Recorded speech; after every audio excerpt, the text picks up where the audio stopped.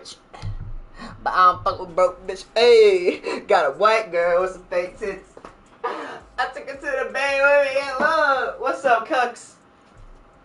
We're gonna write some fucking NBA scripting today, which means that basically I just get to run the NBA, which is pretty cool. But we're going all the way back to the 90s. That's where we're starting. Let me pull this goddamn stuff up on the side.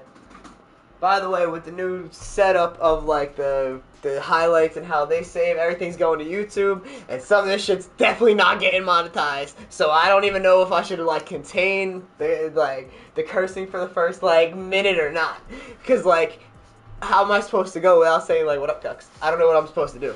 So fuck it. We up in this bitch. And that you came in this bitch with your man. It's a no girl. Oh, I got alpha going on. Fuck it. Just got rich. Took a broke. Alright, if this thing don't come on. Whatever want you, babe. And yo, can't do nothing for you. Alright, so I guess we can start simming while, because I'm not doing anything for the first. We'll see the rosters as we're going through.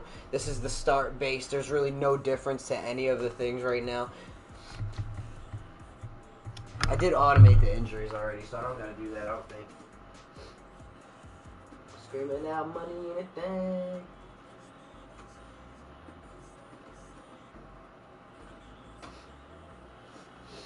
All these cameras like I'm a fucking vegetarian.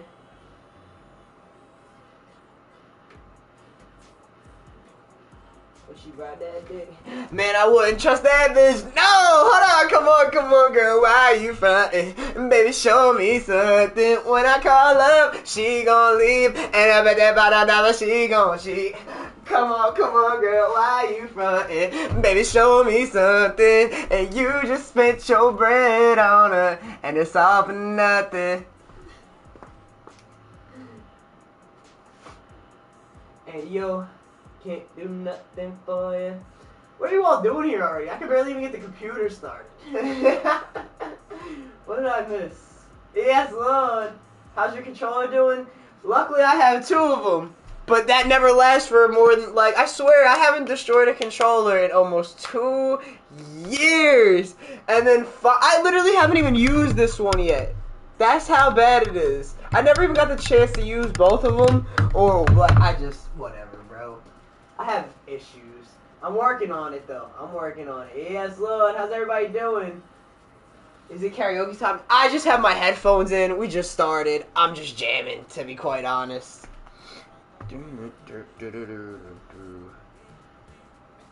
But how's everybody doing? Bink, Ruger, Pookie. Did I miss any of our chatters already? No, I think I'm good. How's everybody feeling though? Okay, do I want to stop and make any trades at the deadline? I guess we can look to see if there's any like teams that should completely like just be trying to tank at this point. Like the Sixers, I don't know. Just vibing out today, hell yeah. Yeah, it's a vibey day. We're rewriting NBA history starting back in the 90s. So that's where we're at right now.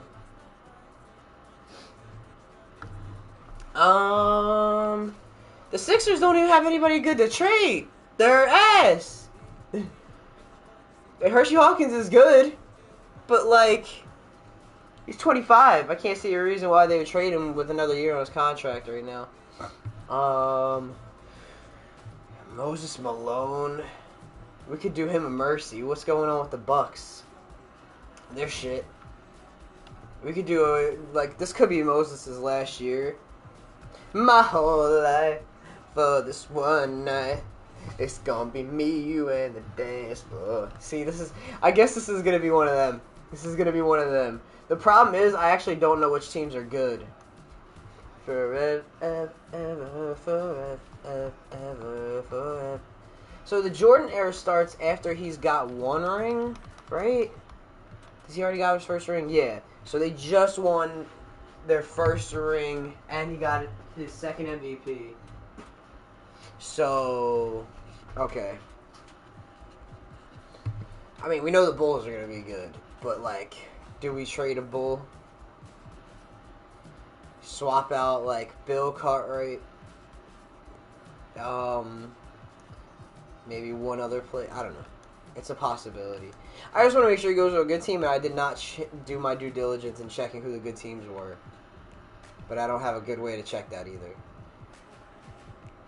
See, the Hornets are a decent spot.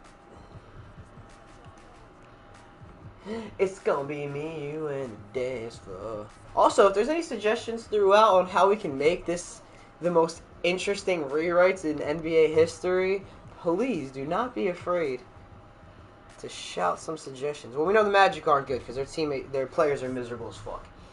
So that's a good way to kind of answer it. The Mavericks gotta be bad because they look miserable.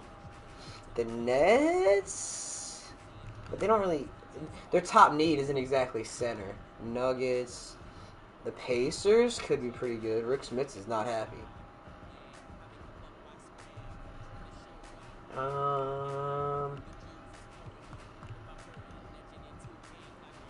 Bill Laimbeer got signed for a 4-year deal. They're kind of stuck with him. A lot of these teams have good centers. That's the thing. They're good for a reason. I mean, I could see a team like the Suns, maybe? How good are the Suns? I wish I could check. I wish I could literally just check the Suns. Like here, without having to move, because I really don't feel like going through all this again. Everybody seems pretty happy, I guess. I don't know. We're at the trade deadline. This will tell me everything I need to know. The plus minus for, like, the best player on the team. If it's bad, they're probably not a good team. It's like I waited my whole life for this one night. It's gonna be me, you, and the dance floor. Cause we only got... They gotta be terrible, these damn Wolves. They'll probably be one of the top teams to get fucking... I don't know if this is the Shaq draft, now that I think about it, but... I don't know, maybe these Warriors, they don't have a big man at all, for real. They can give up, like, Mario I'm assuming they're a good team. No, they're not. Okay. So bail on the Warriors. Bail on the Warriors. We gotta find a decent team to send into. 92 is there's no fucking way. There's no way. I'm gonna go stay with my dad for a couple days. Hell yeah. Cobra, what is up, cuck? Go uptown, New York City, bitch. The Spanish girls on me like I'm on, dude. Tell Uncle Luke I'm at Miami too. Clever, hard fucking women, ain't much to do. Wrist brain got a combo up on this thing. Still getting brain from the thing, ain't shit changed. How you feel? How you feel? How you feel? 25 sitting on 25. Man, I'm in the building and I'm feeling myself. Rest in peace, Matt Dre. I'ma do it for the Bay. Okay, we're getting paid. Well, how whenever that stop. My team good. We don't really need a mascot. Tell tunes. Light one. Pass it like a relay. We've all missed you, Pay King. We need you back. We need you back, Pay King.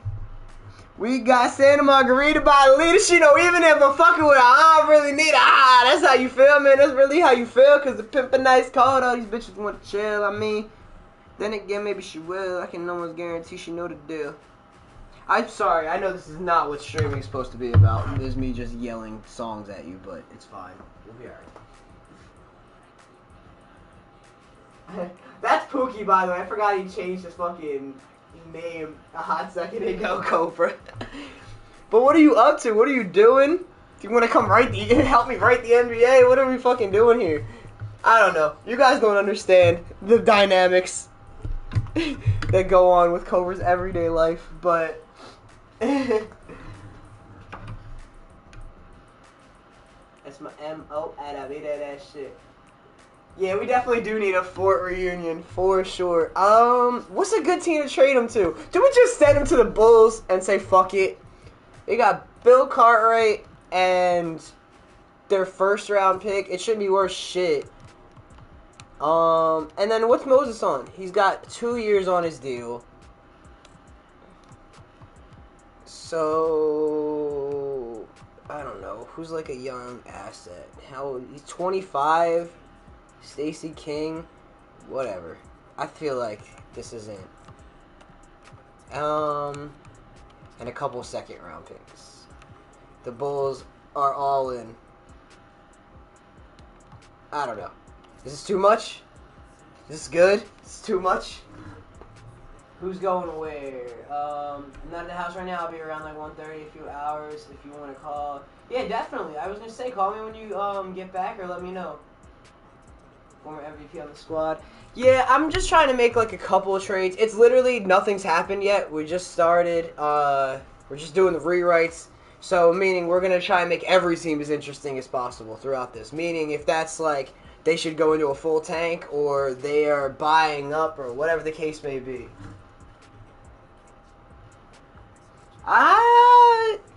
It depends on what you're talking about. I feel like I always lean in the GOAT debates towards MJ. I feel like that's just like a personal preference. I feel like it's been like that for a while, but I've definitely grown. That's not too much. All right, we'll do that trade. I definitely have grown to appreciate LeBron a lot more over the years. Out the Hornets buyout. Let go. Let go. Going so fast, hope I don't crash. Skirt, skirt. One false move, that could be my last. All these horses in my car got me. Alright, the Bullets are just out of there. Are they a team that we should just kind of let rock? Is that where? Oh, that's Harvey. Okay. They seem pretty solid. And it's not like this is not today's league. Like, there's not a bunch of people around. Wow, the Bulls were in 5th. They weren't even, like, top 3 in the comp. The Cavs are doing great. They could really use shooting guard help. But their shooting guard's just miserable. Sometimes I just don't know. That's one thing I don't know what to do with. Fuck you, Tiny. Can't remember what the Hornets were in the MJ era. Yes, Lord! What's good, Icy? The savior of the masses. I can't, bro. And he's hurt. Okay, he's not miserable. He's just hurt. We're fine. So the Cavs are the best team right now. The Celtics could use some help. This is like the end of the Bird era, pretty much. I mean, they really should be one of those teams that like tries to get a little younger. Maybe we trade Kevin McHale. I got no hoes. I'm in love with my girlfriend. I'm in love with the ghost. Now she's filled with emotions. I'm thinking. It goes down. They were. That's what. They were. LeBron in the 90s would destroy the male and the weaklings and been to go first. Oh, I can't, bro. It's just hard because you just don't know. It's just a different game. It's tough. Wow, look at this version of Larry Bird. All these horses in my car got me going. It's like, what do we do? This is a tough team to kind of figure out what to do with. Because they don't even have, for real, I mean, they're a deep team.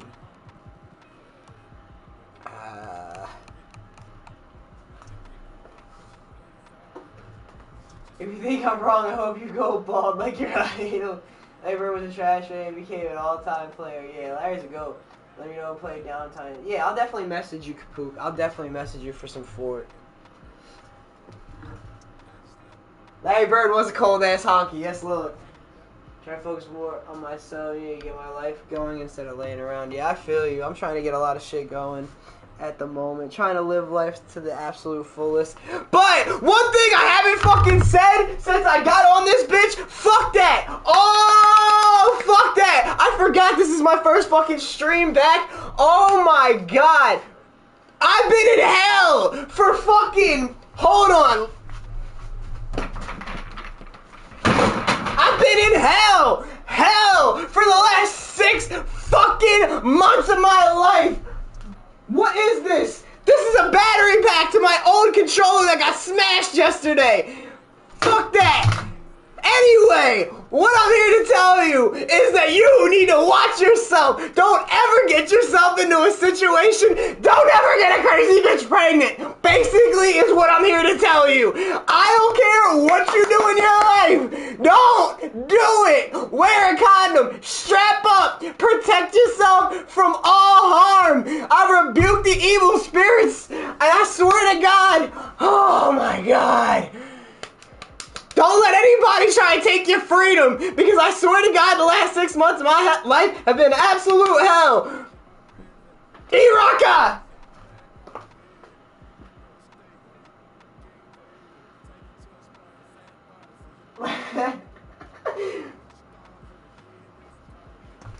Nobody understands. Nobody gets it. Oh, this isn't out of nowhere. This is the first stream I've gotten to have since I had to fucking go to court over and over and over and over and over again for a girl who was still watching my stories, for a girl who was still liking my pictures. All love, baby. Miss you, angel face, but god damn it, I'm going fucking crazy. But at least I'm here to entertain, and so I can warn you all as to what to do and what not to do. Don't be like me, because I am a fucking fucked up person. And all I do is fuck with fucked up people and create fucked up situations.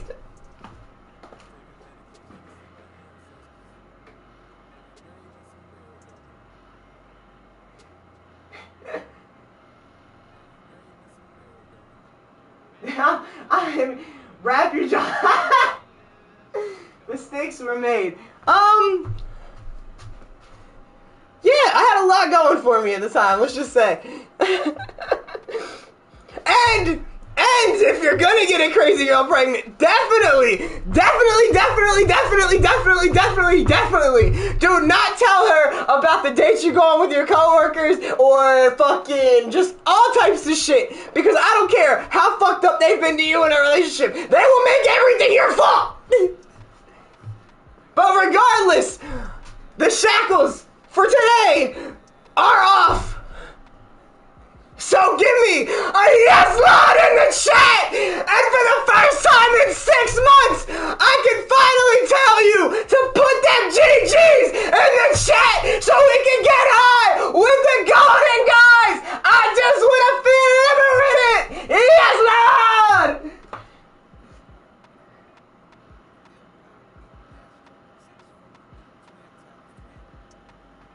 Yes Lord! Ha! That's how it's supposed to be.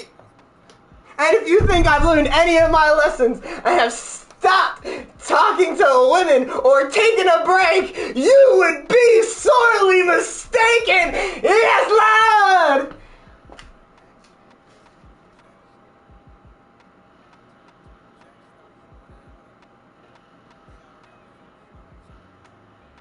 Is that how it's supposed to be? I've been in shambles too. I haven't even been able to fucking process that. I wasn't even allowed to talk about anything that was going on in my life for the last 6 months when I did stream. God, what a fucking life. I do love crazy girls though, I can't lie. I got a problem. But I did miss you all very much. Not that I wasn't here, but it just felt like it was a big weight on my shoulders. Do a backflip, Spider-Man! Yes, Lord!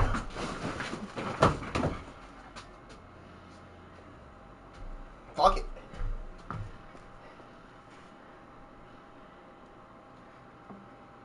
There, she's sipping my way, I swear, get her wetter. My Louboutins new, so my bottoms is better. No, I'm not a rat, but I'm all up on my cheddar. She said,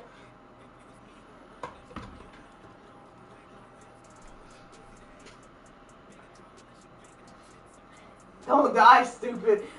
We're celebrating. I got you with the swap sweatshirts. Yes, Lord. You're gonna run the streets butt ass naked? I don't want to get arrested again, but you'll get over it. You'll find another life to live. I swear that you'll get over it. I know you're sad and tired. You've got nothing left to give. Let me finish this fucking thing so I can switch my sweatshirt. Yeah! What do you... Yes!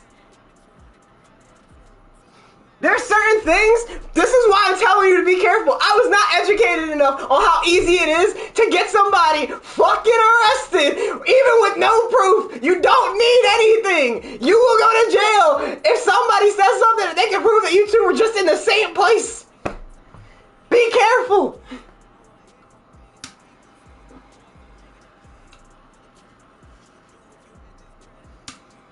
Allow me to be the warning. Because I love to fuck around and find out. I yearn for knowledge, clearly.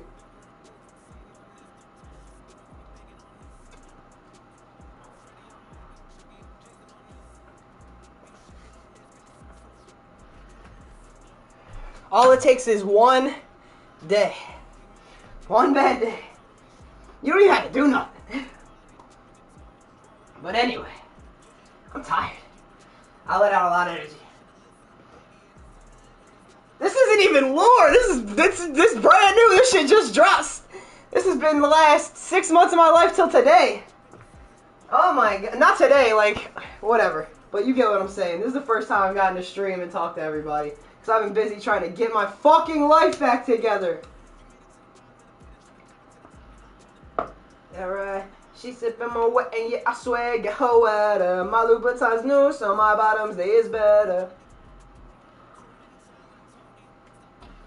And she said we should be. Hold up. First of all, if I'm going to take off my sweatshirt, I'm going to do it right. Well, I'm feeling great. Bad patch notes, a new update. Oh, great. Do you need a fucking security guard? No, I need a therapist.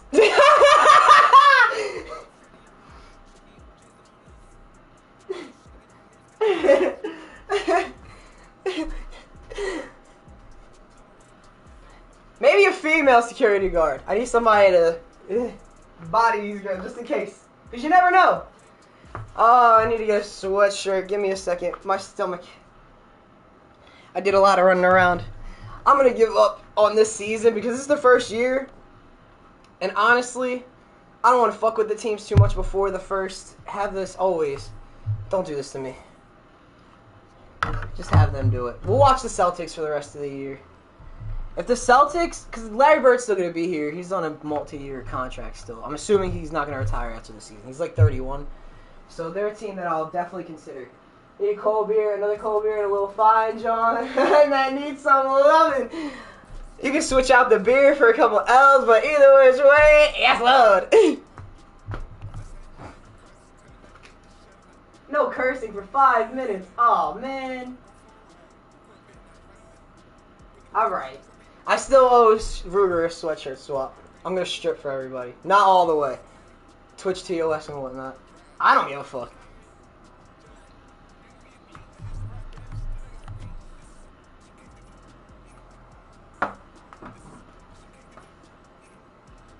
Let's get... I can't even read out the full thing. Let's get our stuff together, ladies and gentlemen. Let's do it.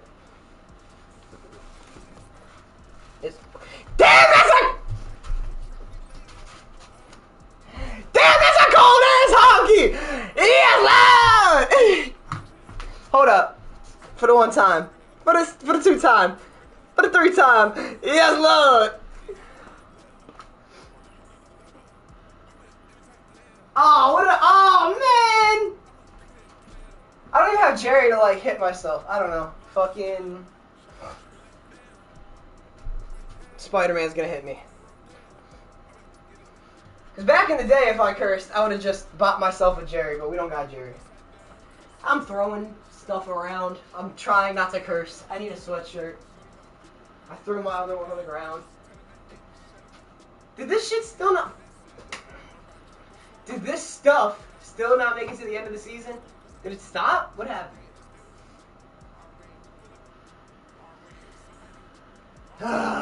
Spider-Man owes me another one. I know. Got a good idea for a what if? What if Michael Jordan was in a ball? Oh, wow. What is your beef, cuz? What is your beef? Do I have to put on a sweatshirt?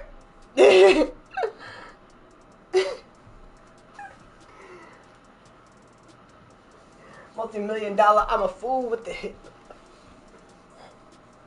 But if it is going to be a sweatshirt, womp womp, dickhead!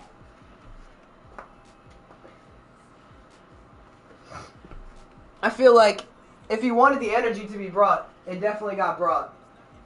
But either which way, fuck it, right? Look at him, little angry things. Alright, I don't know why I didn't finish the fucking...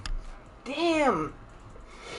It's harder to not curse than I thought it was going to be. But I'm actually, like, very torqued up right now. Spider-Man's just going to beat me up, it's fine. I think the real GOAT is 2K16 Jeremy Lamb. Yo, if you know, you know. Low-key, Jeremy Lamb used to cook. Nah, Gilbert Arenas is probably the GOAT. He's who I'm afraid of in these Sims. Alright, MVP goes to Clyde Drexler. Rookie of the Year, Larry Johnson. Detlef Schrempf, 6th Man of the Year. David Robinson, Defensive Player, Purvis. 19 and 14, most improved. What did he have last year? Oh yeah, he definitely deserves it. Definitely deserves it. Blazers and the Bulls, because they're really the only team that made a trade.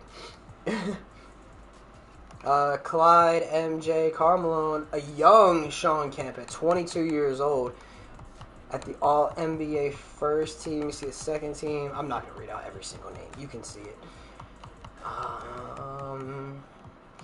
I will definitely be careful about the auto-generated players and stuff like that too. I'll be watching to make sure that the league doesn't get wrecked. Okay, so the Cavs and the Blazers are the 1 seeds. Should go for his layup package. You really late. Got you in the bag. Nah, cause for real, that was my favorite layup pack. Bro, by the way, my career is absolutely unplayable. All the offline stuff is absolutely unplayable in this game. That's how I ended up freaking breaking the controller in the first place. Your local neighborhood crazy guy, Spider Eye. He might be crazy. This will make some Spider Eye. Yes, Lord.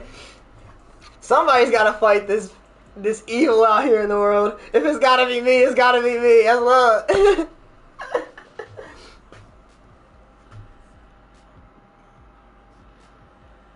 To be honest, I really don't come into this with, like, a plan. They shouldn't give me, like, a live anything to do anything with. Let's see, each,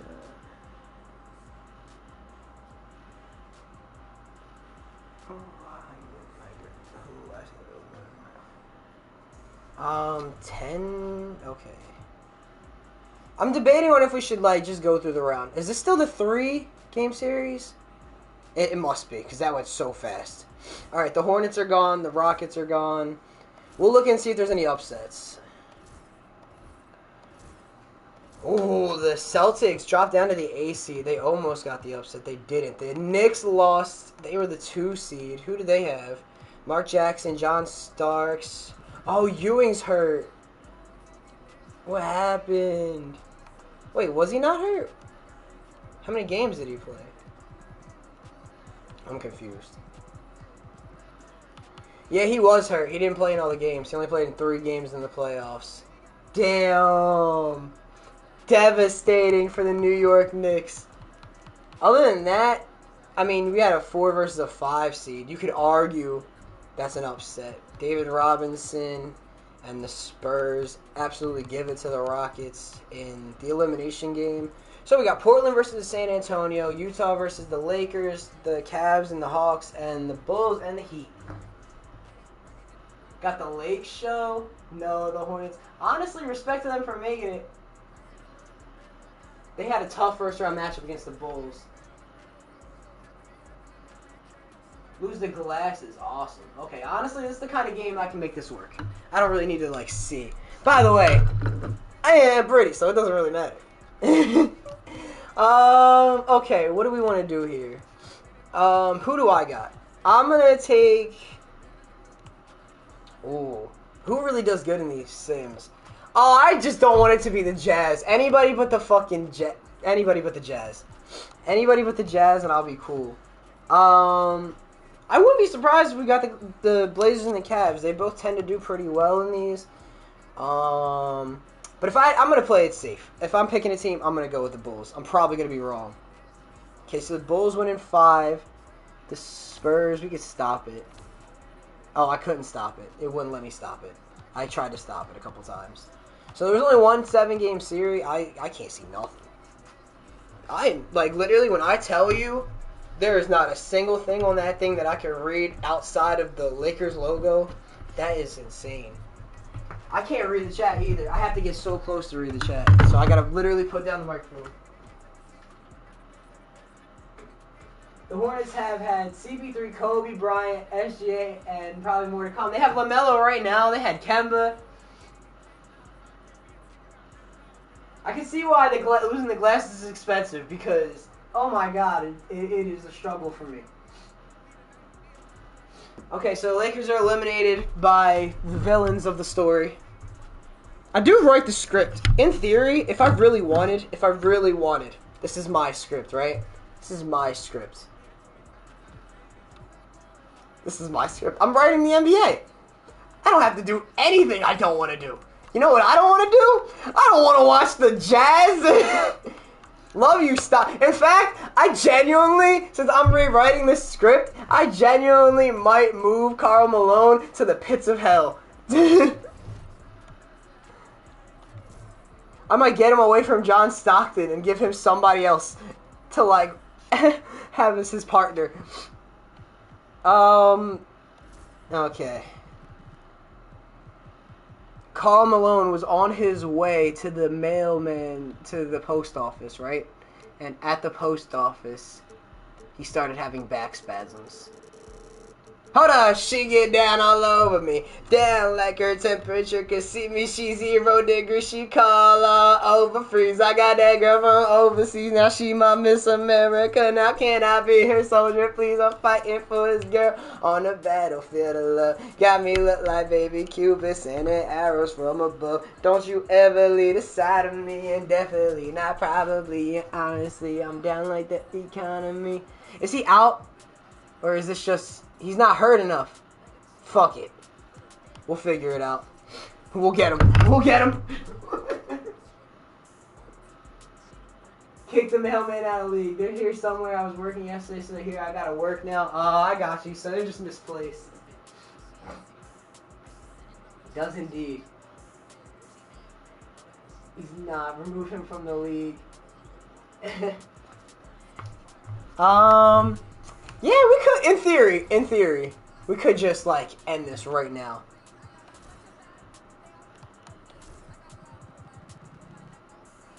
Boy, you know what would make this a lot easier? If I could see anything. Dude, and then Kyrie tore his fucking ACL. That was a terrible, like, way to start the news outlet for the day. Oh my god. Oh my god. Oh, Cobra, there's so much we gotta talk about. Oh, why didn't I just do the whole 4? Yeah, dude. The medicine back in these days is screwed. I'll catch you, like, next year. Alright. Let's get this over with. That sim went so fast. Well, the Bulls swept them. And the Blazers didn't have no problem with the Karl Malone-less Jazz. Okay, so we got the Blazers and the Bulls in the finals. The MVP, Clyde Drexler, and the boys. I cannot... My eyesight is so bad. This is concerning. Terry Porter, who always does well in these. Buck Williams, Kevin Duckworth, Cliff Robinson, Danny Ainge.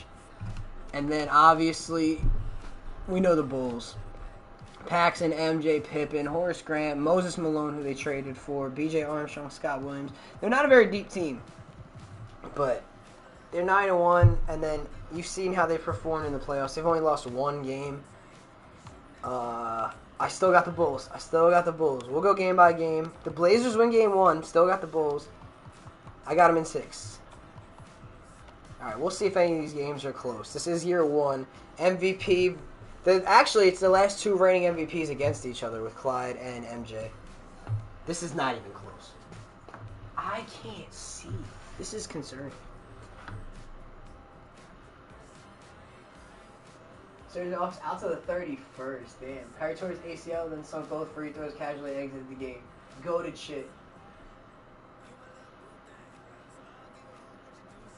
Bulls in 5. Yeah, they're messing them up.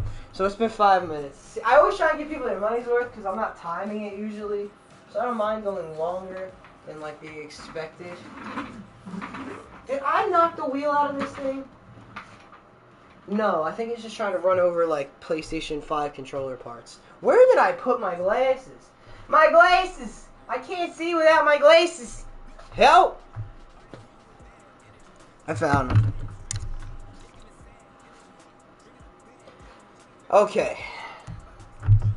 I can see again. The sadness deserves an edible. It be like that. We got things to celebrate today anyway. Yes, Lord. What else do I want to fucking... I'm trying to find something to listen to while I'm over here. Because we're turning up. I don't even know if this is going to go to a game 6. The Bulls could close this out in Portland. Any song wrecks? I mean, I know I'm listening to it in my ear, but still. Yeah, these games have not been close, but we're definitely at least going to 6. This is game 6 here. Can the Blazers take it to game 7? Can they pull off the 3-1 comeback? No. No is the answer. Actually, low-key, they almost brought it all the way back. We'll watch the Bulls celebrate real quick.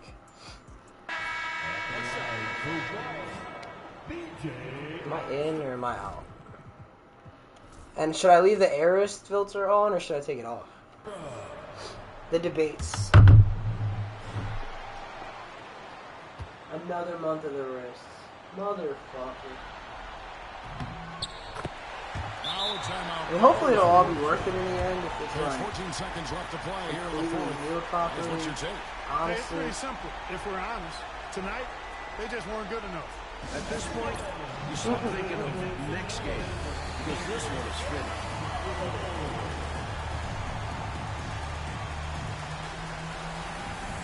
It's just the upper body injury is like anything not. It's like a pain when you can't do the stuff that you want to do with whatever the injury is. So I broke my whole like arm. And I guess I had to have like the long extended one, even though my break was all the way down here. It had to be like the one where I couldn't even bend my elbow for like months. I had this shit in the past, and past all that. Of holding something, keeping my blood up out of the step in my back. This should have been done. There's 14 seconds left in the fourth quarter.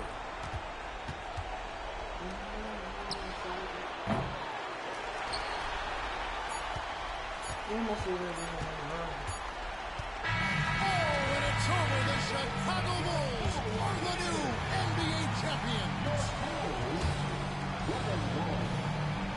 All the travel, all the practices, all the meetings, all the games, wins and losses.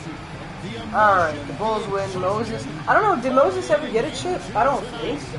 And whenever you win the NBA championship, there's a level of accomplishment and excitement that really I guess just keep working. pretty amazing. This is number 2, because we just jumped in.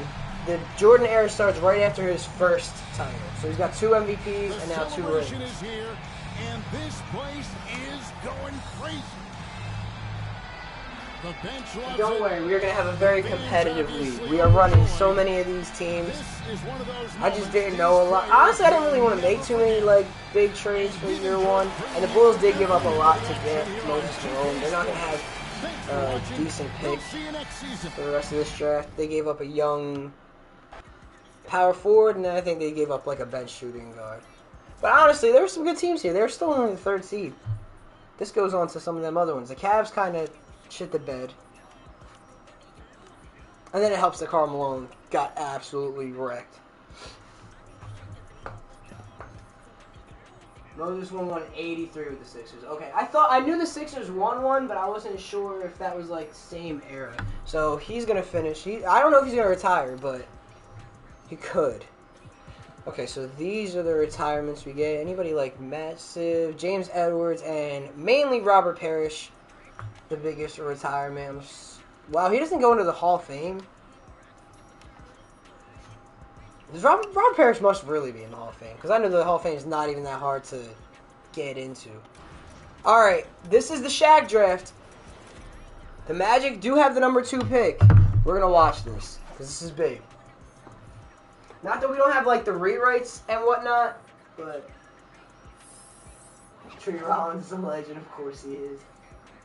Not that we don't have, like, you know, full control, but, like, some stuff I kind of just want to see how it, like, goes. Like, there's no reason why they wouldn't take... But we can also always decide that a franchise is just one of the dumb franchises, and they make dumb decisions. So, like, it doesn't have to be right away, but, like, we can always be like, would it be more entertaining if this team was stupid?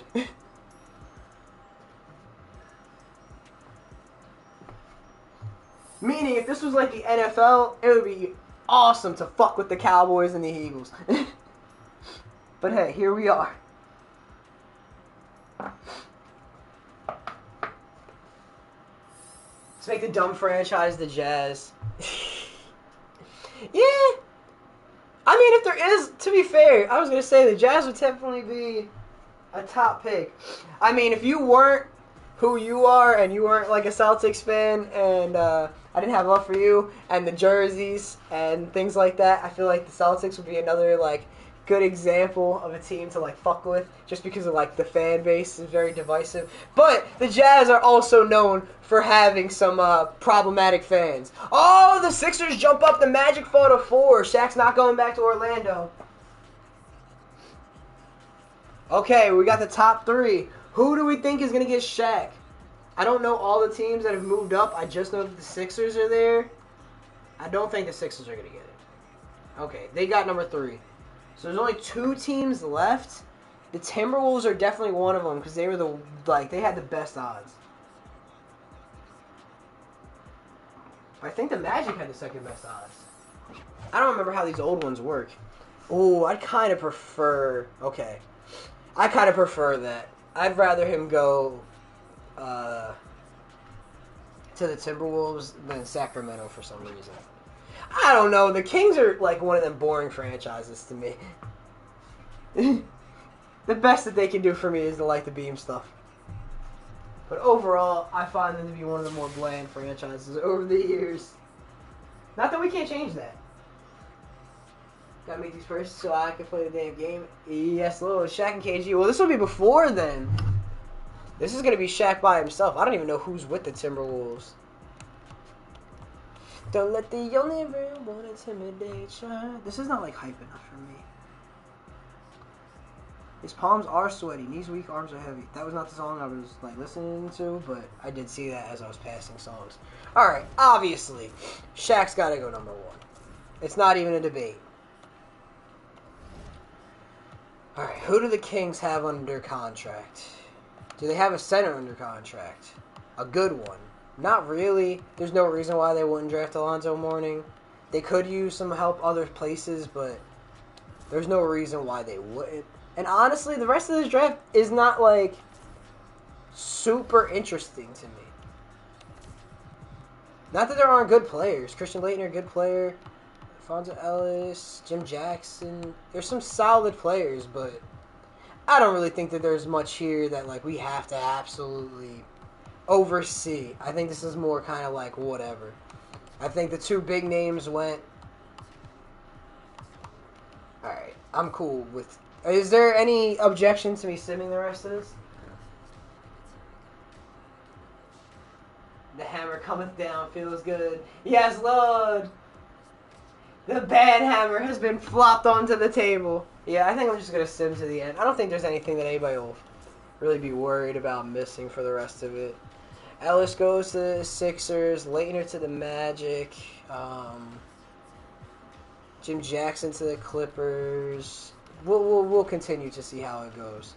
I'm gonna let them rock with whatever they want to do for everything. So if they don't re-sign rookies, they don't re-sign rookies. If they don't pick up team options, they don't. I'm gonna pick and choose my spots. There's really nothing even in free agency. And I'm more likely to make adjustments to teams through trades afterwards because honestly free agency can be a pain in the ass to try and... Because I did a trial run of this on my own. That's one of the things I've actually been doing for the last, like, 2-3 weeks offline, is trying to see how to properly do one of these, or at least do it in the best way possible. The Jazz suck. This is good. You know, Malone's going to miss a whole nother year. This team's talent is pretty old. They could honestly blow it up, and I wouldn't mind. But we'll go to the next season so they have a chance to pick up players, just do it. I'm going to have to do this often. Use the 93 draft. Don't know who's in this draft class. Smash my knee on the table. Yeah, that's going to leave a mark. No, we can just look after. I got you, yeah. We're going to go through the rosters here. There might be some years when we get to this point where we might have to sim like a week to get like some free agents picked up and stuff like that. This year, yeah, look, perfect example. Okay, so year one, perfect example. All these talented players in free agency did not get picked up yet because the contracts just have like their own issues, to be honest. Like, sometimes they offer to people, sometimes they don't. There were free agency moves. I just couldn't. Alright, where's the transaction report? So, a bunch of people just got signed. But, can I see before? Yeah. Actually, did they not sign anybody in free agency? Why did they not? I've never seen it do that. Anytime I've simmed through, they just signed everybody's last. I'm confused. I guess that was a month ago. I don't know. Fuck it. Either which way, they'll work it out. So, you know what? Let me do a week and let some of these guys get signed. I know. They're still not signed. Any other time I do this shit picks people up just fine. So, clearly I'm gonna fuck with the automation or something. One thing that I don't like, though, is that if I turn on the automation for, like, the free agents and stuff like that, it should just do it when you go through the sim. Where do I gotta go? Team automation settings. Trades. Perform trades automatically. I don't want it to do trades automatically. In-season free agent signing, they can sign people.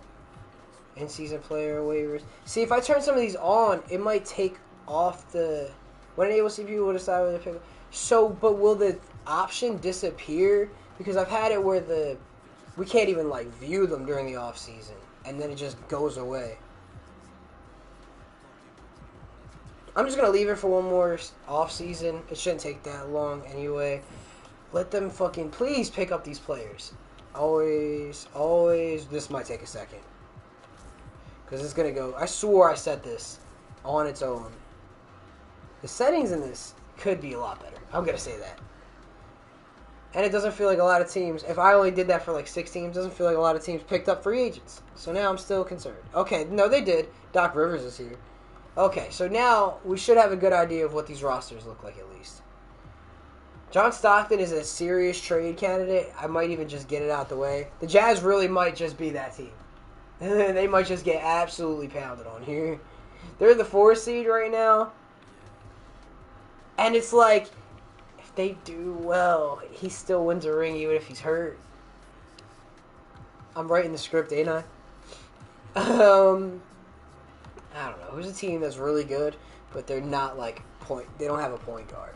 Honestly, Ellison had such a good season, pairing him with a guy like Stockton, but they don't have a deep team behind him. They only have Grant, who's injured right now. Point guard needy teams. I'm just gonna go to teams that like look like at the top they could use a point guard. Celtics really don't have anything to give away. Not that they have a few issues there anyway.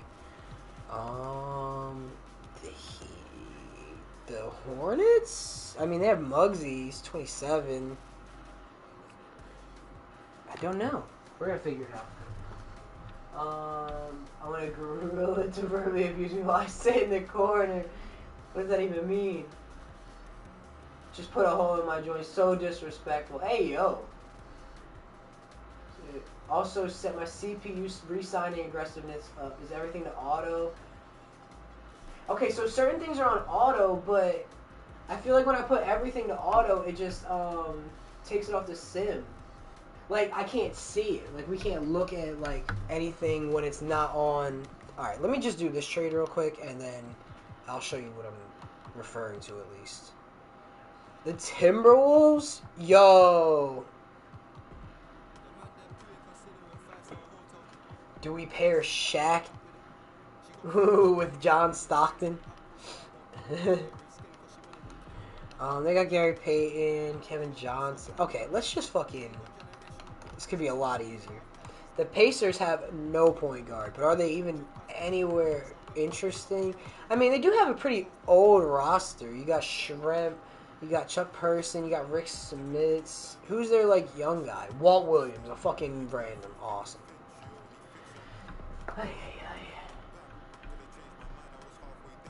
Shaq, then you gotta do it. I feel like that would be a cool place for him to go. I'll look at a couple more teams. The Magic are pretty awful at point guard, but they don't really have an interesting like partner for Stockton. I feel like we gotta do it. I think we're gonna just send him to the Timberwolves. Low key, because the Timberwolves pick might be pretty good. So like, what would the? I feel like that's not bad. And then contract wise, to make it work, we can send him Tony Campbell. And okay, so what we're gonna do is that we're gonna make it top. Do we? Top 3, because I feel like if it was any more than that, it's still Stockton at the end of the day, and I'm not trying to fuck them completely over. Just get out of this Karl Malone era.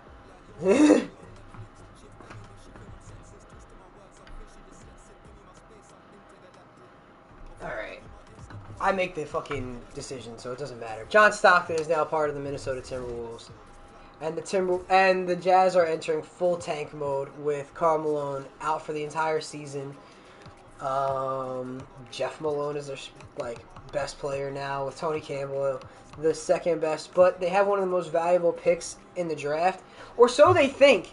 Because putting Stockton and Shaq together might absolutely fucking wreck the value of that pick. But hey, you're the Jazz. And you got Karl Malone as your star, so we got to do what we got to do. Okay, other rosters, I guess we should just go through and see if there's... You know what? I'm going to let the thing be seen real quick. Where is that, by the way? The aggressiveness for contracts and shit like that, because I was looking for that. The CPU shit. I was not looking at like the re-signing aggressive, or I was looking for the re-signing aggressiveness specifically, and I did not know where to find it.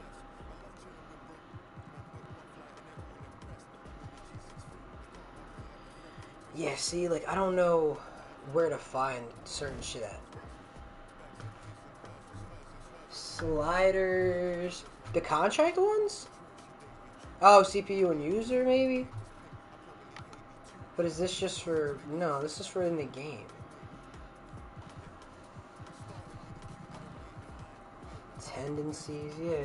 Fouls, movement, yeah. I don't know. Okay. Okay, go to the settings first. And... You're set to on. All contract options will be automated. And the time period... See, that's what I don't want. Is for the time period to be hidden. Forbes is like, hey, yeah, my office, I told her she came through, she brought food, she got food, she knew what's up. I just don't want them to be hidden. I just want to be able to view them.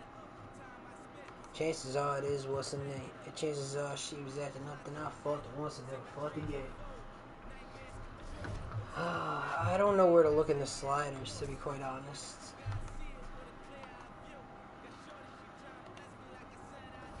Alright, fuck it. We'll figure it out as we go. Yeah, I'm gonna have to do this for multiple teams as we go through. We don't talk shit, we just say facts. Yes, love. Yeah, love. If I take you out of the picture, I know won't miss you, no lie, no lie, no lie, yeah, yeah. No lie, no lie, no lie, yeah, yeah. You never tell no lie.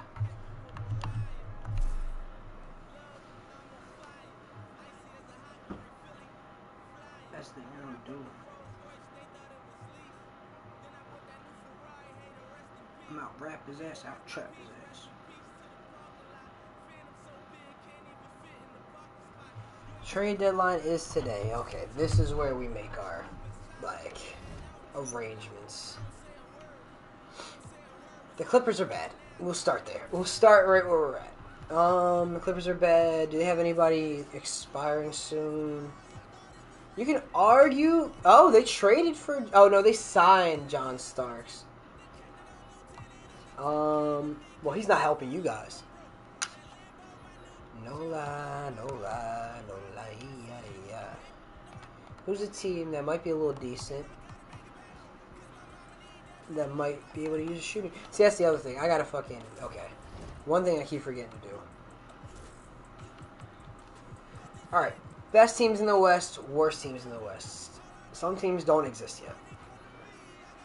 The Mavs are the worst team. The Clippers are behind them, then the Suns, then the Jazz. And then in the East, the Sixers are literal garbage. They are the worst team in the entire NBA. So here's the bottom three teams. It's the Sixers, the Heat, who made it to at least the second round last year because they played the Bulls. And then as you go up, you see the best teams. The Bulls, Blazers, Rockets, Hornets, Lakers.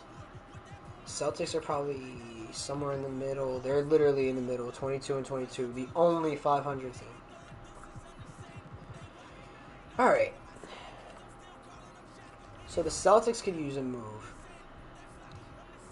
They're definitely one team that stands out to me. The Hornets maybe could use a move to help them get over the hump. There's a couple teams. Now I have a good idea in mind. Okay. We know the Sixers ain't doing nothing. They might be better off, like, just not... They're miserable. They're so bad. They have a young Manute Bol, though. Okay. We want to go to shooting guards, and then there's certain teams that I want to look at. Celtics don't really need a shooting guard. The Heat are bad. Hornets don't need a shooting guard. Pacers, it's just kind of useless. The Rockets, maybe off the bench. They got Sealy, who's young. I don't know. The Spurs are really, like, I mean, broken finger. He's not out for long. Timberwolves, maybe they make a move for a shooting guard. I mean, Starks is only on a 1-year deal. And Corbin's not happy. He's on a multi-year deal. They're actually really banged up, too. And they are pretty deep at center with Luke Longley still there as well. So maybe they do this Randy Brewer. They're actually a really banged up team right now. We just got these random players. What's the problem with this? Clippers are over the salary cap. I just want to see cap-wise. Acquired $3 million too much. Or $3K too much. So, if they got rid of, like, their worst player, fuck it. He's not worth anything. And they have too many players. And a fucking couple second-round picks. He's only a free agent signing from this year. I'm just trying to give both teams a little something. The Celtics are a team that should try and make a trade. And Larry Legend is day-to-day. Where's their problem really at? They're not strong at small forward, but they really need a center.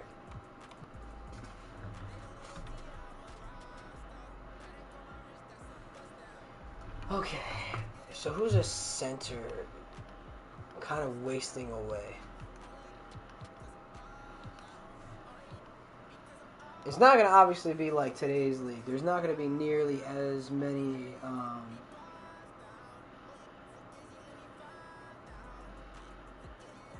there's definitely not going to be as many, like, in-depth teams. Like, that's going to have, like, a great backup. Most of these teams are not going to have, like, great backups. The Lakers do, but they're a competitive team. I don't think they have a real reason to, especially trade with the Celtics. There's not that many good centers in the fucking league, to be honest. I mean, the Heat have a bad team, but he's on a 3-year deal, so they could always just run it for another year.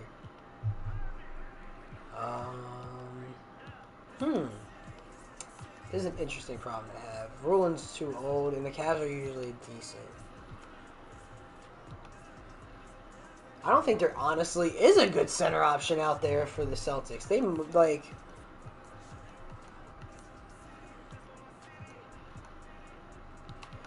I mean, Mutombo's young. The older guys are not really great. Celtics might be kind of screwed here.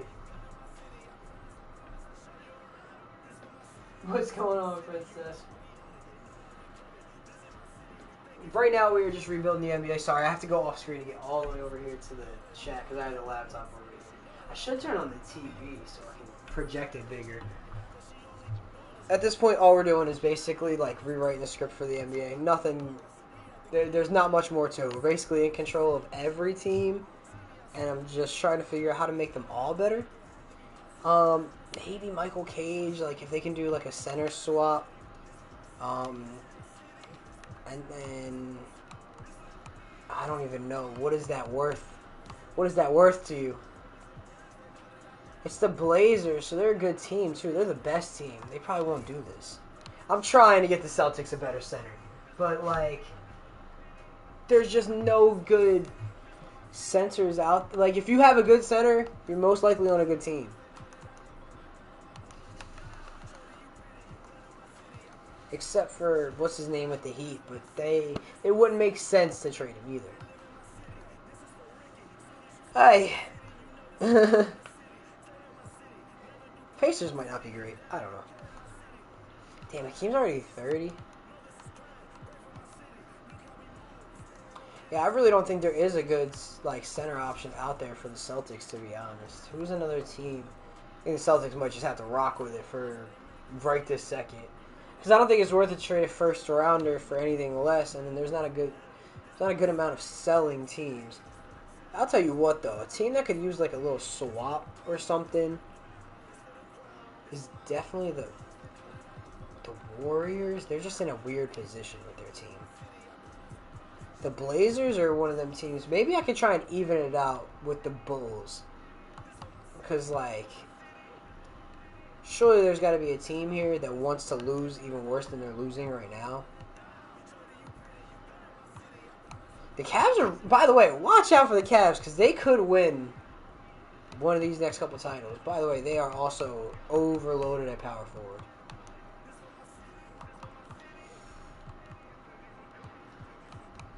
Yeah, the Celtics might be on a downward trend right now, honestly. I'm just looking at like a team like the Cavs. It's going to be hard for them to gather the right pieces to even beat a team like that. They got a young Latrell Sprewell in Miami. Did not see that.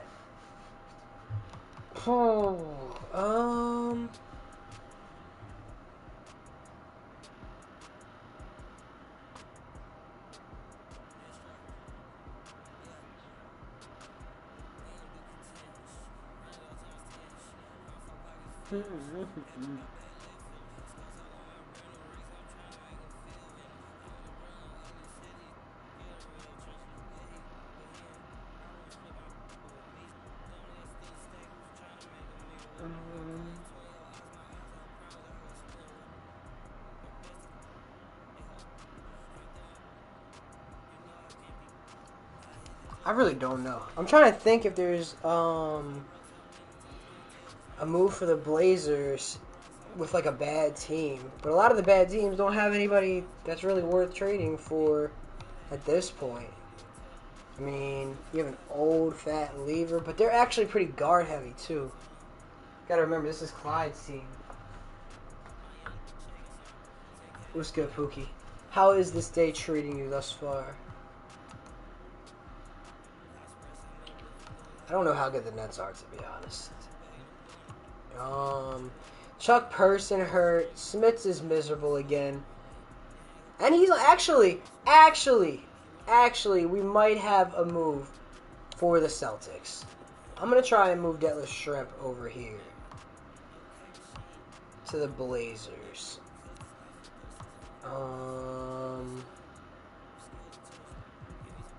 What's the contract situation looking like? They have Tracy Murray. So he's a young guy. He's not really helping this team right now. And they're not going to have a good first round pick. And then how much money? Not much. Yeet just came on. They knew Cobra was around.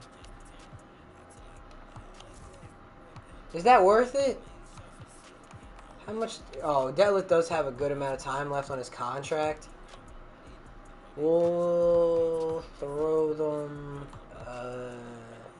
There's no reason they should be in that position to even be in the top 10 anyway. 2 first-round picks, a young Tracy Murray, and Detlef is how old right now? Because he's already regressing. He is 30. He's averaging 17 and 10 almost.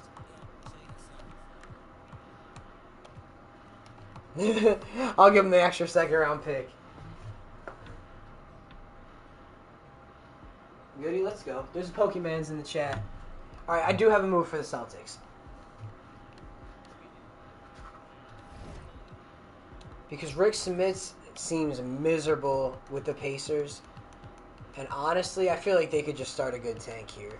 One of their top 3 guys is hurt. I don't think they're doing too hot. And they just traded, obviously, the oldest guy. And while Rick Smits is still younger, he just seems miserable in Indiana, to be honest. Is that Brandon Biyombo? They threw me hard. Threw me hard with that one. See, the Celtics have depth. They just need some guys near, like, the top. So that's what we're going to do here is try and give them some of that. Reggie Slater, who's a young guy. Pickney's 29. Oh, they have Rick Fox. Why is he listed as a small forward? I'm confused. What are you doing here, Bismack? That's the wrong Biyombo. I don't know. They got to give him some assets for sure. So whatever. Andy was signed recently. That's fine. Okay. Rick Fox has got to be the move. They're saying Rick Fox is more valuable than Smits. I guess because he's on the last year of his deal versus a 3-year. Yeah, maybe that's not... Okay, so a 2-year Ed Pickney, and then the Celtics will throw in a couple second-round picks. Because Smits is miserable. He's on the last year of his deal. I don't think he's got... he's not going to come back. They'd have to force him back anyway. So at that point, they can get Pickney and a couple second-rounders. Is that worth it? Is there more that we could do to this? They're going to have this guy, Walt Williams, develop into a GOAT. I'm about to get wrecked. All respect to those who break their necks to keep their hoes in check, cause they sweat her brother majorly. And I don't know why your girl keeps paging me. She tell me that she needs me, cries when she leaves me, and every time she sees me, she squeezes me. Lady, take it easy. Hate to sound sleazy, but tease me. I don't want it if it's that easy. Hey, yo, bust it. Baby got a problem saying bye-bye. Just another hazard of a fly guy.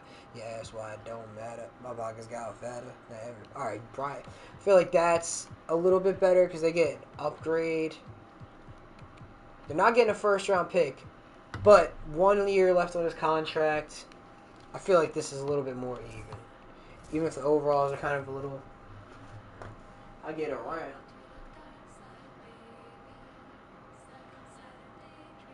Okay. The underground just don't stop the hoes. I get around.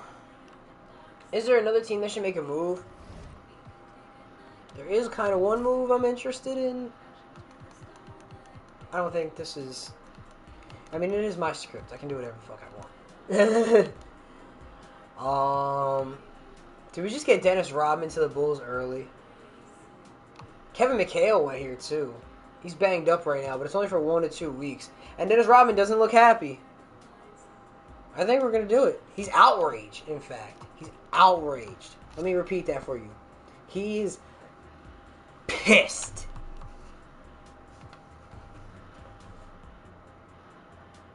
It's pretty good. Hell yeah. I wanted to give the Celtics something, because I feel like they know that they're in this weird range where they only have a little bit of time left to try and compete with Larry there. So if Rick Smits helps open up that level for them, can't argue with it. Huh. Okay. What is this for? Dennis Rodman. But he's also miserable. And he's on the last year of his deal. So he's just coming here a little early.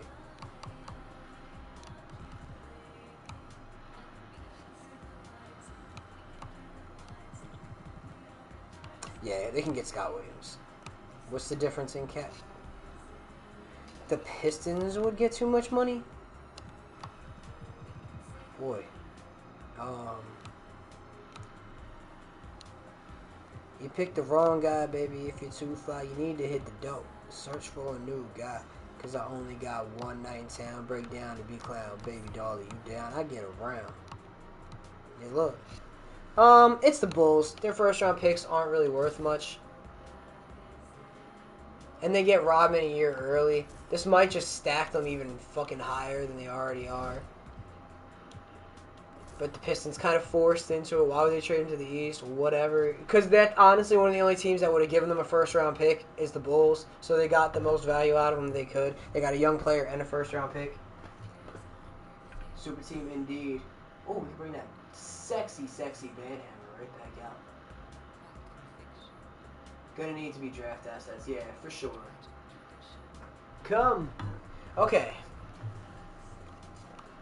Is there any other teams here? The Sixers are already as bad as they come. Do they even have anybody who's like worth it? Okay, maybe we do get Hershey Hawkins up out of here. He's not having a good time. He's on the last year of his deal, and he doesn't seem like he's ever coming back. Everybody who plays for the Sixers is as miserable as it comes. But, like, I don't even know what to do with that. Hershey's not coming back, though. So they might as well get what they can for him. Because he's not going back there. He's miserable. He's pissed. I mean, they can get D. Brown. Maybe do a little switch with the Celtics if they really wanted to. Might make more sense to send him to the West, but the Sixers aren't really in like a compete now mode, so I don't know. The Magic are struggling.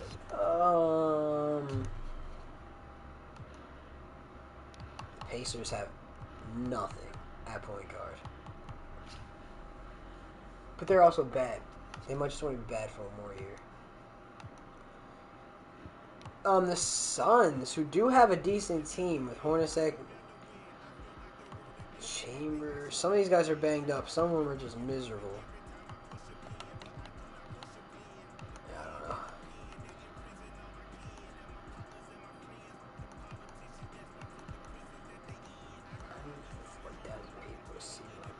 Alright, who's a solid team that could be better?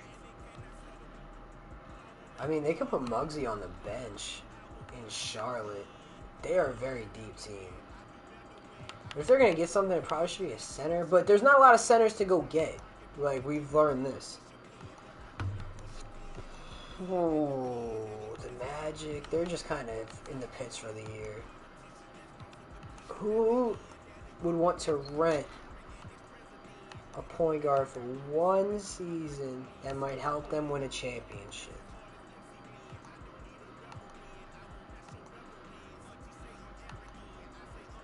I don't think the Bucks are good enough. I don't think the Bullets are good enough. If he had multiple years left on his deal, it would be a little different. Seasons go by like I'm binge watching.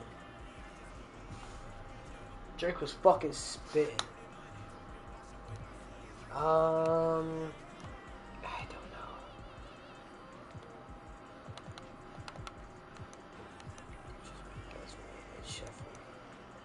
So there's more for them and there's less for me.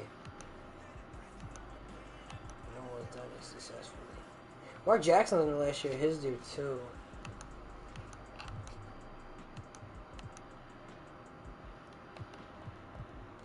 You know, the Nuggets have a really good team. That could be a squad.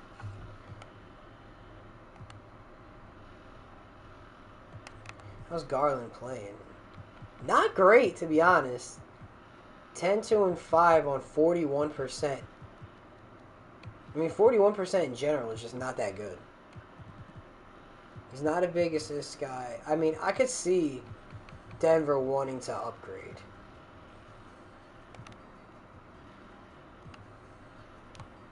They have a young Robert Horry. That could be a move. We swap a young Robert Horry. I think that's what I'll do. I'll give them Robert Horry and top 5 protected pick. It's not going to be in the top 5 anyway. And then they can do some kind of a player swap.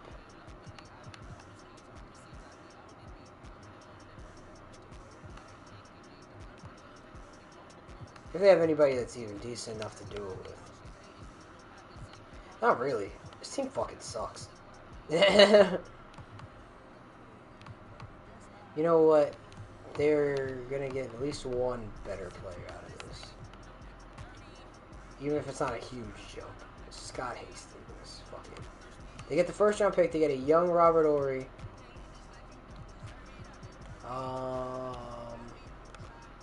Is that enough? I don't want to fucking just screw the Sixers even worse than they already are. These was unique messages I gotta chuckle out of. Me too, I did read that one. I'm debating giving up another first. It's the best player the Sixers have. And he is pissed. He might leave anyway. So I don't know. Probably another second, that's fair. We'll give him the Hawks second because they might be even worse. I'm fine with that. Because he was on the last year of his deal. And honestly, this just ups the sweepstakes for the fucking Sixers. They're already as bad as it comes. I think that's probably going to be the last deal I do, though. Because there's not as much wiggle room in these earlier stages. There's not a bunch of great role players. There's not, like, I don't know. It's not as easy to just move a bunch of people around unless it's very obvious that this team is not going anywhere.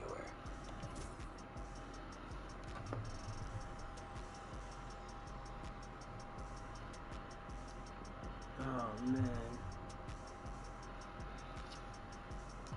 So the Bulls are the 1 seed. The Nets are the 2 seed. I thought the Hornets were the 2 seed, honestly.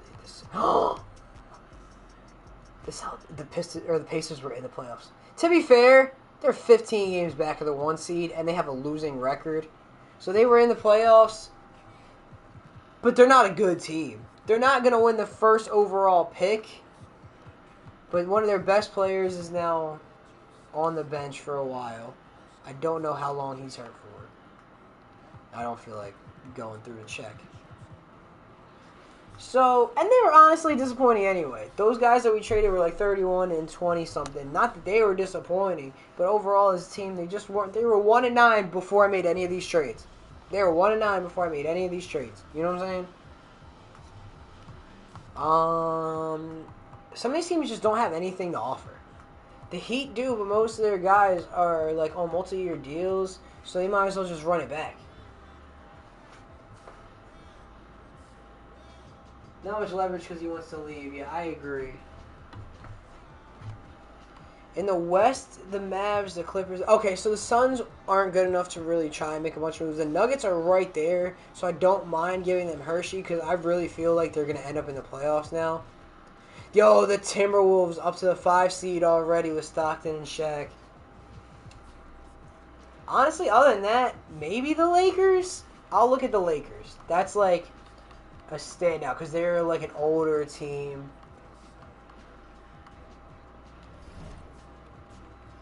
Because we don't want to do too much every year. We want to actually move through the damn. Because this might be their last chance to get a ring with Magic and Worthy. They're on the older side right now. Kareem's already retired. If AC Green and Sam Perkins wrapped up for multiple years. Okay, so let's go to a bad team and see. The Bullets are pretty bad, but, I mean, Bernard King is an option. They don't really need a small forward, do they? I mean, off the bench might not be the worst.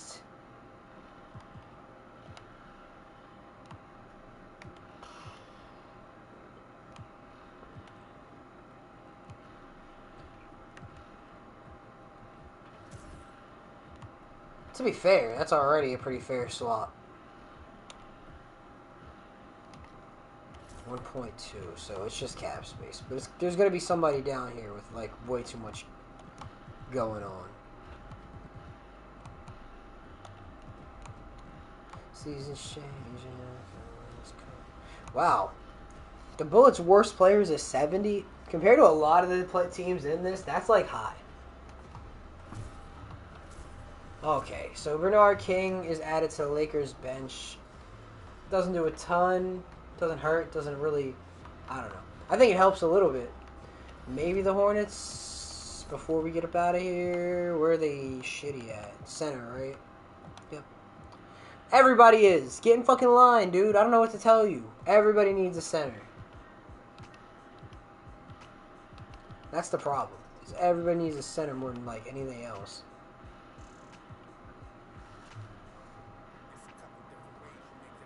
It's just me and me. I don't trust these. No, it's just me and me. Yeah. Hey. And you boys ain't seeing me. No, I still didn't work when you tried being me. I've been right for so long, I don't even never know I'm wrong. Told that girl to leave me alone because I do way better when I'm on my own. I don't know what you're going to do when I'm gone. Shit in my heart in pieces now it's torn. Alright, fuck it. I've learned my lesson with these centers. Always. Celtics got a good chance now. So do the Lakers. There's a couple of teams I think that with just even like a small move, I think they have a good chance of getting a lot better. I'm giving motivation to my there's a lot down watching TMZ. What I got going on because of my talent on me. Just to get my info back, I had to take some DMT. And I know you got a man, but I treat you equally. And you know I got a girl, but you know that you the she. Said I'm a dog, she said me too. Girl, walk on your knees. She said that she like the way I dress, I do it Japanese. Boy, I take care of your man, girl, ain't no asking me. Only thing that I can say, that you girl's a master freak. Make her ride it slow, yeah. Bring it back for me. Every time she's on that pole, yeah. It's that ass for me. I've been broke. I told that girl, because I do way better when I'm on my. I'm never going back on your term. You don't know it back, you know it's grizzly. It's the way she ride that pole, yeah. It's that ass for me. Alright, MJ wins his third MVP. Shaq wins Rookie of the Year, averaging 23 and 10.5, basically almost 2.5. Well, 2.5 blocks, not almost. Sleepy Floyd, Sixth Man of the Year for the Rockets. David Robinson, Defensive Player of the Year with 3 blocks and 1.5 steals and 12.5 boards a game. Most Improved, Bimbo Coles for the Heat, averaging 12.5, 4, and 7, and a steal. Only a 3-point jump, 2 on the assists. His field goal percentage went up. Whatever. Phil Jackson for the Bulls. And then Executive of the Year for the Bulls. I guess they did get Rodman. Okay. No surprises here. Lionel Simmons for the Timberwolves.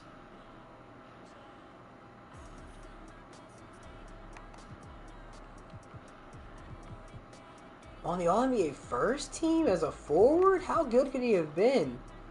Larry Johnson had 19 and 12. Pippen had 27 and 5. 19, 7, 5. He had good defense. He went to LaSalle. Wow. I know this. Alright. This is throwing me. 19, 7, and 5. With 1 and 1. Compare that to 20 and 13. 19, 7, and 5. Dominique Wilkins? No. Like, see, like, that's crazy. Why is he on, like... This is crazy. How did Karl Malone even get back in? He's supposed to be out all season.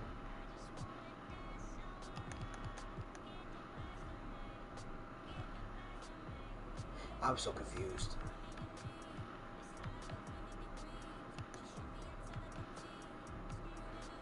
Rodman had fucking 13. Kevin Willis, fucking, I don't know. Anything but, like, what I'm looking at. It's not going to call Malone, I can tell you that much. He don't make nothing. Fuck it, I'm going to just leave it. I'm going to let them fucking rock. I disagree, but I'll let them rock. Wow, Leitner made the All-NBA third team in his first year. He made it, but Shaq didn't. To be fair, the way that it works, you only get 3 centers. That's like a tough... It's a tough draw.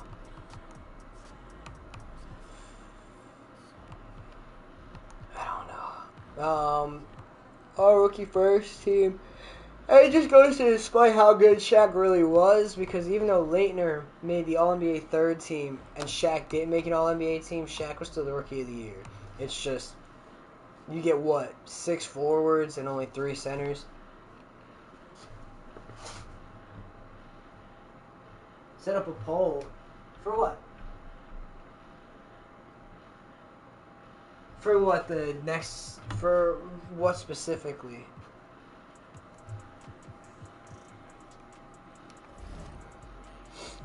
For, like, who's gonna win?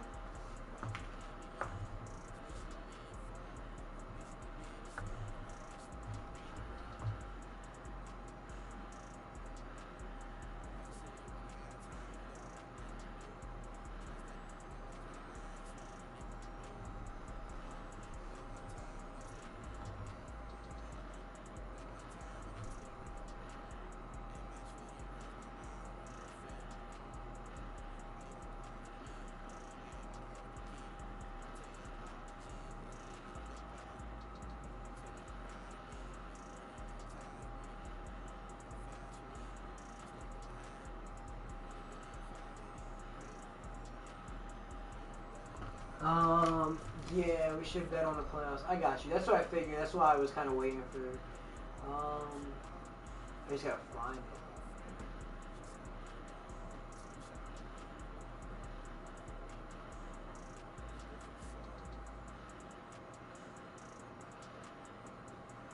Alright, just give me a second. Oh god, this is a lot of teams. Let's go to the second round first. I think that's the best I can do. Because I don't think I could put 16... I don't have the patience for 16 teams. We got Shaq and Stockton versus Kemp and Payton. The Nuggets did make a big jump once Hershey Hawkins got there, by the way. Okay.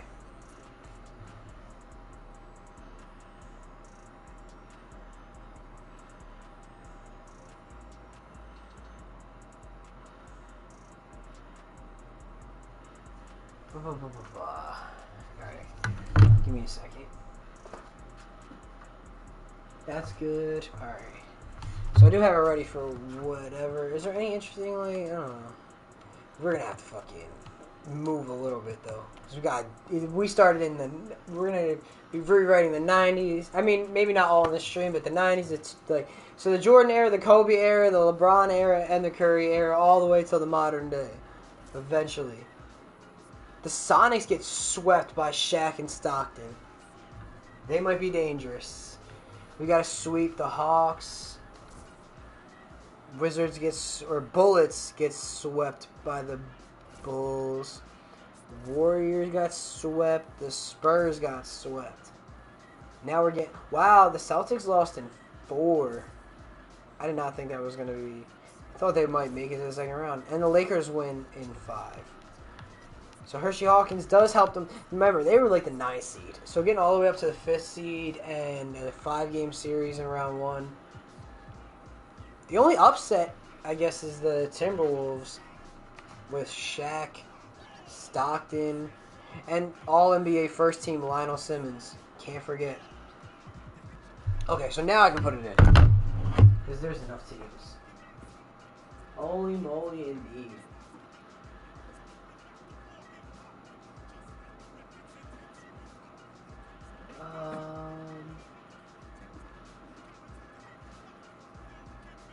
Kind of sad about the Celtics.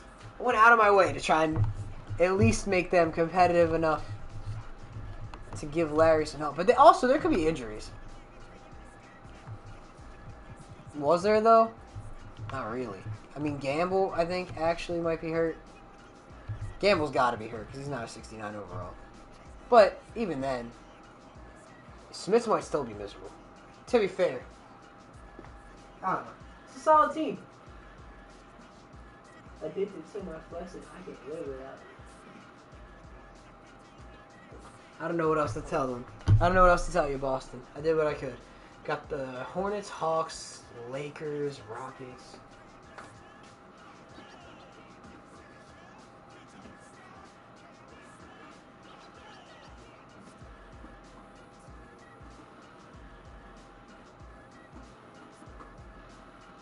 Smith just hates his life. There's a couple of people that throughout this we will learn just hate their lives because they will be miserable no matter what we do with them.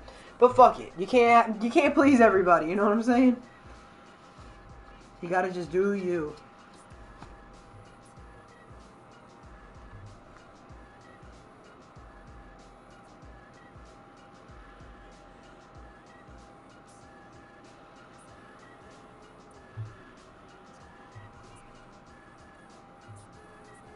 Alright. So, I'm going to let the poll rock for a few minutes. That way everybody has a time. So, I guess get them GGs in the chat.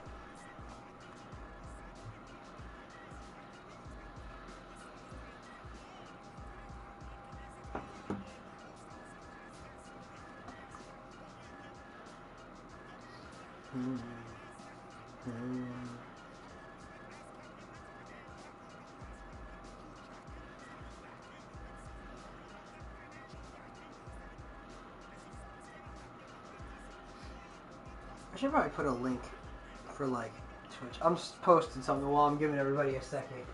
GG's, yes, Lord. Cobra, I miss you, dog. I really hope that we can get all this shit under control, because, like, this is exactly the energy I needed for the first stream back.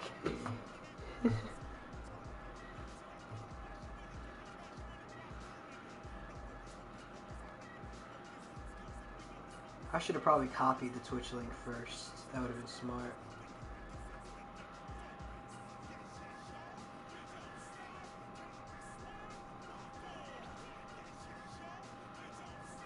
Hey.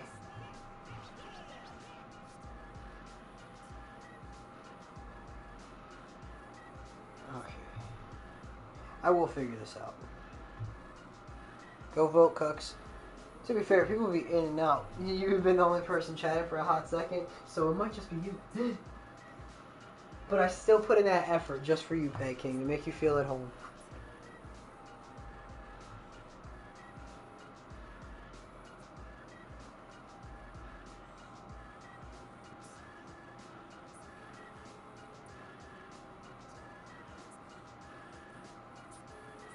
I got a fart. Let me back up. That was so fucking attractive, it's not even funny. Ay, ay,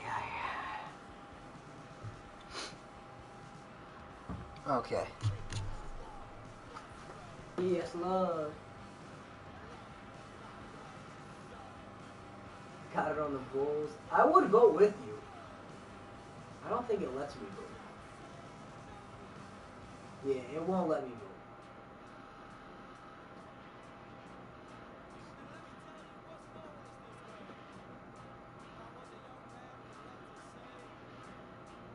What smells worse, a fart? Okay, in theory, unless you got a girl that's got like a stinking fucking vagina, a queef shouldn't fucking stink. It should just be the air that you pushed in there. So, if it does stink, there should be a fucking there's no problem. So I'm definitely gonna go with the fart on that one. If you got, yo.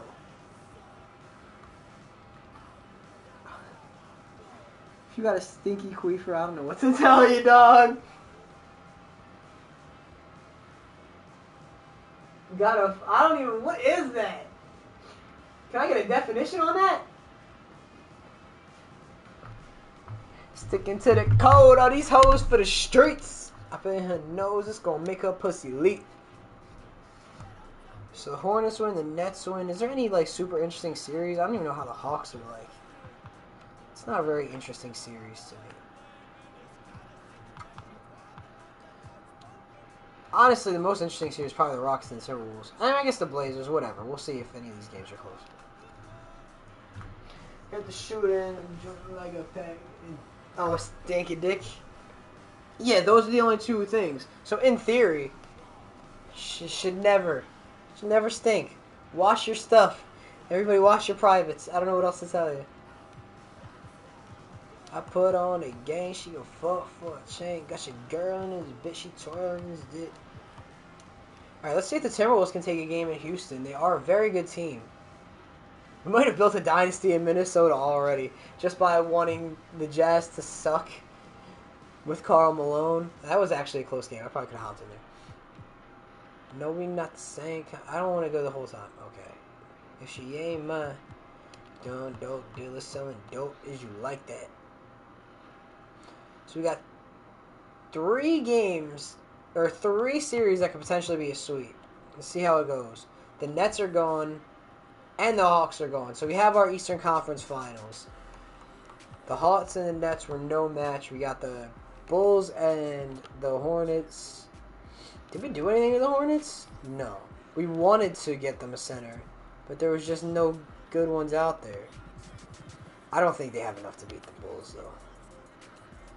I mean, I hope the sentiment is symbolic. The Lakers won a game. The Rockets are on path to like a reverse sweep. I'm gonna go another game. And they're gone. And they're gone. Okay, so there's no real interesting series there. Sounds like a joke, but I googled it. Mencken Queef. Like, what do you mean? What?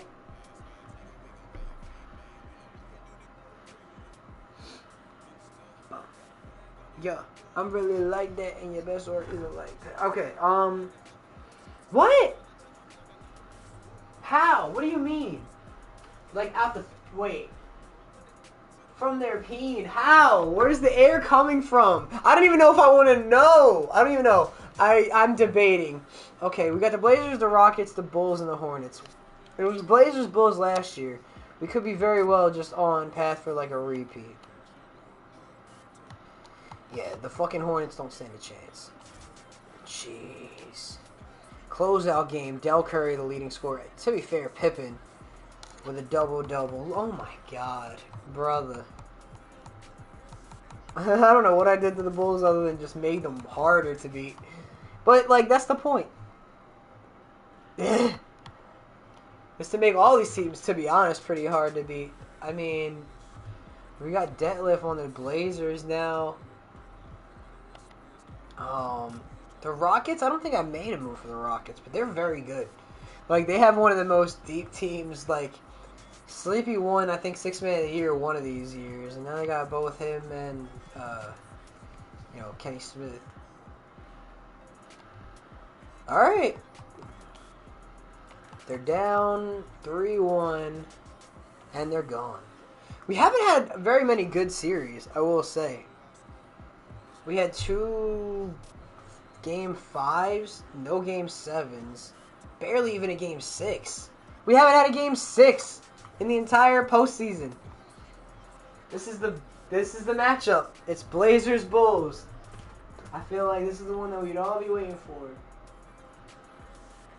As Rodman, we have 8 boards because they were like going around with them. He's also playing next to Pippen. You got to remember, Jordan can grab boards, Pippen can grab boards. He's got Moses in this. This isn't like the real life ones where it's just him and like Luke Longley. They were 10-0 in their last 10 too. The Blazers were 8-2. Porter, Clyde.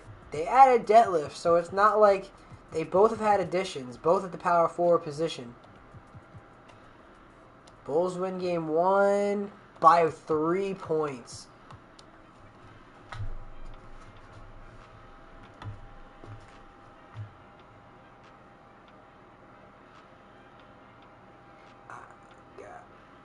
A 3-point W. This one's, and I mean it's real early. Yeah, it's getting close and then not getting close and then getting close. Nah, this one's over. All right, Bulls are up 2-0. But this could shift at any point.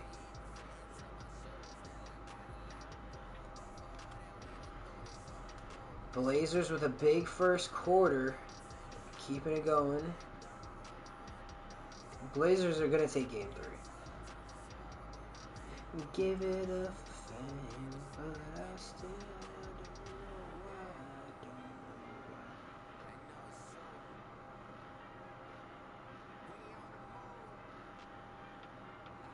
why. Okay, so game 4, Simcast.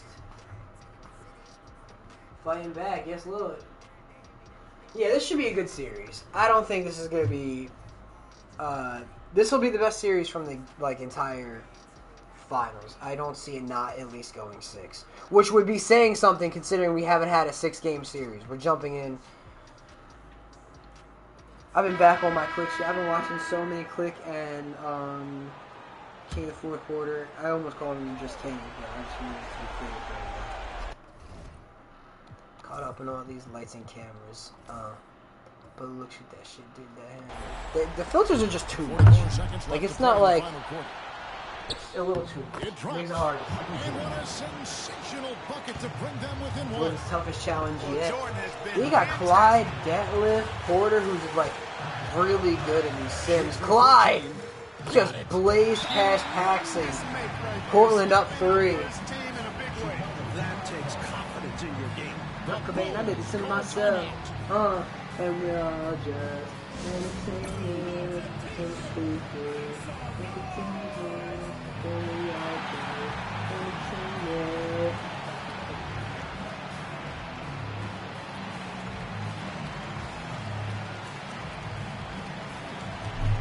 The Blazers need this window. They do not want to fall down.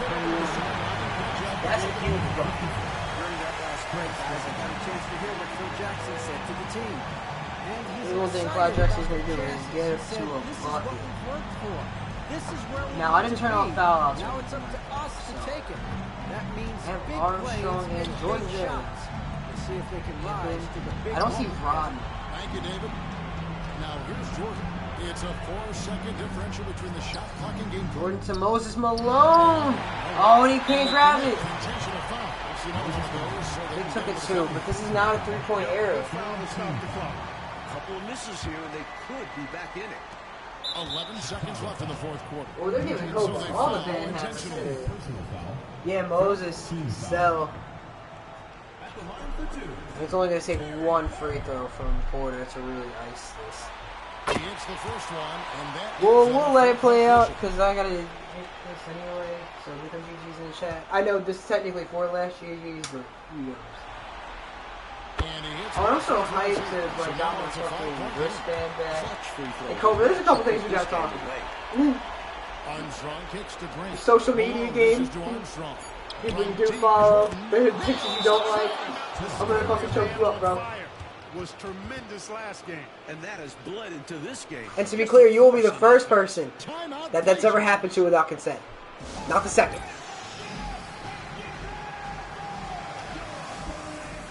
Yes, Lord.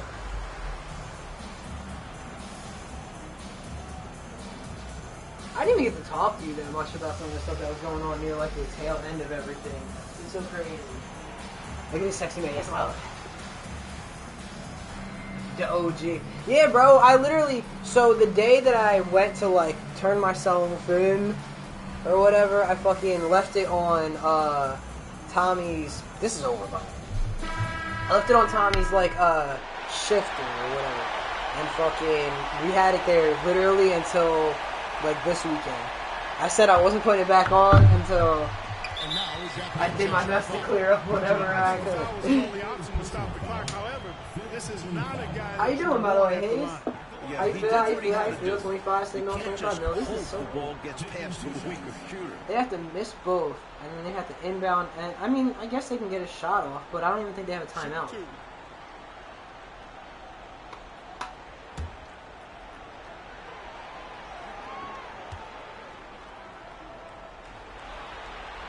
So the first one drops. Hell yeah, man. How's everybody feeling? I didn't ask anybody about Cena and the turn.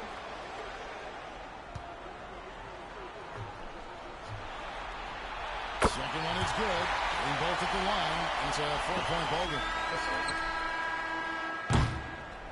Imagine he would have hit it. That would have been like the most soul-crushing. Like, well, Game 4 of the NBA Finals is all wrapped up. Clark Kellogg, Mike Fratello, and David Aldridge, and the rest of our 2K team.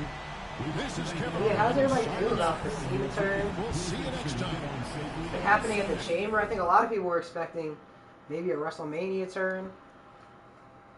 Now you got The Rock and Cena involved. It's getting interesting. I'm gonna fucking move it down so you can see me because I'm gonna sit down for a little while. I've been standing this whole fucking time like a psycho. Okay. MJ had a good game. 6 for 7 from BJ. Scotty kind of sold.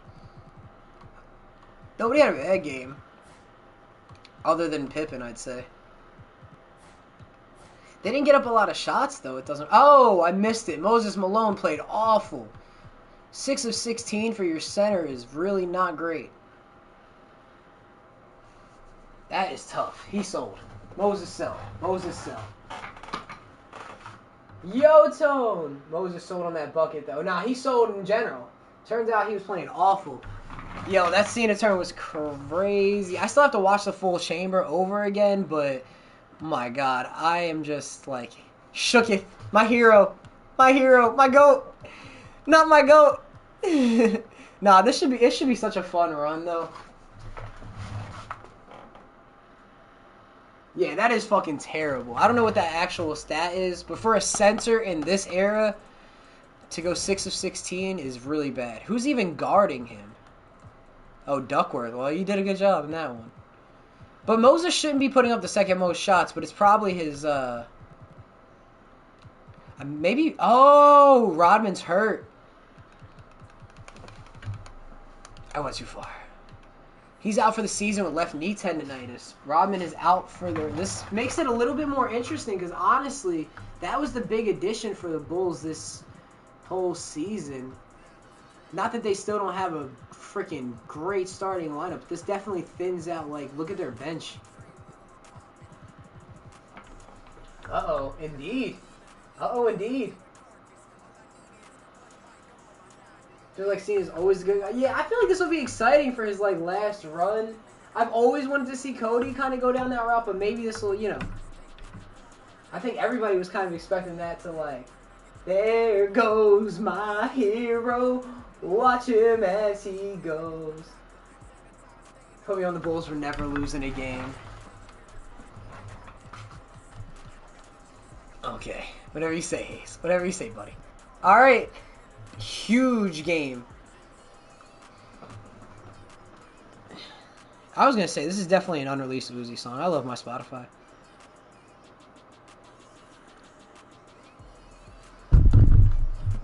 Alright, let's go. High scoring first quarter. Do I have my remote over here for the big TV? Because I won't have to move as much if I turn this fucking thing on. It's not close enough to jump in. The Bulls are going to win.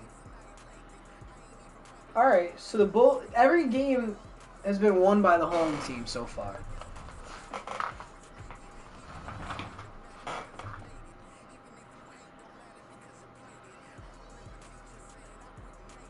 Blazers could steal the three-peat. They really could. They really could. It's definitely still alive. It's going to come... I mean, they obviously got to win here. Backs against the wall. But every game has been won by the home team so far. But a big second quarter from the Bulls. A huge third quarter from the Blazers, though. This is over. Oh, my God. 114-81. They held the Bulls to 81 points. Jordan drops 22 on 9 of 25. 0 of 6 from Paxson. Played 22 minutes, put up 2 points. Nobody really helping. Pippen honestly doesn't look like he's had a really good finals series either.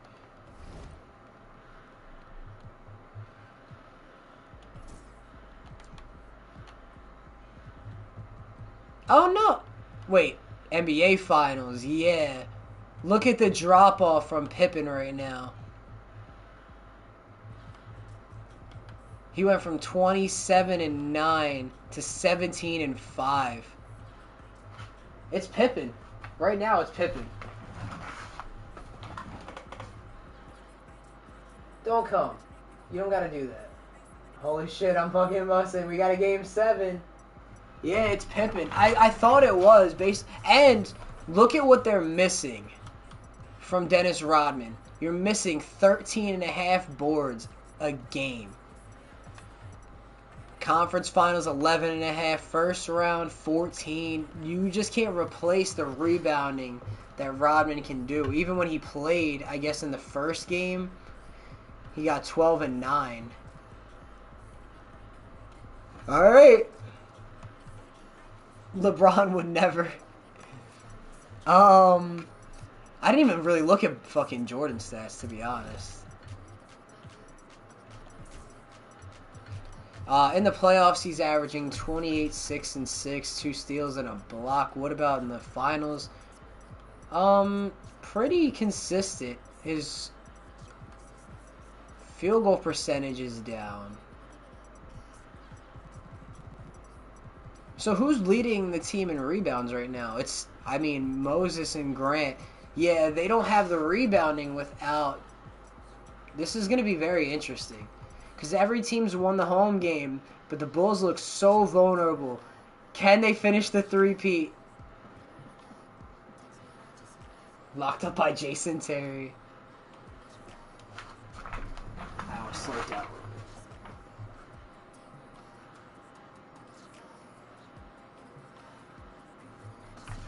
Yeah, that is definitely one of the biggest sells, I think.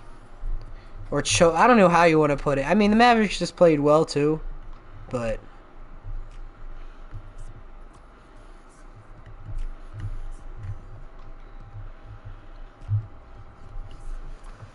Okay. This is over. The Bulls are going down. They're getting fucked. I feel like it's the rebounding. They're not getting the second chance opportunities. And the Blazers are going to win this. We're going to hop in to see the celebration, obviously. But we're going to get all the way. Because now it's moving, too. I got to make sure I catch it. Oof. Yeah, I can't even risk it. I kind of probably went all the way to slow, but... Honestly, I'm taking these shots. It's over. First one falls for. Did I take them shots? Or am I don't think I take that shot. Oh, I'm with the Bulls. It's fine. I'm the losers. It's cool. I feel like they always put me on whatever team's losing. But that works here, because I'm going to just put up fucking a shot with Jordan. It's Jordan on the win. Oh, I could have fucking... I hate the fucking... All the... That's the main problem I have, I think, is the shot meters. I don't like any of them. I might literally just try and get used to not having them. But it's fine. I'm not really hitting threes. And that's it, folks. I just started hitting threes with my player, and then I decided it was time to spike my controller. But that's what my career would do. I get invested, and the gameplay is so much worse. So the Blazers ruined the three-peat. You could say like the Rodman thing, but we did them a favor by even doing that trade when we did. Like, the team just kind of sold. We gave them Detlef Schrempf, but over the last 2 years, the Bulls have gotten Moses, who is older now. But And even I blame if this they more don't on get to the celebrate Pippen cell. We in have to front see of what their happened home here in Game fans, 7. that does not But take anything Michael away from Jordan, the not celebrity. undefeated in the NBA Finals. We've enjoyed bringing you This is every what bit of we're the action looking here for. on 2K Sports. Clyde. Thanks for watching. We'll see you next Yes, season. Lord. He got an MVP and a Finals MVP now. Good for Drexler. Love to see it, man. What are some of your guys' favorite jerseys from this era? Oh my god, he fucking sold! 15 points in 40 minutes! Who's GOAT? Oh no! Oh no! Oh no! Twitter didn't exist yet. But oh no! Oh no! 15 points in the Game 7 closeout. All the focus was on Pippen selling, and he puts up 25 on 11 of 16. No threes. 7 boards, 6 assists. Grant grabbed 12 boards. He didn't even shoot bad, but he didn't shoot enough. Horace Grant shot 2 of 13. Legendary sells. BJ Armstrong wearing 18. Selling like that is illegal. 2 of 14. Nobody took any threes. Okay, to be fair, Jordan just wasn't aggressive enough. He didn't play bad. He got 4 steals, 6 assists. Probably would have been more if these motherfuckers were hitting their shots. Look at that. Even 40% for Moses as a center is bad. And 4 rebounds for your starting center. Change his number now. That's a shame, too, because B.J. Armstrong actually had a couple good games in the series. But the closeout game was not it. Where's the game by game? Yeah, because he had 17 and 8 last game. He didn't shoot amazing, but he did shoot threes in this game. Is he like the only person who shot threes? He is the only person who shot a 3. Oh no! Terry Porter hit 2. Clyde the Glide. See, he took 20 shots. Your best player takes 20. Jordan just needed to take more shots. Allowing Grant to go 2 of 13 and BJ to go 2 of 14 is disgusting. I mean, he still has 2 rings, but the 3-peat just got fucked. This wasn't even a close Game 7. Clyde averaged 31 almost in the finals, too. And I'm pretty sure, I mean, that's MJ's matchup, too, at the end of the day. He got outplayed. If he loses a few more finals or doesn't win more than 4 or 6, Bill Russell will be the GOAT until... Yeah, okay, so right... Actually, Bill Russell's not my GOAT. If you take out MJ, LeBron, Kobe, my GOAT is Kareem. I don't even know if you like Kareem. I feel like doesn't get enough love because he played but Kareem, in my opinion, would be the guy.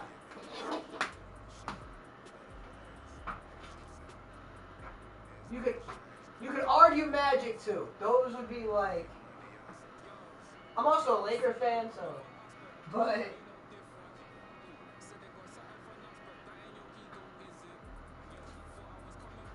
Because I just find it hard to include Bill Russell and Wilt because of the era.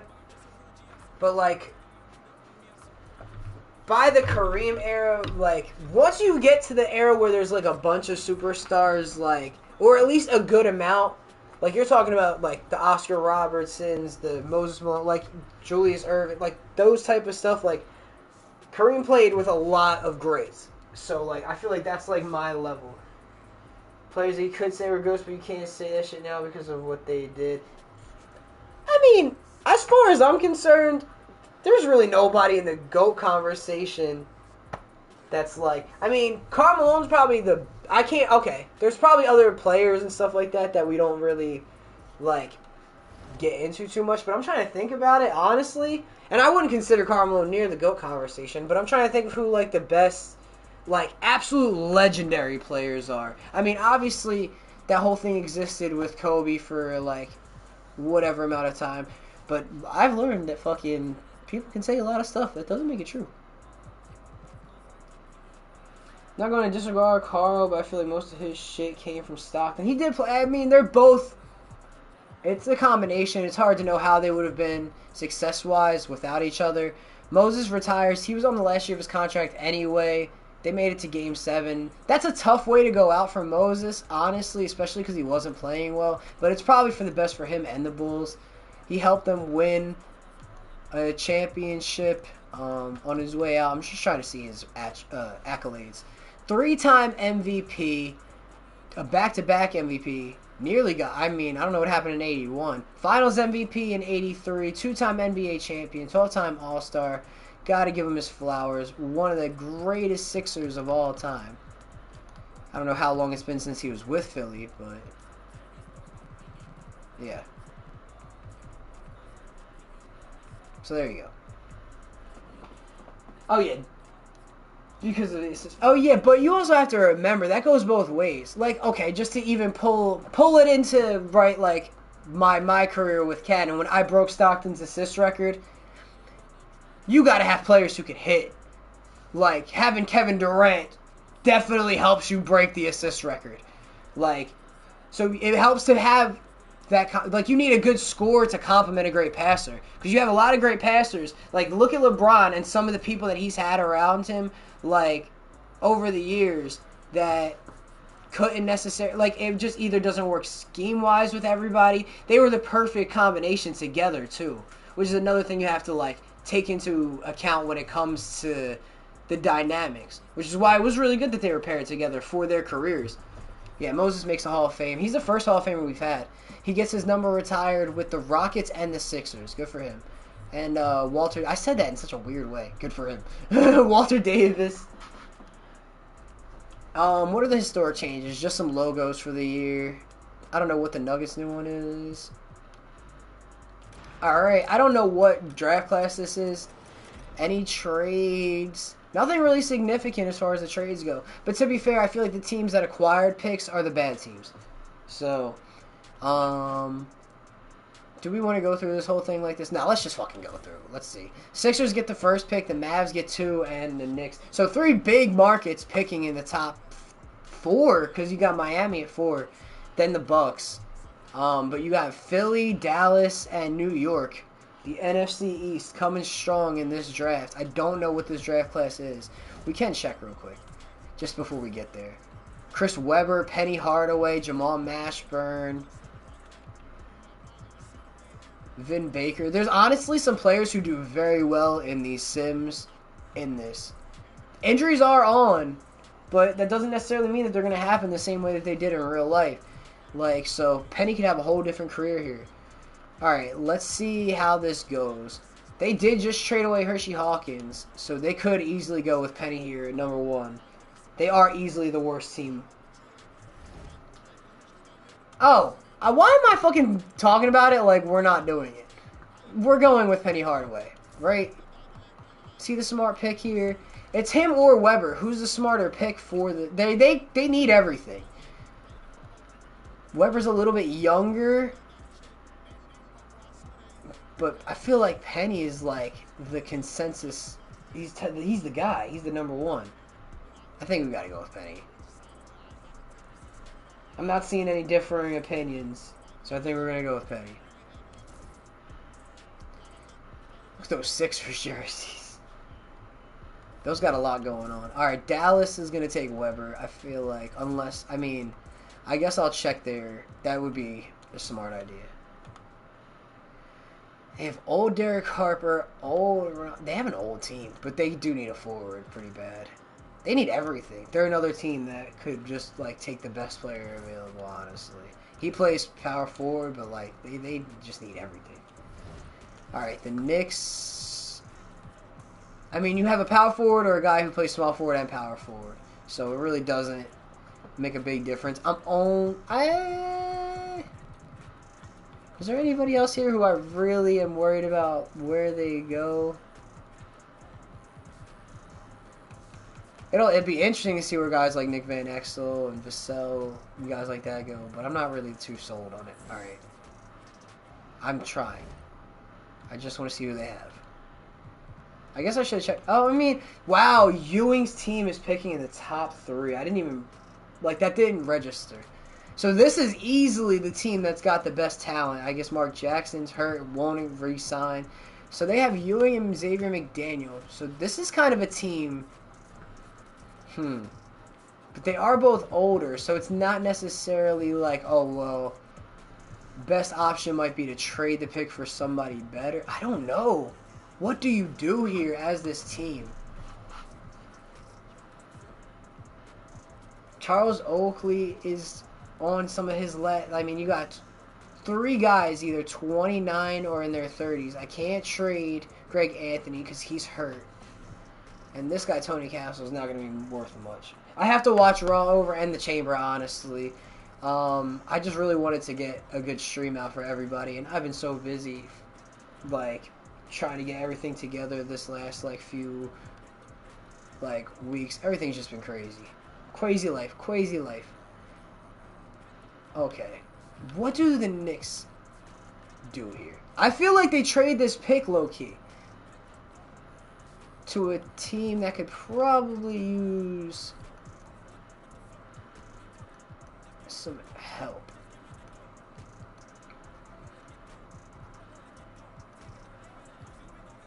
Tell me what you said. Yo, we might yo, 2K Friday. Is that when the new one's gonna drop for real? I just looked at the date. I be forgetting it's March because it just flies by so fast. Oh my god. Pre-order though, next Friday is fully released. Oh my god. I gotta get some fucking money. I gotta get my life together. What a time to be alive. Okay, what do we do here? Does anybody have any ideas, suggestions? Not that I won't, but I'd love to always get everybody involved. What is going on with the Blazers? I did this, to be fair.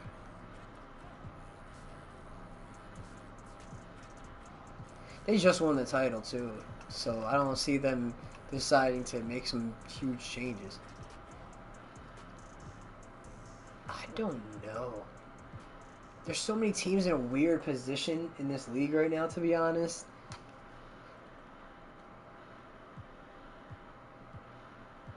God, I wish Karl Malone wasn't so, like, just awful. He makes this all so hard. But low-key, I think I might just Monstar him. And if you don't know what I mean by that, I mean literally transfer, make him awful, and make somebody else an exact, like the Karl Malone. Because it's our script, so we can really do whatever we want. Like, who's like a great power forward that's like around like, you know, the same age, like 20, we want to go like 28. And then just completely boost them. Because, like, Sean Kemp's too young, but he's also already going to be great anyway. But, like, we don't want to do somebody too young where they'll dominate, like, for a lot longer than Malone was going to be around for. So, low-key, I feel like we should transfer that energy to somebody else. Derek Coleman was a top pick. Chris Webber's way too young, or else I would. That would be my pick. If you really think about it, no other could touch him at one point. MJ, yeah, I mean, fucking, as far as like what they did in their career, like, and that in this era, like when we're getting to that, like, especially like outside of center, because this was still a big man dominated like league for the most part, not like overall, but like you get what I'm saying. Like even Larry's 6'9".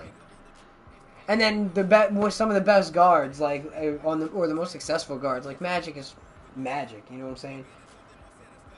15-time All-Star. Yeah, it is insane. Damn, the Bulls. They're saying neither Rodman or Horace Grant wants to resign. I can do whatever I want, so we'll see how everything goes. I can just take them right back there because it's my scripts, and we'll pretend like they never left. That's going to be how some of the free agency stuff's just going to have to go because it's a little confusing. I think the Knicks just got to make this pick at this point. And then maybe we just worry about it later. Because I I could put it in the trade finder just to get an idea. Like, so if they did the number 3 pick and Charles Oakley, right? Drawing might be top. He's not a top 5 player all time. You can't say that. Top 5 rebounder all time? You could definitely say that. One of the most entertaining, like top 5 personalities. I'd see like some of these trade finder things are terrible. Like, yeah, the first pick. Pick 5, they can move down, but what does that really help them with? They just get a little older. Purvis Ellison. I'm only going to do them if they're realistic. I'm just getting an idea. Yeah, like Pippen. That's crazy. It's just not realistic. Nor do I feel like that's good for the... Because I got to GM every single team. If this was just a rebuild for the Knicks, yeah, that's easy. I'm trying to do what's best for entertainment for the league. Oh! Hold on. Because Dominique with Patrick Ewing...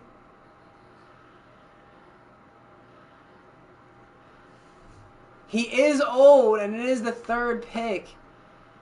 But they're also getting Adam Keefe, who's young, if they really did want to re-sign somebody. His per 36 is pretty good. He's 23 years old. I'm sure he's going to be on a team option after this year.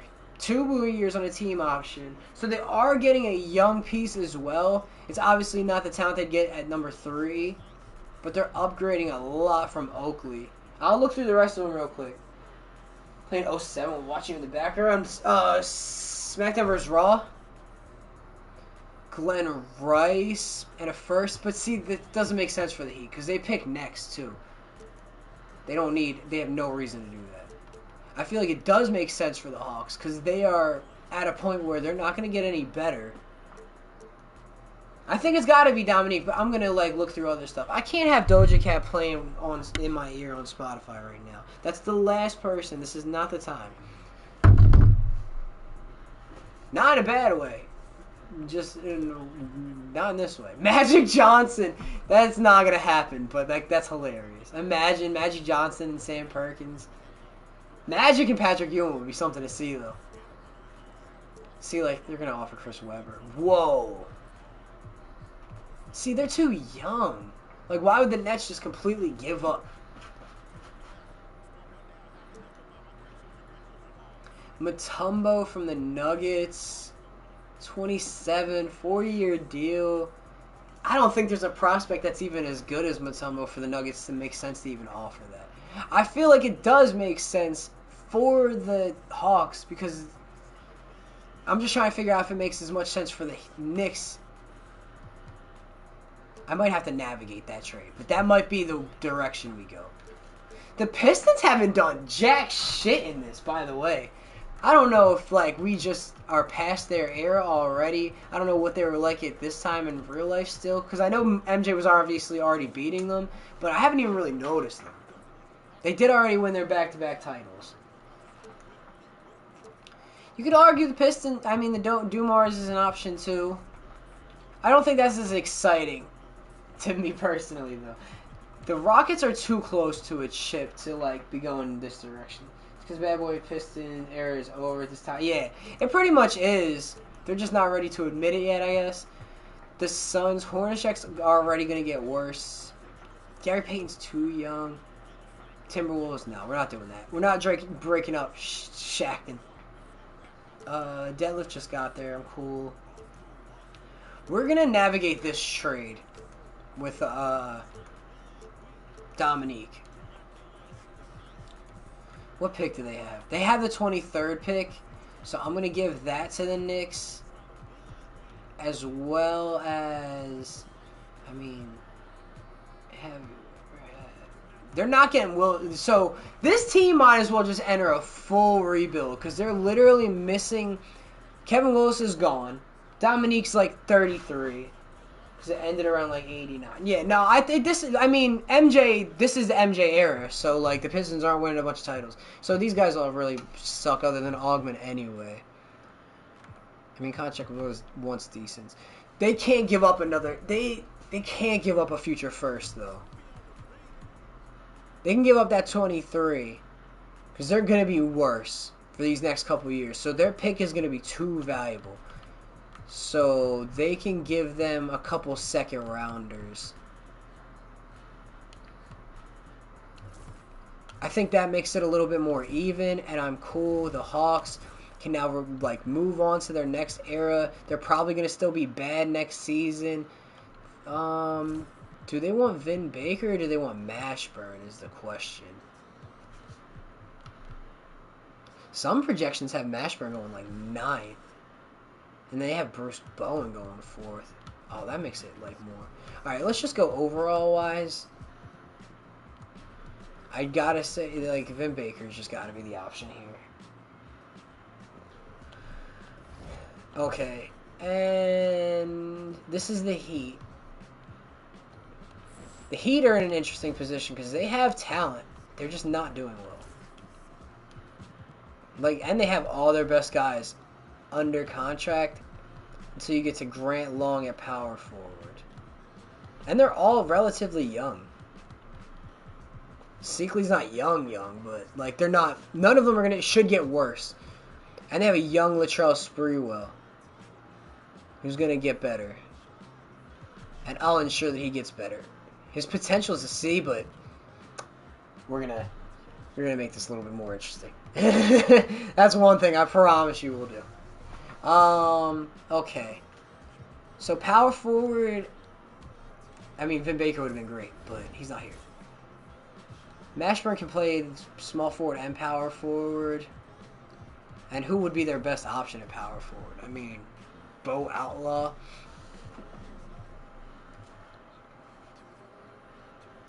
I mean, maybe this is a team that goes for like a swing. Cole's got most improved. What are they looking at? They're only going to have one point guard under contract.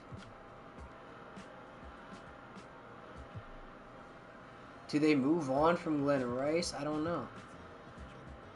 What would Seakley, just like value-wise, get them?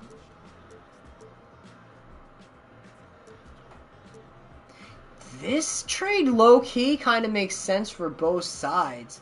The Bulls need to replace Moses Malone. B.J. Armstrong just kind of played like Dookie in the closeout game. Not that he's a bad not that that makes him like a bad player, but they might find themselves in need of a lot more big man help. Robin's gonna be gone too. I mean, Seakley's out here getting a double-double every night. Alright, first of all, let me throw in this pick. The Luka trade's insane. Go Lake Show, go. OKC, KFC, UFC, Lakers in 5. Yes, Lord. But, honestly, I just don't know. I feel like they're, like, I'm not one to try and, like, buy into a lot of, like, the like, theories or, like, whatever you want to call them. But I don't know. Something seems just funky with that trade with the Mavs. Because, like, you don't ask around. Like, they said that there's a couple teams that I guess they talked to, but I don't know. It just seems weird to me. Hakeem. Nah, I'm cool off of that. That doesn't make any sense. These trades make a ton of sense to me. I mean, maybe the Bullets are ready to give up on Purvis. He's kind of around the same age as a lot of these younger guys. But also, I don't know if there's a talent worth, like, the 4th pick, like, that's, like, here. You gotta remember the range. Like, this is probably a better range, but does this really do anything for the Heat right now? Not really. Yeah, but, like, you don't want to pay the guy who just brought you all the, like, yeah, like, it just doesn't make, so you're just not trying to compete for titles. You're just, but, like, I don't know, that casino stuff and maybe trying to move the team if they can't get casinos built there, I feel like some of that shit could be very, very real.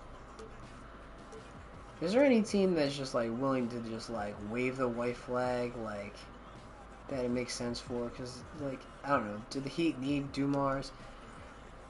But also, this pick is just not like as valuable as you'd like it to be. I don't know. The Suns are also bad. You notice they vibe out and that is a fact. And then you realize got strings attached. Alright, I'm not really seeing anything that's like pulling me in, so I guess honestly I'm just gonna let them pick the rest of it. I don't think there's much. Yeah, they just picked Mashburn, which is expected. Come on, baby, you know that I'm begging you. Better get a Louis on bag or two.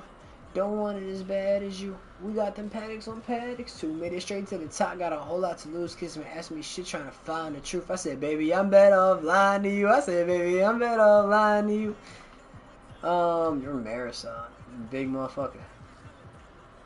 Any interesting second round picks? Because I have been kind of curious. I'm looking for like a 70. Antonio Harvey, a steal for the Timberwolves, I'd say. My boys, they got choppers, can't stand to fight. Alright, nothing like too crazy here. Let's keep it moving. Bulletproof on I'm taking, I'm nervous. Like it's a Suburban. I feel your bitch, I ain't do that on purpose. Fuck it. Why not pick it up?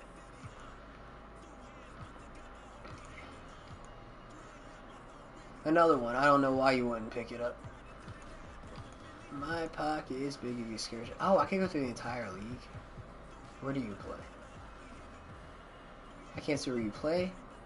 I can just see the color of your team's thing. I can't see exactly where you play. That's so annoying. It's feeling all of my needs. Whoa. This is 70.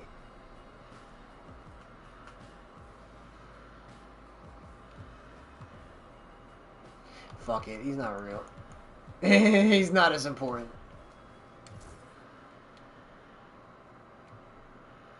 Qualifying offers.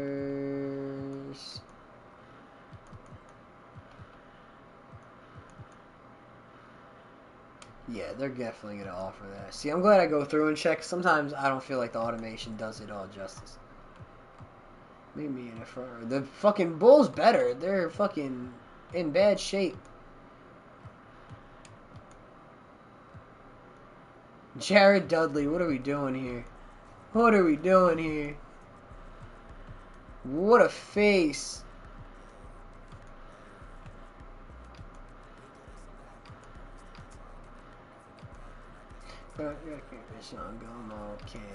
Especially if you're a team that I'm going to assume has like little to no cap space, I'm definitely going to extend the qualifying offers for like a decent player out there. I just don't know why you wouldn't if you're definitely already up against like the bubble. Wow, Rodman is the #1 guy. I wish you could go a couple days with like the offers and stuff like that. I'm not gonna lie.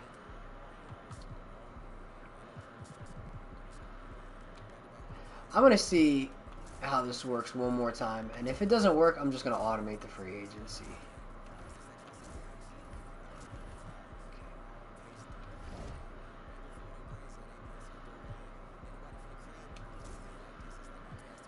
Oh, this is alright. It's already for next year. I'm gonna see. Let's just see what the whole teams look like. I don't really need to look at the player progression too much. 392 switch it over the cat. I got a Mia right here on my lap. I would do want to check the free agents first. So Hershey's still there. Rodman's still there. It's not signing them, so I have to fucking figure out.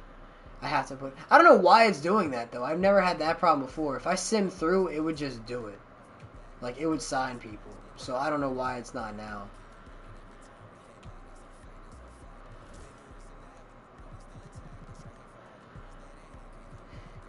I don't know. Off-season free agent signing. Yeah. New season player. Trim the roster down. Yeah, sure.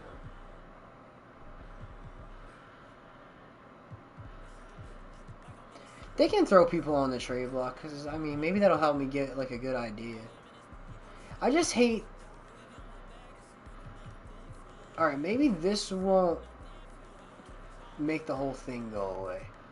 But I really don't need to be doing any of this. I'll check in for... Even then, I don't really need to watch what happens in the free. I'd like to see, but I'll be able to control it plenty well myself afterwards. So... Yeah, because they're not doing any contract stuff. So I'll have some stuff to clean up here, but it's fine. We're going to go through like a week. I know. But to be fair, now they should actually just be picking up people. So... I have to see who's still there first. Alright, they got rid of a decent amount of, like, the top guys. I could look around and honestly see where some of these other guys can go. Did Doc even end up playing last year? No, he didn't. He just sat here. I'm surprised he didn't retire. Alright, if we're gonna do this, I gotta start from fucking, like, the beginning. I gotta start from the first team.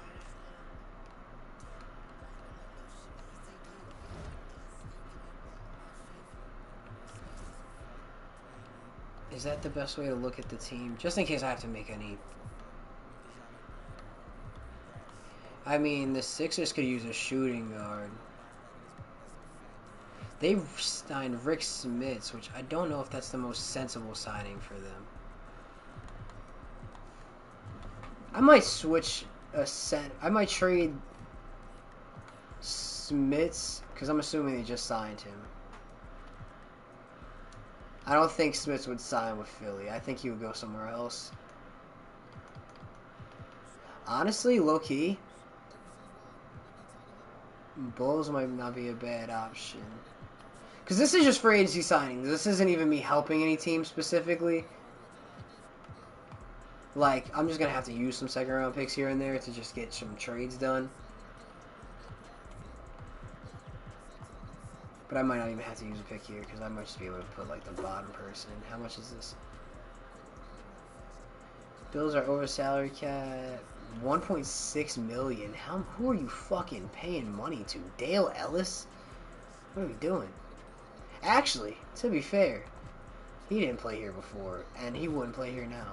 So we're just gonna drop this other dude. And we're going to say that Dale signed with the Sixers and Rick Smith signs with the Bulls. And, you know, this whole first week is just never happened. I feel like that makes a lot more sense for both teams. They have a veteran presence, but at a position of need, rather than benching Manute Bol, who's still got 2 years left on his deal. And this is the best team that the Sixers have put out there. LaFonso Ellis is starting to develop. You got a young Robert Horry who's still going to be here for a while. And then you got Penny Hardaway in his first year. So I'm cool with their roster for the most part. I don't think they would need to sign a bunch of, like, vets. The Bucks, are they, like, stacked anywhere? Not really. They just suck. The Bucks are in trouble. They don't even really have a bunch of good trade assets. This might just be a home, low-key, for some of these, like, people who need jobs. Of course, all of these guys at the bottom here, I don't know what's up, why they have these contracts that they have, but they're going to fuck up if I move the hell out of your life,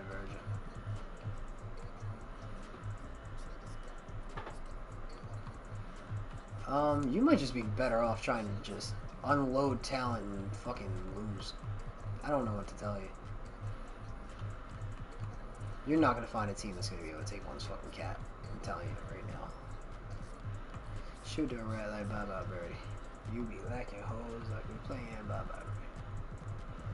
I'm assuming the Blazers are invested a lot at the top money-wise. I'm trying to find teams that don't look like they have a ton of money. On the team. What am I trying to say? Hershey Hawkins just went back to the Nets. Or no, he didn't go back to the Nets. He just went to the fucking Nets on like the cheapest fucking deal you could possibly imagine. Alright. This is when it gets interesting, because I really do have to kind of go through these teams. I'm going to fucking just nuke Karl Malone. That way that the Jazz can live.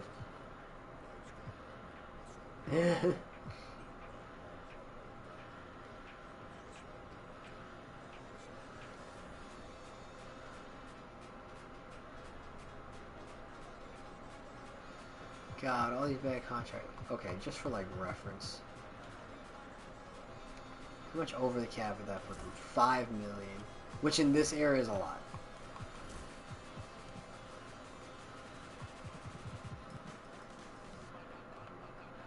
How much now? 2.5. Yeah, because they're giving these like $1 million contracts to nobodies.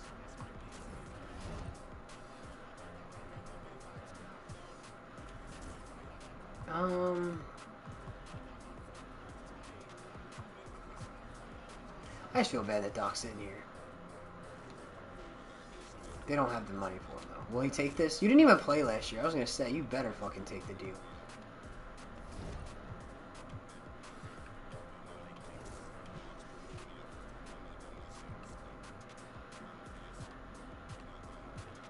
You know what?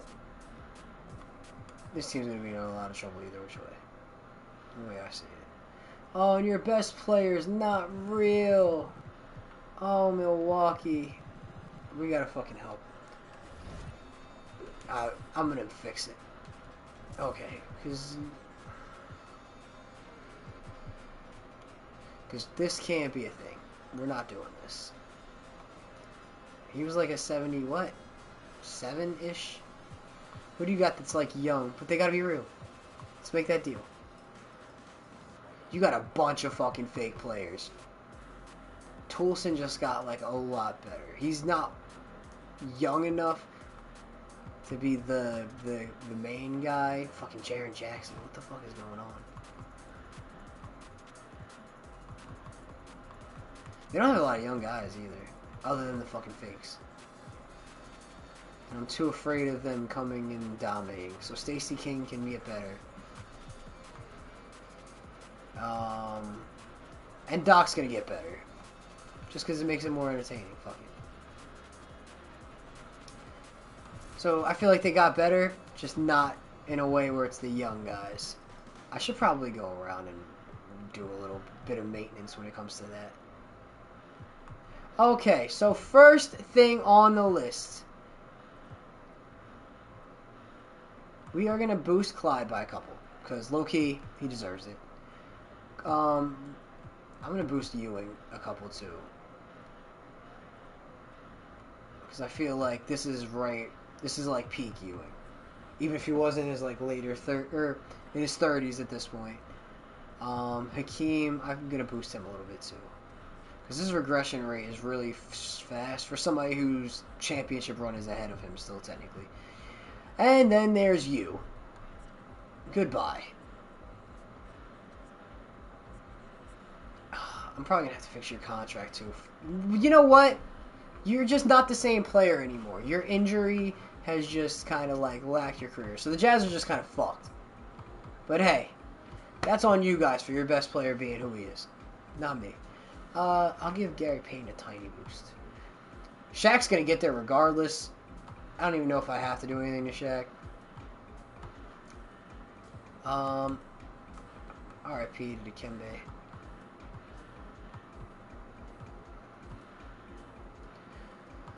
Were these kind of past the prime era? Isaiah is 2. I just put him up like 1 or 2 because that's a harsh. The regression rate is up. Robin's in his best era, so I'm just gonna put him back. I don't even know where he's gonna play yet, so it's kind of fair. Like I don't know. Dominique still had some good years ahead. I'm going to boost him a little bit, and it's just for the sake of watching the Knicks. I'm just kind of interested. I know he's older. I don't know how good he was actually playing, but it's in the script. It doesn't even fucking matter. We're writing this as we go. I did say that I wanted to find a guy to kind of give all of Karl Malone's powers to. Because how old is Karl Malone? He's 30. I could pick any 30-year-old I want to bring up to a 94. Let's do power forwards. And let's go to the 30-year-old range. Because this could change the league. We're bringing them all the way up to a 94. I'm not going to do Detlef because I've already messed with his career a little bit because he's in... And he's going to stay with Portland and that would completely overpower them. Um.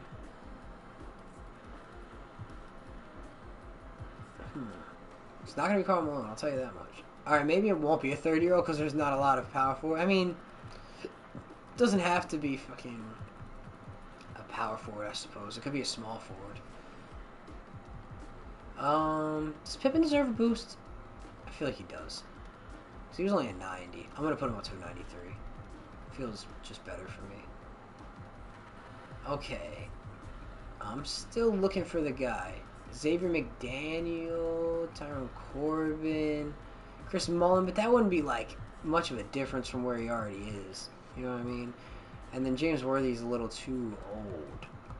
I mean, we could do 29. I can do like. All right. It doesn't really matter the fucking position as much. Just give me somebody we can have some like fun with, just completely changing the course of their career. I mean, I guess not completely, but because we're not gonna do it with like some scrub, but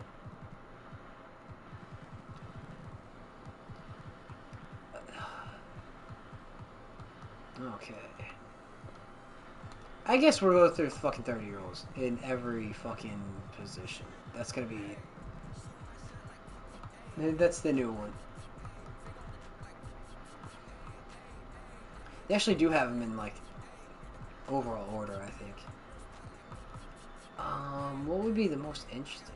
Bro, dude, we fucking make Spud Webb. But I just.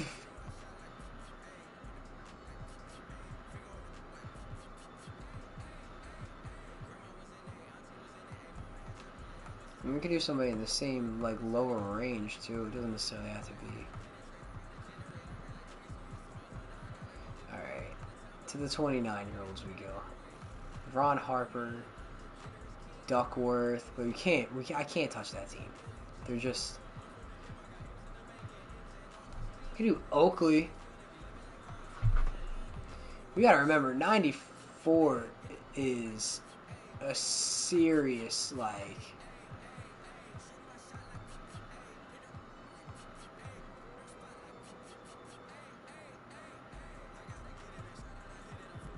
I'm thinking of doing John Sally and honestly just seeing who picks him up.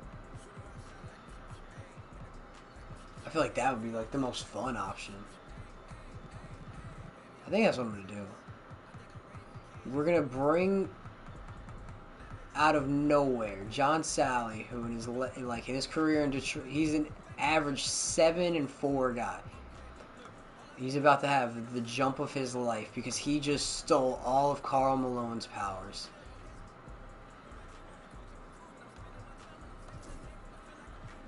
Take that how you will. He's a free agent though too. He's technically what, like the second highest rated player now? Fuck it, it's our world. We're like fourth, whatever. Because fifth, tied for fifth with Hakeem. Interesting.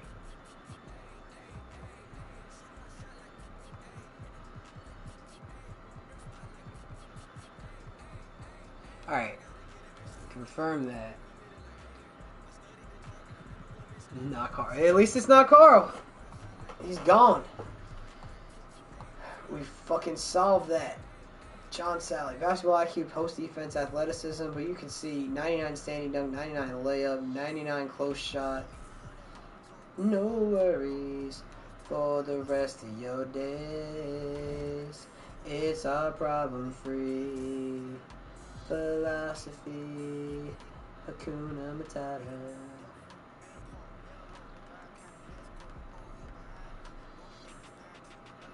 I want to see if I can pull this off real quick.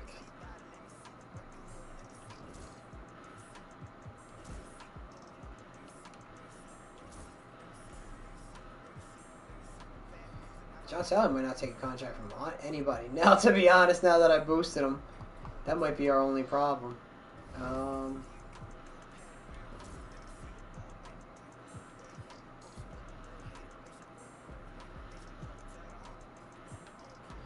Alonzo, I mean, the Kings are starting to put something together here.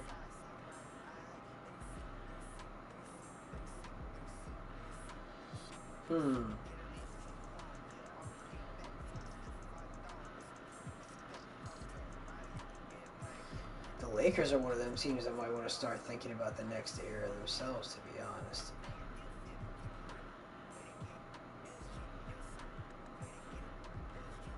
They have a weird roster constructed right now. And the Magic are pretty lucky that Leitner can play center, I'm not going to lie.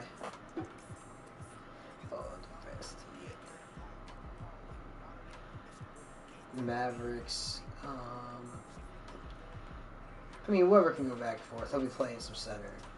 Honestly, if they're smart, they'll have them starting at center, but I don't know.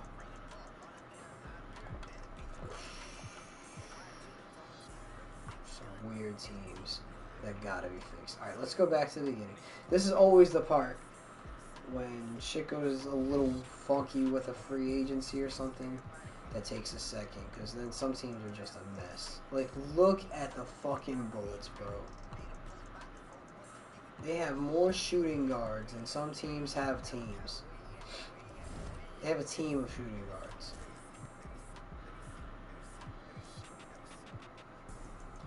Why when they only have one center? I don't know. I don't know. Where did you play last year? The Lakers. Doug West. So we're going to say you didn't sign here. Like, how about that?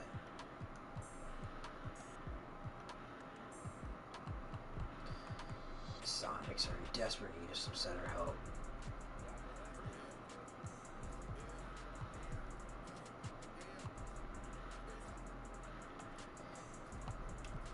Who the fuck do you have a shoot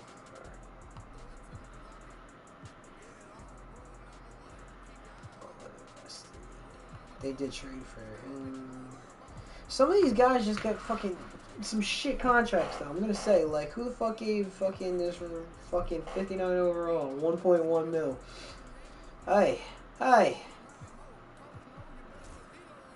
What's the problem? 1.79. That's a lot in this era. Like, there's only two guys making 1.7 on that damn whole team. Why is Mark McGwire still 3 years on his team? Oof.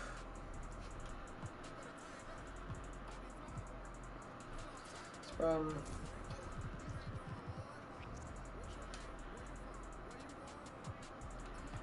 This is just to make it work, because this isn't one of them real trades. This is free agency fixing, basically.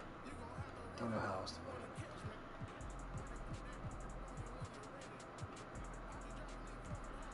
At least they got a backup center now.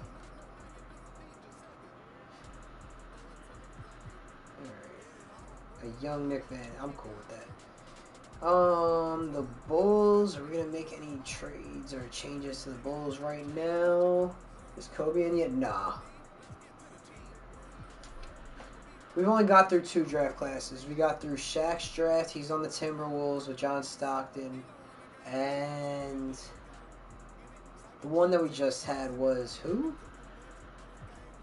It was one with Vin Baker, Jamal Mashburn, Chris Webber, and I forget who was the other big part of that. Oh yeah, we're going to get Rodman back to them because I just want to. He was with the Warriors, was he not? Yeah.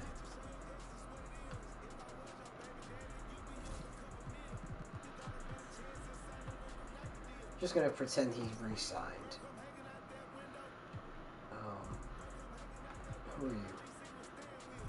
You were with the Blazers. Oh, it's got the fucking thing on, motherfucker. Fuck it. You can stay. You can stay. Yeah. You're gonna piss me off.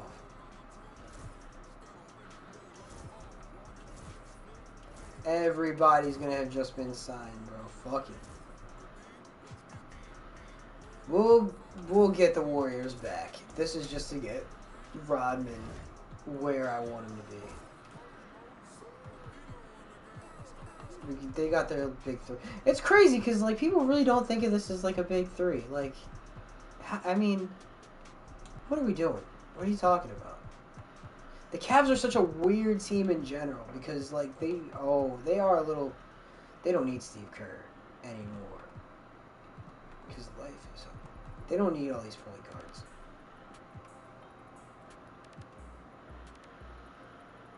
or power forwards. Yeah, the Cavs can just make some regular moves.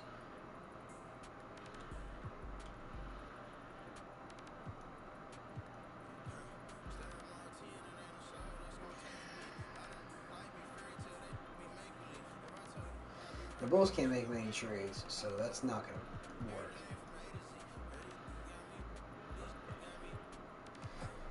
I don't know who the Hawks are going to start at point guard, so they kind of need to make a trade. They're just awful. They just brought it. Okay, Tom Chambers. They don't really need a power forward. Fuck me. Go back to where I was, because I already forgot. They need a wing, because what they're say they're losing project. He does indeed. What they say we're losing Gasol. What do you mean? I'm confused. I might have missed the chat. I'm not gonna lie. I can't go back until I get up. Which I could, in theory, do at any time. Fuck it. For a real reason, cause he got hit like I got hit, but he ain't fucking breathing. Many men, many men wish death upon me. Oh, I don't cry no more. Look to the sky. Well, the Hawks are just fucked. I don't know what to think. We gotta go sign somebody. We probably will. The Hornets are a decent team. They could probably use a better point guard.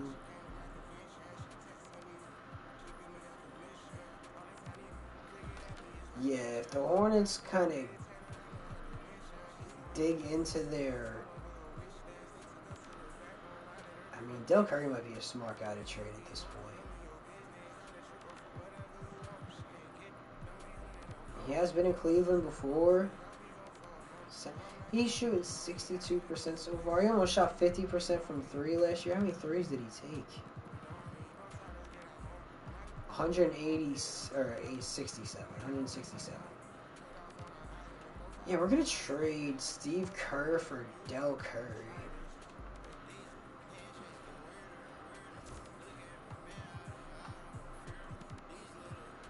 They do have some fat contracts. But a bunch of them are these fucking power forwards, bro. Alright, fuck it. We're gonna get rid of the older guys. Please don't urge me. Fuck these hoes. All they do is irk me. I smoke my dope and I pop my perky and lock my phone cause these hoes be lurking, yeah. I feel like this is even because you got the multiple year contracts and then the overalls. I feel like it's kind of... Del Curry's an 82, Hot Rod's an 83, Gatson's a 77, 70. It's like almost an exact... affiliate works. Crash my whip off the drugs and I'm swerving. I said because you gotta remember what they were gonna trade to lose Powell to. Right, I got a question. Do you think CP3 went to the Lakers? Kobe could have won. Yeah, I remember. Oh yeah, they definitely. They would have won.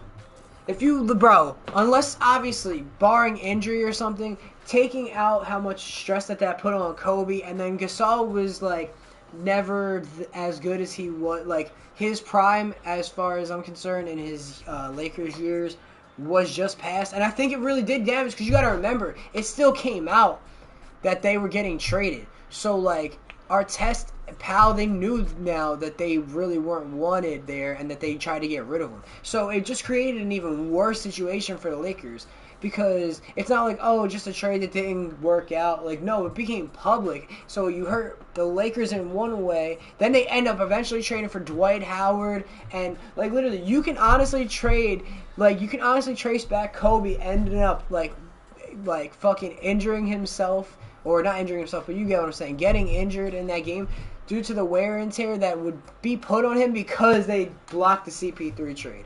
And the way that CP3 and Kobe would have been playing those seasons, like, yeah, I have nothing but faith that they could have gotten a title again. And it killed literally the entire, like, rest of Kobe's thing. Obviously, ending up with the trades that they did, like, it's just... Because they ended up, like, getting very little back in return for the guys because it's like now everybody knows you already tried to trade them. They know that you were trying to be traded. It's just a tough situation. Okay, so do I like this better for them? Gaddison can play center and so can Larry Nance, so I don't really have to worry about the backup center too much. And Del Curry can play small forward. I can even move him to small forward. That's what I might do.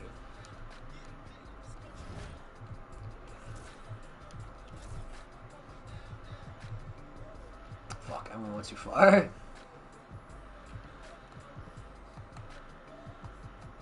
Where are you at, Del? Yeah, watch out for these Cavs this year. I think that's a very good team. Oh. This is a team I'm not going to be sure what to do with. Because Bird... Okay.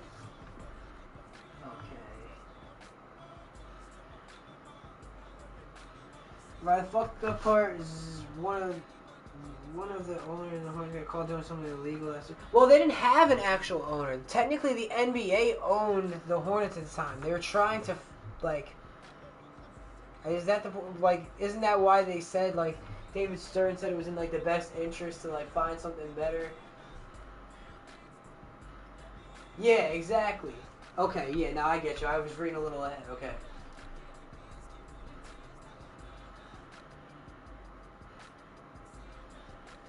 But yeah, it's bullshit. They really only did it to drive up the value of the Hornets. Like, I don't know. And they eventually ended up with the first overall pick to get Anthony Davis, so. The Celtics added Muggsy Bogues. I don't even hate that. It's coming off the bench, though.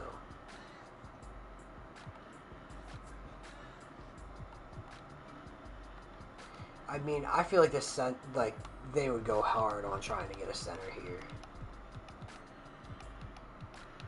This is the last...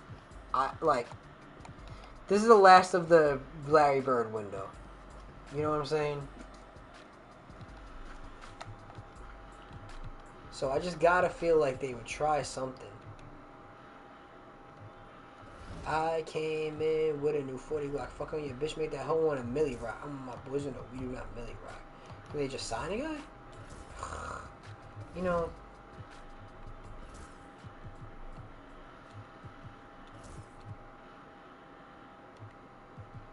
Some of you guys can just go. There's got to be somebody out there even willing to take a fucking minimum. I'm so interested to see where Sally goes. Bend it over, little baby, just off. Yeah, she called me, but I call that bitch butterscotch.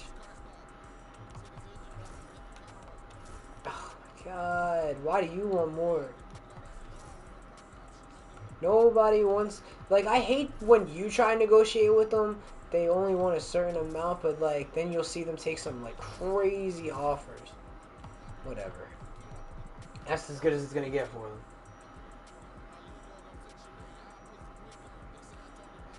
I can't do much for the Celtics. Right now, if we get to the trade deadline, I might be able to do more. Because there's going to be some teams that let some of these guys go or try and sign some of these other guys. Like, Jesus.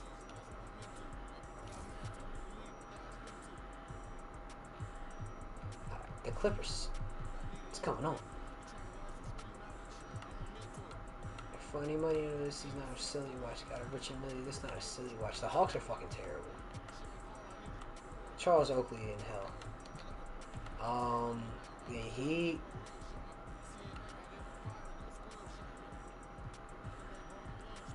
I still want to boost Latrell at some point. I might just do that while we're here.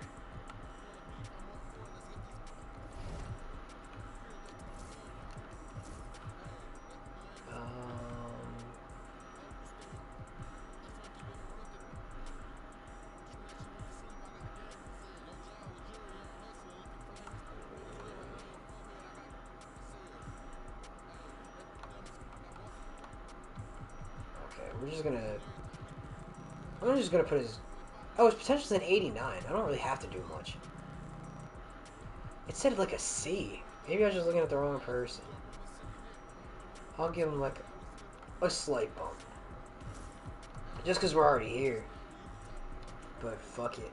Actually, I should have just stayed in the roster thing. Fuck it. We'll do it this way. The Hornets are looking pretty good. I feel like with Steve Kerr there, he can actually do some damage. Can either of these, and Hot Rod can play center, so that'll help.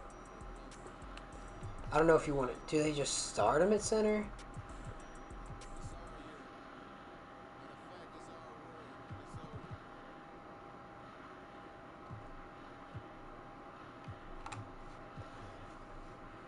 I mean, either way, either one of them could really move. But JR doesn't have a backup position, and he stays the same, so he can just go to center. I feel like he just makes it the easiest. The Jazz, we've seen them. I'm going to give the Jazz a fucking chance. They're going to have to figure out something with that. Because Karl Malone is just terrible now. But I'm going to give them a chance to, like, sign somebody.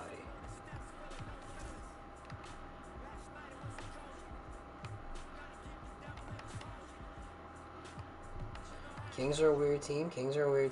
Alonzo doing his thing there. We know what's up with the Knicks now. They got Dominique. Xavier McDaniels down to a 76.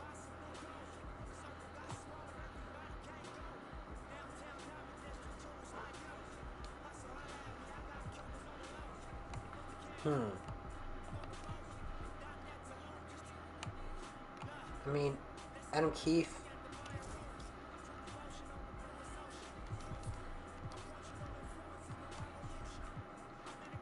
I hate how you can't edit it unless I go to all of them. It's so annoying.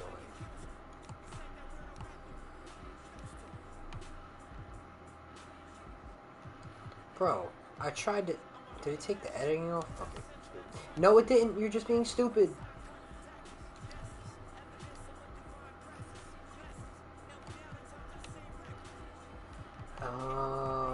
We need to move Keith to power forward. He actually goes up. I don't see power forward.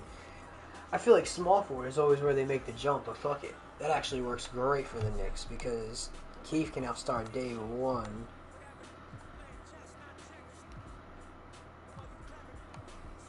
Greg Anthony. Oof. 1 to 2 months still on that. Danny Ainge has gone down quite a bit. I'll give them a chance to try and get some better players. Cut these like minimum guys. Alright, the Lakers still got Bernard King. You got Magic, Byron Scott. I mean, they can make a move to try and get a better anything really because they're a little stacked at power forward. So they could try for shooting guard or center. Shooting guard would probably be the smartest thing. So if I'm them, try and get rid of that Sam Perkins contract, honestly. There's gotta be somebody that's like desperate for some power forward help.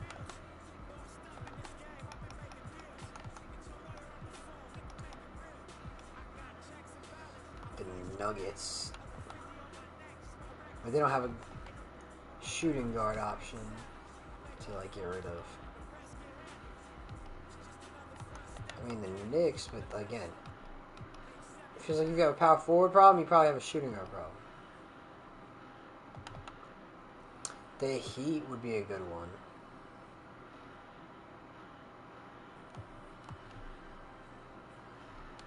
Contract difference, huh?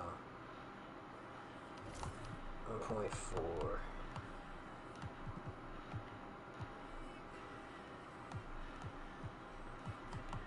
I mean, they don't really have a lot of bad contracts in Miami, I'm gonna be honest.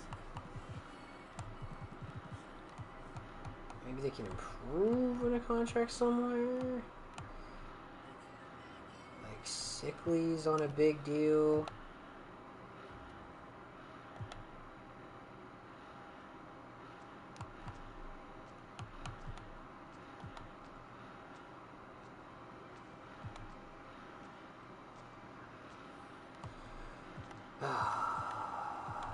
How would this work?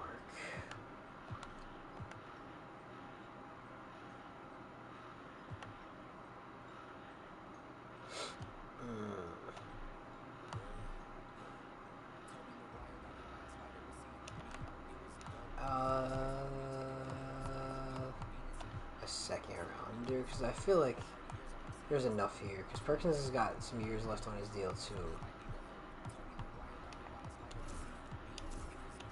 All right, Lakers and the Heat make a deal. I feel like that helps both teams a little bit be more complete.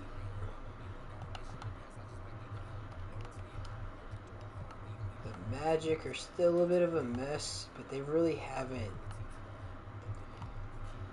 They haven't grabbed a lot of like difference makers. Like Leitner is obviously doing what he can do.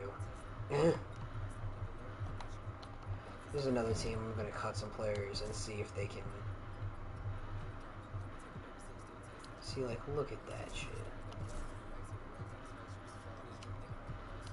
I usually do this for some drunk, but I'm bored right now. Okay, so the Mavs, Harper is hurt. Probably smart for this team to try and go get another point guard, but I'm gonna let them rock. They got Fat playing shooting guard, so he can play a little bit of both. Another team that could probably use with swapping out a power forward, but they have so many issues. They literally don't have a good player really like anywhere. Okay, they have one player over an or two players over an 80, and they both play power forward. So I don't know what else to tell them. Not exactly like knocking on the door. Hershey Hawkins, it just doesn't make sense for him to sign with the Nets of all these teams, to be honest. They have a lot of good guard play, so maybe I'll switch him with like a good small forward who just signed somewhere for a year.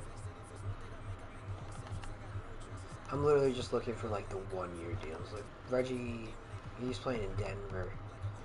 Does he really want to play in Milwaukee? But they don't need a point guard either. So I guess okay. Start. Let's start there. They don't need to replace Nick Van Exel. So oh, Hershey, you're back in the same position as last year. I don't know where to put you. The Kings? So they got it.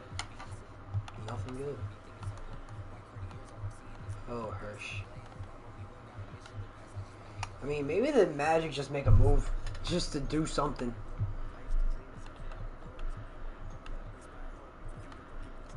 They need to do quite a couple things, to be honest. They drafted another power forward this year.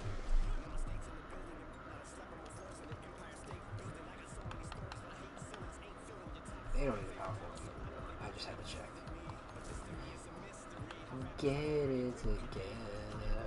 Mother on heavy. Two bodies on the Jeep. I try to raise it up, but if I ain't in me. The Spurs? The Spurs? He just signed here? Kersey? Yeah, he was in Portland. They're just signing, instead of them signing where they sign, they're signing in the opposite places. This is not like a trade. Like, I don't have to worry about value as much for that. So definitely a much more complete team with that. And they just brought back Michael Adams, who's just been bouncing around the league since he left Denver. I don't mind that, having him return.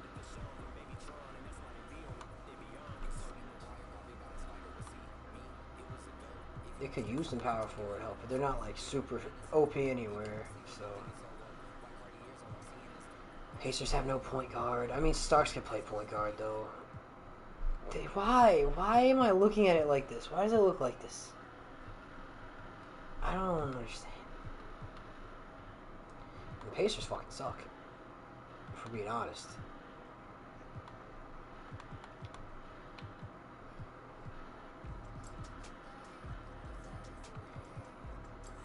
You know, there might be too much going on there for me right now.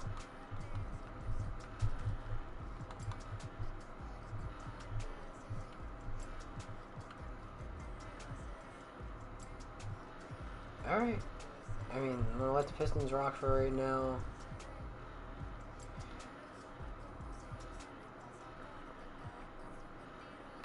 Kevin Willis from Atlanta, he joins the Hawks. We already had Otis Thorpe. I mean, this is backup position. I mean, none of these guys can really play small forward. But Vernon Maxwell can, I guess. But then, yeah, you know, I think that kind of works. They should be alright. Alright, Hershey Hawkins with the Spurs makes this team a lot more threatening this year. Him and David Robinson is really fun. The Suns, I don't know what they've been up to. They've kind of just been there, even though they have a pretty solid team. Vlade left the Lakers to go here, so we'll keep an eye on that. I don't mind that move. I'm not touching that one. The Supersonics are starting to really develop with their young guys, and then this bench is kind of insane. And Horace Grant can play center, and so can Shawn Kemp. So I'm just going to move one of them.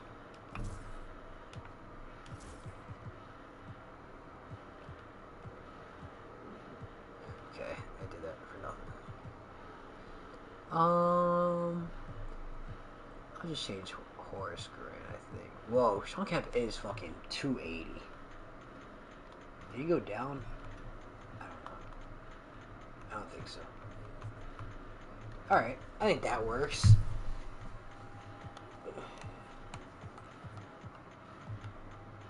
Dangerous team.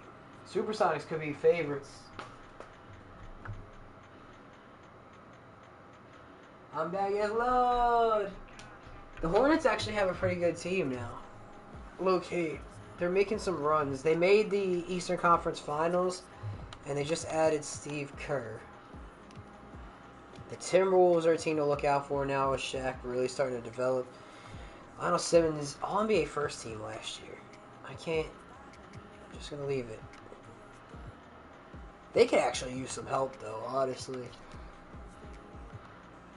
Not only the best teams. Outside, I mean, they have like 3 very talented players. But overall, could definitely use some work in Minnesota. And then the Trailblazers are defending champions. You got Clyde, you got Terry Porter, Mark Jackson left New York to become the backup point guard to Terry Porter.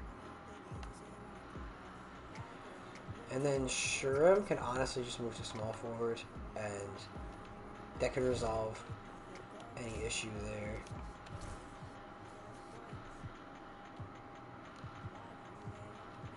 I gotta change that secondary position too, so. Where are you? Deadlift, you're up to small forward, and then backup power forward. Big small forward, but fuck it. It's your secondary position anyway. It's your natural secondary position, so I don't even have to, like, I'm not forcing nothing. Alright, Chris Mullin, Tim Hardaway, Billy Owens, who is banged up, Victor Alexander, Tyrone Hill.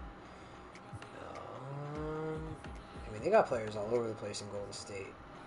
So, I think that's every team. Alright, who do we want to watch, though?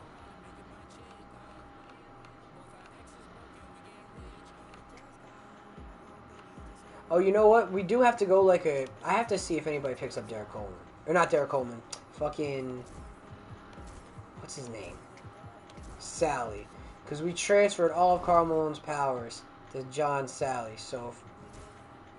Okay, he did get picked up. Spud Webb's still out there. So is Scott Skiles. Alright, if we get to the trade deadline and Spud Webb hasn't been picked up, I'm going to find him a team. But we got to see... Ooh, I'm blinded by the lights. No, I can't sleep until I feel your touch. We're about to find out real quick. John Sally is a member of the Orlando Magic on a 1-year deal. Don't know if this is where he'll spend the rest of his peak. But for right now, John Sally's a member of the Orlando Magic. I can't even remember where any of the or who some of the other people who were in the free agency were. But let's just go to the Magic real quick. So he automatically becomes. I mean, he would be the best player on probably any team, most teams he would go to. But they are about to get such an unexpected, like, jump from a guy who didn't even play last season. He spent the year off. Everybody's gonna assume this guy like went and did a bunch of fucking serious drugs. He's gonna be like going from a guy whose career averages were 7-5, with 7-5-1, we'll say. His last year, it was about 10-5-1 with 2 blocks. So he can get you a few boards, he'll block a couple shots. Never a double-digit scorer. And now he's basically as good as Karl Malone was at this point. And now Karl Malone's trash. So, I'm going to kind of watch on the Magic here and kind of see how they do. They might still be trash because the team's not that good. But I'm very curious to see if we have set this up in a way to where this team can find success.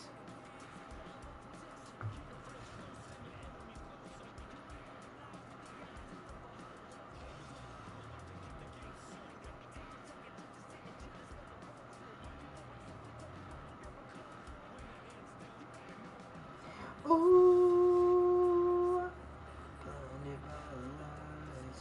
No, I can't sleep in. Oh, the Seahawks just cut some players. George Fant, Roy Roberts, and Harris, Rayshon Jenkins, and Draymond Jones saves $27.1 million.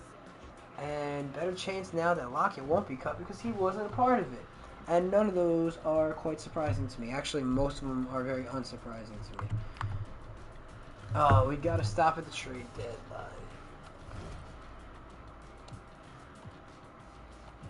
We gotta just see what's up with Sally. He's only averaging 13 points and 10. We gotta fucking put his tendencies up, man.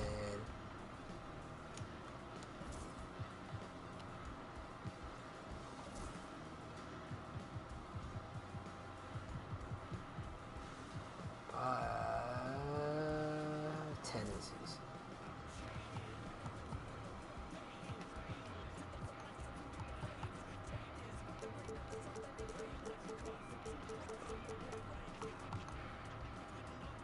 I don't even.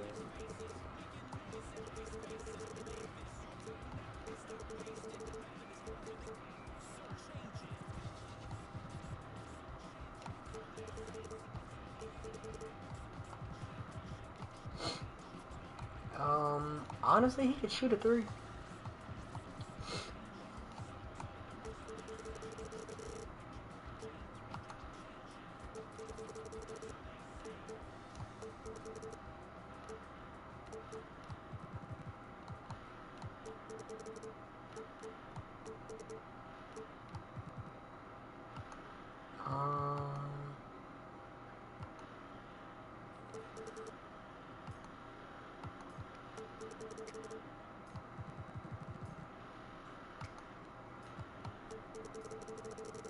His shot tendency and his touch tendency has to go way up.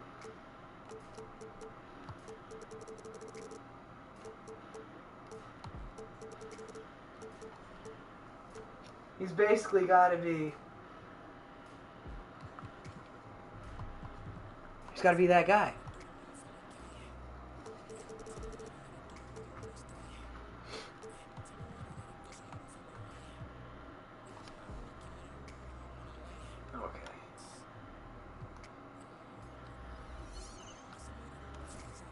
Now we'll get to at least get a better idea, because that is nothing. They had him doing I mean, obviously making a difference for the team, but 13-10 with 2 blocks and 4 assists was definitely not where I was imagining we'd see him. That's not a huge jump in points.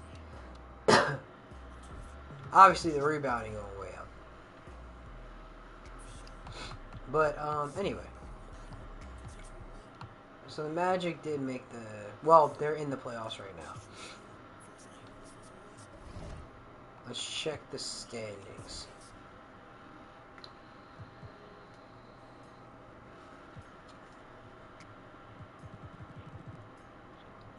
The Hawks are awful and the Pacers are awful.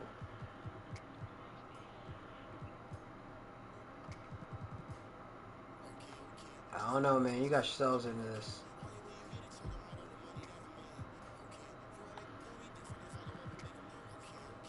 Some of these teams are just gonna have to hope and pray. I mean, the Bullets are in like the process of developing. Yeah, not surprised to see some of these teams at the bottom here in the East. The Heat are the team that I'm honestly kind of the most surprised to see.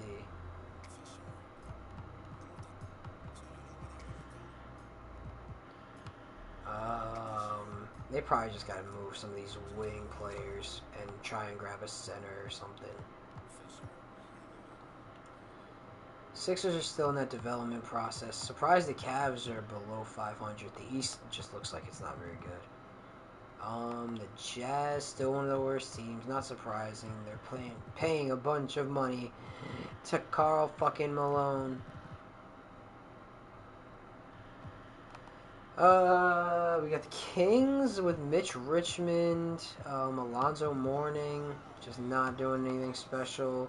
Whoa, the Timberwolves are really bad. I mean, I guess not really bad. There's just a lot more competition in the West. Slippery, excuse me, please me.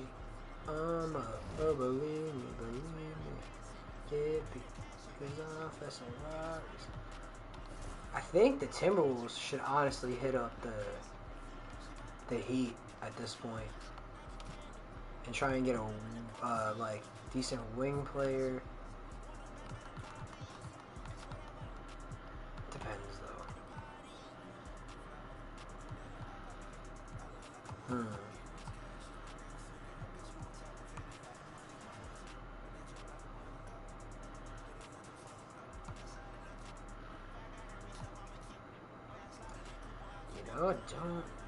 Glenn Rice might just be the move. Just grab Glenn. Send them Luke Longley and a first round pick.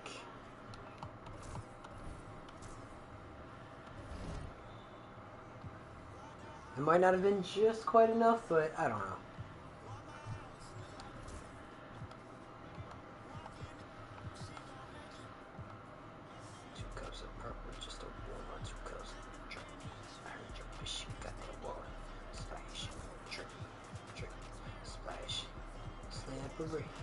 Excuse me, please me. Believe me. Alright, whatever. It's not a big drop off either way. So Simmons goes to the shooting guard position. Glenn Rice is now going to be starting small forward. But honestly, he can also play some power forward, which will be good for this team because they can use it.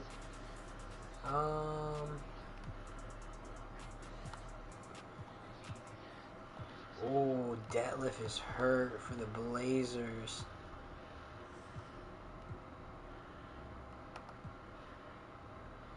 They might be in a position where it might be smart to trade Mark Jackson to a point guard needy team and try and replace. It's got to be a decent one. It's got to be one that could actually want the help right now. Splash, drip, splash, slippery. Excuse me, please me. The Magic could.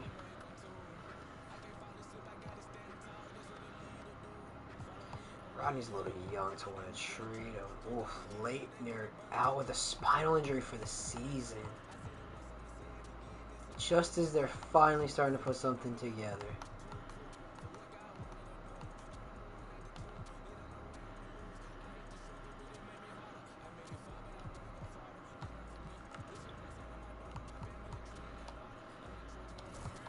Hey.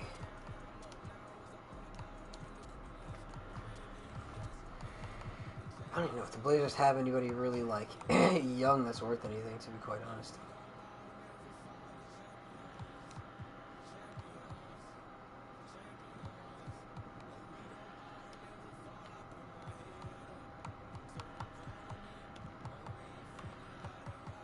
Okay, the Blazers are all in on trying to make this shit work.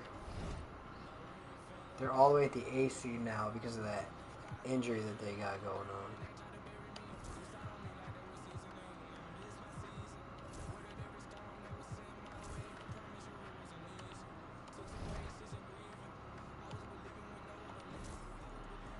Alright, Spud, come on.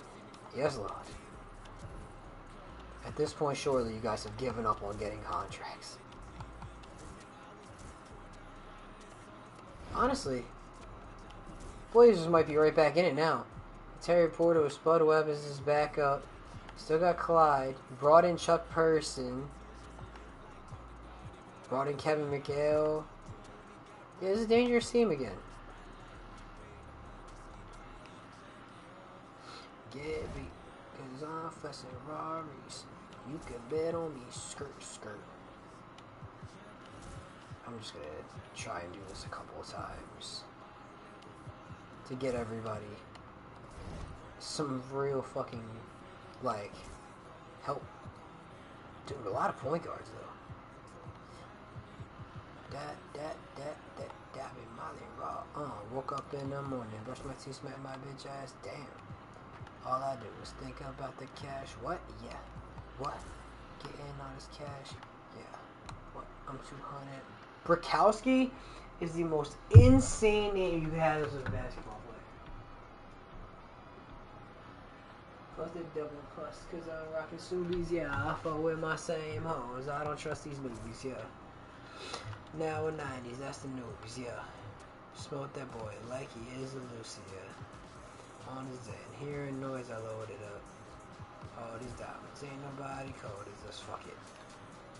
Literally, I'm cold as fuck, yeah. Yo. Yo. Alright. I don't even know how many of these teams that honestly are bad are really like in a position to sell. Because they don't have much to sell. Because it's mostly in the East. Like, I mean, okay. They got rid of Chuck Person. I mean, they added Mark Jackson, who will be gone probably at the end of the year. I don't think it's going to help them win or lose many more games, to be honest. They're just going to kind of stay pretty similar to where they're at. Maybe you can say that they could trade John Starks for something. I don't know.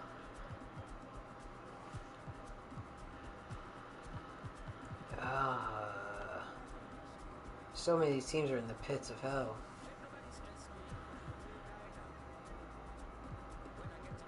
But I ain't worried about that.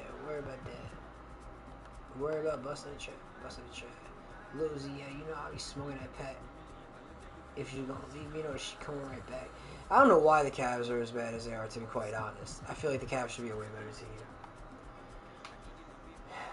When I walk in, you know what I moved the Rex. The Nets are a team that are like exceeding my expectations at least. Petrovic is hurt right now. I don't know how long that's been a thing for.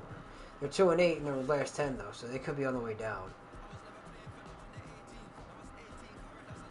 Where's Larry at? Is Larry hurt? Wow, Larry's hurt. I might go to MIA. I ain't talking about plans. I'm gonna blow it on my chain, yeah. Oh, it's a hand fracture. He's not out long. 7-3 recently. Those Magic unis are so good. Pistons are kind of in it right now. They are pretty weak.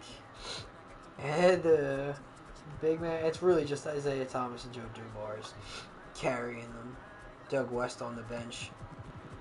But they're all the... I mean, there's a very small difference between a lot of these teams right here until you get to the Hornets. Steve Kerr, Kendall Gill, Larry Johnson, Hot Rod Williams, J.R. Reed. They signed Cedric. I was wondering where he actually did go. Johnny Newman. Then you got the New York Knicks with Michael Williams, Danny Ainge, Dominique, Adam Keefe, and Patrick Ewing. I kind of am very excited to see that team. And then we know what's up with the Bulls, damn it. They have like no bench. But they do have Rick Smits and Dennis Rodman. So take that how you will.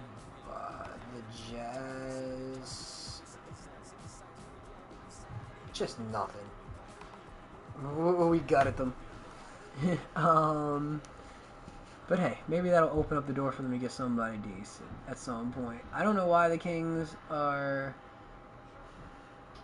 I mean, they're not awful or anything, but they're not good either. Mitch Richmond, Alonzo. I don't know if that's like, I don't know.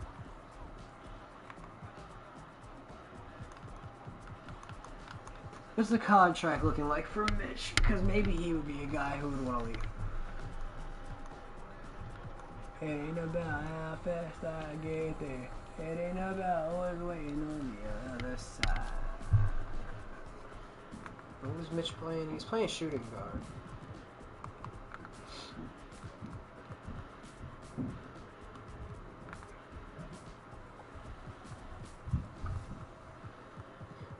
Dude, the Spurs are like gutted for talent. Very talented, like starting five, and they have one guy injured, but like tough outside of that.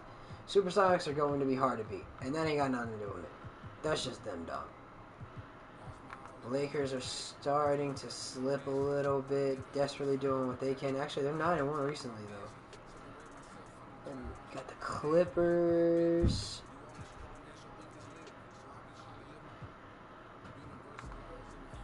Rockets. Ooh. Kenny Smith and Sleepy Floyd both hurt.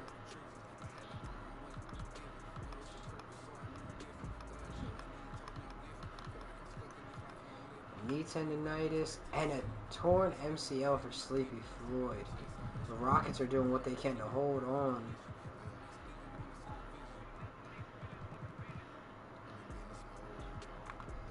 Mavs. The West is very competitive. Because honestly, I mean, you could say that probably the Jazz don't have a chance, but like the difference between the Blazers and the Kings is 4.5 games.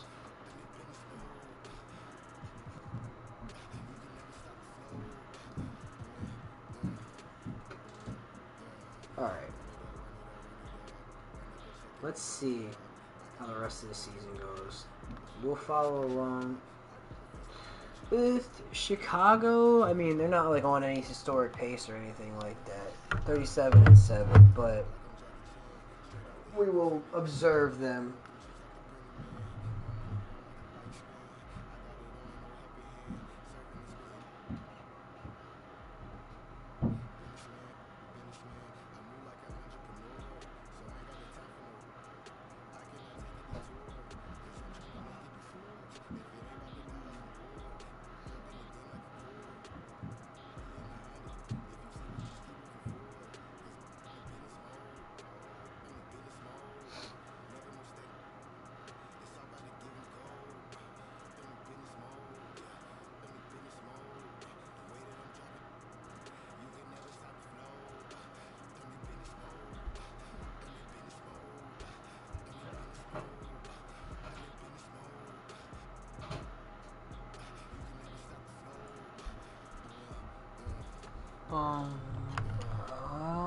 No. You're supposed to auto-simulate anyway.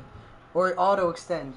Please, God. I already have to do enough. I'm controlling fucking 30 teams. Well, not yet. Not 30 teams yet. But you get what I'm saying. It's gonna get to that point.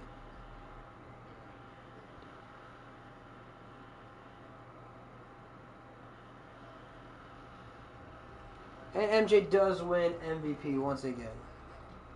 I like these Chevys.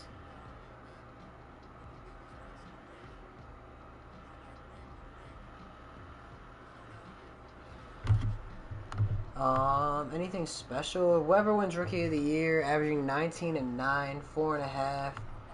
Muggsy Bogues wins 6th man for the Celtics. MJ Defensive Player of the Year. Most Improved, Bryant Smith for the Jazz.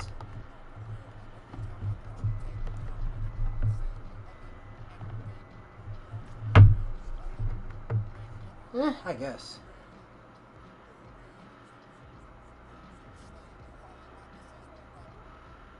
I was thinking, I mean, Sally might get it, but...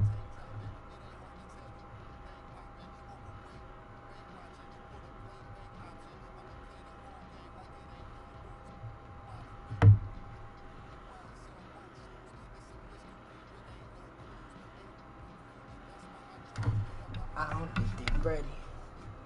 And I don't think I mean, as far as like the Chevys. Alright. And it's Bulls.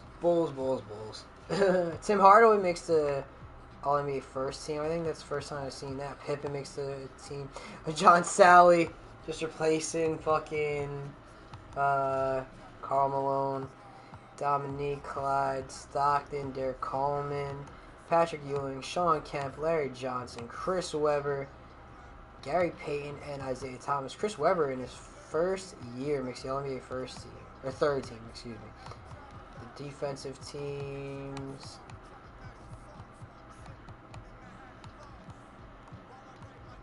All rookie teams. Okay. And we are back in the playoffs. Some interesting matchups around the league. Alright, well, I guess let's check the standings first. The Blazers went up, by the way, a decent amount from the A seed. So, who had the best record? The Bulls actually only had one more win than the Supersonics this year.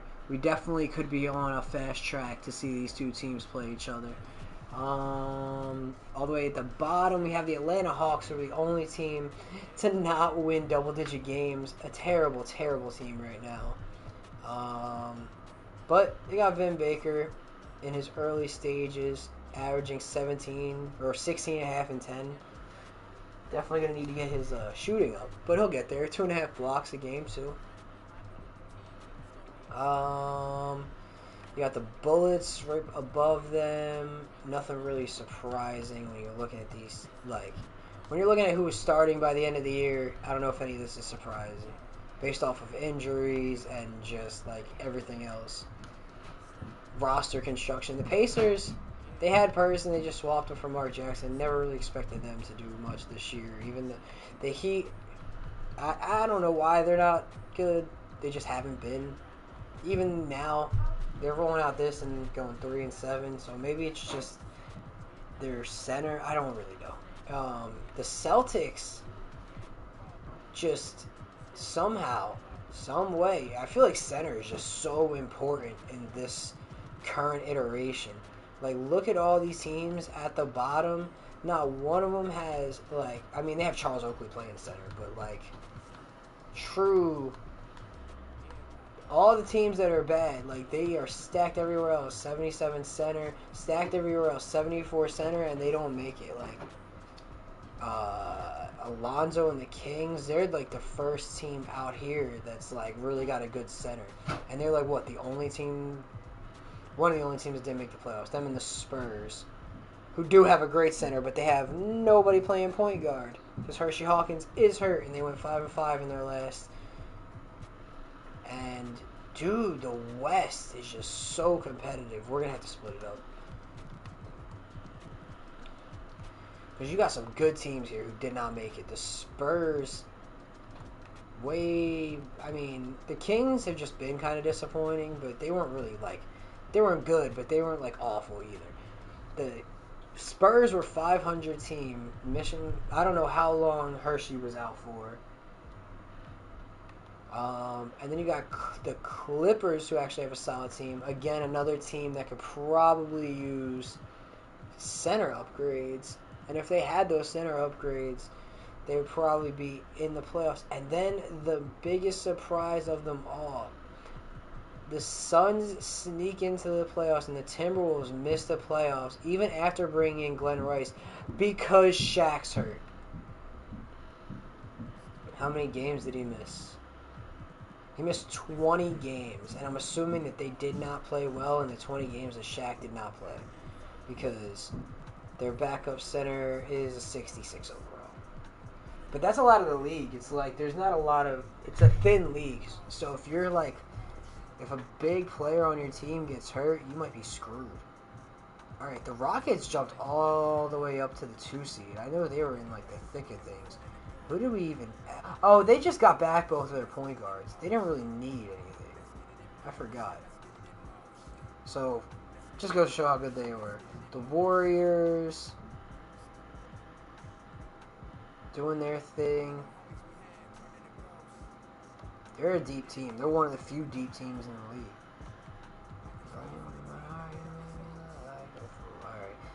It's all about who can get healthy at the right time. So,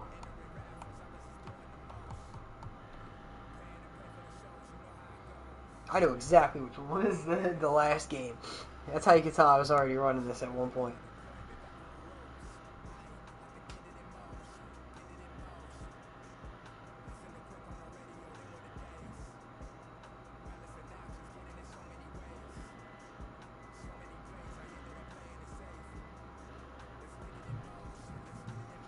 Let's see. I mean, we're still in the early stages. This is going to be a couple 1-1s. The West looking real interesting. It's such a deep fucking Western Conference. Oh, I forgot it's only 3 games here. I forgot it's only 3 to win. So we had a couple sweeps in the East. The Hornets. The hell happened there?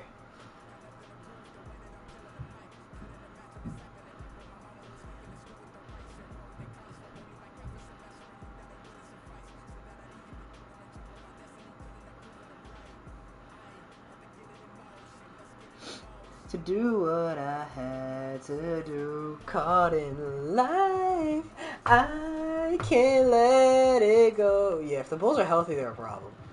And they were playing the Sixers, who I didn't even peep that the Sixers made it. Good for the Sixers. I thought they were like cooked.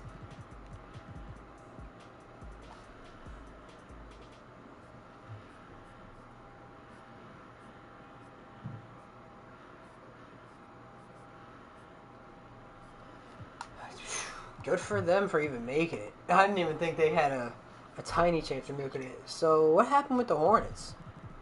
Did they have somebody hurt? Not really. They just kind of blew it. The 3 seed just to get swept. The Cavs are good, but damn. Alright, let's see if we get any 2-2s, because honestly, that's like where it gets interesting. We will have some. Sonics win for Mama and Music. Would've came back for you. I just needed time to do what I had to do. Yeah, I don't even know how the Pistons like made it as far as they did. And Isaiah Thomas got hurt. They were cooked. They were cooked. The Knicks! The Knicks, what happened? No! How do you lose? Oh my god, Adam Keefe couldn't have been that important, surely. Who's playing? Oh man. You played Derek Coleman with no power forward, but still, they don't have a center, and you have fucking Patrick Ewing, dog. What the hell, bro? 20 and 13. He didn't, shot under 50%, which is not great for Ewing. I don't understand. Derek Coleman drops 30 and 10 on him. 23 and 17 for Ewing. I don't know, man. I mean, I'm not surprised to see anybody. I'd say just this one with the Knicks. And the 2 most interesting series left. Oh man, this poor Nuggets team still trying to get over the hump. Alright, I'm assuming this game will be first. It's not. I'm wrong. It's the Blazers and the Lakers. I should have known that. It's the middle games first. Whether that's right, I won't ever know.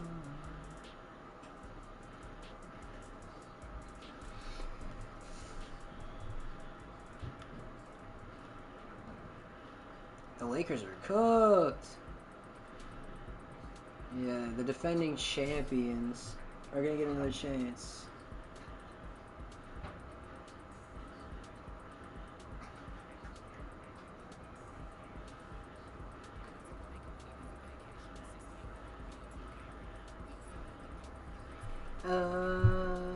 Return to the calendar. We got 1 game left, and it's Hakeem and the Rockets, who are dealing with an injury. Can't tell. Maybe? Why do they have Byron Russell starting? I don't know. I don't have the energy to figure it out either. Derek Harper, Fat Lever, Harvey Grant, Chris Webber. Wasn't this Mavericks team like... I don't remember if they were even good. I mean, they're pretty healthy right now. They do have a bit of depth to them. We'll see how it goes.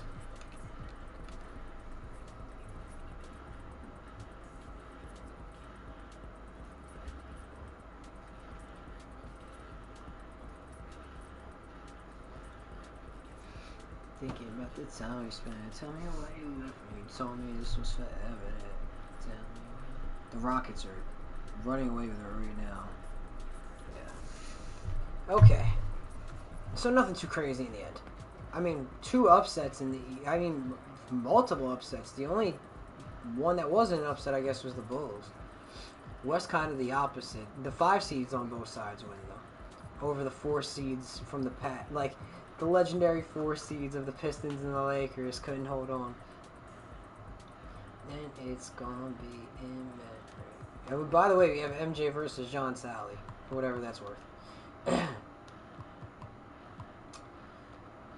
Watch out for them Nets, man. Watch out for them Nets.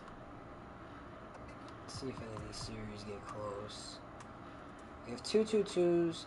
2-2-2s. That's actually 110% correct. I did not fucking miss a beat with that one.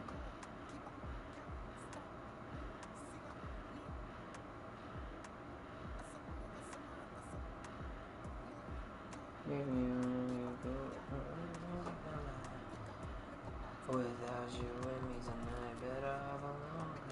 Oh, the Blazers and the Magic are gone.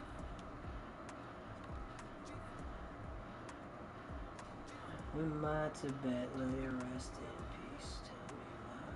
Tell me why. Alright, Scottie Pippen drops 32. MJ with 24 and 11 boards. The Magic.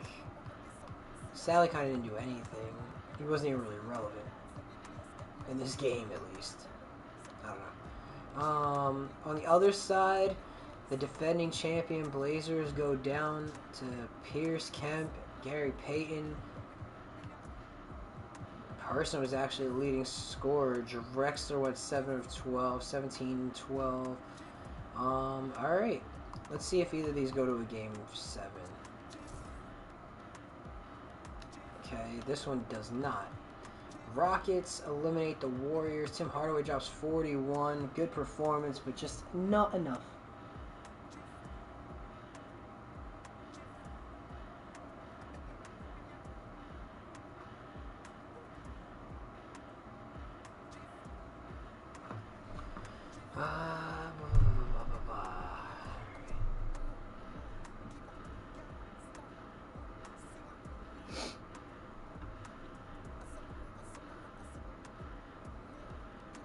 You got me spending all these bands on you. Put a band on.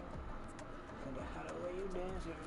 Venus color on the shoulders and hair. I don't care what anybody say. Good performance by Hardaway on the go out game, but not enough. I really don't, unless it goes to game 7, which it does. The Nets won that one by 6. I came in here with a dub. It's gonna be your lucky night. This girl, your body is a blessing. It looks like the Cavs are gonna run away with this, though. To be honest, the Cavs are a really good team. Like that's like the most dangerous. Like genuinely, I'm surprised that they weren't I would have been surprised if they were like the 3 or the 4 seed. Like this is one of the better teams. By the way, those are some of the better Cavs jerseys. Better than most of the ones you get these days. But yeah, this is a good team. Mark Price, Craig Elo, Del Curry, Larry Nance, Dodger. You got Ferry, Terrell Brandon, Gaddison off the bench. I don't know. Alright. I don't want to simulate the whole round. We're just going to game by game here. Bulls win. Yeah, alright, let's go to the other side. We'll do it from this way so we can keep up with both of them. Sonics win. Oh, the Cavs and the Rockets take a game on the road. Camp 24 and 16. He did his thing. Some bad shooting nights from the bench guys, the role players. Keem 27, 13, 10 assists for the Jet on 7 of 8 shooting. Even when Vernon Maxwell and Byron Russell completely sell. Because I'm throwing all this paper on you. So, Jordan drops 37 and 11 with completely stuffed, like, filling up the stat sheet. He played well. Smith's 9 of 19, but he did drop 21. It's not like his best, but Pippen shot over 50%, 11 and 5 assists, 11 assists for Armstrong. Where's Rodman? Not getting his usual rebounds. Nobody really, I don't know. Weird game. Bulls didn't, I think they just didn't play really great defense.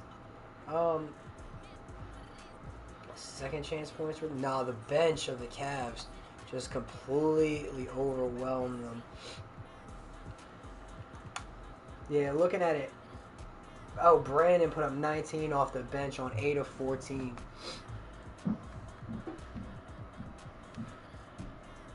Whoo, Houston.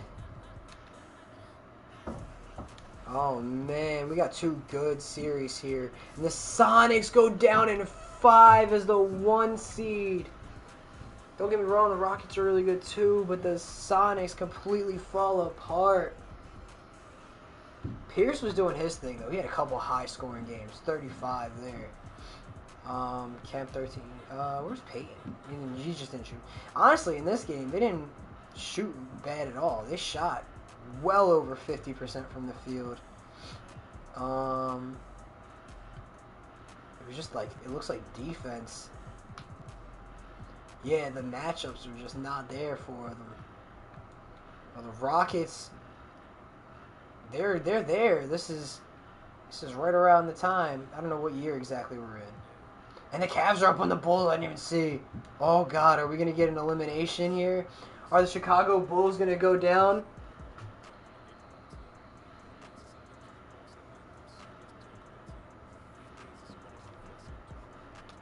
Oh, man. They barely kind of came out that one. Nobody on the Cavs really had a great game, and MJ puts up 48. Robin grabs 18 boards. All right, it's time. Game 7 in Chicago. They were down 3-2.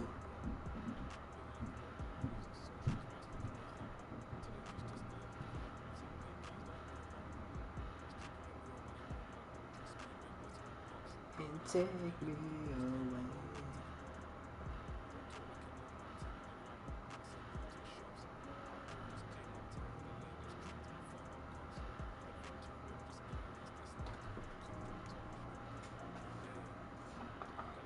This is a good game, too. We're locked in for Game 7. Oh, my God. The Cavs are pulling ahead. The Bulls need a great second half. And right now, the Cavs are outpacing them in every quarter. Not by a ton, but by enough. The Bulls need a massive fourth quarter here. There's not going to be a need to jump in unless they get it closer. They are having a good fourth quarter, but not good enough. The Cavs are sealing it. The Bulls are done. Oh, wait. Yeah, it's done. Wow, the Bulls go down in 7 to the Cleveland Cavaliers. Oh, man. Just an all-around good team from the Cavs, man. They are a threat to win this whole damn thing. Still don't know what's going on here. I don't know. I feel like I don't know what's going on with the Rockets. They're confusing me. Alright, what I'm going to do, I'm going to go to the coaching for both teams. It says Craig Ehlo is injured. Consider adjusting. That is not good for them. Alright, and then who's the other team? It's the Rockets.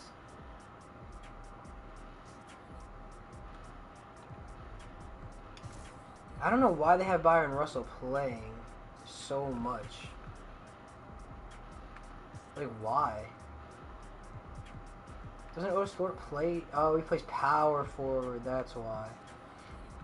I don't know why. The whole time I was thinking he plays small forward. Why don't they just play Vernon Maxwell and Sleepy?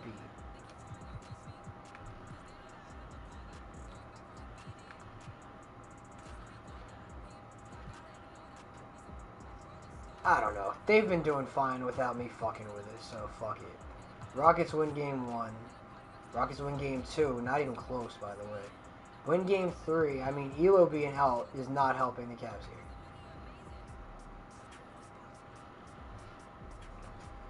We'll get to the second half of this quick, because at this point, this is more about the celebration than anything else. Oh, and I fucking missed it. I feel like it's been going faster recently. 30 and 12. Maybe it's because I'm back in, like, early stages, so it's not taking as long for it to process, so I gotta get used to it again.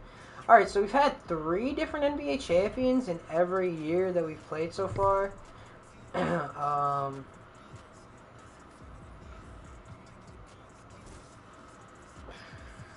MVPs are Clyde, MJ twice. But the past champions, we had the Bulls, the Blazers, and they were the first 2 finals. And now we got a completely different finals with the Rockets and the Cavs.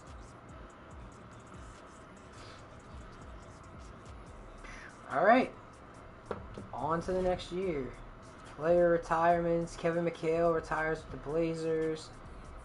Danny Ainge retires with the Knicks. I don't know if there's any more super duper relevant ones. Jersey retirements. Ronaldo Blackman with the Mavs. And Kevin McHale with the Celtics. Lots of rule changes and stuff to follow along. The lottery. I do not know what draft this is, but I mean, the only big difference is the Heat have the Timberwolves pick from the Glenn Rice trade. But everything else is still pretty much the same. The odds aren't great for stuff to start moving around here. But just as I say that, the Hawks lost. Not out on the top pick. They fell all the way to 4. Do you know how tragic that is? It was supposed to be like the Jazz jumped from 4 to 1. What happened to the Bucks and the Bullets? That's actually interesting. So the Bullets fell to 3, and the Bucks fell to 5. The Jazz jumped all the way up to 1. Huge for them.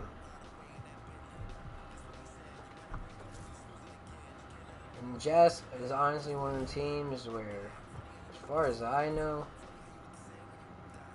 they can pretty much do anything because, like, this team's terrible. Like, who's their young talent? Brian Smith at shooting guard? I don't fucking know. This is Jason Kidd's draft class with Grant Hill, Glenn Robinson. Fucking, I don't know why this guy is rated that high. Basically, Kidd, Grant Hill, Glenn Robinson. Then obviously there's some other players, but I'm probably just gonna pick for these top 3. It's still the Jazz. Give him Glenn Robinson.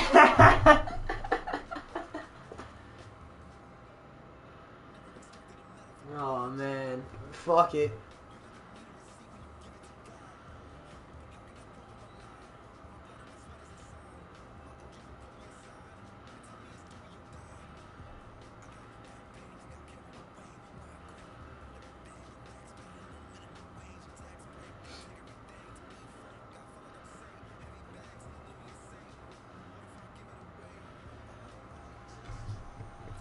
Alright.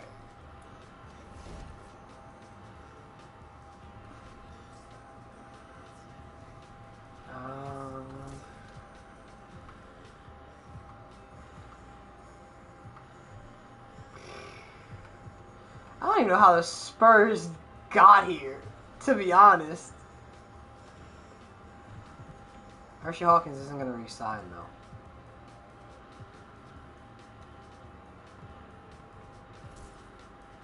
Fuck it. Pair Jason Kidd with David Robinson.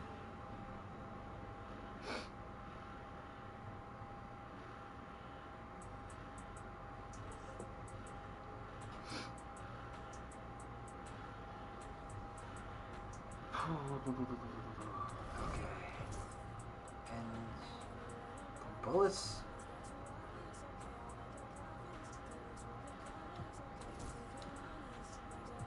I mean, they just got tough team. Anything other than center would be good for you guys.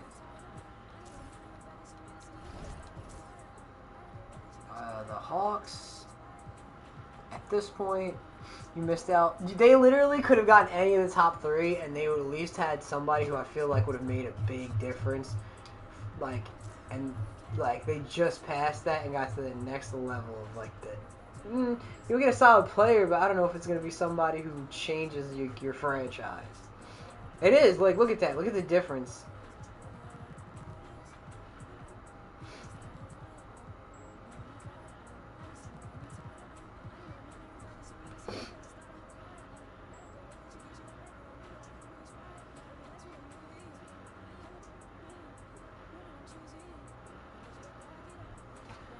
Okay.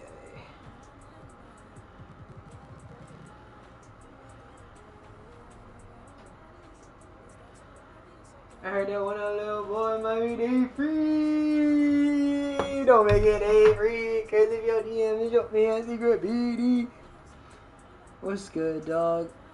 I seen hella late fucking that you would stream yesterday. What were you on there doing? Okay.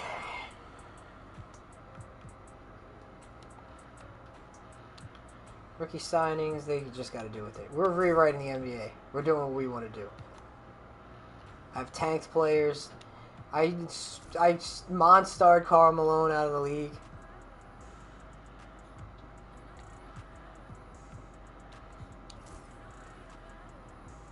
Playing Kyle usual. Hey, I appreciate you for the sub, the Prime Love. Let's go. I appreciate you, my guy. We've been on for a hot second. I didn't even really realize how long I was on for.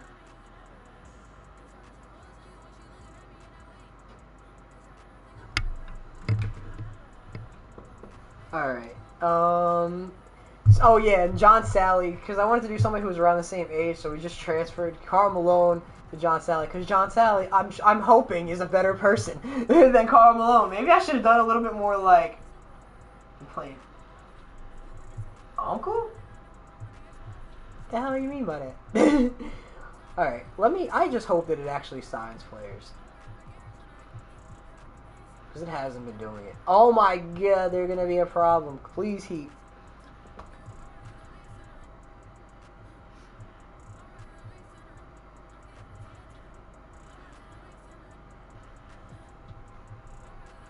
Some of these teams are just, I really don't know if they sign anybody again. I really don't.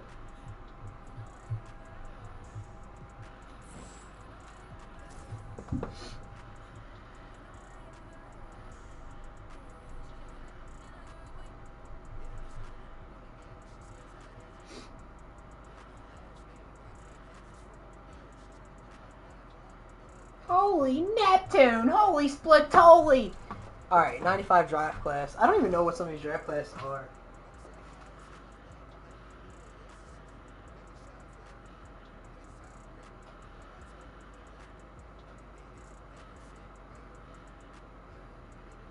Oh, okay.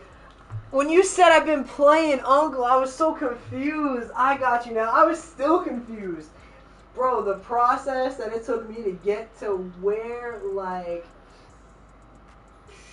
Brother, I got you now. No, I remember that. I was just confused because you had just said, like, oh, I was playing COD. I thought it was, like, some fucking, like, Michael Myers, like, there was some kind of game or something. I'm like, oh, like, how do you, what?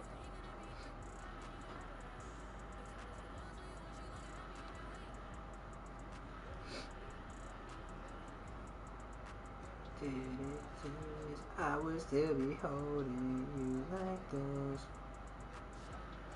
Oh, man.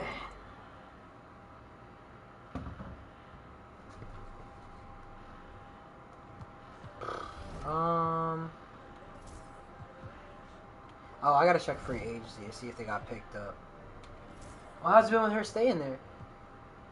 They didn't fucking do shit. They're useless. Whatever. Fucking... I'm gonna have to check again. They signed like barely anybody. Okay, now most of them are going. Okay, let's look at these rosters now and see what's going on around the league. We started with the Heat, so we'll end off with the Heat. They don't look very good. Steve Smith, one of their best players, out for like 2 months, MCL tear. Hornets are looking good, but they disappointed big time in the playoffs last year. The Jazz have a long way to go. Honestly, they're at the point now where it's just like, take it on the chin for now. Try and develop their young guys. The Kings, oh, they finally went through their change to their new look. They signed Mark Jackson. That's actually a good move for them. They could use a guard, especially one who can help Alonzo Mourning take some of that pressure off. And they got Horace Grant. So they could do some things this year. The Kings finally a part of the conversation. Then you got the Knicks, who still got Dominique Ewing. They had a disappointing end to last season. They signed Doc Rivers, Greg Anthony, obviously Adam Keefe. He didn't progress a ton. McDaniels is just going down so quick. And the Lakers, who Magic still hasn't retired, and for whatever reason, I mean, they still kind of have a chance. They got Vlade back. He left for a year, went to Phoenix, and then just came back. Fuck it. This team seems kind of messy. Probably one too many centers, but that can be fixed at some point. They'll probably be a team, I mean, unless they're doing really bad, that'll look for like an upgrade. So obviously the Magic might come back down to earth. They got Rick Smits now, but they lost the legend that was John Sally.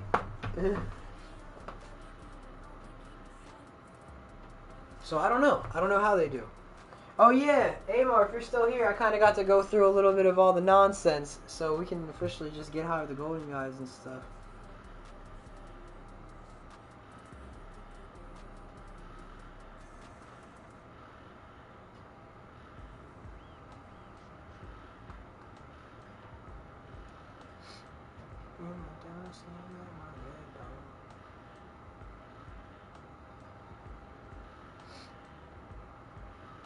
Barkley got a contract extension for a few more years. Yeah, I don't see this Magic team being able to keep up. Mavs, Chris Webber with some big jumps already. He's already up to like an 88 before the boost. They're still messy though, overall as a team. The Nets are kind of like a two-man show. They have some solid like players around them, but nothing like insane. The Nuggets brought in Muggsy Bogues, who was 6th Man of the Year last year for Boston. He's going to take over the starting role here. Another team that's got some talent at the top, but like they're pretty thin. Oh, John Sally goes to the Pacers, and Dennis Rodman goes with him on another 1-year deal. Every year, I'm just gonna send Rodman back to the goddamn Pistons until he like retires at this point. He's being a pain in the ass, is what he's being. If he went somewhere that really needed a fucking power forward, like maybe I would have just let it go.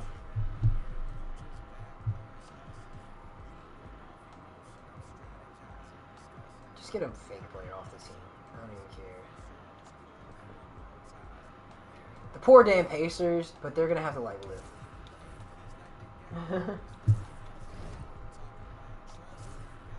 Sign something other than fucking power forwards. And honestly, still a solid team. Maybe you could fucking go get an actual center.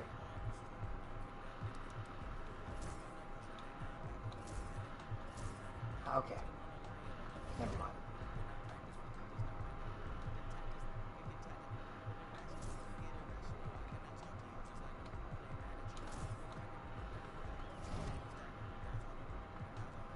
Thank you.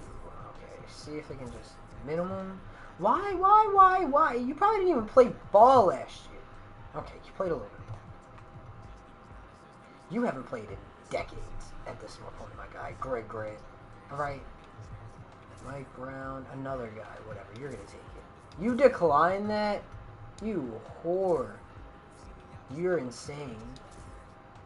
You're insane. Why are so many of them expecting, like, contracts that they would just never get? Like, nobody's signing any of them to those deals. Whatever, dog. Fuck it. Oakley goes to the Pistons. I actually don't hate that. That actually might help them stay somewhat relevant for another... Like, that actually helps them a lot. The Rockets have a chance to definitely do it again. They still have some depth here, but,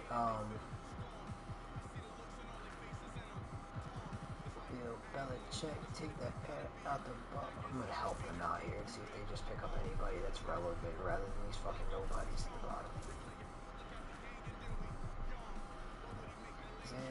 Check. Hey, Bill Belichick.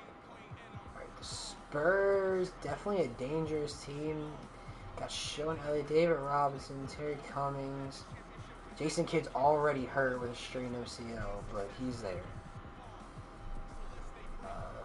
Phoenix got Ryder developing, but other than that, this team is still just kind of this team. They might, if they're going the wrong direction, this might be the year that they start to accept a tank. I think they guess they got plays at the rear.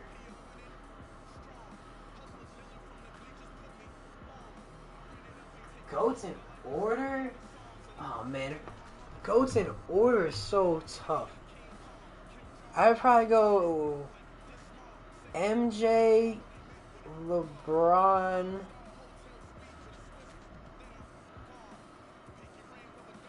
If I'm being objective and not being fandom-wise.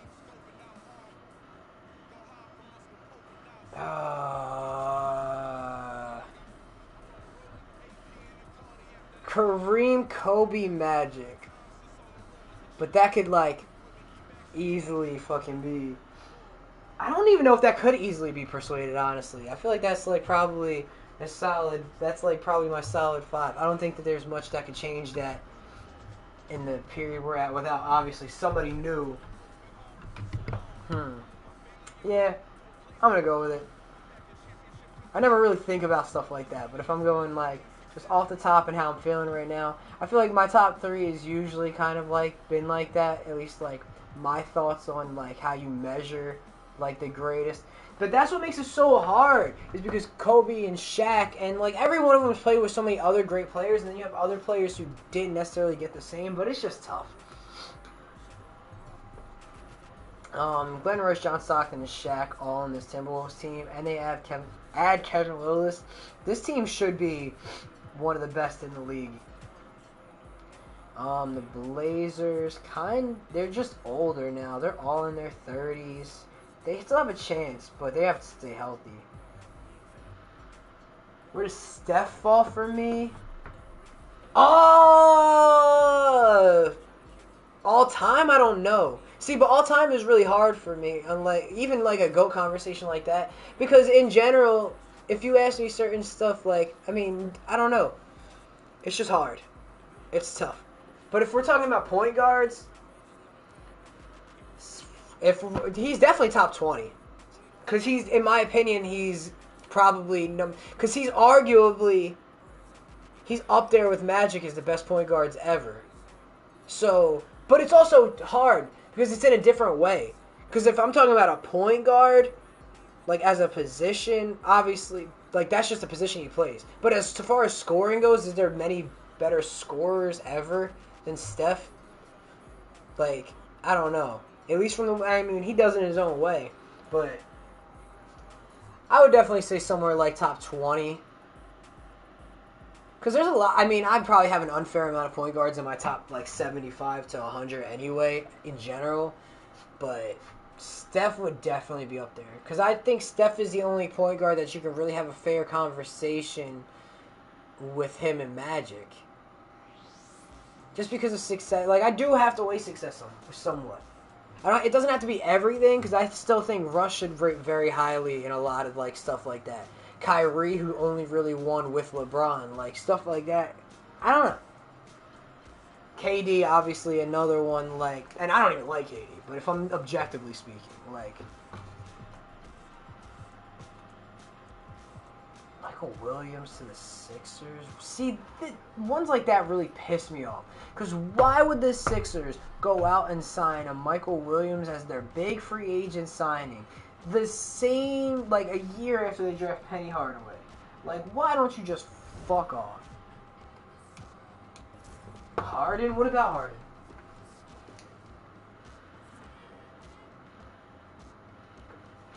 Where would he rank all time? And I don't know if this is controversial or not, but I'm obviously more of a fan, but, like, I'm always going to have Russ above Harden. But, like, and I probably have Kyrie in between them. I probably have it, like, one of the best scorers he is. Best shooting guard all time behind Kobe and MJ. Harden? I don't think so. There's no way that that's true. He's one of the best scorers ever. Are you asking or are you saying it's Harden? Because saying it's Harden is just wrong. It's not, because James Harden is one of the worst defenders of all time. Do you know how far, like, below, like, yeah, if you're just talking pure scoring but taking everything else out of it, like, there's just no way. There's no way. We gotta get this Golden Guy pod together, because, like, I need to debate this. I could probably go through, I'm gonna have to think in my head of, like, all the shooting guards, but there's just no way that that's, like, a thing. This is trades. Fuck.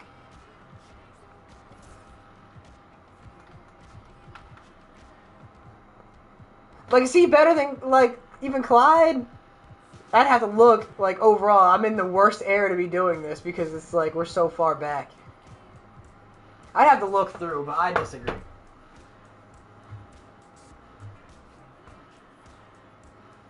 I'd have to look through all the shooting guards.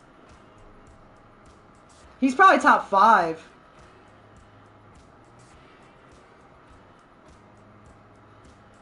I'm literally looking up best shooting guards all the time just to get an idea.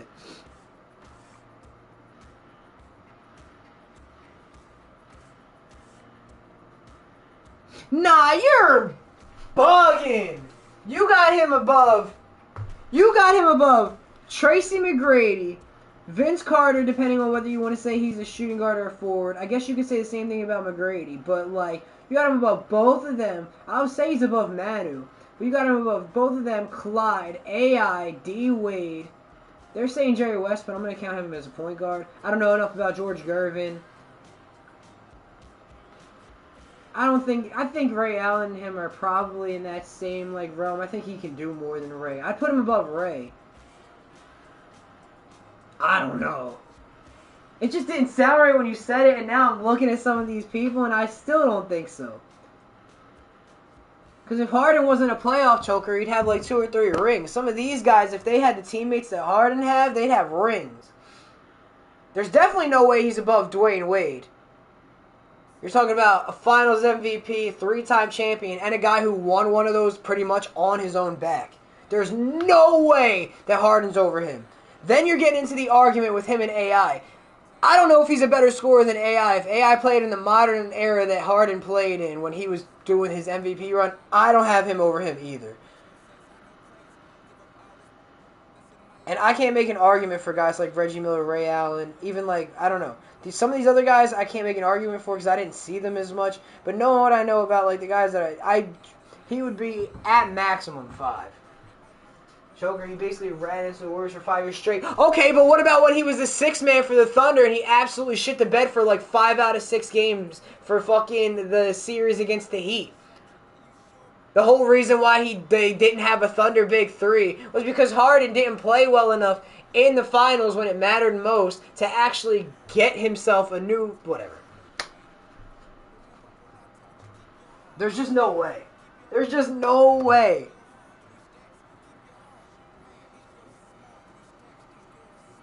I'm not giving a guy who's played with fucking Joel Embiid and fucking Russell Westbrook and Kevin Durant and Chris Paul and Russell Westbrook again, and I don't even care. Like, I'm going before the Warriors era when I'm thinking about a lot of the issues that I have. Or post-Warriors. Honestly, pre- and post-Warriors is more of my thing than anything.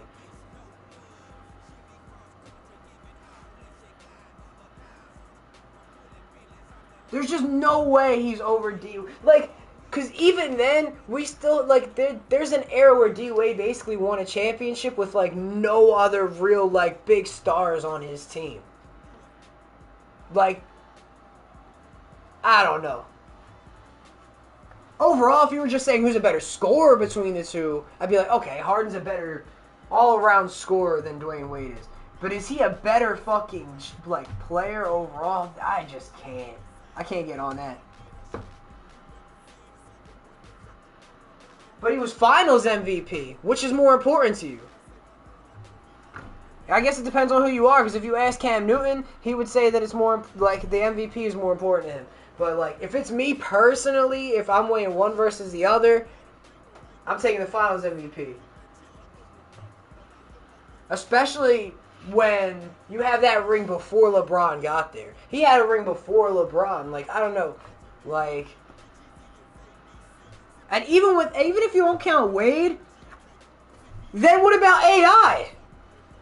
Who played in a more physical... Like, imagine the foul calls that AI would get in fucking the era that Harden played in. Get the fuck out of my face. And he was a better defender. At a smaller height. Fuck you. Literally, fuck you. I love you guys so much, but fuck you. There's no way. There's just no way. AI wasn't even like one of the best, but he can get some steals. Are we chalking this? Do I feel like doing a bunch of fucking trades right now? Because I feel like I've been fucking with these rosters a lot.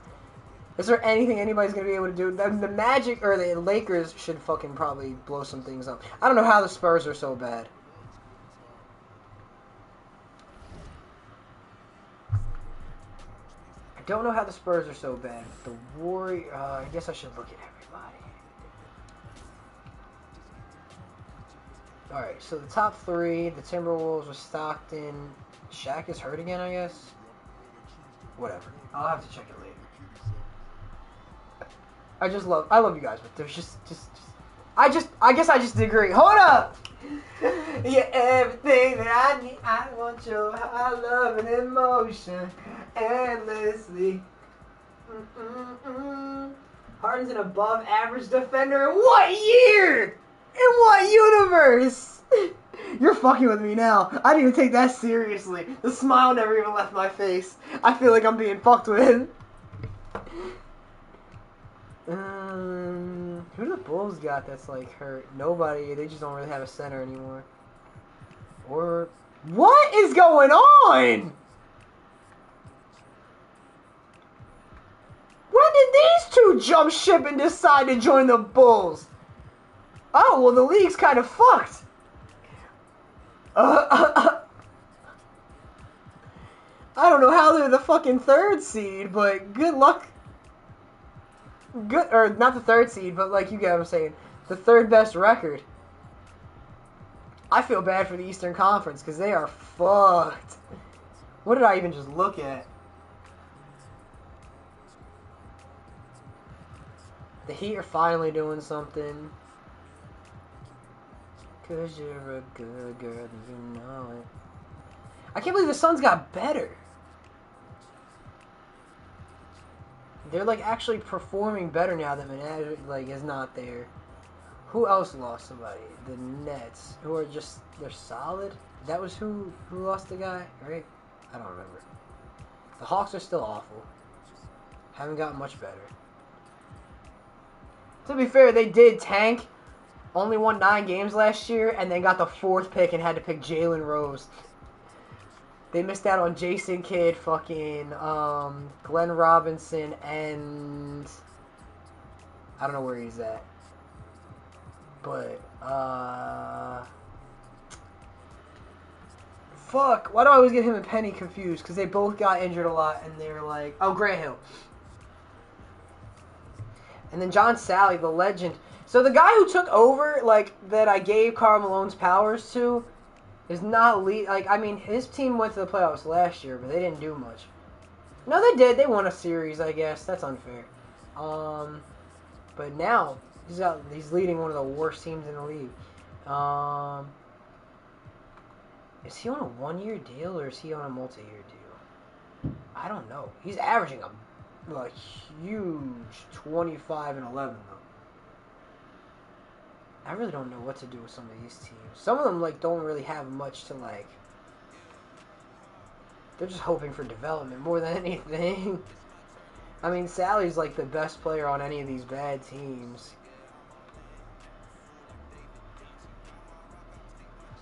Hershey Hawkins has been passed around like a blunt.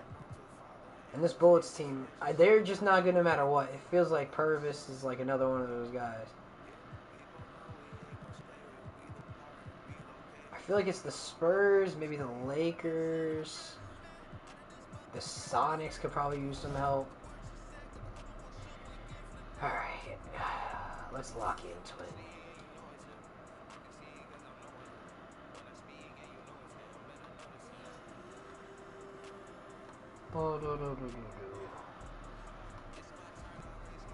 The Lakers might just be going the opposite direction. They might be in full, like...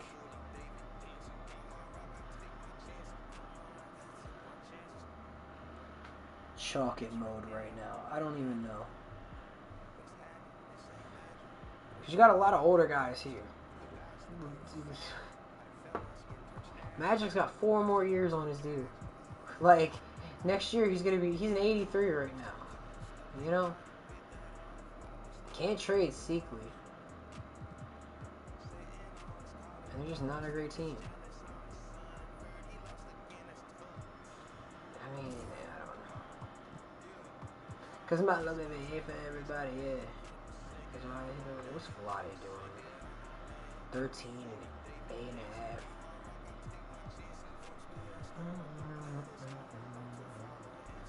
I mean, Byron Scott's fucking old too. Everybody's old on this team. Just how it goes. Unless you wanna roll. I hate to see you leave sometimes. Put that ass on the wall. That ass too fast, so don't quit. You know I like it like that.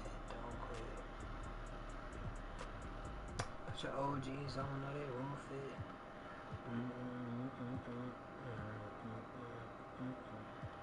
It's an old team. I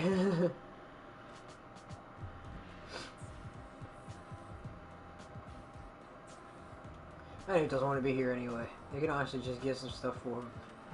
You get paid for it. Good brain, like you. Honestly, and they got 2 guys on a 1-year deal. Like, so I feel like it's pretty.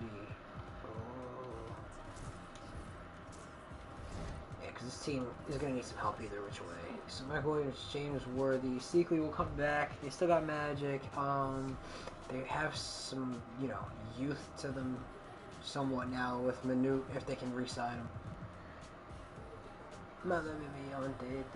But ass too fast, so don't quit. You know I like it like that. Don't quit. Magic are 7th right now. Mother baby on dead. But ass too fast, so don't quit. You know I like it like that. Don't quit. Did the Mavericks go down? Are they struggling? I feel like they are.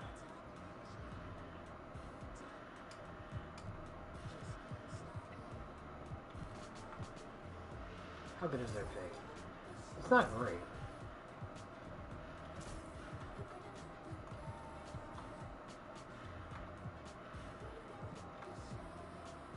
I don't think either of you need to be sitting here rotting in fucking Milwaukee. Definitely not together. I'd let this Milwaukee Bucks fucking disaster go right under my nose. My little baby on day, but ass too fast, so don't quit. You know I like it like that. Don't quit.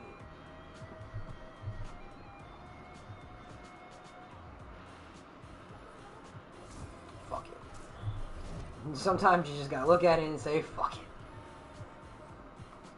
Mitch Richmond joins the Mavs. He's kind of bounced around a little bit. I don't even remember if the Nets are any good. They're 6th. It's like either go up or go down. You gotta make some kind of a move. I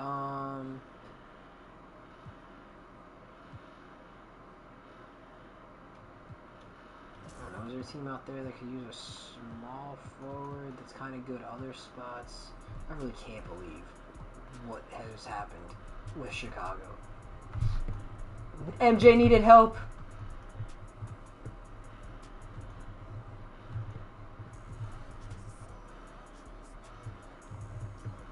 Oh, this guy's worth nothing.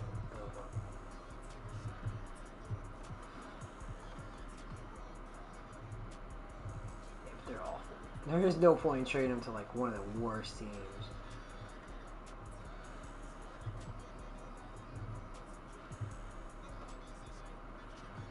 I don't even know what I want to do with these teams, so I'm just gonna back up out of there.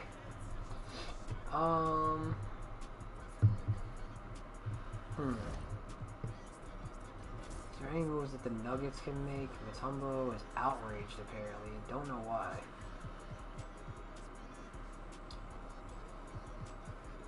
I mean, he's got 3 years left on his thing. Garland's about to check out though.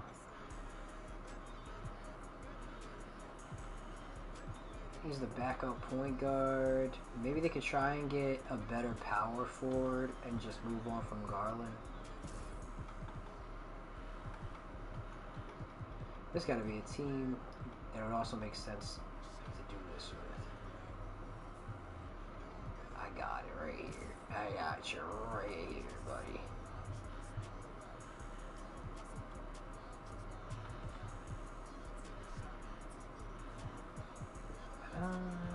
They're not as good as I hope.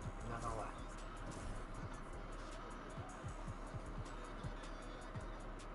Hey, yeah. I mean, Garland could go there and help the Hornets, but they don't really have a lot of power forward help either. Alright, yeah, let me check the teams that actually do.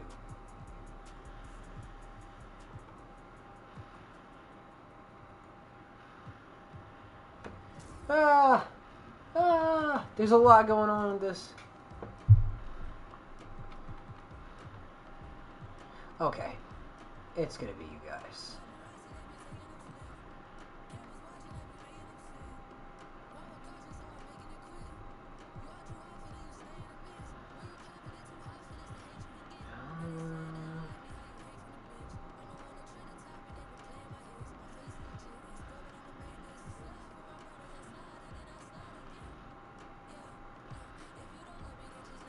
Oh.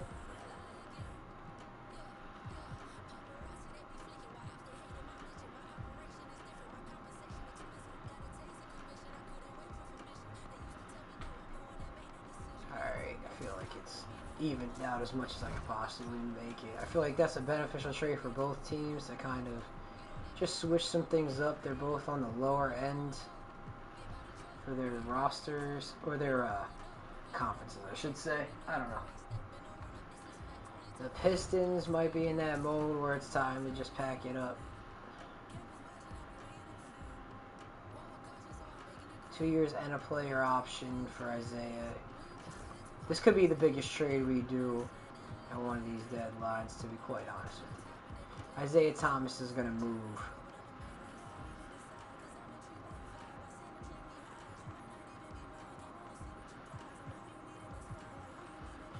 Probably should send him to the West. It would just make more sense. But who's a competitive team in the West who would need a starting point guard at this point? Because it's hard to be competitive in the West if you ain't got talent. Kevin Johnson's actually hurt for the Suns, but are they good enough to be an option? Well, Hornacek's about to fucking have a contract expiration. What's the problem? Suns require too much cap.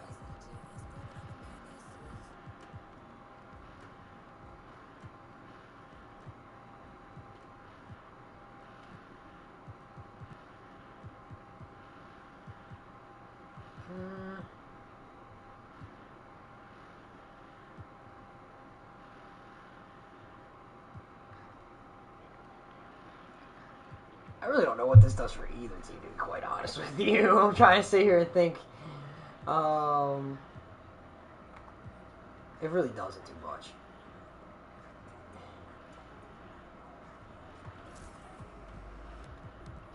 No, because, like, what would they be able to do with that? They have 2 power forwards, but they're both on the last year of their deal. I guess they could just do Dumas. What does that leave us with? 2.2 million, too much.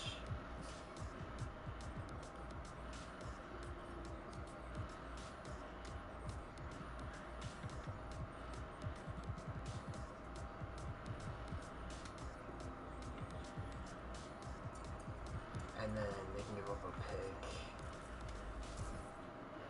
Because it's not very good anyway. And they will get Isaiah Thomas. I feel like that's more fair. Yeah, that makes sense to me. Alright, huge trade. Isaiah Thomas declines. You're so cool.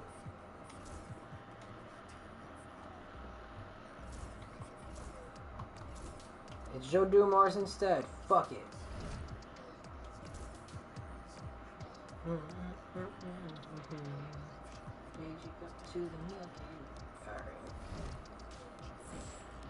That was stressful for a second there. We're gonna have to fuck with the Suns a little bit. The Rockets, they're in 4th right now.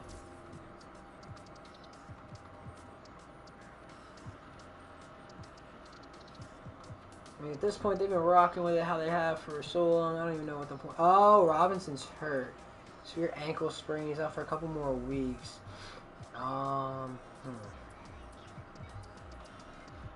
Yeah, they're gonna get rid of Sean Elliott. Where's a competitive team?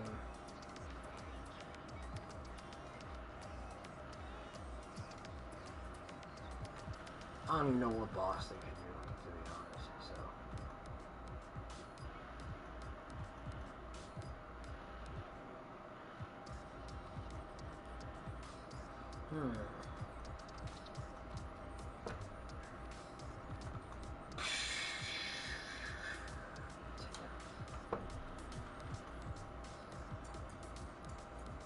The Rockets probably could, but do you want to help the Rockets if you're the fucking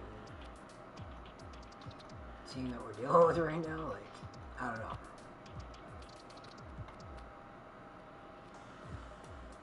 To be fair, they're not fucking good. They're like the 9th seed right now, and they might not make the fucking playoffs right now with how it is. But he is on the last year of his deal, so I don't know if that's smart. I'll go to the Spurs, right? Rockets, I mean. We are the Spurs. Huh.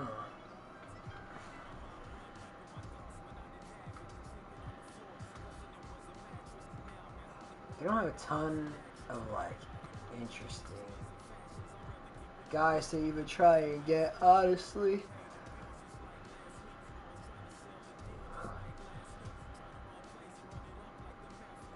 Well, Williams has got 2 years on his deal. He's not as good either.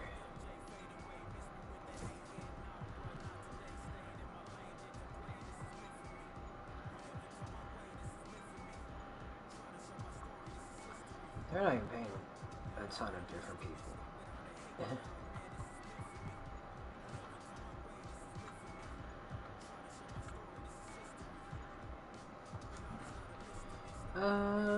Cummings is gonna get a lot worse too. Maybe they just fucking send him.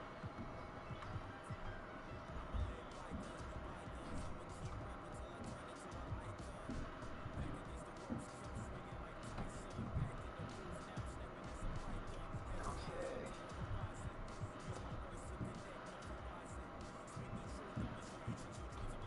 Give him Thorpe and give him your first. You're getting an 87 and an 81 for 75 and an 86. So I feel like the first. Okay. Plus, like I said, this Spurs team is going to be in some trouble. Robinson will come back in a couple weeks. They'll have Thorpe waiting, young Jason kid. They got an extra first-round pick.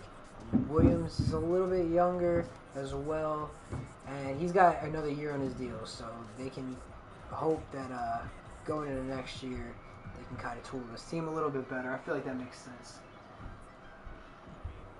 The Suns now with Dumars, who can run points, so can Hornacek. Obviously, they're stacked at shooting guard right now, but they won't be in a fucking second. You was alive. You was not cut to the side. Yeah. Casey, much too tight. So Dumars is going to be the starting point guard even when Kevin Johnson comes back. And then we got Hornacek and Ryder.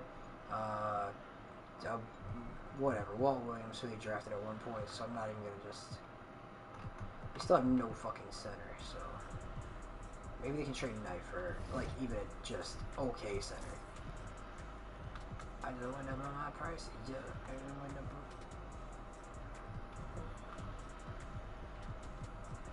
So you with that is a loaner. My money around up. Okay, even Kite would be like fine. I don't even know what the Sixers are doing, but alright, the Suns have a very interesting squad. The Sonics is a team I did want to do something for. Yeah, they could probably get a little bit better around some of these areas. Got a sidle, from my sidle, I got the most, mix my eyes on my nose, yeah, you was a lot, you was not cuffing the size, you cannot cut to the side, gangsta but much too tight, I see my ops to the sights, hit the bitch once I need to like a night, all white in my ice like rice, stack up and get right out of sight. Alright, this is a team that can use a power forward. I'm sure there's a shitty team out there who is just stacking them up. Look at this shit. Look at this shit.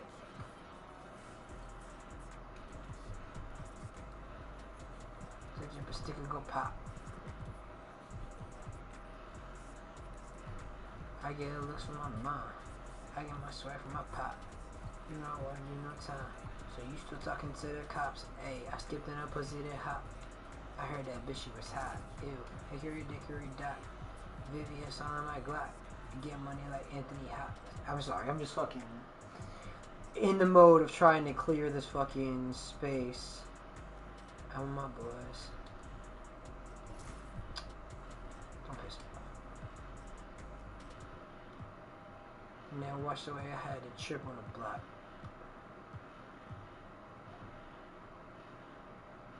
You was a lie. You was not cuffing the sides. How old are you? 27. How old are you? 27. Okay. But you're also on a 1-year deal. You're on a rental deal. You're getting a first round pick and a guy on a 3-year deal. Yeah, I'm cool. I joined up in my price. Money in my bank account this year. So, well, McMillan can play point guard, shooting guard, doesn't matter. Other than that, they should be fine.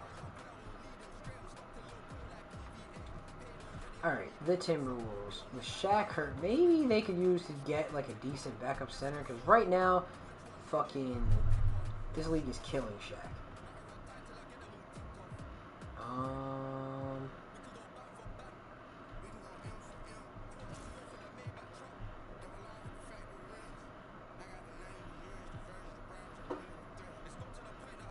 I think about you on the road when I said it. We're just looking for a center around the same thing. That's like on a 1-year deal, though. Like somebody who a team's probably gonna lose. So I don't need a lot of lies in the US for the truth. I said I'm just beautiful when I didn't have a clue. David Martin, Gina, but when you think about behind the scenes, the way I kill it, lose her voice when she's trying to scream. So he's a 77 normally, is Ian. He's pissed anyway. So I'm sure he would love to be the backup to Shaq. Especially because right now Shaq's getting hurt a lot. So he should get a chance to play. I don't think I'm going to mess with this team too much. When we talk to bosses independent, can't be fucking with a scrub guy. I know you can't be fucking with a scrub. I get this feeling and it's still not what you're next to me.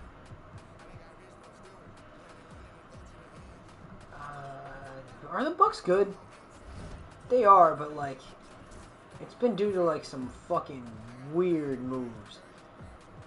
Kind of cheap stuff. But I feel like I've kind of at least evened it out somewhat. And they probably won't be as good now, but I don't think they were exactly legit that good in the first place. I think the sim just kind of broke down a little bit.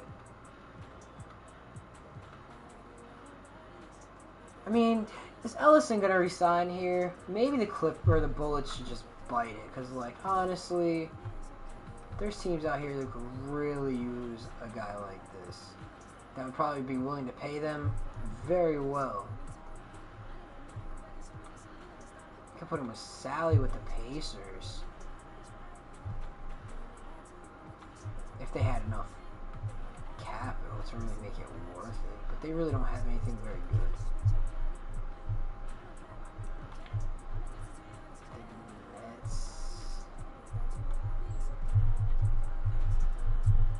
Again, don't have much to, like, get a deal done.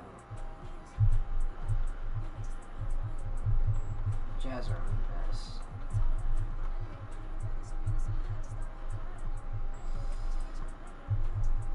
The Hornets could try to upgrade. I stay with that bag, Chardonnay. I stay with that cash, just like Chardonnay.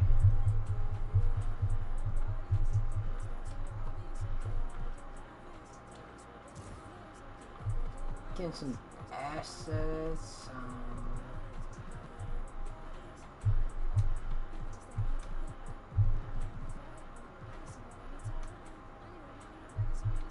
Alright, I think that's cool.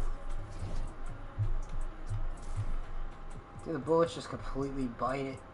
Hershey Hawkins' poor self, man. I'm overseas with a village bad thing. They can get more for Wesley right now than they'll ever be able to get in the future, so. And here could you go, shout out to you. I think about you every day.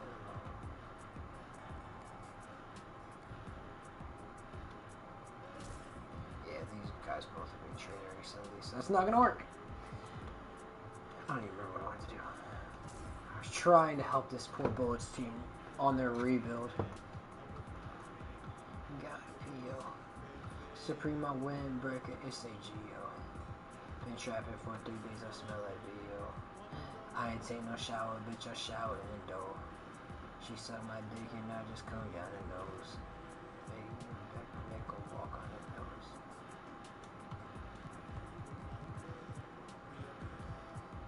It's that Uzi mixtape. I was wearing a Rick, boy, you with you, Ricky Lake. Or would that be a sticky plate? Got sticky face. He's a motherfucking icky. Boom, alright. So I got Grant Hill, Nick Van Exel. Maybe we do this Hershey Hawkins thing. Because, like, is he really just going to waste his talents on another fucking, like, team that's not going anywhere?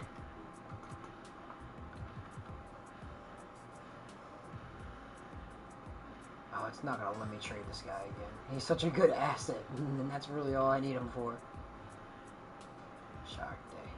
I stay with that bag, just like Shark Day. Alright, what's another team? Fuck it. This is for Hershey. So it should be a team that's looking to compete for a championship. I don't know if the Magic are that team. Honestly, they might have to fucking come up off of this power forward run that they got anyway. So maybe it would be fucking smart. Sharp. Here's a little...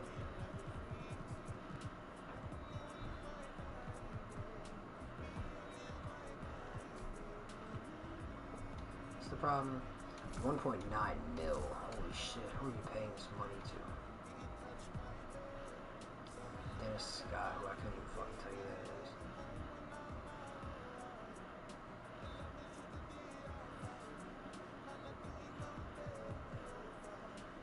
This guy's getting paid to do nothing, so.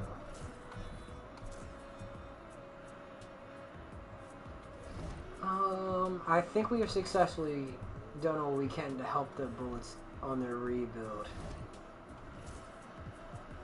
I can't believe this fucking team, bro. I'm gonna leave them.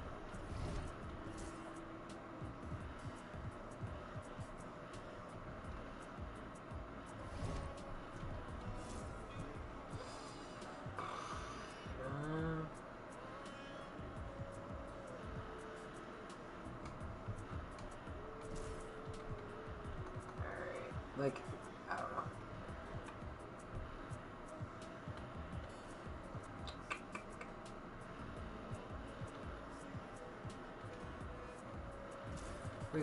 We gonna figure this out.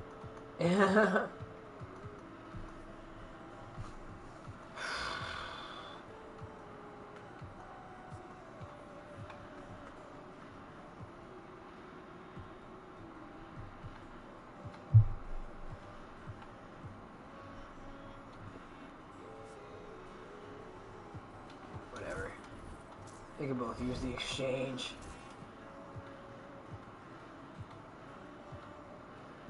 Actually, I was wrong. They don't need another fucking power forward. It's the last thing they need.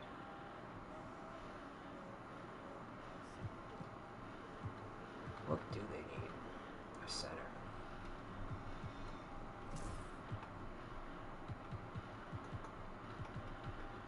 Where are the bad teams? Nope.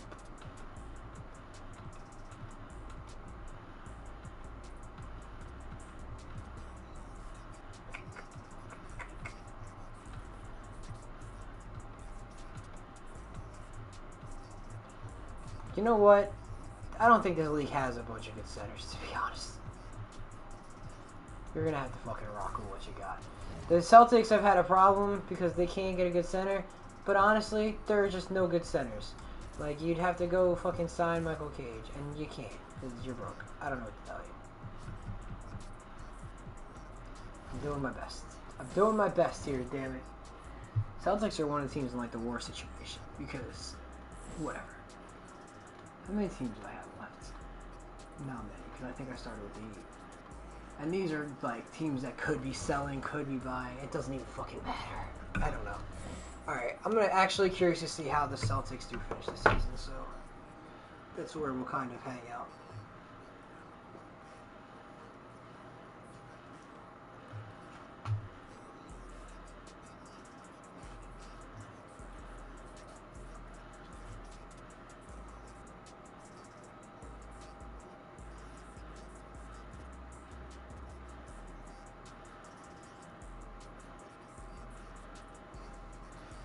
I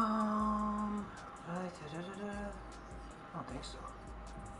I came up from nothing. You can't tell me shit. I did it on my own. Check out my neck, check out my wrist, and I swear I ain't never expected it to be like this. Nah. That's why every day we lit. Yeah, every day we lit.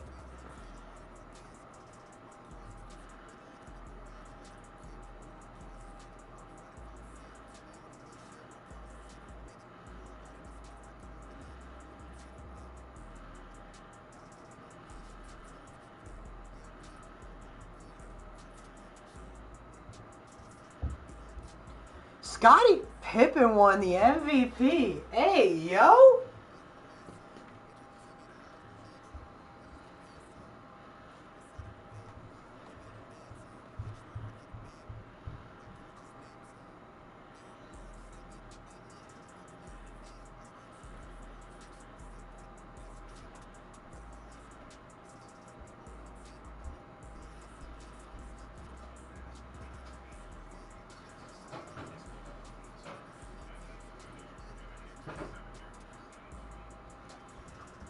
I've never seen MVP Scottie with MJ still on the team, honestly. I don't think.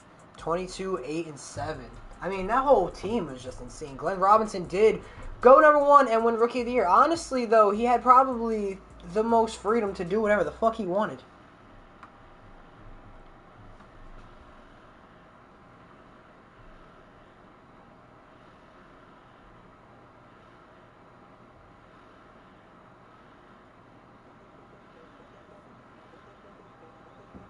Okay. Brandon, 6th Man of the Year. Hakeem, Defensive Player. Allen Houston jumped up. Not an insane amount or anything like that. His shooting percentages actually did get way better, to be fair. And it's the Bulls. Alright, MJ, Tim Hardaway, Pippen, Weber, Ewing. Wow. Bunch of injuries. Bunch of injuries. That's why every day we live. Lionel Simmons, bro. Excuse me. It's the processing. Our first team, no surprises. I think that was like pretty much like the top 5. Alright. Interesting round of playoffs we got here. I'm not gonna lie to you. Because the Lakers are all the way down at the 8th seed. You don't see a team like the Celtics anymore. You don't see the Pistons. Like, we're starting to move into a whole new territory. You got the Mavs, the Warriors, the Supersonics. Oh shit, the Blazers didn't make it either. Oh yeah, no, they didn't. So this is definitely a different kind of season than we have been used to so far. You got Tim Hardaway, Chris Mullin versus Worthy and Magic are still here with the Lakers. Not the best players anymore. I mean, Worthy is still technically the second best player. Yeah. We'll see how it goes for them. You got Dallas, Chris Webber going up against Houston. And it looks like Hakeem is hurt, which is super unfortunate because, I mean, that's what we're here to see. Best tumbleweed from each. Like, you are the tumbleweed. What do you even mean by that? You are the tumbleweed. Like, you're the type of stuff. That's so confusing. Does he not know? Somebody tell him. Okay, we know kind of what's up with the Sonics. The Kings with Alonzo. And we finally got the goddamn... I mean, did they make it the first year we were putting them together? I think they might have made it. And then I think Shaq was pretty banged up last year. I should go by this game. Alright, we'll see. The Heat are up 2-0. The Bulls are up 2-0. And the Timberwolves. We actually have a lot more close, or a lot more 1-1s than I would expect.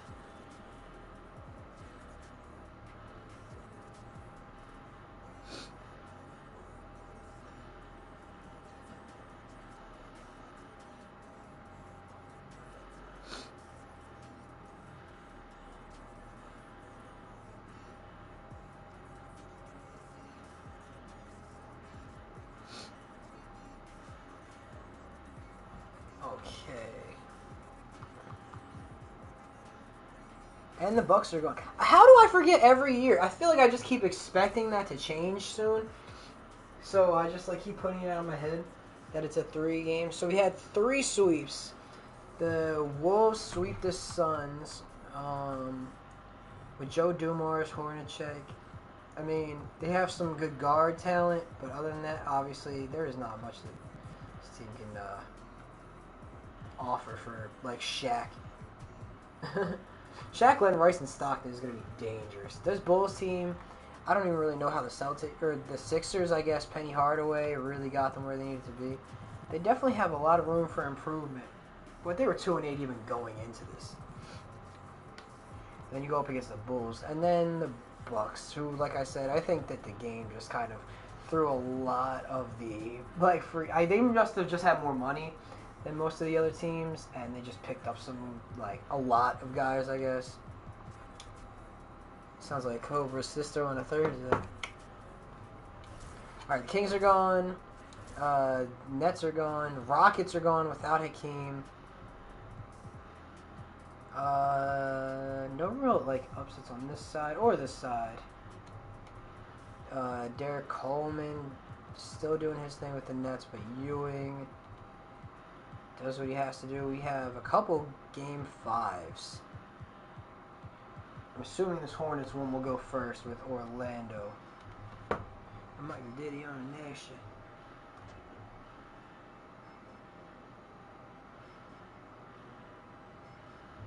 That's when you know it's a baddie. At least you know it's a baddie.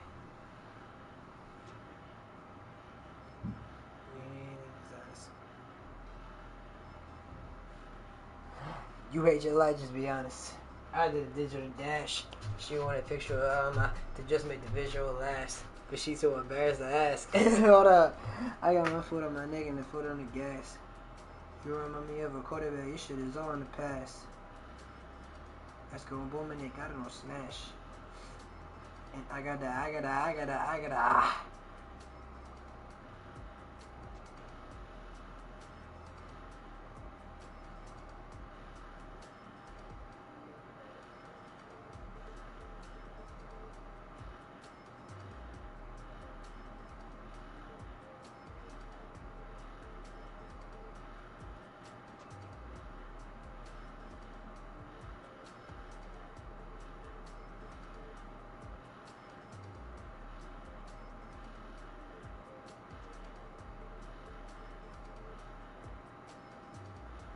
And the Magic are gone.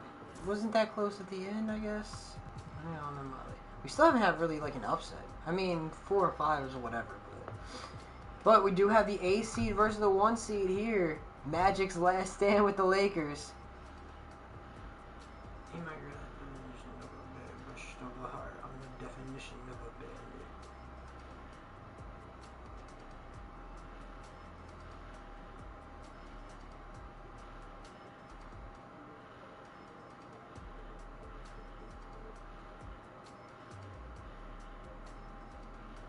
I know she a freak, she gon' fuck with it, she my Velcro, I guess I'm stuck. I dive in it like a sailor, let it nail her, did it to her paraphernalia, I had to tell her, I see it like a fortune teller, your ex did good, I can do better, bad bitch from the woods, I think she a hunter, she a killer and a eater, she a Jeffrey Dahmer. The Lakers are, by the way, fucking them up right now.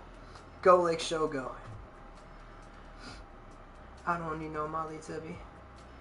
But when I'm on that Molly, I feel, she the definition of a stoler. I'm the definition of a bandit. I don't need no Molly to be savage.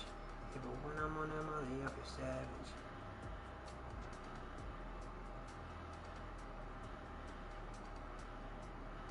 Oh my God, that definition of a bad bitch stoler.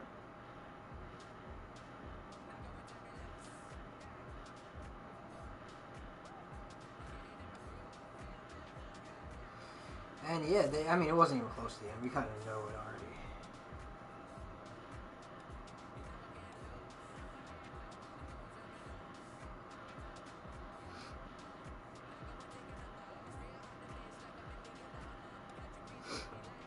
I know my lifestyle is driving you crazy. Hey, but I cannot see myself without you.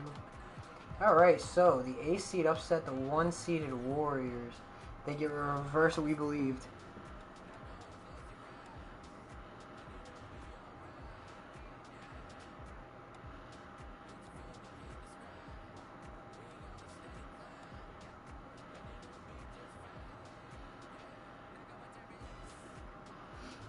Hey.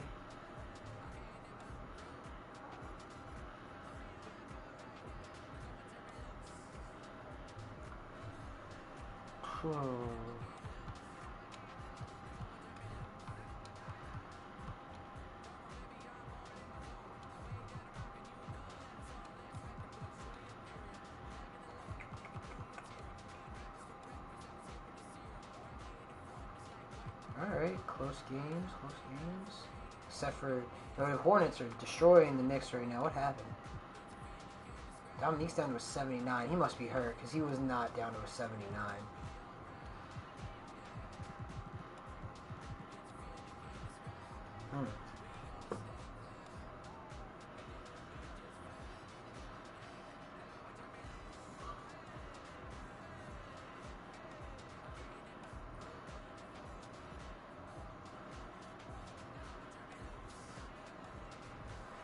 Whew. Alright, well, they're screwed.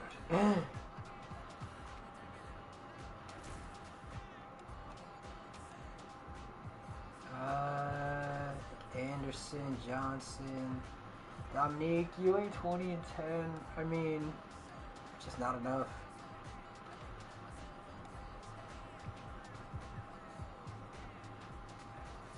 And the Heat are gone.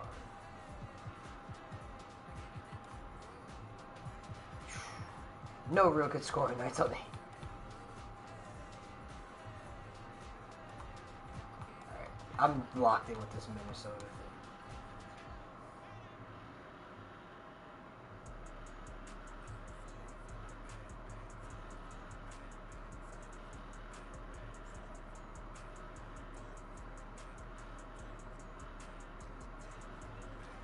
Alright, I want a close game here. I'm trying to see Stockton.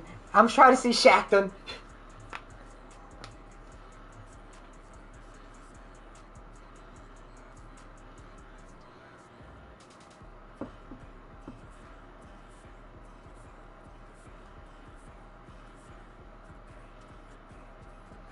Woo!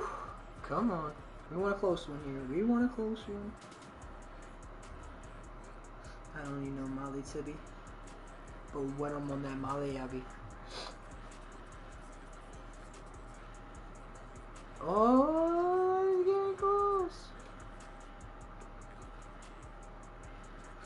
Oh, come on. Keep it close.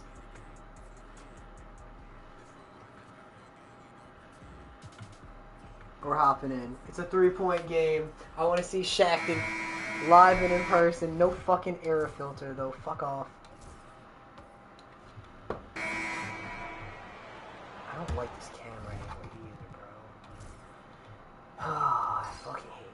Yes, why? Why? So why wouldn't it just put me in that? Dude, I don't understand. Oh my god, Henson just literally hit such a nasty spin. He should have just Henson pitched to Rice. Rice over to Stockton. Shaq with the pick. Stockton pulls up. Can't hit. Peyton's got his 6th rebound on the night. To the middle.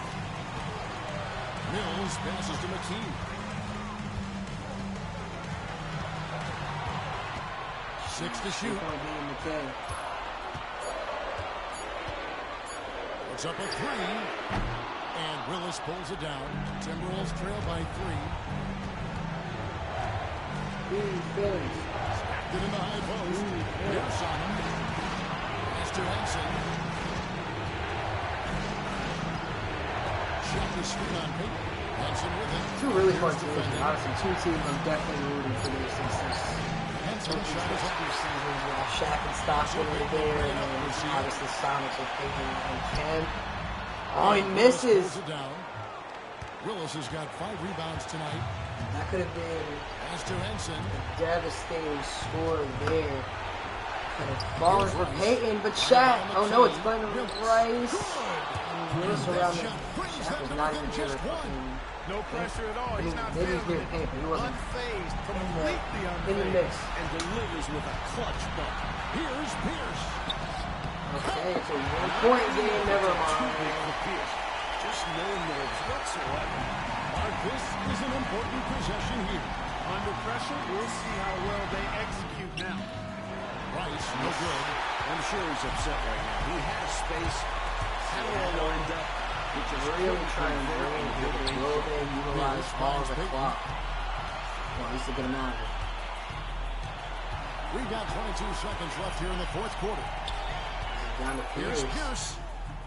Can't hit Stockton for the defense and the rebound over to Henson. He needs a 3, pulls up from deep, can't hit it. Crazy attempt. He was giving him a chance. Hey, that's the right play. It's the smart play. You got to stop the clock. hoping for a missed free throw or two. Every point is crucial here. Shooting 2.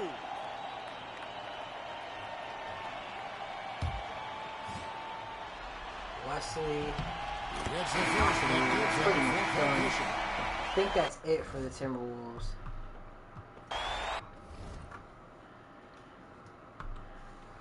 Yeah, Timberwolves are gone. Sonics are in the finals.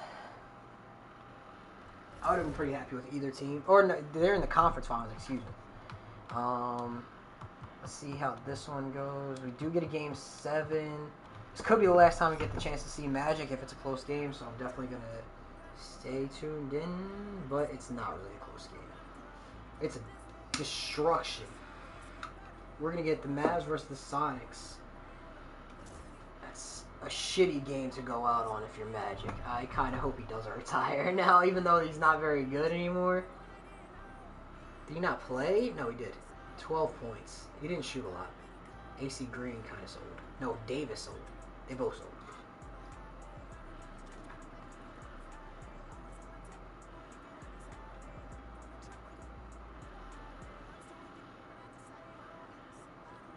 Worthy didn't have a great game either. Nobody really put up points, though. Obviously, they put up 71.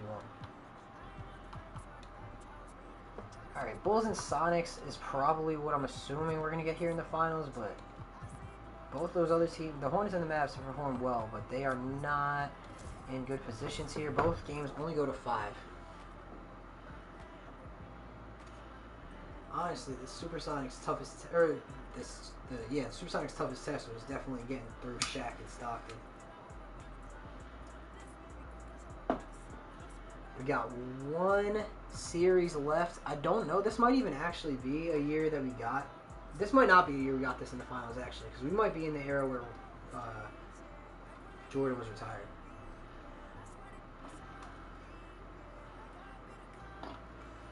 Or he might have been just coming back to the league. I don't know what year this is right this second.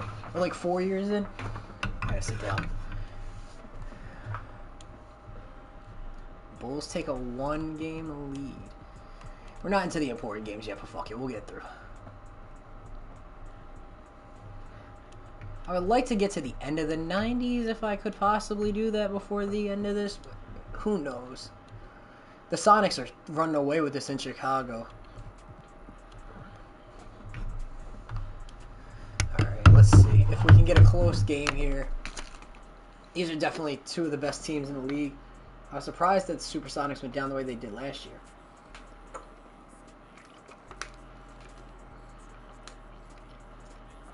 They were the 1 seed. Or they were the 1 seed, excuse me. They aren't the 1 seed. They were the 1 seed last season, and they got obviously super upset. Bulls need a great comeback here to even make this a game. They do. They made it a game and a half. It's 101 to 101 after a strong fourth quarter and after a strong second half from the Bulls. We got a minute left. The series is tied 1-1. This is a big moment for the Bulls if they can manage. There's 53 seconds left in the fourth quarter. All right. To the inside. Woo! Sean Kemp. Money right there. You know, if he's Definitely a problem for this Bulls team that has gotten so much talent, so much scoring talent, still yet to really find a great center. I mean, they had Moses Malone that can tail end of his career. They'll take some time, Clark, with this possession. managed the game by managing the clock. So the Bulls are pretty much right in the East. They lost to the Cavs. Oh, stripped! Petrovic coming in handy there with a big defensive play. They need a score. Give it to MJ. He just pulls up with a terrible screen and it doesn't go. It's over. Hey, that's the right move. So trash. It's honestly disgusting to watch sometimes. He's only got to hit one. First free throw is good, and that makes it a 3-point lead. It's the non-3-point era, bro. So it gets them Yeah, it's both. over. And it's a Great defensive play. But what a shitty shot to take. Didn't even fall into the screen. Anything. Anyway, Kemp went absolutely off. They don't have anybody to guard him. I mean, maybe you put Rodman on him, but I don't know. Good luck.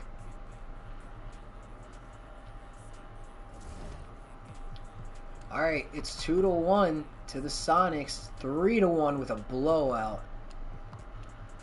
Alright, we missed the Rockets one. If the Sonics close it out here, I do want to be hopping in for the celebration.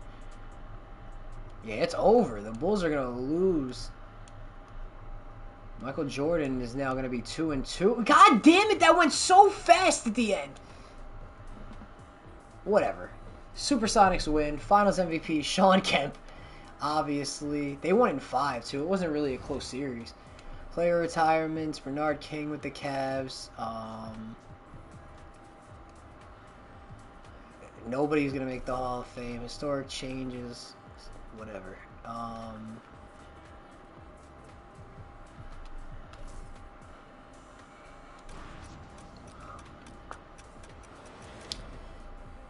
No significant trades or anything. I don't know what the Jazz have the #1 pick again.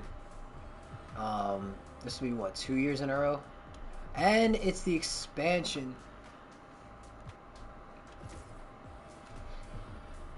Whatever. They're going to protect who they protect. I don't want to fucking jump into it that much. Alright. Oh, I can just skip the selections. So, okay, it's going. It is going.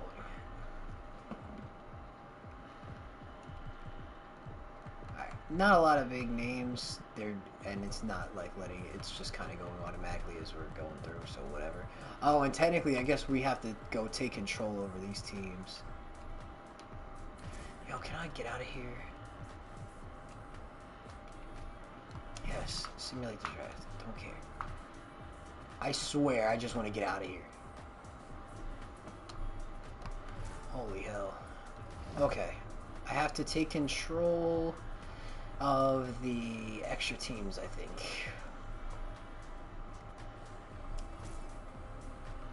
I don't know where to go for that. Oh my god. Their navigation system is so fucking... Okay, there we go. Team selection. There's just a lot going on. So, the Vancouver Grizzlies and the Toronto Raptors. Yes. NBA draft.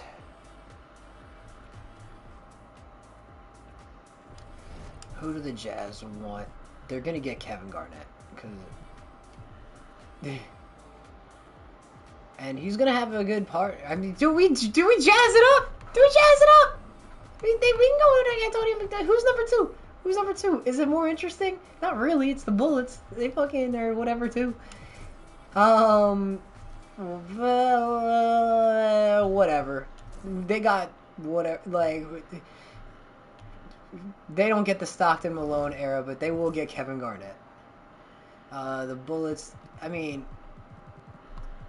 I'm not really too interested in any of the other shit. Like, there's some cool players, Stackhouse, Stoudemire, Smith, McDyess, but I feel like that's kind of everything that I really need to do for right now. Stoudemire goes to the Bullets, Smith to the Pacers, McDyess to the Raptors, Reeves to the Grizzlies, and so on and so forth. Stackhouse fell all the way to the Pistons, which is very good for them. They're just fucking sign everybody. I don't know.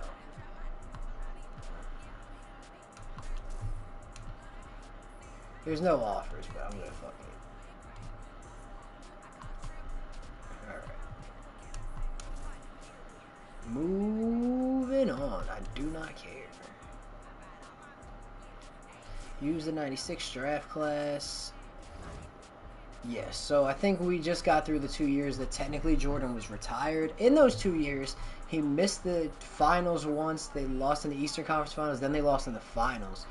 So currently, he is behind, even though he's played every year. So Michael Jordan's legacy has definitely already taken a bit of a hit, because some of that aura comes from the fact that he went, 3 straight, retired, came back and won another 3 straight. In here, he won 2 straight, lost in the finals, missed the finals, lost in the finals again. So he's only got 2 rings, and he's 2-2 in the finals, rather than at this time being 3-0. Still made 4 fun. I mean, it just really depends on how you look at it. He's got an extra finals appearance, but I mean, definitely 1 less ring. So in the end of the day, the legacy has been hurt a bit right now. But a chance still. They can go on a run here and win a bunch of games. We're gonna go roster by roster. But do I start where? You start the Sixers. Okay. Penny Hardaway is up to a 91. Purvis Ellison, who went to Charlotte to try and go on a run. They made it to what? The conference finals and lost to the Bulls.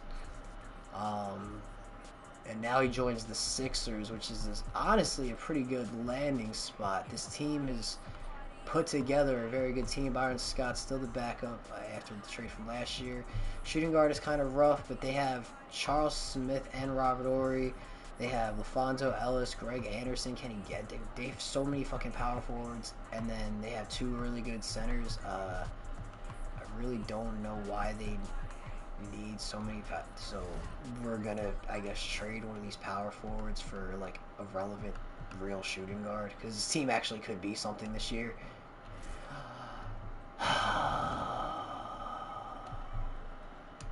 It's always something.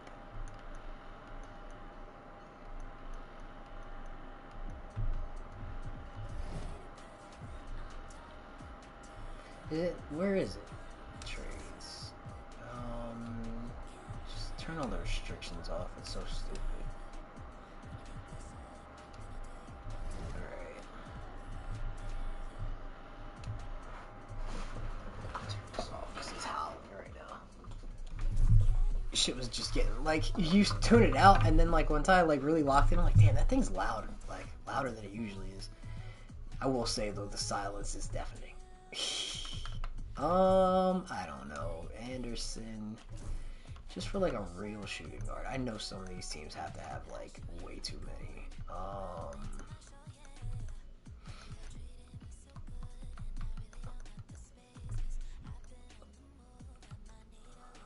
Ay.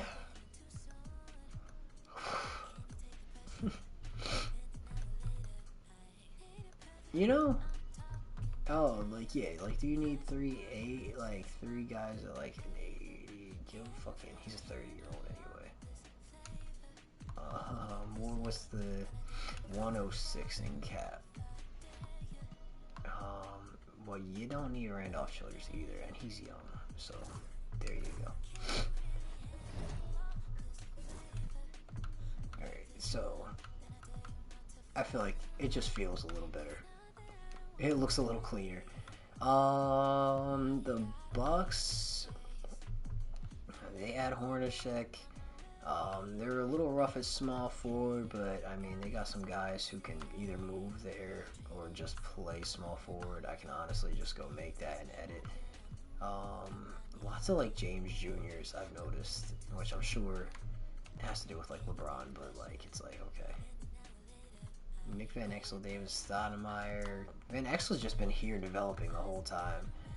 This is going to be his 3rd season. I didn't check free agency either, so I'm sure some of these teams will probably end up adding like a random person or something. Maybe I should look at that real quick, because I don't know how many of the good free agents got picked up. Oh, all of them did. That's awesome. I don't have to worry about shit. I didn't have to simulate. It got taken care of this season. Love to see it. Now I just have to make roster adjustments. I don't have to worry about that at all, which is very different from most of the seasons.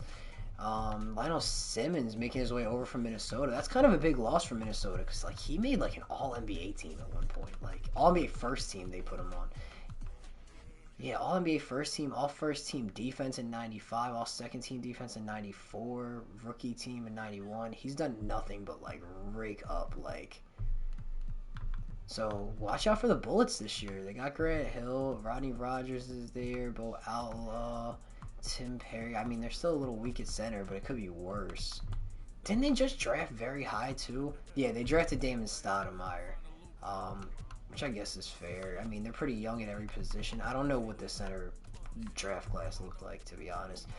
The Bulls, who are coming off of a stomping in the finals...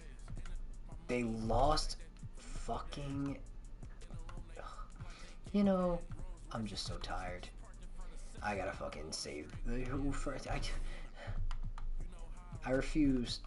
Dennis Rodman is staying on the Bulls. That's just my thing. He's staying with... He keeps going to the fucking Pacers, too. What the fuck is your problem, dude? Fucking... I don't even... $3 million over. Okay, that's fine, because honestly, you probably should get rid of one of these fucking dudes. Yeah, you don't need. Do you need them? Because if not, I'll send them somewhere else. I mean, you just drafted a small forward. So who's a team that can use a relevant small forward who's like stacked somewhere else? I mean, I feel like I could do better than that. Grizzlies just kind of came into fruition. I don't even know if they really have like the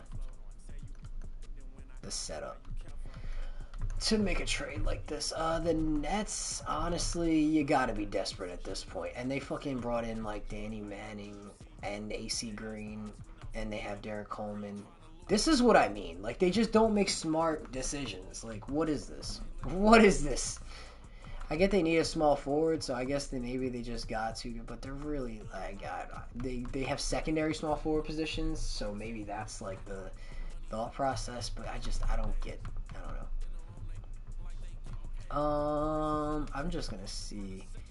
The Bulls are gonna get Rodman. Nobody really needs another power forward because they're gonna have Rodman back, and they already have what's his name starting,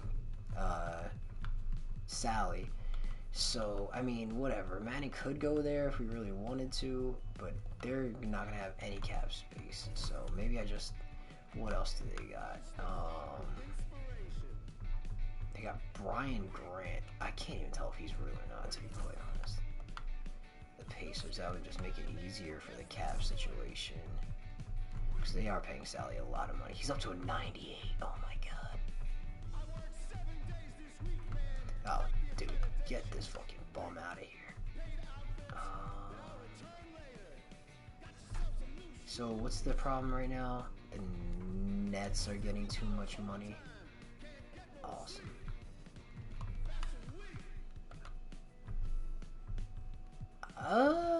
What are the Nets getting out of this? Nothing really. Nothing. Fucking, I don't even know.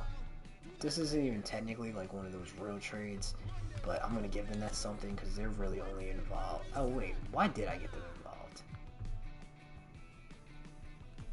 Why did I get them involved again? Okay, I remember now. Alright, let's fix this. Because they're gonna need to give up more cap space than that if they want.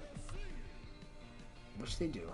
I mean, if you're gonna have...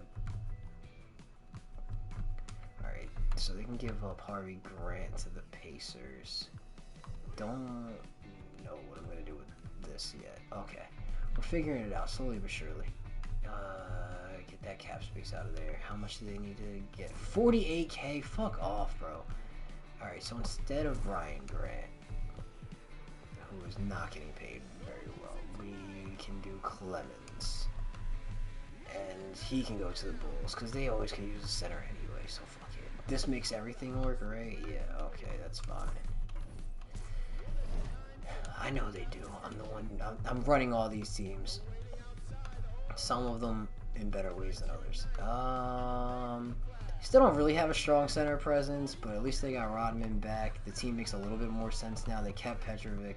I really don't think they need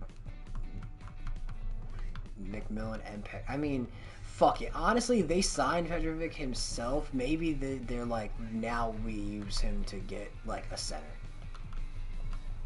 Because there's got to be a team like... Even, okay, if I go back to the Sixers real quick, they don't, I mean, we did, I know, upgrade the shooting guard already for them, Ellison and Duckworth. I mean, they just got there, they just formed that, so I'm just going to leave it. I'm going to let it rock.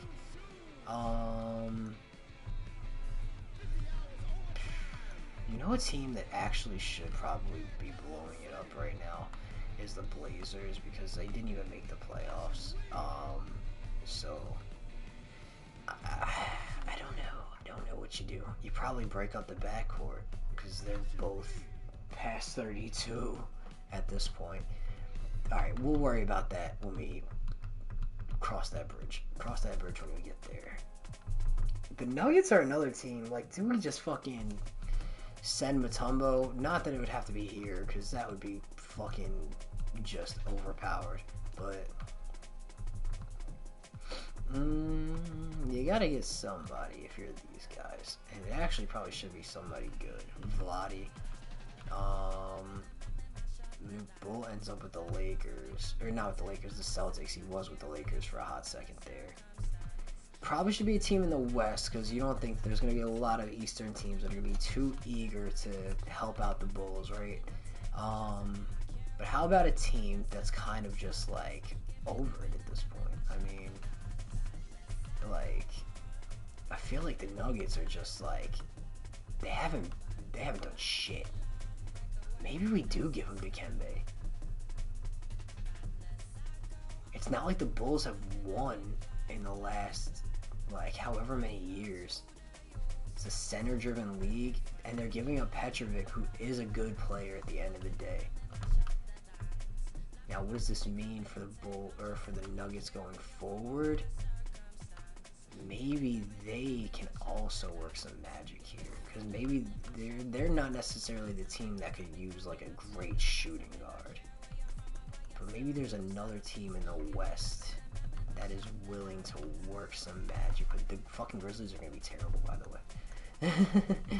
What about the Hawks? Are they finally in the mix with anything? Like Michael Adams, Reggie Williams, Vin Baker. They still are gonna be struggling at center, but like, again, we'll cross that bridge when we get there. The Jazz, who have sometimes the signings in this game just drive me the fuck wild.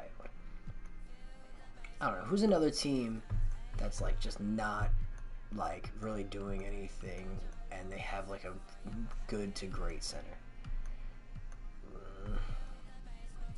I so bad want to look at the Spurs, but like at the same time it's like, I want to leave you alone for now.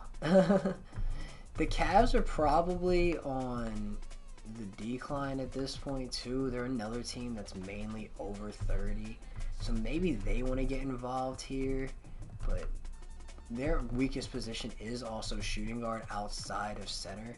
So if they take... Okay, so here's what I'm thinking.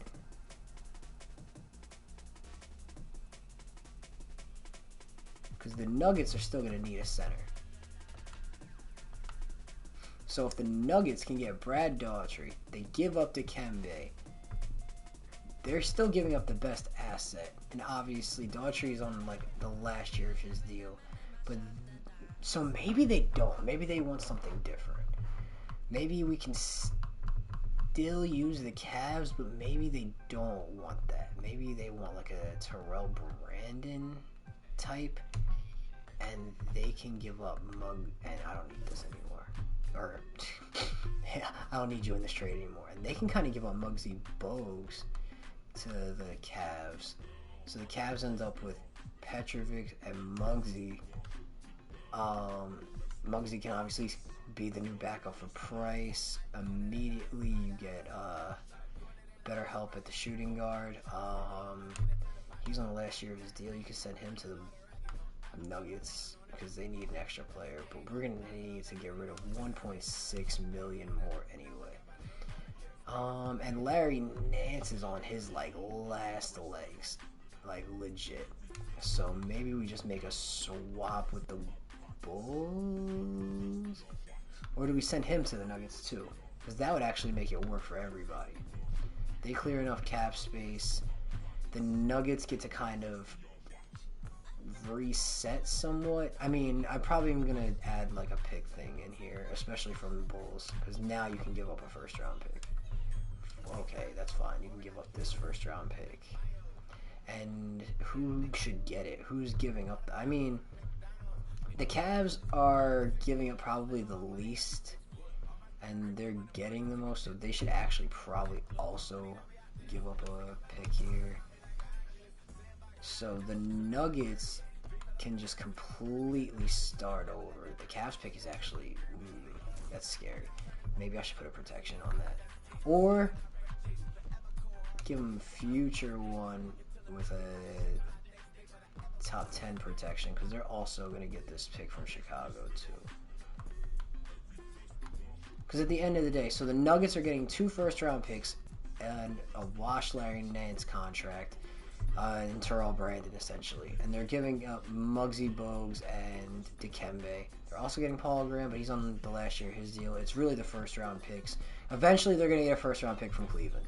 It might not be next year, but we'll see how that turns out. I think, you know what? If it's either top 10 protected or a future pick, like I'm just gonna make it this year and then make it like top 5 protected. I think that's a lot more fair, because it is. But they're also not getting the best like play. I mean, they are getting Petrovic, so like even though it's technically not from them, because the Bulls are getting Mutombo, so everything after that is kind of like whatever. I don't know. Is there another move that we want to make for the Bulls here while we're here? Just going through, BJ and Garland is going to be fine. Jordan with McMillan as the backup. Scotty Corbin. They're literally just getting Mutombo. So at that point, everything else is kind of irrelevant. I don't really care to move any of those other guys. That is fine. All right. The league is fucked. Because now you got MJ, Pippen, Mutombo, Rodman here, BJ Armstrong. This is a Bulls team to watch out for, ladies and gentlemen.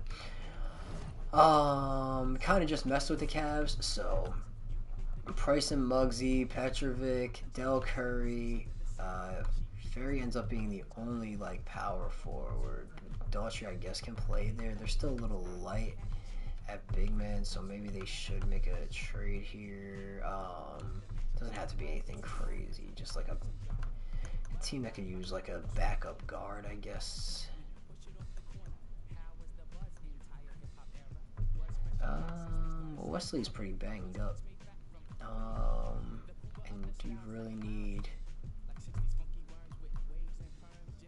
all these guys? Take Aaron Williams for Bowie if 100K too much. 100K too much, or whatever. Alright. So I think that levels out the Cavs just about. Cool. The Celtics, they have good point guards. I mean, John Starks is here at shooting guard. They got Fat Lever in, Sean Elliott, Gamble, Juwan Howard. Did Larry Bird leave the Celtics? Because he didn't retire. I didn't see him retire. Larry Bird might have left. I gotta just check. Where can I look up people at? I forget. Player Finder. I mean, we got it. We gotta see. He's with the Sonics. He's with the Sonics. What the hell? You know what? Fuck it. Not my team. I'm a Laker fan, so I gotta check fucking. Speaking of which, I gotta check the fucking Lakers because Magic didn't retire either. Gary Grant, Ron Harper, Jim Jackson. This Clippers team is actually coming together quite nice. They have no center though. Good luck. They have centers, like enough for me to not fuck with them. The Hawks, a little heavy at shooting guard, but nothing too crazy. Vin Baker up to an 86. He's been an all-star already. Another team that struggles at center, but honestly, I just feel like you just don't get that many good centers. At least right now, there's not a ton of great centers like running around. This Heat team is very good. Latrell Sprewell, obviously, probably one of the better backups in the. I mean, and this was legit. They drafted both of these guys, I think, back-to-back years. The Hornets. This might have to get blown up because honestly, it hasn't worked. Like, they've played well. The furthest they went was last year, and they're not going to get a better situation with the current iteration of the team than they had last year. Detlef Schrempf came here. Honestly, I don't even hate it. Like, you could probably use to get a little bit better at point guard, but every team is going to probably have like a bit of a weakness when it comes to a certain position in this one. Sam Cassell still has room to develop, I suppose. They really don't have any great young guard talent at all. Glenn Robinson and Chuck this is why I forgot. This is a team that I need to fuck with. And I just don't think this is the right team for Chuck Person. So I think I'm going to make it like a swap with him and some like point guard most likely. So where is a team that I think would be a good landing spot for Person? Is a better question.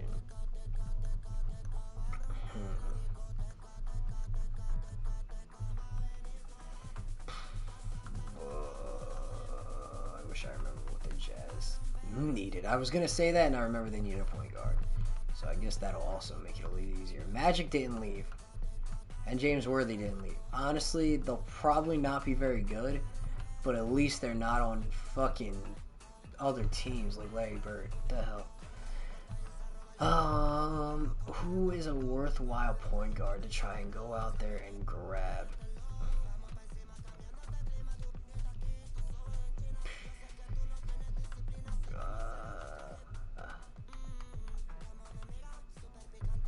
I mean, the Jazz and the Suns could probably help each other out a little bit here. The Joe Dumars thing is probably not going to work for them. They can give them Chuck Person. They could probably actually make this work even better because Karl Malone's down to a 65. Get fucking fucked.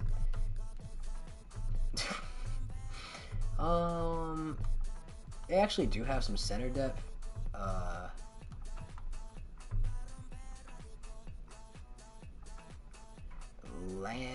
LeBradford Smith. I was trying to figure out what was going on for a second. I'm not gonna lie. And sure, I don't know.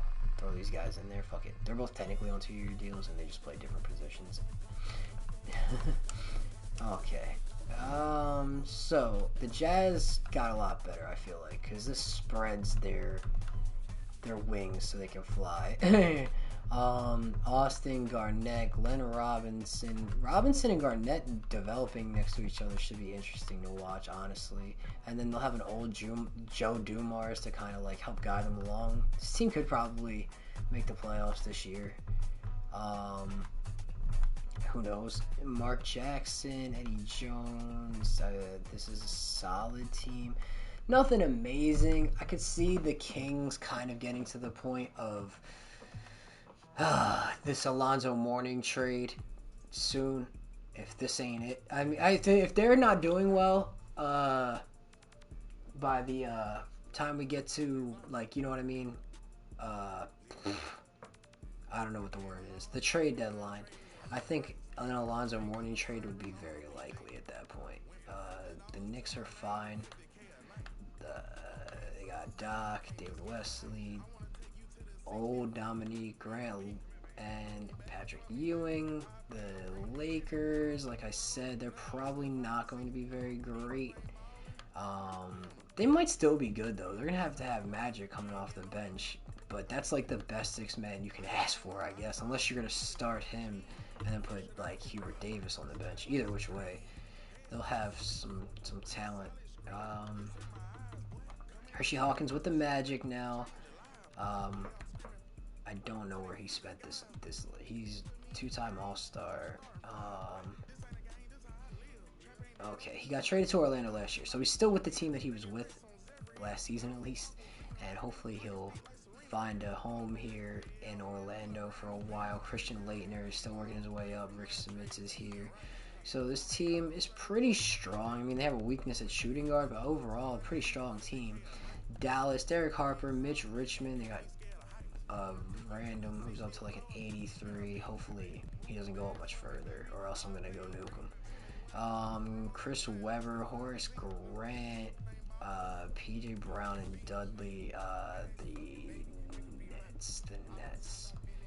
This is one of the teams that definitely has to be fucked with, and I'm at the roster thing, so I gotta go make a trade.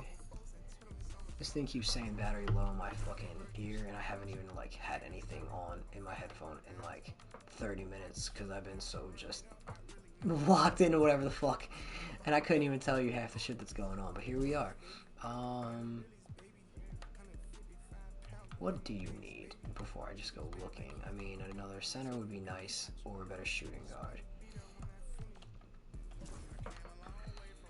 It would probably be easier for me to find a good shooting guard at least.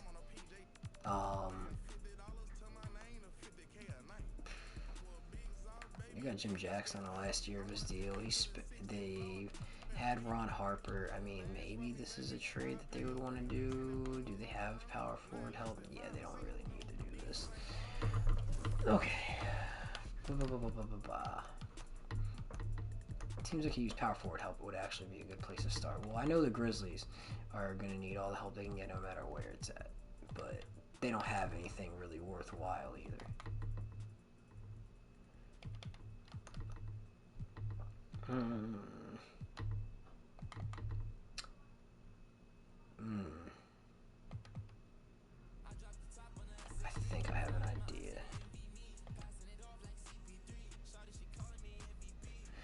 question is who stays and who goes. I mean, Nick Anderson. Oh, who did they have as their second like big shooting guard before? It's just always been somebody. I assumed it was. I just assumed it was the same as it was, but I guess I didn't even notice that Nick Anderson had been swapped for somebody else, and now I just can't remember who it was. Let him keep.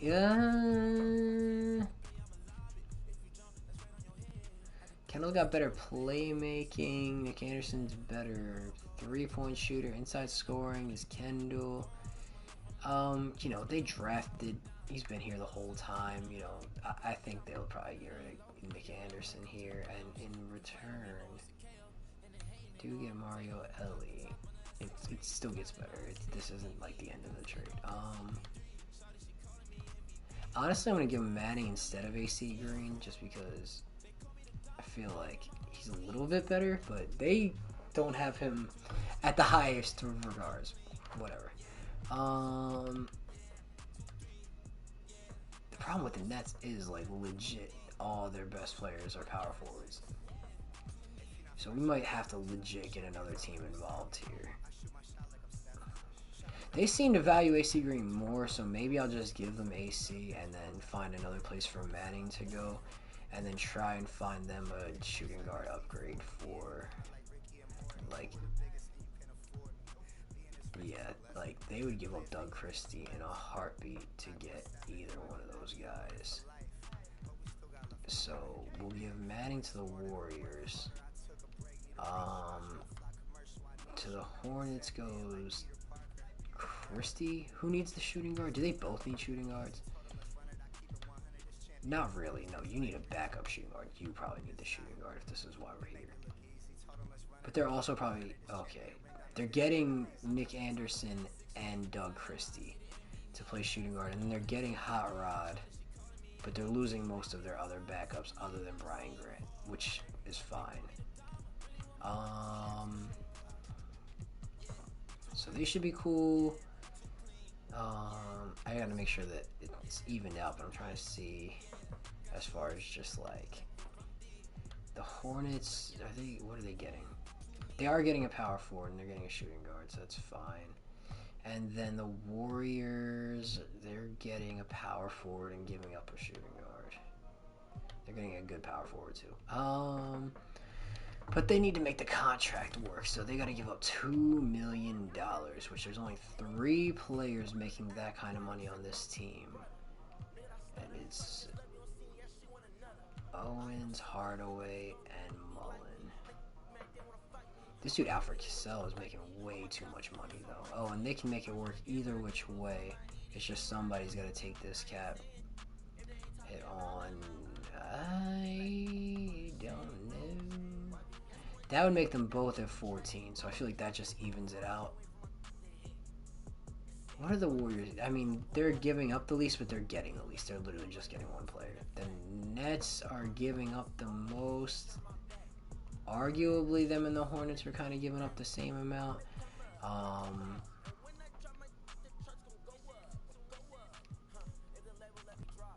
don't know what I was just hearing upstairs, but I'm just gonna ignore that for now. I don't know. Point guard. These guys, these are fake guys, so I don't really care that they're buried on a depth chart somewhere. They only have one center. Maybe they can get a center here. I don't want to overcomplicate this. It's already probably a little complicated. But I could save myself some time and just give them a fucking center if either of these teams has it. No, neither of these teams has enough centers to make anything else work. Honestly, all these teams need centers. So just make that work, and then I'll have to figure that out myself, because the Nets are significantly better now, I will say, than they were. This is the best team that Derek Coleman's had here. But if they can find a team that has like a 77 or something like that, how about a team that could just use a better option at power forward? That's where I'll start looking. Like the Grizzlies. but they don't have even a decent center, honestly.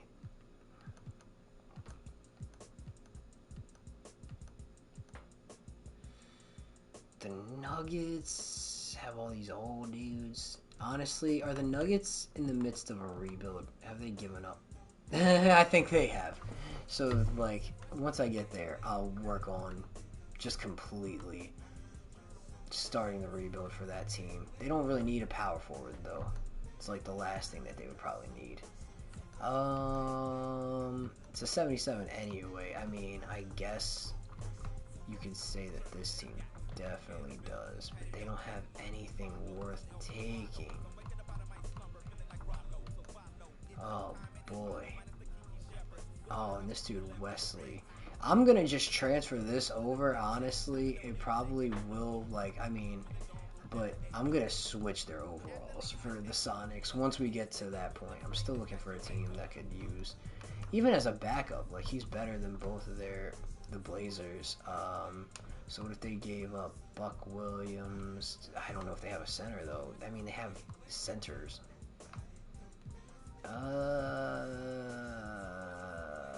This guy. And then you guys can get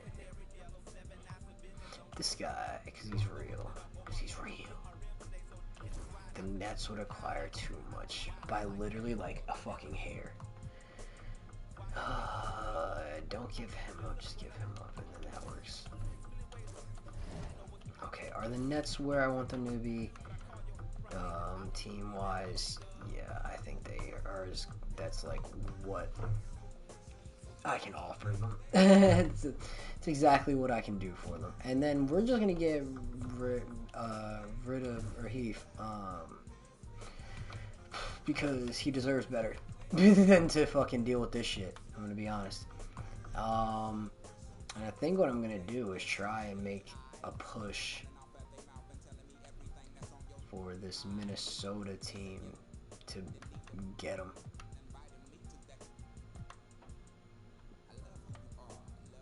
Alright. Got Fred Hoiberg. And Henson. How much is the cap difference? Illegal. Nuggets. Too many players. He's too good. I would feel bad. Alright. I gotta get rid of about $1 million. And this dude's getting overpaid, so isn't that perfect? And you just have too many players again. Fuck it. Okay. Now I need to do the value for it. So he plays shooting guard, obviously. What can they give up? Honestly, this team is going to be very thin. Talking about the Timberwolves, but they're going to have talent. That is for sure. They're not going to have a good pick anyway. A future second too, just to give him a little bit more. How many years does he have on his thing? 4. He just signed a new contract. How old is he? He's 26. Ugh. That's not enough. That's not enough. It's not.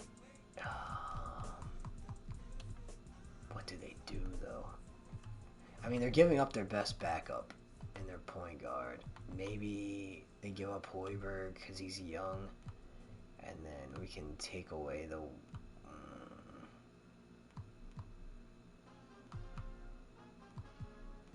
just add in another, another terrible player. Whoever's making, like, the least money. Doesn't mean he's terrible, I guess, whatever. 2 first rounders, right? Okay, yeah, that feels more even at least. The Timberwolves aren't really going to be a team that's worried about picks at this point anyway. So I think the Nuggets getting a couple first rounders, even if they aren't the earliest, it's probably in their best interest. And they got a little bit younger. They got, I mean, Fred Hoiberg, Terrell Brandon, and they have, just in 1996, 3 first-round picks from the Cavs and Nuggets. Well, their own pick and the Nuggets, or the Cavs and the Timberwolves, I should say. So, and then they have 2 first-rounders in 97. And they have the Bulls first-rounder in 98. So the Nuggets have a lot going for them. They have what? 5 in the next 2 years and 7 in the next 3. So lots of opportunity for the Nuggets now that they've kind of blown it up. Probably going to be one of the worst teams, but I feel like that would be worth it because at this point they were just kind of stuck. The Pacers, I mean, it's Sean Sally's team, and Houston's right there for the ride. Other than that, they're kind of just there, but they have enough people, so I can't hate. This is just a fucking random, so I'm a little too afraid of how good that random is. So he's got to go, blood. He's got to go. He is an 82. I'll try and remember that for somebody who's real. Who's like the lowest guy that's like real? Oh, you have a young Eric Snow. Fuck it. Put him up to like an 82. Or maybe like an 80 because he's super young. That might fucking wreck the league. What does that put his potential at? 86. If he's a 79 now. And then I'll give Kurt Thomas a little bump too. That way it's a little bit more. You're losing out on one really good player, but you're gaining a lot back. So Eric Snow and Cole is just completely flip. Isaiah Thomas will probably be retiring soon. Jerry Stackhouse at shooting guard. So they're actually going to be very interesting. Because they're going to have Eric Snow and Stackhouse here for a good amount of time once Thomas does retire. Witherspoon, they kind of got to figure out the rest of this. I mean, Kurt Thomas is young enough to see if he's going to develop, but Mirasan too. So they have some young, very young team, honestly, for the Pistons outside of Isaiah, who's going to kind of be like teaching these youngins, him and Campbell. Literally, you have 20-year-olds to like 25-year-olds all over the place, and then a couple people over 26, 27.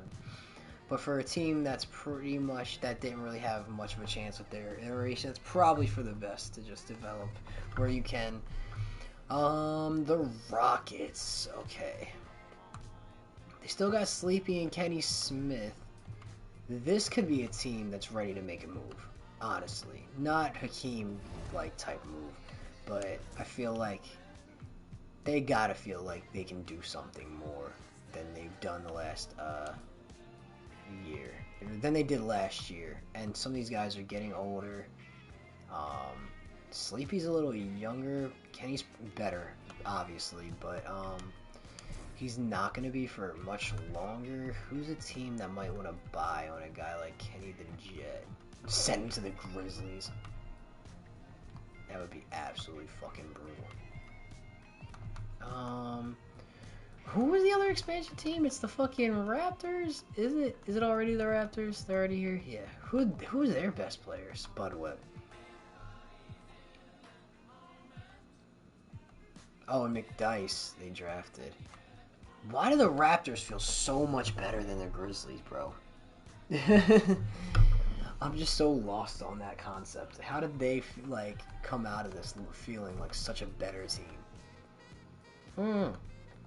But I mean, overall, I still don't think they're great, but they're definitely better than what's going on right here. All right. So we need a team that can actually want the services of a guy like Kenny. Or actually, I guess we should probably figure out who we would want to pair Hakeem with at this point. Sleepy Floyd will be the start. Probably a small forward, honestly. If we can get like one of the star small forwards from a team that's like just been alright, haven't really like hit a stride in any way. Who did I? Oh, okay. The Suns didn't have anybody else because I knew I added person there.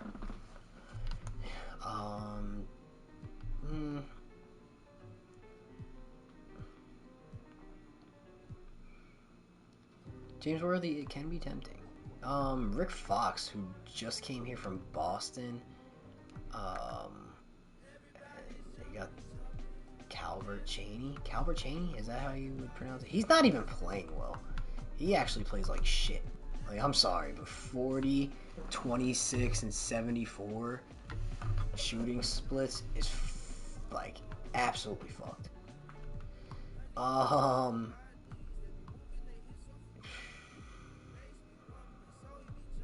Not exactly the star type that I'm feeling like anyway. Especially if we're giving up Kenny for it. It's got to really be somebody who can help the Rockets move forward. Because they're basically going to get 2 starters out of this. Honestly, the Heat might be the team. And it might be Latrell Sprewell. He's been a consistent backup. I don't even know how many games he started in his career. He's only started 17 games in 3 seasons. I feel like it should be Latrell. Because they're getting back Terry Cummings, who can play power forward. He's 34, though. And then Kenny, who's 30. So let me see if there's a better way to do this. Maybe they keep Kenny. Yeah, okay. I have a different swap. So Tyrone's not as valued as he is. Kenny's on a little bit more similar. They would probably have to do this instead. This just seems more fair because they're getting a younger Sleepy Floyd still. And then they would just give up. Another guy might have to nuke. What's his fucking potential? It's only a B-, but I don't know. It says that, and then it'll be something crazy later. They don't really need like a great player out of this. Fuck it, Sam Vincent, because they do need another point guard. What's the problem with this one? $2.25 million too much. They're giving Vlade almost $6 mil, bro. Holy shit. I mean, obviously, that's not a lot for now, but, like, for then. Luke Longley's getting a bag. They are paying this motherfucker. Holy shit. They are getting, you know what? If they're getting Coles, they really don't need to do all that extra shit. And they can keep Vincent.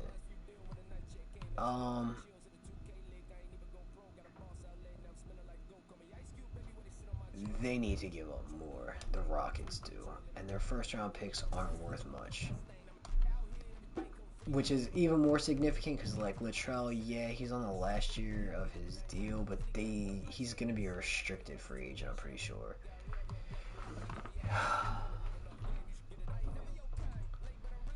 Which would lead me to feel like, I don't know, is there anybody down here who's, like, kind of worth anything? Not really. You're like 26. You're not getting much better at 26 in this league. In 2K. Some of these faces just feel so small. Like, I don't know if it's just like the face scans they got. Like, it just feels like their face doesn't fill out their whole head. I don't know. Fuck it. You gotta give up multiple first round picks for Latrell. Yeah, and Sleepy. Because Sleepy, well, okay, Sleepy is 27. Latrell's 25. Maybe we'll do 1 first round pick. Because I feel like that is pretty legit. What are they really getting out of this, though, for Tyrone Hill, honestly? Now that I think about that part of it, because things have changed throughout the rest of it. I mean, either which way, they're not getting much. But at least Hill is an asset because he's on a multi-year contract, so they can always trade him for something else later. Yeah, I'm going to do it. Because they're going to have to pay Latrell if they keep him anyway. So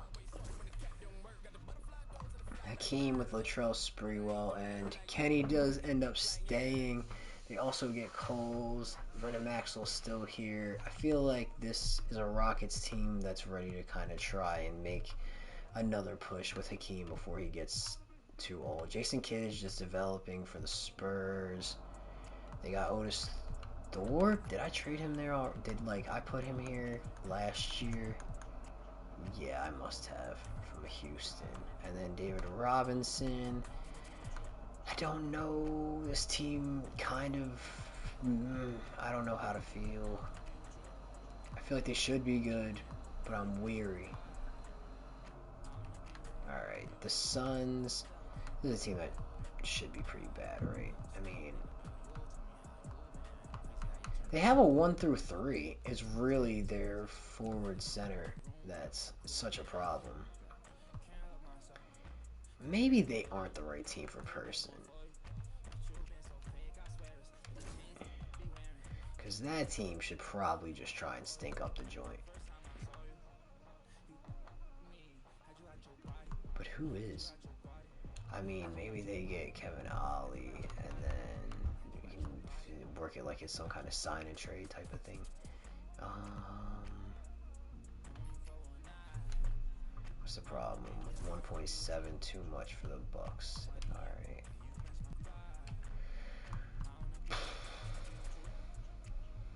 You don't need all these power forwards anyway. Of course, the worst one is fuck it. There's not like a big gap.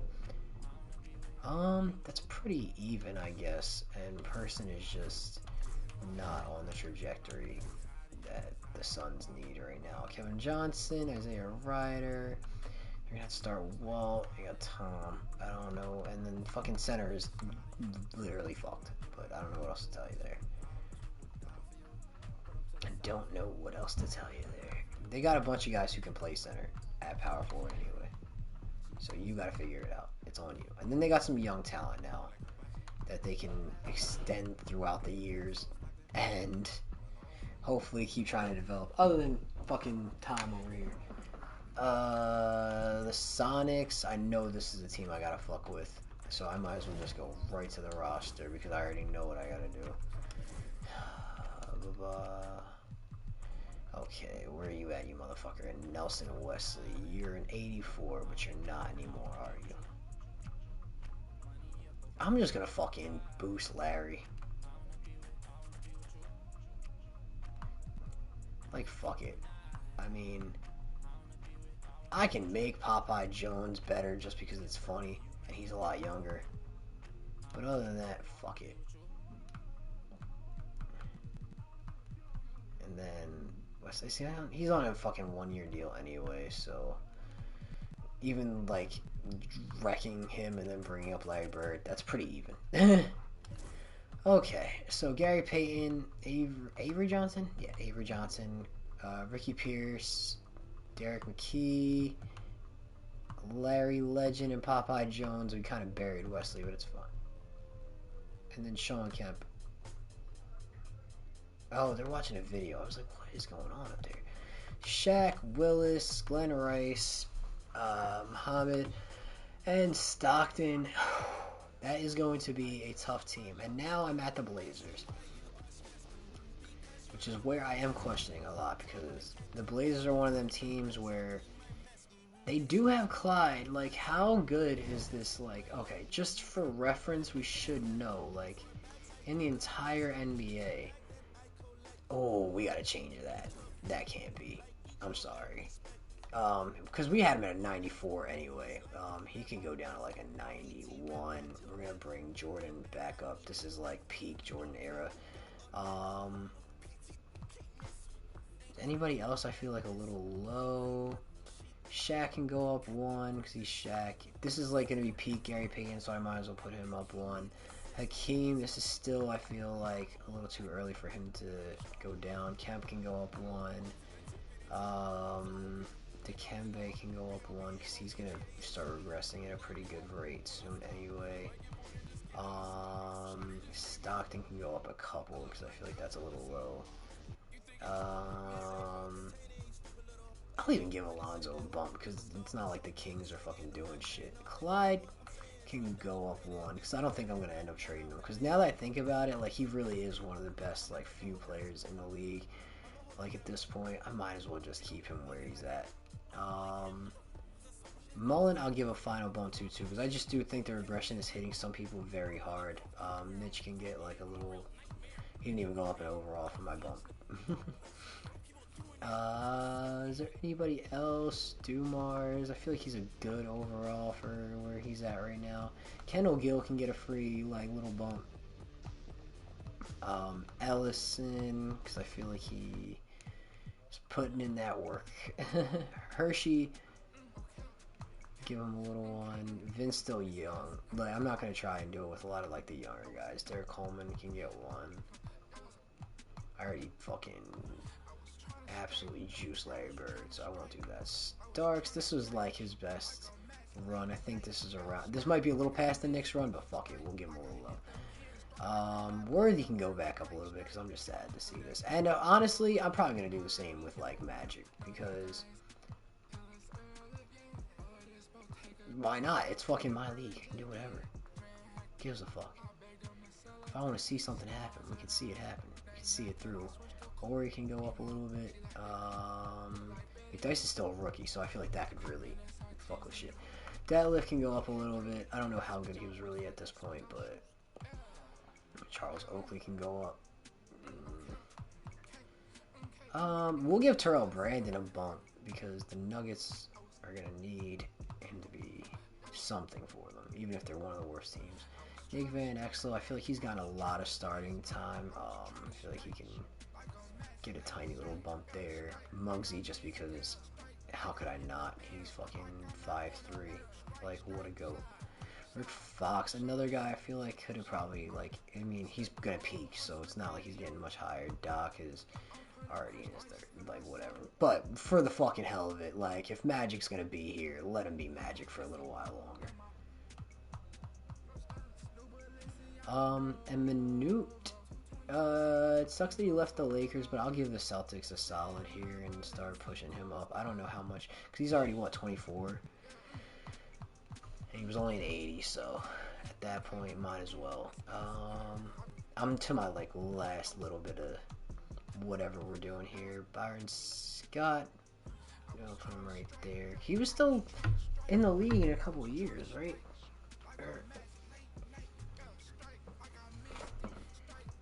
I don't know. Steve Kerr can get a bump. Mark Eaton can get a bump. I don't know why. I don't know how I'm picking these people. I already gave fucking Popeye a bump, or else I'd do it again. Sam Perkins can have one. Like I said, the Nuggets could just use some fucking love. I think that's it. I really just wanted to fuck with, like, anybody who was too crazy. But I think that'll help us kind of even out everything. And I think we've gotten through most of the teams other than, obviously, the Blazers. And the Warriors. Oh, I forgot the Raptors are here now, so that adds that. I don't know what to do with this team.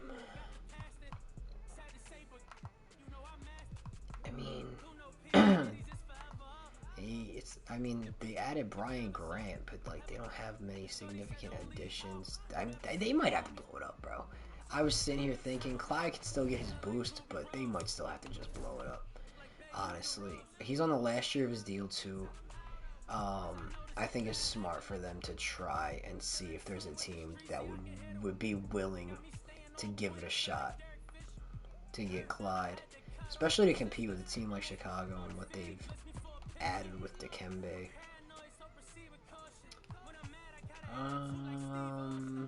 But who would be a team with enough to take a shot at it?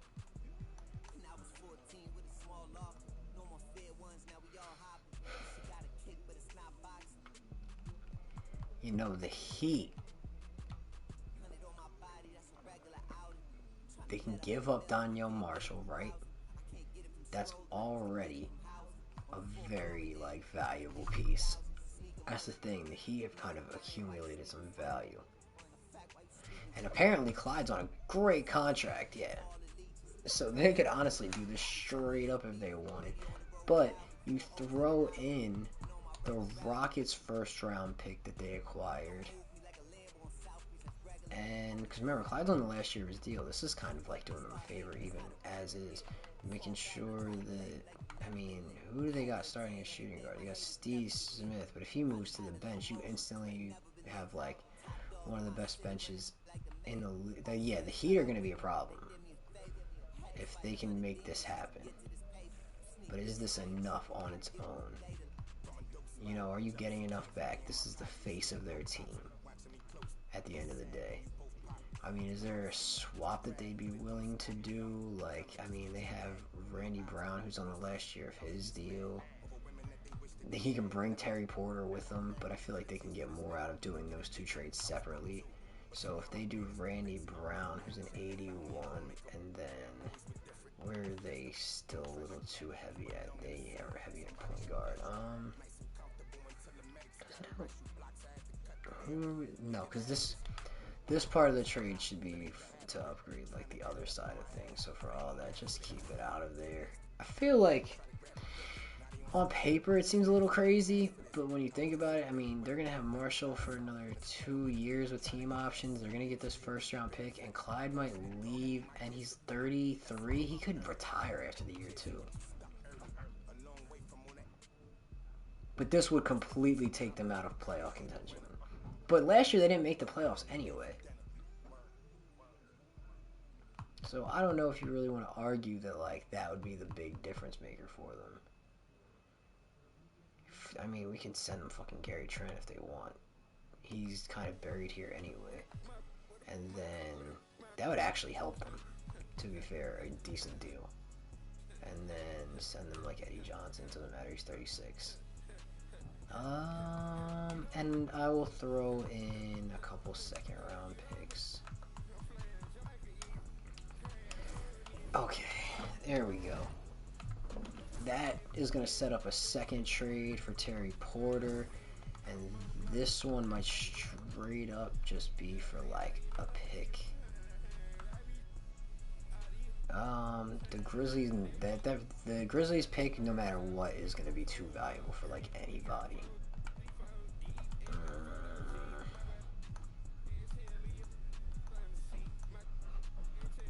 The Pacers, though, are a team that could really use a boost. Just go straight up, pick for Terry Porter. That's big for the Blazers because they're at this point now, yes, out of the playoff race completely probably for the at least the next couple years. But at the same time, they have 3 first-round picks this season. Their own should be good because, well, they got rid of most of their best players that like, but now they have a bunch of young guys, a bunch of guys on 2-year deals with team options, and a ton of free space after this year. They have like 3 guys under contract, so even this offseason they'll be able to make 3 first-round picks and sign some guys. So I feel like they'll be alright. And they've really got rid of guys who were like right there at the edge of like retirement anyway. So I feel like that's pretty good for them. Alright, so the Raptors and the Grizzlies are 2 teams I'm probably just gonna like let rock for a little while. Let them fail or succeed and then kind of take it from there, because they're both like, their assets are like so valuable, and I don't know if 1 or 2 players is going to be the thing that makes the difference. From the Sixers are going to be really good. Some of these teams are going to be really good this year. Who do we want to watch though? We gotta watch the Bulls with Dikembe, because low key they might actually break the record this year stretch. Skip through the regular season. Okay. Why are we still... Oh, because it's the 2 new teams. I was going to say, like, why are we still getting these? I'm going to probably get it for the other one, too. The other team, I mean.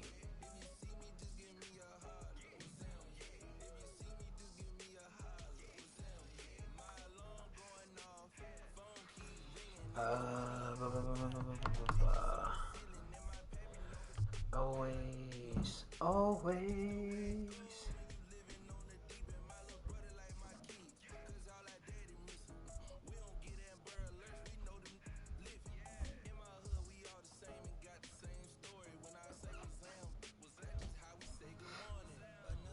Trade deadline, would you like to stop and make some more? For sure, why not?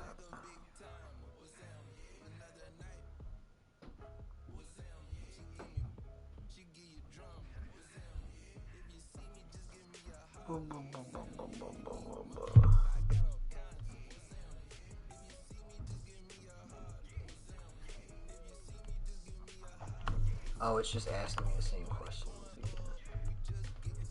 Why is this all of a sudden a thing? This is the Kobe draft though.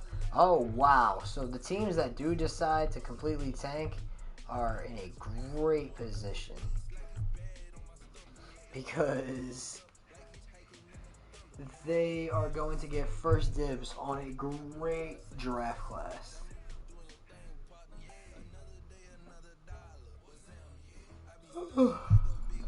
Now, who it's going to be? The Bulls have only lost 5 games. They are in a decent position. To maybe break, it's their record. I guess they would have to set it. I don't know what the record would have been before the Bulls did that. But the Raptors are fucked. I actually didn't think they were that bad.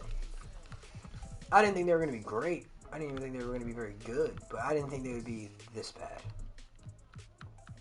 Some of their players are just miserable, so it even makes it look worse. But the Bucks did not think they'd be this bad.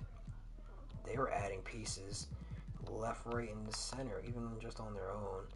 The Wizards, not surprised. Although I will say that I thought Lionel and then some bench additions would make them a bit better. They're not very good. The Celtics, yeah, I honestly thought they would be better. They're 1-9 in their last 10 too. And I thought they would be better than that. Oh no. Oh no. The Cavs. The Cavs are in desperation mode at this point. How do you lose this many games this early on with this team? Oh no, two of their best bench players are hurt. But still, it got that bad that fast, huh? The Magic, just a consistent, disappointing team. I don't know. The Pistons are somehow better than some of those teams. Like, mind you, I mean, they have some solid players, but right now, fucking Ewing is just hanging on with these Knicks. At this point, I don't know what to do. It might be time. It might be time, Pat. The Hawks, I mean, they have some talent. Not surprised that they've kind of started to take that step forward. The Heat, surprised they're not a little better than this, honestly.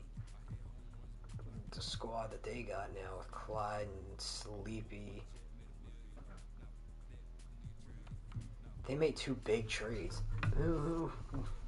I mean, it's an older backcourt, but they've still managed to retain some of their youth with Steve Smith. They have some injuries for sure. Yeah, Mashburn is hurt, and they're 4-6. That's their big.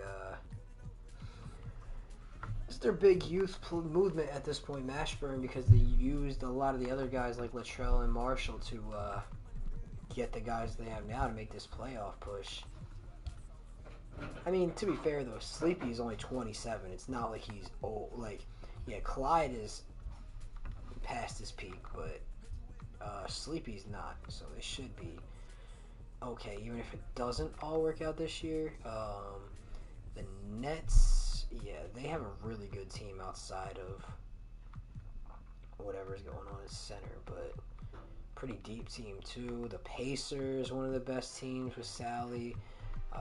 Young Joe Smith, you got Scott Skiles, another team that lacks a center. But Houston's hurt right now. They're 4-6 in their last few. The Hornets, consistently one of the better teams. They've made some trades, but they also have some injuries. Yeah, their starting center, J.R. Reed, is out. But they're a pretty deep team. You got Detlef coming off the bench. And the number 2 seeded Sixers, because Penny Hardaway is just that guy. Ellis has progressed. Ellison is a great center to pair with Hardaway. You got Robert Horry coming off the bench with Kevin Duckworth. They have the best bench. They have one of the best benches you can imagine. And then, of course, you have the Bulls in full Bulls era. They're 10-0 in their last 10. I really don't know if any team without a significant injury is going to be able to beat them. The Mavs. Look at the Mavs. They're a really good team. I wouldn't think. I mean, they're good. Like Mitch Richmond, Derek Harper, Horace Grant. Is somebody hurt? Yeah, Chris Webber's hurt. Okay, so they're really, really good. They're still 10-0. I don't know if they'll stay where they're at. I mean, 10-0 right now. I don't know how long Weber's been hurt for. The Warriors with Tim Hardaway, Chris Mullins still. They added Danny Manning. Sean Bradley got drafted there, I'm pretty sure. The Kings with Mark Jackson. So they did. This was it. If they didn't do it this year, like if this wasn't the year that all of a sudden the Kings were much better, Alonzo was going somewhere else. For sure. We weren't doing this again. We did give a little bump to some of their players too, to be fair. Rick Fox, Charles Oakley. I feel like that's fair. The people that ended up getting a little boost.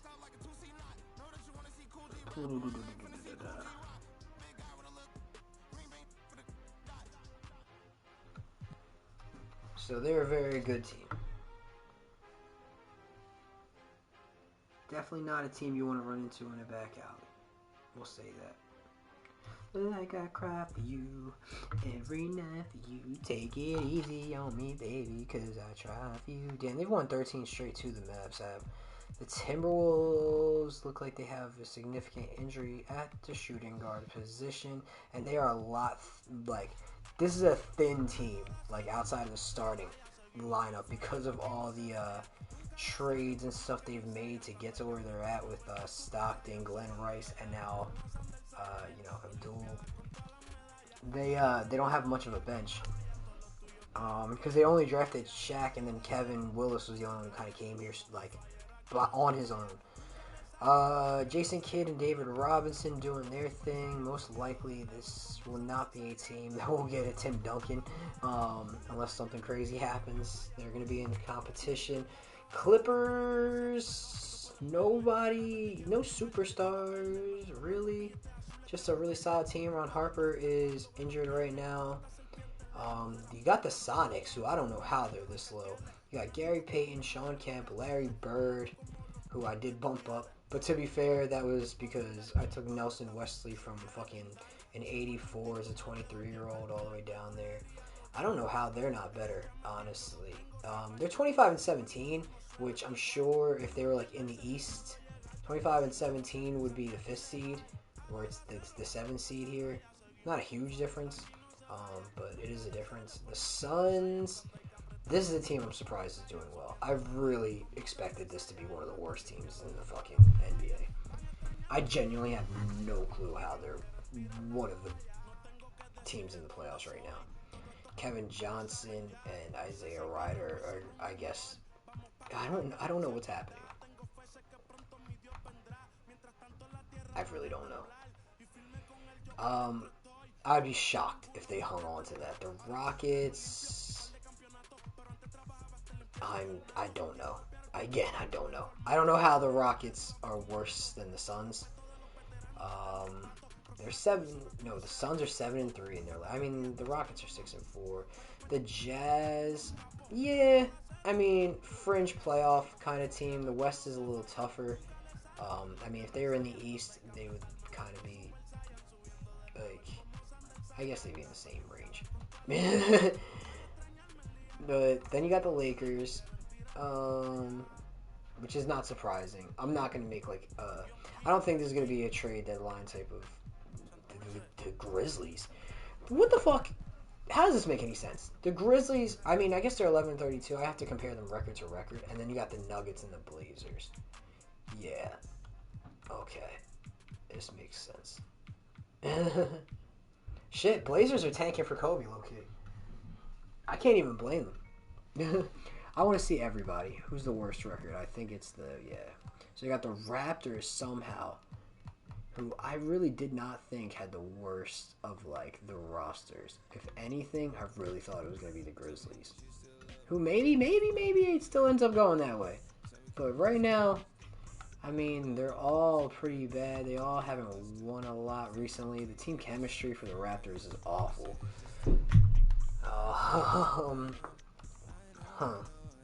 Do any of these guys even have anything that would be, worth selling at the trade deadline right now? Marshall's young. That's the whole reason why they got him. Same thing with a lot of the decent players here who can play. Grizzlies don't really have much going on. The Bucks are just shocking, but I don't know what to do with you. I mean, you can try and go full-blown tank. They're not that far out of it. The Bullets I thought would be a little bit better this year. The Celtics are a big surprise.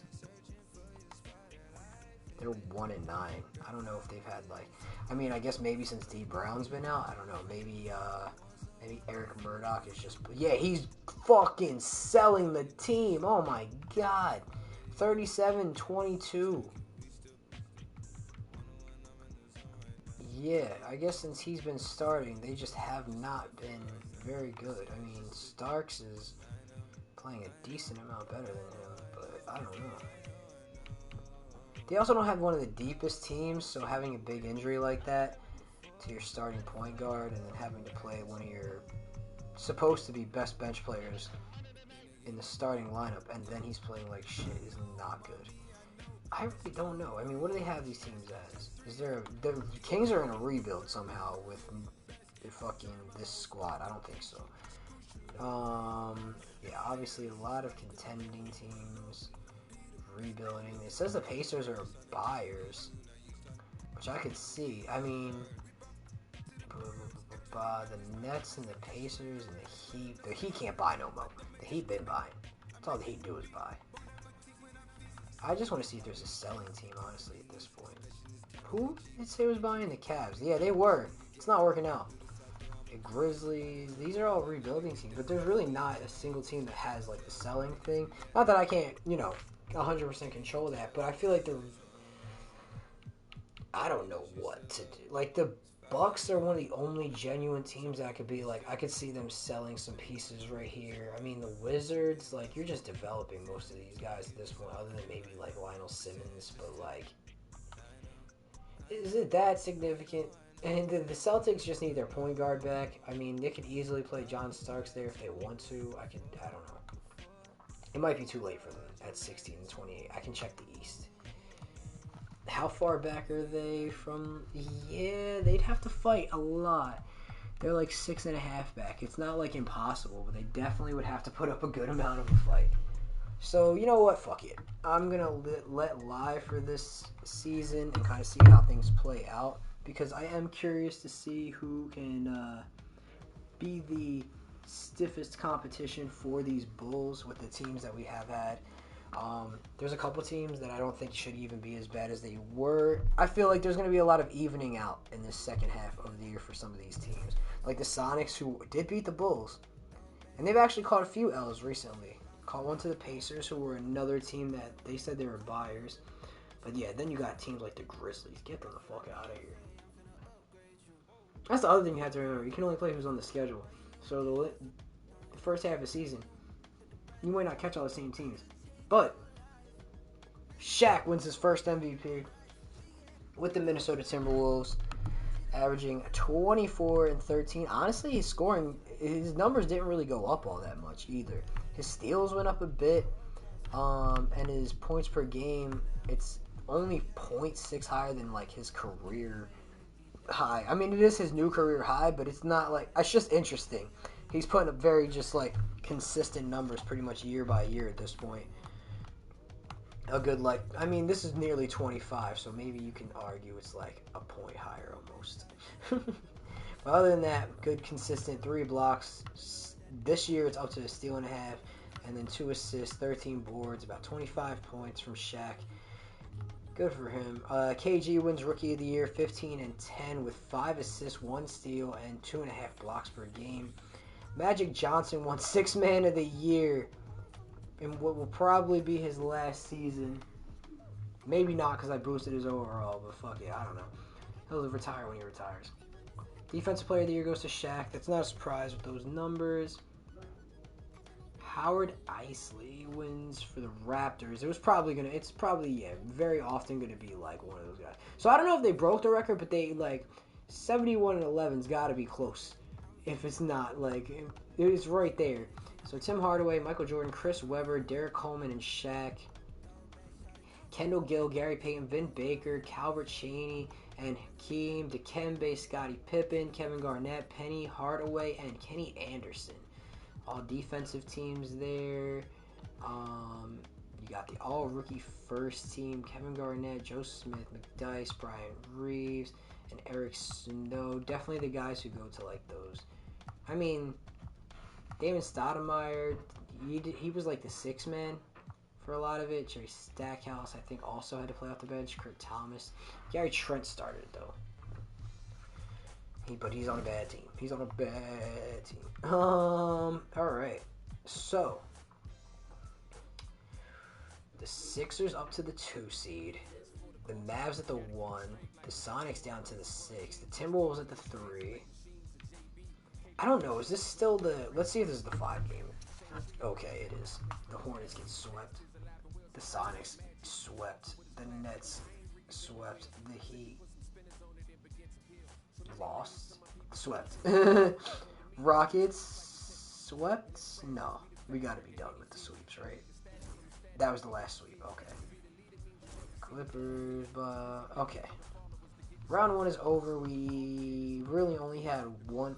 Both fours lost, but we really only had one big upset, which was the Hornets getting swept. What happened, Hornets? Did anybody significant not play?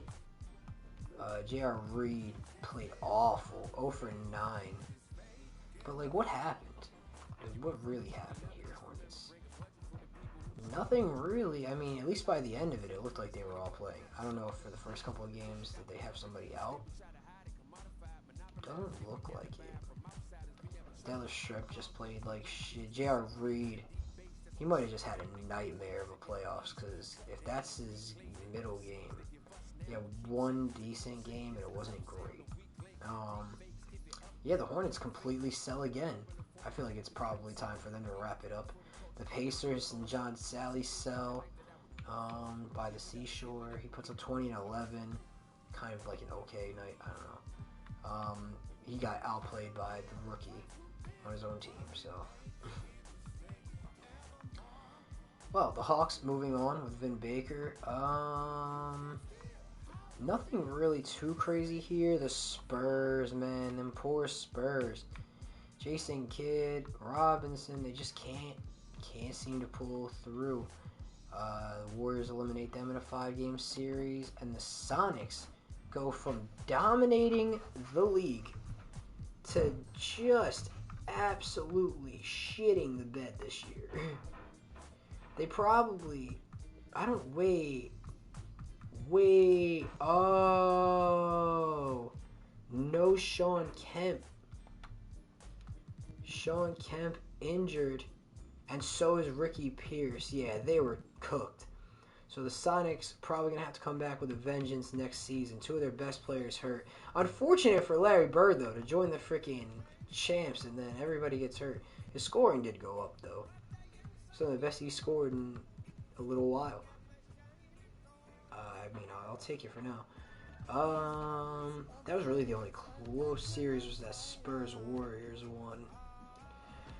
Alright, so we got the Mavs, who are the 1 seed. We didn't really take a great look. I mean, you know the deal. Chris Webber, Mitch Richmond, that's a good team. They're 9-1 recently. The Kings at the 2 seed. This should be the... Yeah, okay, so... If I had to pick what I think we're going to see... I feel like they'll probably put the Mavericks in there. I feel like they'll probably put the Mavericks and the Bulls. I don't think anybody's going to be able to beat the Bulls in a series. If it's what I want it to be, I want to see the Timberwolves and the Bulls probably, because I feel like that's the most interesting matchup to me personally. I want to see this Timberwolves team finally make their run. Okay, so we only have 1 series that got split at home, and it's the Knicks, who are they're fighting game after game. I gotta give credit to Ewing and them. Every other series might be a sweep. The Kings are gone. The Hawks are gone. The Warriors do win one. So let's see what happened in the elimination game for the Hawks. Jalen Rose drops 21. Vin Baker and modest 13. Some bad shooting nights, especially Steve Kerr, who did hit 2 threes, but that was it. On 9 shots. The Bulls, Dikembe, the leading scorer.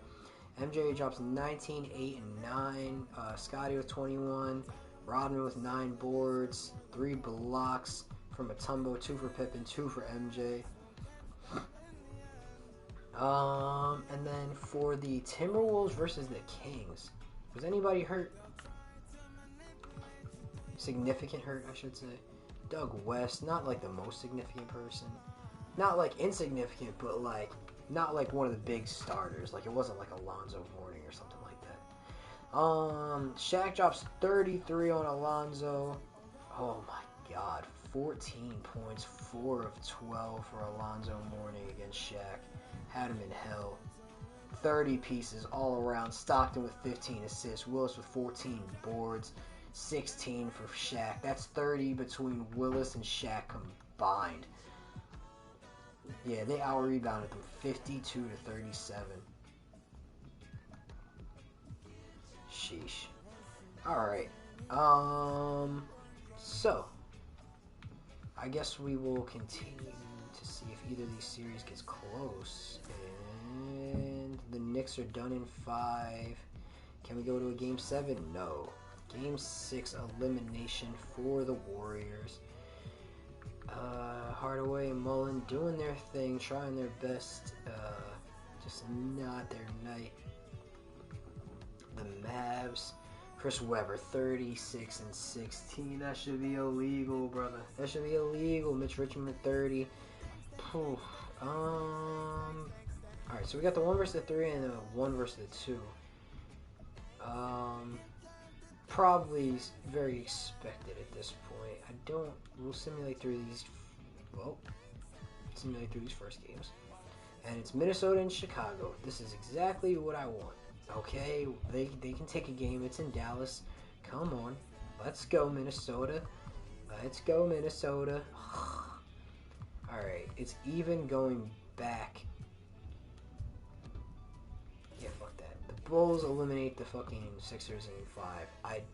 I genuinely appreciate the Sixers for like coming a long way very quickly, but they never stood a fucking chance.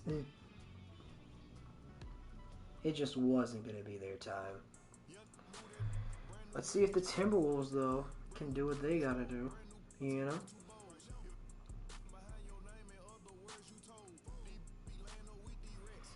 Alright, Timberwolves are up a lot, but we'll see if it becomes a game again. It does. I'm watching the clock like a hawk this time. It's not a close game, though. The Mavs ran away with it. I don't know. I'm kind of bored by this Mavericks team.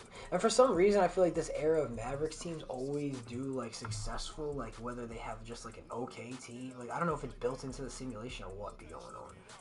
But either which way, like, I don't even really understand. Like, they're a really good team, but I don't know about, like... Let me take a look at this team one more time. Maybe I'm tripping. Mitch Richmond and Chris Webber is a nasty combination. But we have a few nasty combinations throughout the damn league. Like, you got David Robinson and Jason Kidd right here. You have fucking the 8th seed was Hakeem and Latrell Sprewell with Kenny Smith still there. Like, they're I don't know what's making them. You know what I mean? Alright, game 7. MVP Shaq, John Stockton, all them guys versus the 1-seeded Dallas Mavericks in Dallas. This is a big moment. I'm going to use that.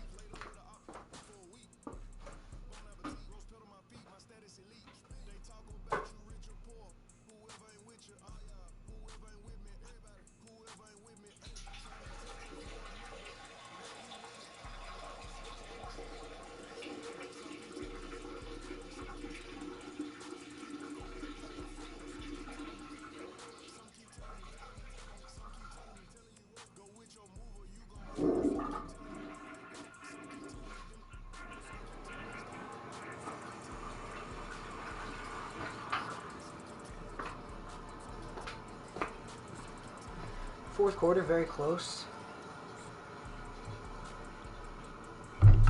Very close, very close, very close.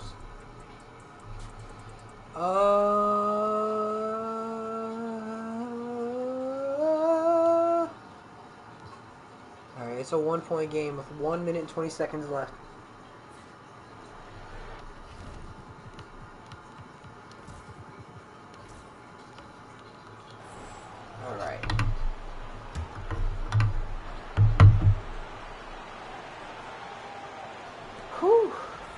No, you're sure.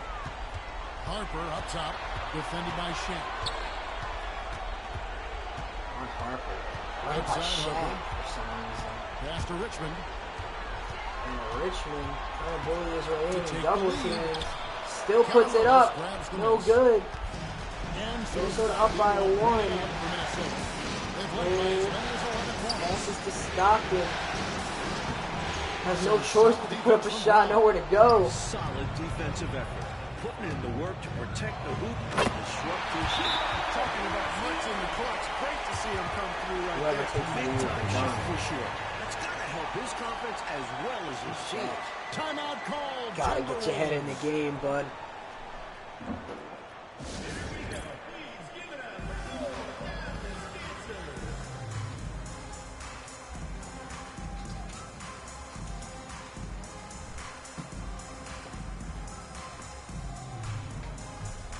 And the wait is now from our sideline reporter, David Aldridge. David, it's all yours. Take it away.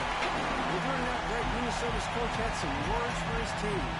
He told them, guys, we've been together all year for this game.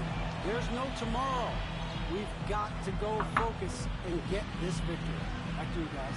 Thank you, David. All right, Lewis. 43 seconds left in the fourth quarter of this one.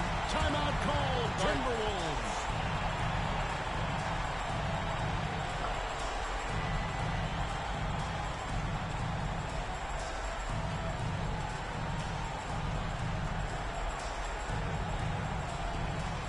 All right, come on. 43 seconds left. Game 7 of the Western Conference Finals.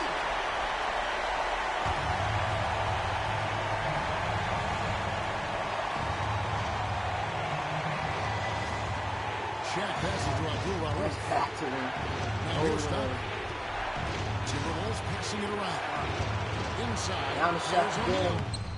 Some That's a solid shot. defense from Brown. 6-second difference between shot and game. I haven't seen like good There's good no reason to hurry from here. anybody. With the lead, they want to milk the clock a bit and shorten this game. I can mute this, right?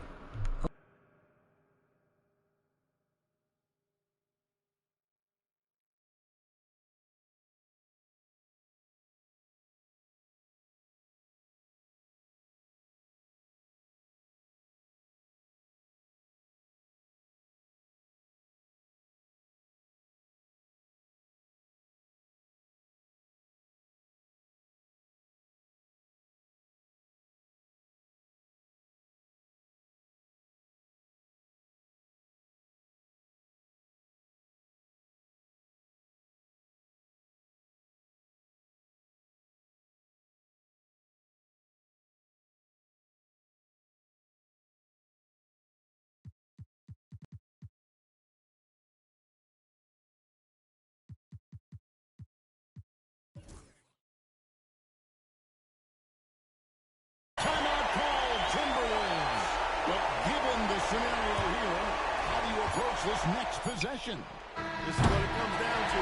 This shot can win the game. Not much time left, but they have just enough to execute a pass. And so then, Dallas Mavericks have won the series. Challenging slate of games in the Western Conference. Fuck my life. Certainly Definitely did not want to see that. Shit. ahead. From day one, this was their goal. Make it to the finals. But really, this is just the beginning for them. They know there's still a lot of work to be done preparing mentally and physically for an excellent team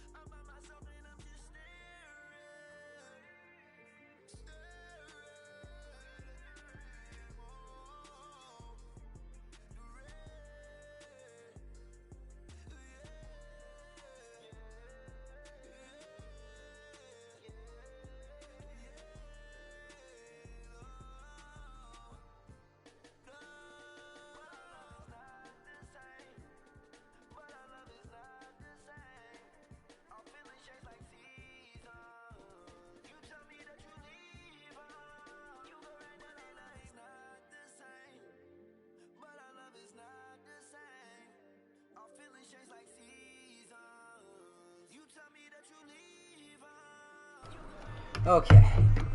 This is a fucking blowout. I really think the Mavericks might, like, still be that team. They might be the team that completely, like, destroys, like, any hope that we had. For whatever, I don't know. I don't even know what the hope is. I guess, I don't know. This version of the Mavericks just doesn't intrigue me. I feel like they always do well, no matter who's on their fucking team. Every time I either go back or watch somebody do one of these, anything. Like, I swear, it doesn't fail. They're gonna fuck these Bulls up, bro. What is happening? If they don't, the Bulls need this game. It's at home.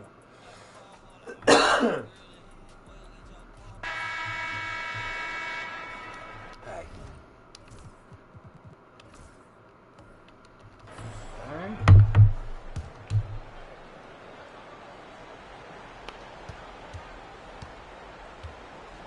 Outside Pippen. And it's blocked. How about the denial from Webber? Boy, I love when he's active on the defensive end like that. And we have to take another glance again. Powerful That rejection. is shit. It's a different kind of Pippen, defense nowhere teams to go. play in the Chris Webber postseason. might Much be more one to go. intense, more in your Getting face, the rewrites. high energy plays like that one are winning We've had a lot of plays. parity in this league, Dennis though, Rodman especially in the was West. checked I in mean, for Garland. Chicago's consistently making the championship, but they haven't won one in a few years. Pippen. Oh, Pippen for three! Bang! What a shot! Pippen's got 26. They actually ran a play. I'm just happy to have seen some good basketball. His team knows to get him the ball. Armstrong against Harden. Shoots. Richmond sinks it, but it's a long two. They rely on Richmond for those big points. Nick's fantastic in the clutch. Here's Pippen. Pippen Mavericks with the can't rebound. make that one. Webber gets to Richmond. Really taking it to the inside. That's what you got to do against close team. And the hustle game has been going for Chicago. Phenomenal work on the defensive end so far. That I stands just out wanna the be most. with They her made it their now. mission to block shots and make I things just hard wanna be for with the her opposition. You also can't now. ignore the good job they've done rebounding on the offensive end tonight. That hustle has been well rewarded with second chance points.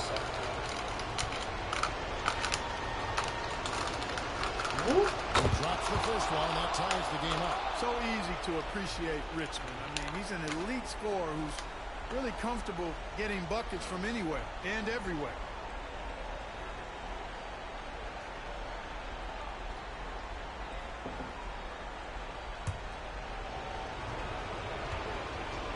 Good shot.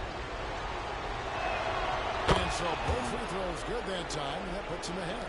He's basically automatic from the line, not the guy you want to send there now. Pippen against Webber. That's him. Oh. Doesn't get it to drop for him. Some solid defense from Brown. Montempo against Webber. Bang low. Richmond no good. Oh, Chicago's gone 2 for 2 from three-point land to start the fourth quarter. Jordan block. Got the hands up and deflected it. Passes Easy out. foul that way. Rodman gets to Got the Armstrong. board. He's on a rebound, whatever. Good to get blocked. Here's Pippen pull up midi. Couldn't use the glass. That could be He's a solid mid-range terrible, terrible run there. The Jordan block and the Pippen miss. And the Jordan getting it. Richmond over MJ can't hit. Armstrong grabs the board. We're going back the other way.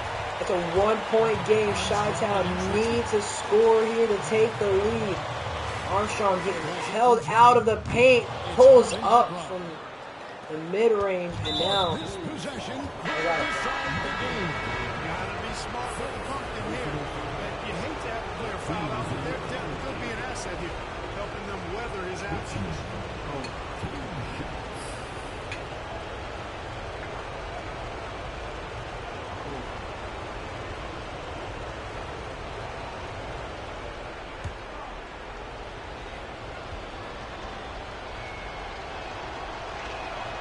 Good on the first, and that will put them up by 2.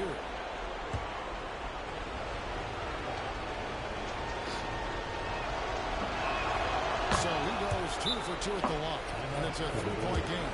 And they needed those. It's not over. Right here. They need a At three. worst, the opposition ties it with a But, three now. I mean, if they don't take this one, it's going to be a generational from them. Not that they're not playing the other 1 seed, so it's like, you know, it's the 2 best teams from their conference. But this team lost 11 games. I don't even know how many games they lost going into the finals. Pippen puts it down! But they're going to need to do the exact same thing all over again. They got a foul, hope for a miss. Come to you.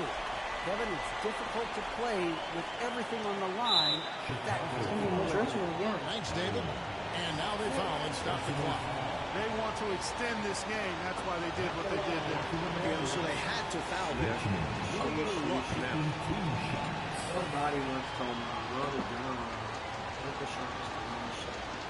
Looking at it.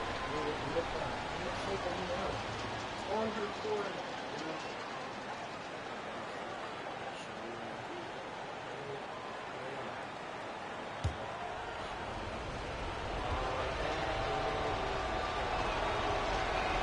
Drops the first one, and that will put them up by 2.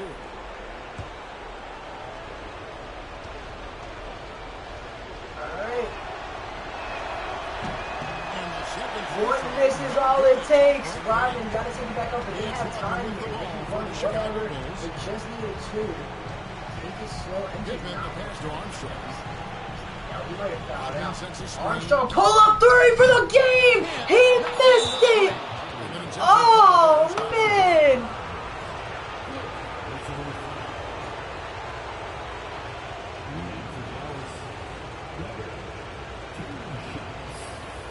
Devastating miss for the Chicago Bulls. They could have stole this game completely. No OT. It's the first, and that makes it a 3-point lead.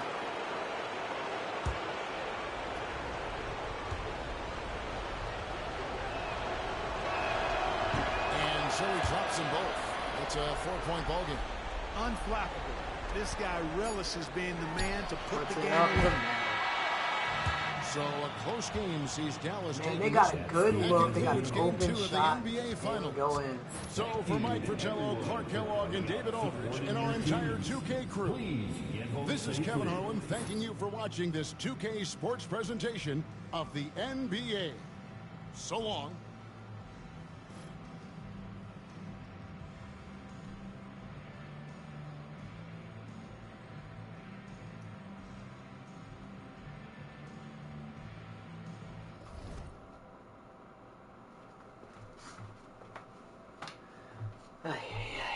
Alright, check the box score. Mutombo 36 and 12. Yeah, Jordan did foul out. Armstrong 3. Yo, he is a playoff choker, bro. When it matters most, this man, he needs to take off that number 18. He is blowing it for them. I don't even know what to do for him. They just lost both those games at home. If this goes 3-0, it's over. It doesn't. We still got to see it. 3-1. Wow. So the Mavericks win both games in Chicago. Chicago wins both games in Dallas. And we're all of a sudden back in an even series. The Bulls got to win a game at home, though. It's a close fourth quarter, but the Mavericks are pulling away. Mutombo, the leading scorer again. Hey.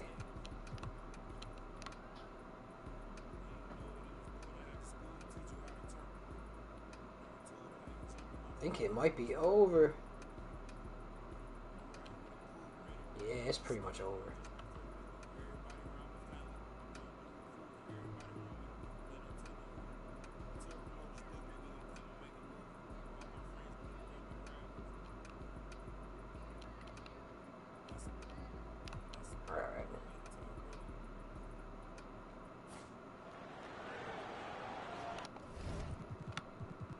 We're just here to see the celebration. The Bulls lose another finals. Michael Jordan's now lost more finals than he's won.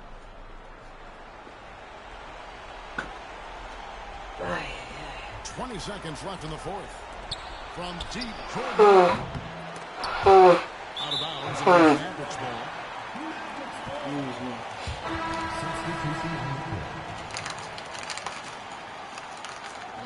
Man. Dallas doing their thing. I knew once they beat the Timberwolves, they were not a problem.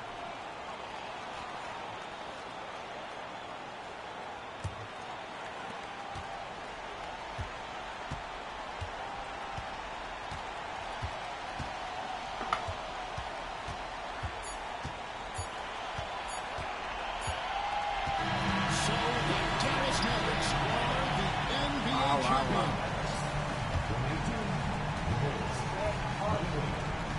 All the travel, all the practices, all the meetings, all the games, wins and losses, the emotion, the exhaustion, We're like some of the culminating biggest into names. I mean, tonight. fucking. And whenever you win the NBA championship, there is a level of accomplishment and excitement that really can't be matched.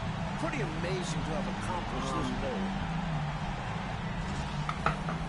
Chris Webber, obviously. The he's been celebration trying is to put here, other people and this in place this, is going gotten their crazy. shit. The bench loves it. The fans obviously overjoyed. This is one of those moments these Dallas players wins it on their will home court, never though. Good for forget. them. And It's we've always enjoyed better to bringing win you at home. every minute of the action here on 2K Sports. Thanks for watching. We'll see you next season. We didn't even get a Finals MVP. Whatever. Mitch Richmond, Derek Harper, Chris Webber. Obviously, a very good team. Mitch, you spent a lot of time, obviously, Golden State, then Sacktown. Ends up in Dallas, and I think this was the perfect place for him. They have been great contenders ever since he has come there, and they finish it off with a championship.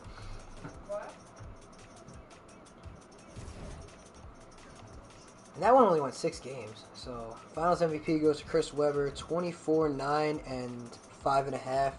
2 steals, 1 block, shot 58% from the field. Damn. Alright, so MJ loses another Finals. Larry Bird retires with the Supersonics. Fat Lever retires. Bill Laimbeer. Hall of Fame. We'll just go straight there. And it is just Larry Legend. Jersey retirements. Larry and Bill Laimbeer get their numbers retired. Is Bill Laimbeer not in the Hall of Fame? I don't actually. Fuck it. I'd have to like go see. Okay. Oh, we skipped past the draft lottery, but we can still see who won it. The Raptors, Nuggets, and Blazers. Okay. This is the Kobe draft. I mean, you gotta assume. Where do I want Kobe to go? I can do whatever I want. This is mine. And where do I personally want Kobe to go? Because it's really up to me.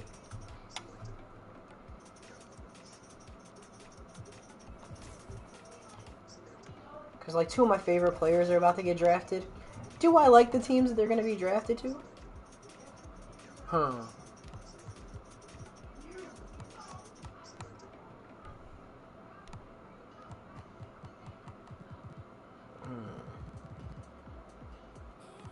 They got McDice. Spud Webb.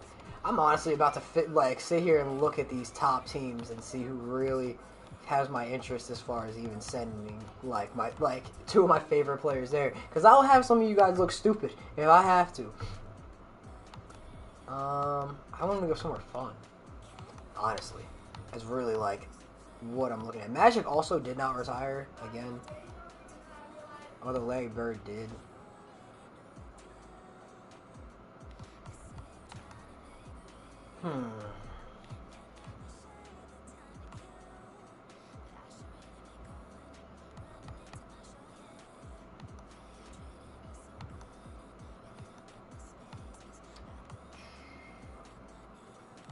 I mean, the Nuggets rightfully tanked. They are going to, but again. Oh, the Pistons with their swap. What a great era this is.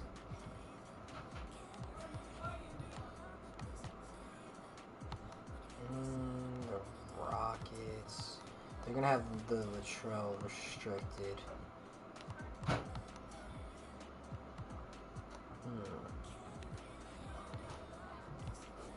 And then Shaq's a restricted free agent. Blazers are awful. Sixers with Penny Hardaway. Team option, he's expired. Alright, the Raptors are gonna make their pick.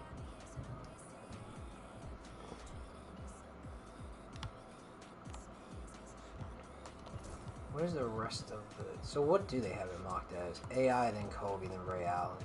Yeah, this is a great draft, too, to be fair. Like, even if they didn't go first, like, it wouldn't be, like, a total, like, loss for some of these other teams. Ooh.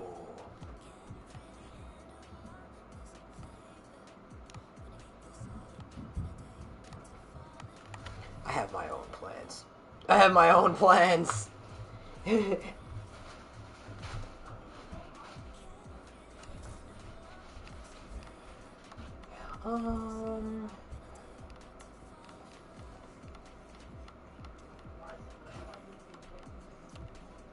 Okay, so A, the Lakers have the 10th pick. They're moving up, and guess who they're gonna get?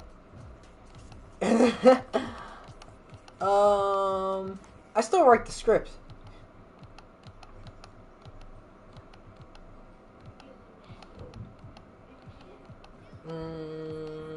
I would like to see them swap with the Blazers, but they're also going to get a worthwhile piece for it. I just have to find a worthwhile piece.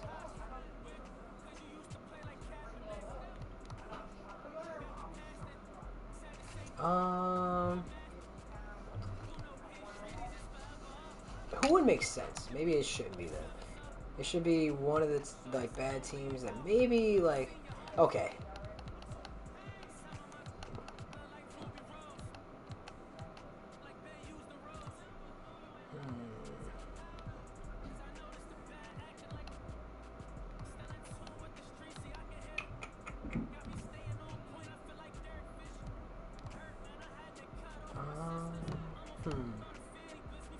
You know what? Let me worry about that in a second. The Raptors with the #1 overall pick, we literally have fucking 4 shooting guards rated as the top, and then you have Steve Nash. It's a very guard-heavy draft, obviously. So who do the Raptors take at #1?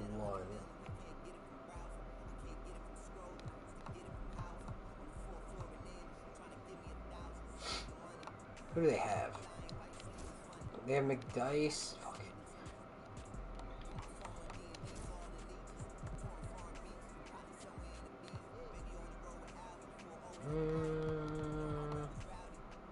I'm gonna give him Ray Allen. I like Ray and I like the Raptors, but I'm still looking for something here. I'm still trying to figure something out for myself.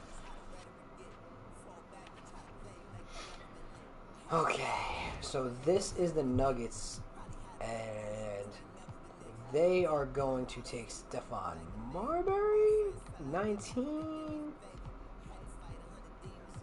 I mean, I don't know.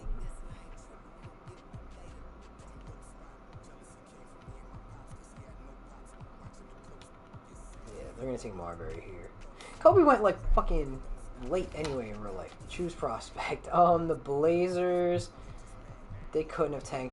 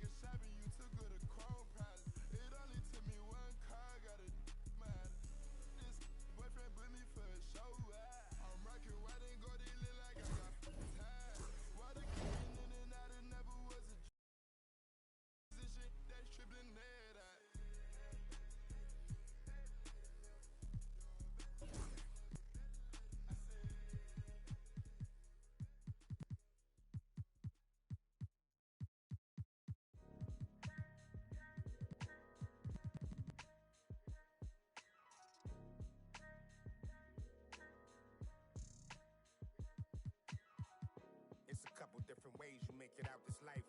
Know your steps just in case they come cut out the lights. Got no respect for no reading out my rights. Fame expensive, maybe we could speak about the price. When they talk about my name, know I define greatness. We couldn't rush a day, it took divine patience. Ain't nothing been the same, that's just my observation. These memories never fade, no I cannot erase them. I done watched loyalty disintegrate, blowing in the wind, windows down on the interstate. I was confused, I always thought when the money came, that meant sunny days and all your problems just went away. Ain't nothing slow me down like when I had a Sprite. Sometimes it was, then it was like we was at the light. Maybe that precise, you not Alright, so you got the...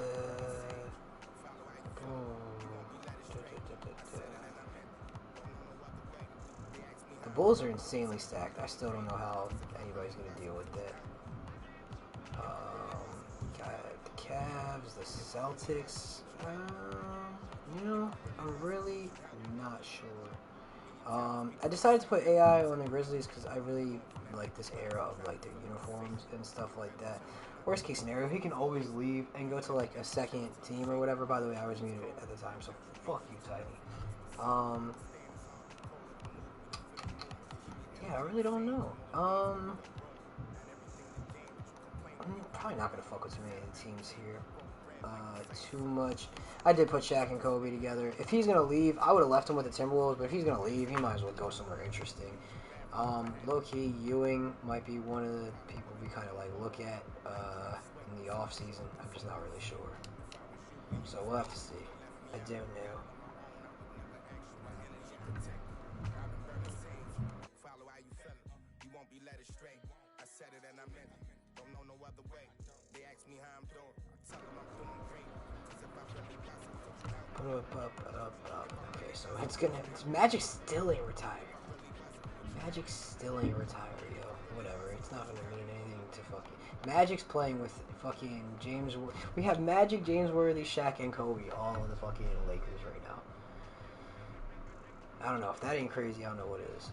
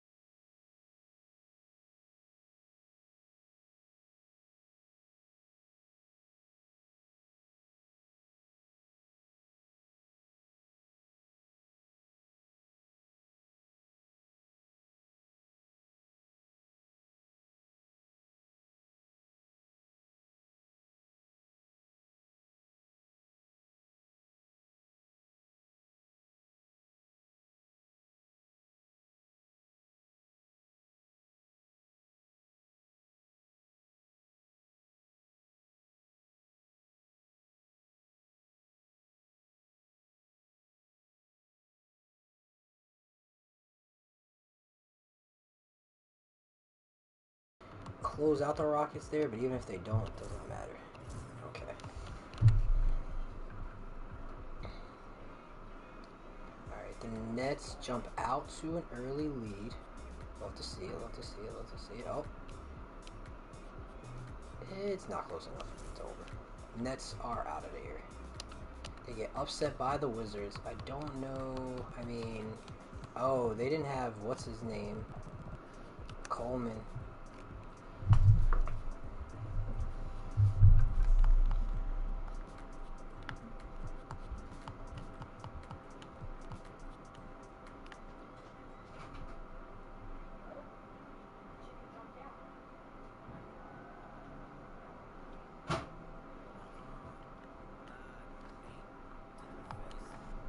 Hop into this one.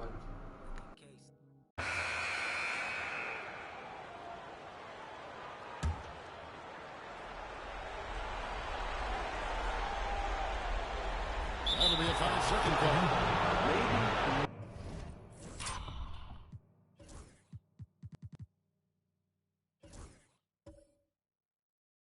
Nerves got the better of him there, resulting in a miscommunication.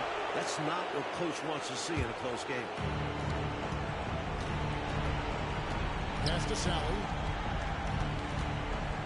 to take the lead, and that one clearly a foul against the whistle, and 2 shots coming up. With a starting four coming off the bench, Sally stars in his role, understands what's expected of him, and pretty much always plays to his strengths.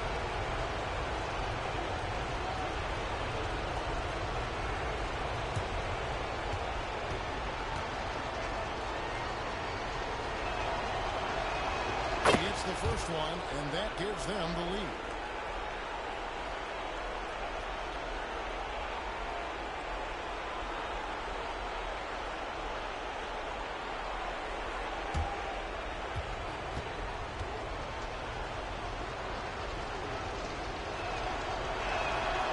So both free throws are good, and it's a 2-point ball game. This is what makes him special, his ability to come through in these spots. Pops in the layup for 2. Floyd's got 19 points. You know, Floyd won a state title in high school. This guy is really a winning player. He's used to the big lights. Here's Shelly. And that's another rebound. Miami's gone 3 of 7 tonight from 3-point territory. Here's Floyd. Missed that time, would have put him up. He'll normally convert on that finish. The defense got lucky. Sally passes to Hutton. And 101 left in the game. Shot clock at 6. Here's the pick. There's the triple. Here's another rebound. Drexler scanning the floor to take the lead. It's in! Simply as calm as you can be in that situation. He's got that mentality. Doesn't shy away from big moments. The Pacers call timeout. What do you think we're going to see here? You know, with the time remaining, I think they've got to be looking for a quick shot right here. Yeah, and I think in a possible 2-for-1 situation, this next play they run will be interesting to see what they go with. No room for error. The Pacers call timeout.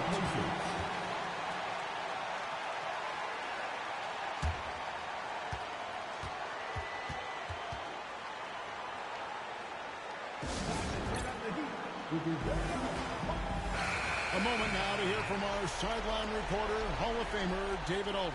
David. Hi, Kevin. Well, the head coach of the Pacers talked to his team during a timeout. Now, they preached the little things in the huddle. They asked their team to battle on those 50-50 balls. One extra possession could be all the difference. Back to you, Kevin. All right, thank you, David. The fader, and another assist for him. Need to play some solid, stiff defense right here. Yeah, absolutely not a good time to foul being over the limit. John Sally putting over the city. 109 to 109. 20-something seconds left in heat. And the Pacers battling it out here, trying to move on. Yowski's hit a nasty shot, and then 23 seconds left in the out on fourth the other quarter. side. Here's Floyd. I didn't know he left. I didn't realize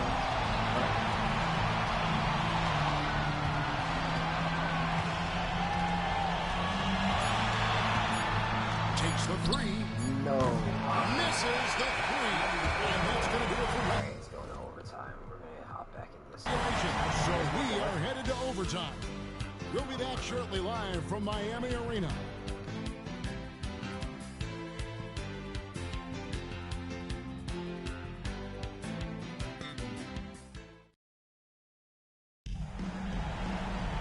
These teams have battled tooth and nail for 4 quarters, and now we head to overtime. Should be a blast.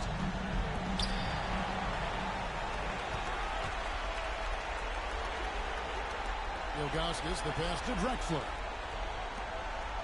Here's Leitner. Pass to Floyd. Brunner grabs the board. He'd like that one back. That's normally a shot he makes. And here is Hunt.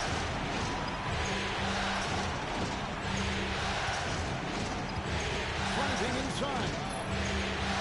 That doesn't go in. Had a chance, though, to take the lead. Here's Floyd. And Drexler has it in the corner.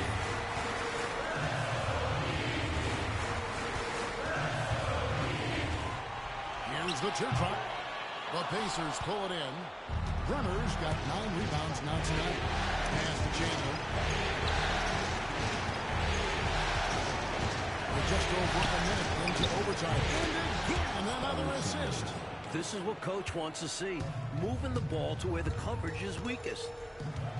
Floyd passes to Drexler.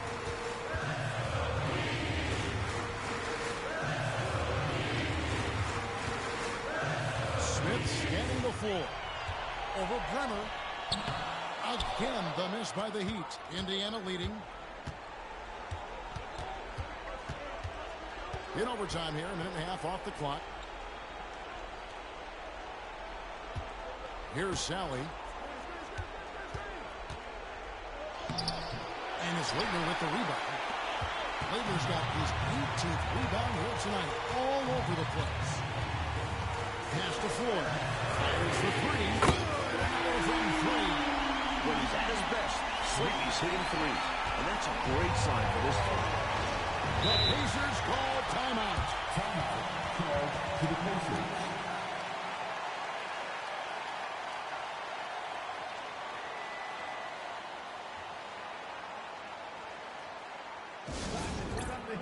With your very own Miami Heat, Monster!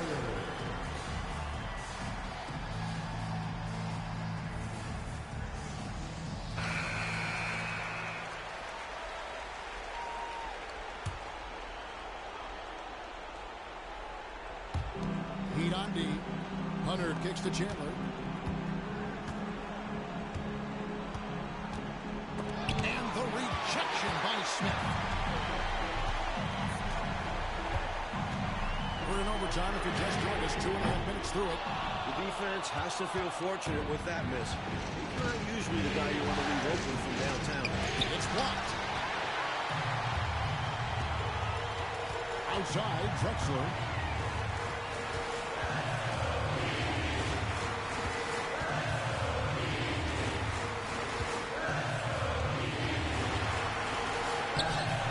And the rebound goes to the Pacers. We're now about 3 minutes into this overtime period. Buries it from three-point range. And the Pacers lead by 2. The defense was wanting, and he gave it to him. And you can see he was set right there. He's holding the legal guarding position. That's a nice play. And his teammates appreciate him sacrificing his body. Just a gritty defensive play. Hunter with it. Pass to Sally. Back to Hunter. Shoots it. Rebound by the Heat. Ilgauskas has got 13 rebounds in the 2 game. minutes Exceeded. left. Or a 2-point game with 2 minutes left. Well, yeah, under 2 minutes left, like 90 seconds now. Here's Leitner. Over Smith. Smith, he takes the 3, doesn't on that hit. time either. Boy, they dodged one right there, didn't they? Yeah, he won't miss a look that wide open very often. They get it back. Pass basket, good. Well, I love the focus we're seeing from him right now. Really taking advantages of chances to impact the game. And he did it in their last game, too. He is on a tear, competing with every ounce of energy he's got. Now, Hunter. Indiana pretty much at this point Pass can to Sally. put the game away. I mean, Buster here. Shoot. And now to the side. I don't think it's But their depth could be an asset here. they're not in the bonus. Weather his It doesn't absence. send him to the free throw line. Man defense, trailing by 4. Hunter, the pass to Chandler. 6 on the shot clock. Doubled by Smith. Indiana needs to get a Oh, shot off. got shot. The three-pointer, no good. Not a good look. We get the score quick. Clyde's got it. Lots of faces around. Crowdman too. He's got an open Smith for 3. He hits it. It's a 1-point game. They're in it still. They have a chance. And he thrives in these moments. When the stakes are high, his team We need in overtime.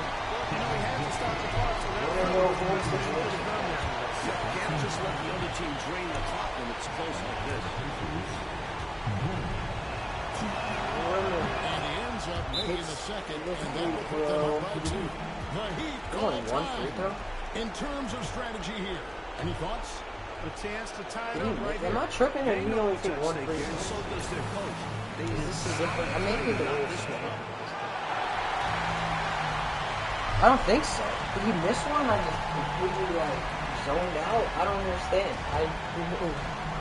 There's Floyd. They don't need a 3. They can take it 2, or we can go double overtime. They can try a 3 to end it. It's just sleepy right now on the matchup. He's not doing anything really. It's a move, High pulls arcing up, shot. takes an ugly shot, Can't doesn't go in. I hope And that's an intentional foul. Oh my god. Sometimes they will you'll watch like some magical shit at the end, and then other times you'll watch just like the worst basketball you've ever seen in your life. Doesn't matter. The Pacers finish this one out. The Heat are gone. And that takes us to round number 2. So we got Dallas, Golden State, the Lakers, and Utah versus, and then on the other side it's Chicago, Philly, Washington, and Indiana. Lots of upsets. The Spurs. Looks like, I mean, they might not have been healthy at the time. I guess we can look at the games. Did everybody play? I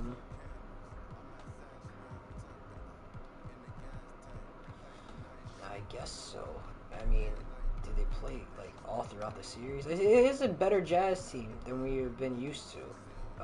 Obviously, you got KG now, Glenn Robinson. They've kind of drafted over the last couple of years, sat there and developed a little bit. This should be the first series to, yeah, okay. So the Jazz actually take a game. Okay. Interesting. Oh, the Jazz are up 2-0. What's going on here? Is everybody healthy for the Lakers? Maybe not. No, James Worthy and Randy Brown are out. So they're starting some mid. They are starting some mid at center or at small and power forward. Yikes. The Jazz, very solid team, and they don't have anybody to really guard KG over there right now, like even close. And it's still early. Eric Kobe, Magic's on like his last leg, so it's really like a Shaq thing. I don't know what some of these other guys are doing. Kobe's not having, an amazing performance. Magic's averaging 10 and 10 in the playoffs. Shaq, 26. This is throughout the whole playoffs, so that doesn't include the Rockets ones. I don't really know. We can look at the last game here. Oh, didn't do that. It's not what I did at all. View the box score. The Lakers 19-5. Kobe 17-8. Yeah, not their game. Okay. We'll see if that becomes a series at all. The Lakers do take a game in Utah. We only have one 3-0, and it's the Mavericks again. And we have a couple 3-1s now, so The Warriors are done in 5. Can we have any 3-1 comebacks? We're about to find out. Pacers are gone, and the Sixers are gone. So that puts us here. Let's look at the closeout games. Ellison 21 and 12. Penny Hardaway 19 and 5 on 7 of 10. He didn't play bad. Pippen dropped 41. MJ with only 14 points in the closeout game. It was a game 6, but still. The Bullets beat the Pacers. Sally puts up 21. Who is this? Of course, it's a fucking random, but whatever. Nick Van Exel, Grant Hill. I guess an old Dominique Wilkins, who is still going. Fuck it. They're in the conference finals, and we do have a game 7. It's Shaq, Kobe, Magic, and James Worthy is back. So they've kind of flipped the script a little bit here since he's been back. And then for the Jazz, you got KG, Glenn Robinson, older Joe Dumars, and no real significant injuries. Karl Malone is still there. I was hoping by the time that they were like good enough to like compete, Karl Malone would be fucking retired. But here we are. To be fair though, the Lakers had a hot first half, but the second quarter was awful to them. So was the third. Oh no. Oh no. The Lakers have the ball. 25 seconds left to go. If they choked us away, that's on them, man. They were in full control of this game. There's 25 seconds left in the fourth quarter of this one. There was no way. Grant against I don't Johnson. know how they blew this. Shaq is going 0. I don't even hate it. 11 seconds left here in the fourth I quarter. don't know. I might fix it. To the paint. To the paint, To to take Shaq. the lead. Here's This is a Shaq. jump. Bucket! To take the lead with 2.7 left, Shaquille O'Neal. The real deal. Superman, Shaq Diesel. In a game 7, 2 seconds left to go, gets the bucket over Utah. This shot could win the game. Not much time left, but they have just enough to execute a play. Deep two. Robinson deep 3. Almost.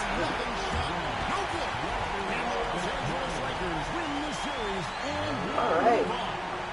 Shaq Diesel and the Lakers going to the finals. This is a 19-year-old Kobe. But to be fair, in this era, they still have fucking both Magic and Worthy playing better than they ever had before.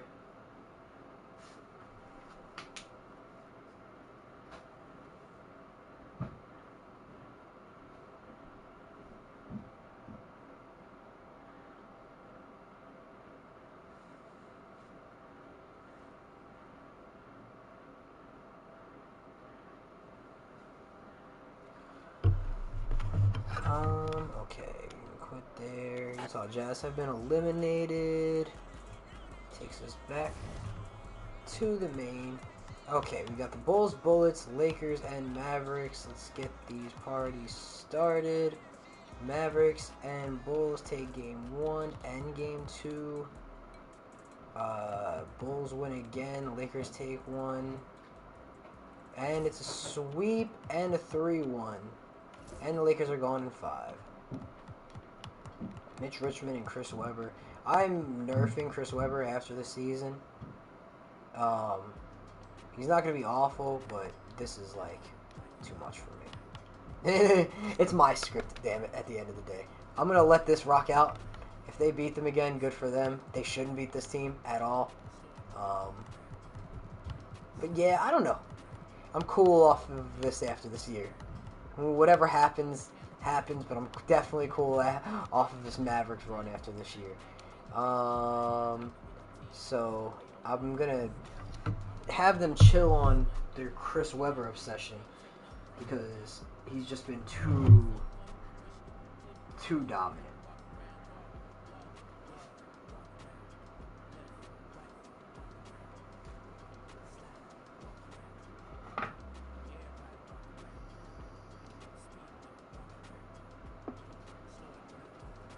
Alright.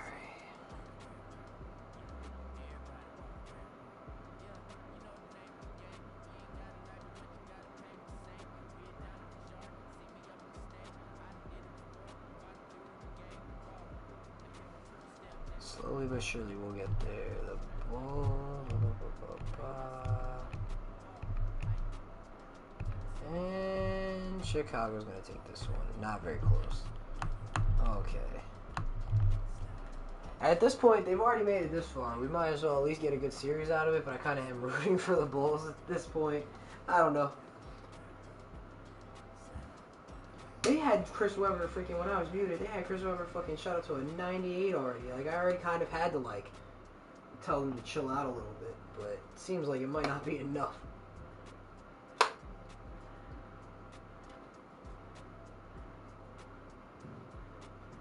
They just spanked most of the West too, and right now they're making it difficult on the Bulls in these series, and I just don't know if it's just Chris Webber like being overpowered. Like Mitch Richmond and him together is a really nasty combo, but I don't know if they should be like this dominant. This is some 2K craziness. But hey man, that's how it played out. Bulls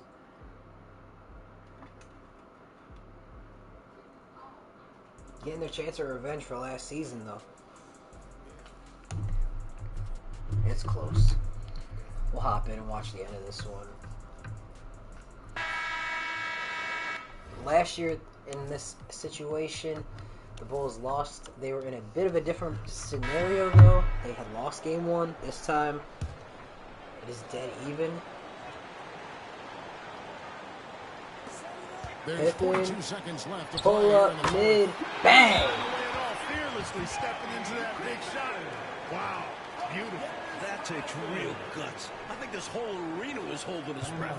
Timeout, Dallas. What do you think Coach's focus is going to be here? Yeah, you know, there's enough time on the clock, I think, to go 2 for 1 here. And I think the key thing, probably what Coach wants to see, is a good shot. It's important they convert it. Who's checking for Garland? I didn't think I see it, but I asked that person. Morris right side. I don't know technically how many more years are in the Jordan era. I don't know where we are. I mean, it'll show us when the era switch. I don't even know if every second that ticks away plays to their excuse me. Timeout Mavs. And what's their best move at this point? I think if they leave the three-point shot open, you take it. But it may be safer and wiser to get a quick 2 and then foul. The only thing we know is a couple There's of something up here. I'd send it over to our terrific reporter, David Owen. David? Well, during the last break, Kevin, we got a chance to listen to the head coach of the Mavericks talk to his team. His message was clear. Let's not beat ourselves. We came in here with a plan. We executed. We're right in this thing. Keep doing what you're doing. Kevin? He just sunk the most insane shot while I was drinking that fucking water. What the hell? Aaron McKee. Man, in his face. Good defense. Sinks the fucking three at the top. Alright.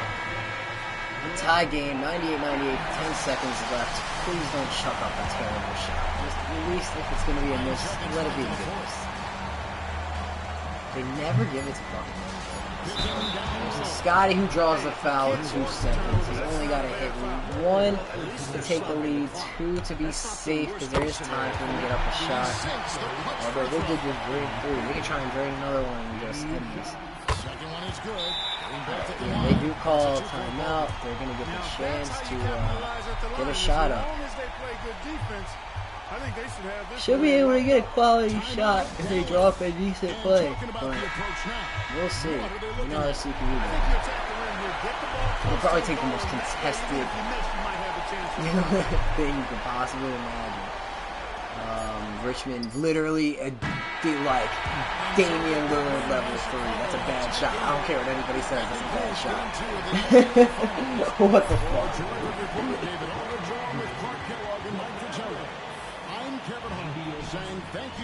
Alright. Wrap it up.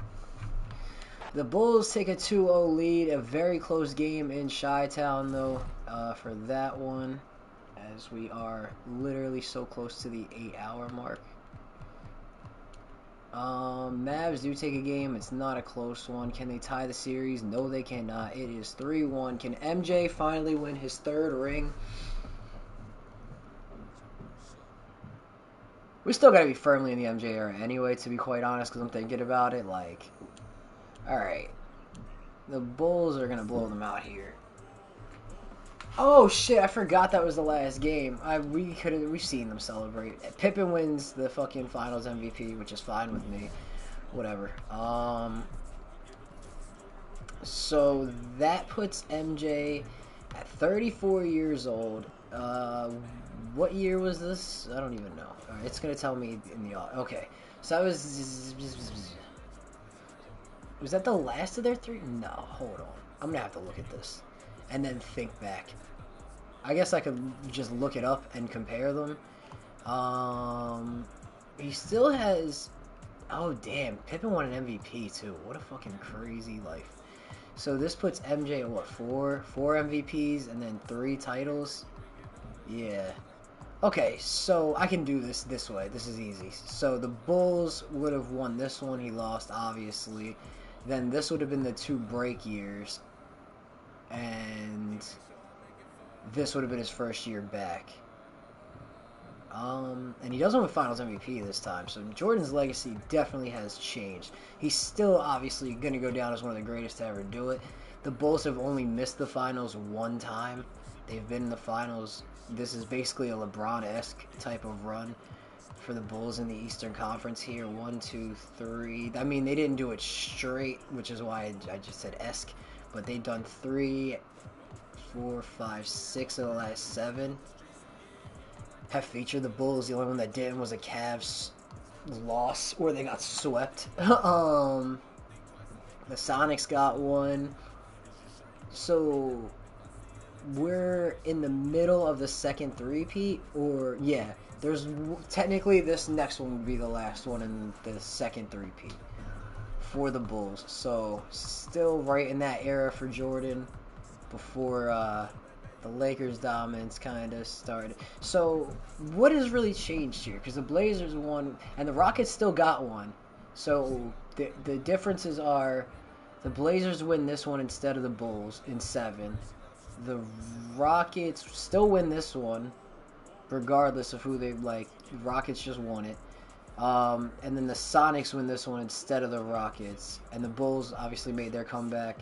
So we don't get the Shaq Magic in here. Obviously, he didn't even go to the Magic in here, but just saying that it was the Rockets and the Magic and then the Ewing Knicks, who haven't really even gotten close to anything. A lot of the other teams that were good around this era have kind of still been there in some way, shape, or form. No Suns with... Is that right? No, like, which... There's this Charles Barkley Suns thing in here somewhere. But Barkley must not be in the game. I forgot. I didn't even think about that. He's not in the game. So that kind of changes some stuff. But whatever. I don't know. What am I going to do about it? I guess I could fucking... Now that I have recognized that, maybe the next time we do this, I'll try and just download a roster. Because a guy like that, I feel like, is very important to have. You know, I'm sure there's a bunch of, like, those type of players missing. And I do want to, once we get into, like, these other draft classes, maybe think about getting some of, like, the ones that will have some more players in them and stuff like that. Because there are some cool, like, role players and stuff like that we just don't get the chance to really see much. Dominique Wilkins finally retires. He did help the Bullets get all the way to the conference finals in his last season. He had a nice run with the Knicks. Definitely, we never even really got the chance to see him and Ewing together because they really didn't play in a lot of meaningful, like, games that we could, like, just watch in on. I just want to see Dominique go in. Alright, jersey retirements. Gets her retired with the Hawks. No real surprises there. Some logo stuff for some teams. League meetings. Blah, blah, blah, blah, blah. Draft lottery. And the Nuggets have that Timberwolves pick. Which, to be fair, I mean, the Timberwolves still being that bad. I mean, I know Shaq left, but they still have a lot of talent there. And the Nuggets get number 1. The Grizzlies get the 2, and the Suns get number 3. I was wondering what was up, like, something, like, felt off about some of these, like, teams. So I'm sure there's a couple players missing, like, But Barkley was like the first, like now that I'm thinking about it, like the most obvious one. This is the Tim Duncan draft. The Nuggets are at number 1, and they are going to draft Tim Duncan. That is who they get. The Grizzlies at number 2. Do they go T-Mac or do they go Billups? I mean, really, you can't. I should know what's the prospect. Okay. They got Iverson, so you should probably go with Chauncey here. Okay, I could just do it this way. Cool, yeah. Chauncey Billups, the Suns. I'm going to see what the Suns have. Their best player is a shooting guard. He's a restricted free agent. They don't have any big men. It might be smart for them to, like, either... I mean, is there a good option, though? No, this is a terrible draft for a big man, to be honest. Just get T-Mac and then be done with it, to be honest. Best players left available are Keith Van Horn, Antonio Daniels, Anthony Parker, Brad Millis, Brad Millis. You fucking get what the hell I'm trying to say. Alright, I did the thing where I feel like it mattered the most. Other than that, let's move on. Rookie signing, I don't have to do it. I don't know why the free agency thing is still working weird, but I'm just going to move on. Just moving on through. We're going to have another expansion at some point. Is there, maybe we can find another 98 draft class that's got like some edits and stuff like that. I don't know. I might have to scroll a little bit though. 96, 90. What does that even mean? Draft Huff Hoops.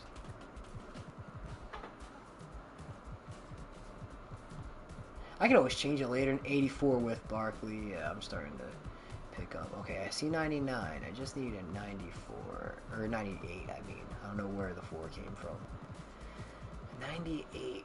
Okay, you know what? Doesn't seem like you're that important of a draft class. If you were... fucking, maybe we'd have some edits for you. I don't know. Just gonna have to take the L. Okay. So, for probably the last time before we call it a wrap here, the current rosters are looking like this. I've kind of let it play out. Actually, I guess before I do anything else. By the way, we hit the 8-hour mark, so cheers to that. Oh, Chris Webber's a fucking free agent. Cool. Dikembe's a free agent. Leitner's a free agent. They just don't sign anybody. I don't know. I don't know what to tell you. We're going to go through the first, 2 weeks. And check the free agency again. Alright, it looks a lot better now. So, I guess let's check these rosters. And try and make sure they make sense somewhat. Penny Hardaway, fucking... Ugh.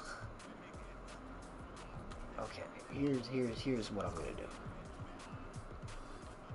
For guys like this, like I said, you just take the L and then somebody else on the team can just kind of supplement with you. So, if you're gonna drop all the way to a 70, so you can be irrelevant, I'll put you up to like an 80 and then a 78. Alright. They got a young power forward in Tim Thomas, and then they got a good center rotation. They're a good team, the Sixers. I don't know if they're like one of the best, but they're a good team. Alright, am I missing anybody by doing this? Because sometimes it fucks it up. Okay. The Milwaukee Bucks. Still got Dana over here. David Wesley joins Hornacek, who's coming off the bench. Chuck Person, Stacey King, and Marcus Camby, and Louis James Jr. Okay, so... Boy, oh boy. 2K. Gonna make you pretty much irrelevant, and then, I guess somebody down here can kind of get some of your good graces. Steven Jackson, I'll give you a little boost. AJ English, a little boost. I'll give Spud the main nod, but I gave them some overall points back. That's about all I can do for you. The Wizards, because they're not the Bullets anymore, so they're going to come up differently in both things. So I'm prepared for that. They still got Van Exel and Stoudemire. They got Houston here from Indiana, which is big. And they got Reggie Lewis at shooting guard to add to Grant Hill. And Ellis, who bounced around. I didn't even notice he left Philly. He went to the Clippers, and now he's with Washington. This fucking guy has got to be nerfed.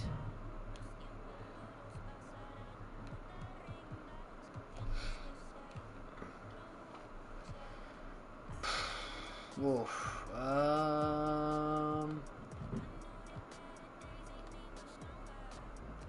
Take you all the way down. Fucking, you're too young to like really like prop up like that, because then you might actually progress like something serious. I don't know, I just wanted it to be somebody real, but a lot of the real guys here, they're fucking... I mean, it shouldn't make much of a difference for them, because they're stacked at power forward anyway, so I'm just going to drop them.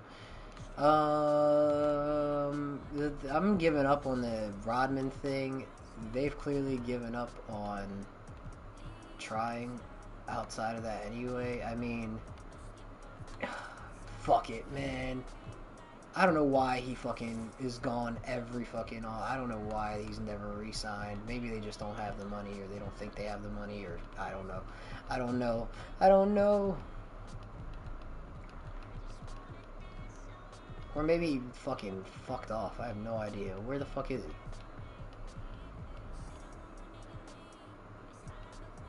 he? Am I bugging?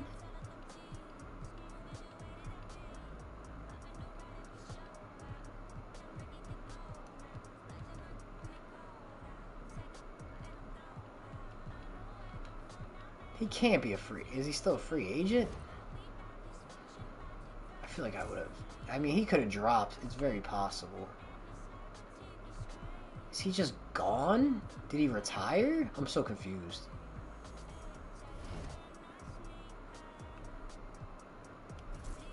Maybe he retired and I just missed it.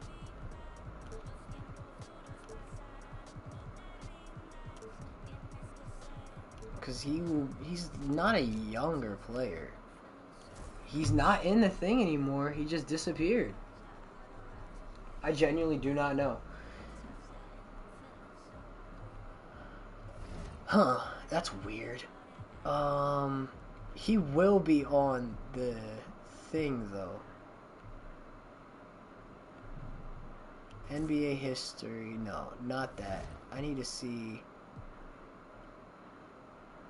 NBA records. Like career, but I gotta go to like rebounds, because he should be on here. Dennis Rodman with the Bulls.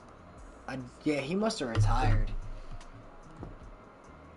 I can't like look at any of his stuff or anything like that, but yeah, he must have retired, and we just missed it or something. I don't know. So the Bulls might be fucked, because Rodman retired early. Alright,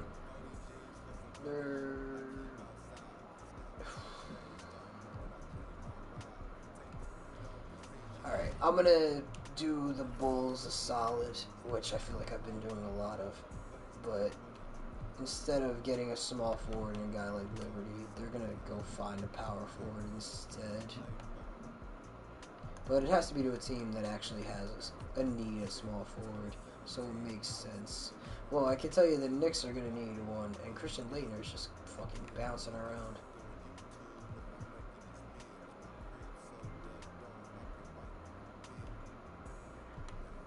I'll find somebody else, though. The Pistons, they do have Kurt Thomas, and just a random... Fuck yeah, I'm gonna do this swap. I feel like that's beneficial to both sides. It helps the Bulls out a lot more. And there's still a need for them at center. I might even just swap this dude for somebody who's at least real, because they're still gonna be a pretty relevant team. I'll try and get somebody of like a similar rating, obviously. but not like a Dampier because he's too young.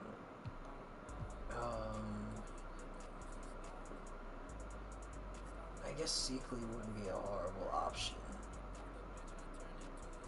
but that puts them over the cap. Oh, Richard Dumas to get a bag. Okay, whatever. I'm gonna have to mess with the Lakers because they're gonna have too much going on at center, but they didn't get anybody bad. I just wanted more relevant people for this team. I'm probably gonna go do the same thing with the Lakers anyway, honestly. But he's the backup there, so I might as well just bring him on because this is a thin team regardless. But they will at least have a strong starting five. You got Garland coming off the bench. Shouldn't need a straw bench. You got that team. The Cavs probably want to just like honestly fuck all the way off and try and just begin the tank. This is not working. It's not even getting them close to being close, so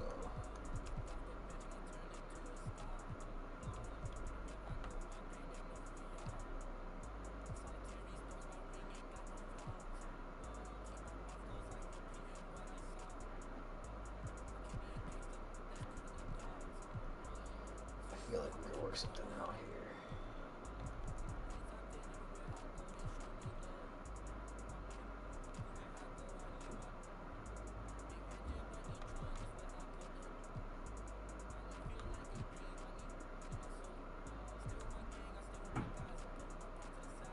Some of the guys they got are really like young. It's just like I don't know what to make of it with them.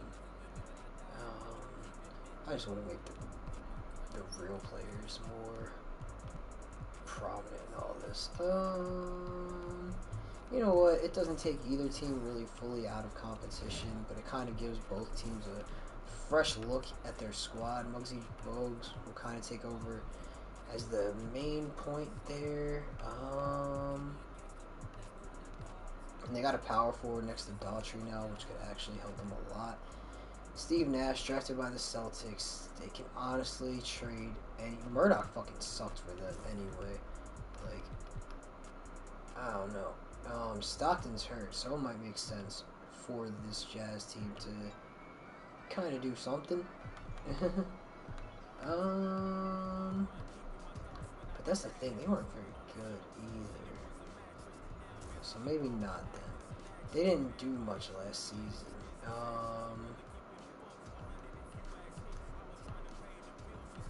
Boy, I just don't know. Brevin Knight and Scott Skiles for the Knicks. Scott Skiles is an old guy too. This guy's gonna have to fuck off either which way.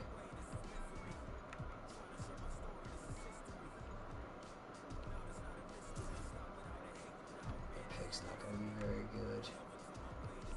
Give him a second round pick back. I'm sure I have to make money work, but this guy's getting overpaid. That motherfucker. Why do they have so many power? Why do they do this to me? Who the fuck are you? You know what? I'm losing my shit, bro. Alright. This works for me. It's not like an insane joke. Of course this motherfucker has a fucking no trade clause, bro. I'm so over it. Like, why? Why does he have no trade clause?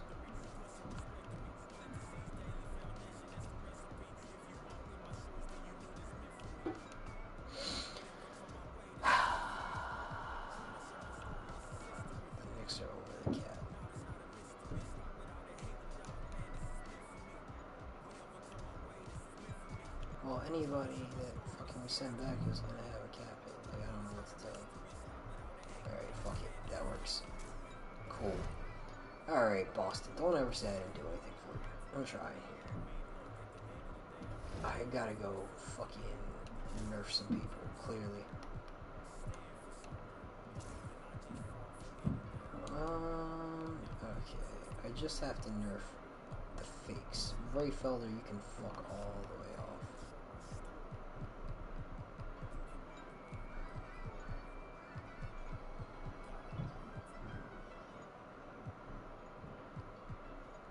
Just gotta be diligent. Tommy Long, fuck off. Alright, you guys are all pretty irrelevant. Are you a real? No, you're not a real person. You're a real person. You know what? Fuck it. Like, it can't be worse than being one of the fucking fake people. At least you're real. At least you're real. You gotta fuck off. Alright, maybe not to like 66, but you gotta fuck off. Is basically my point. Parker. See, like, you're fucking 75. Oh, you're hurt.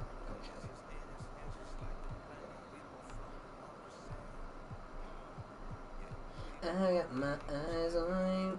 Everything I need, I want your high love and emotion endlessly. Cause you're a good girl, you know it. You act so different around me.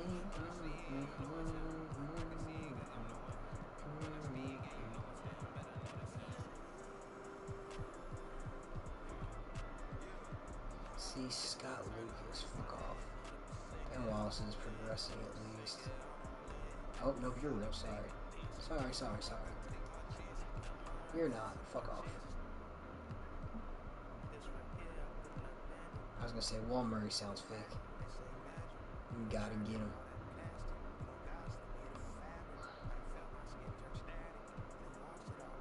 See, you're real.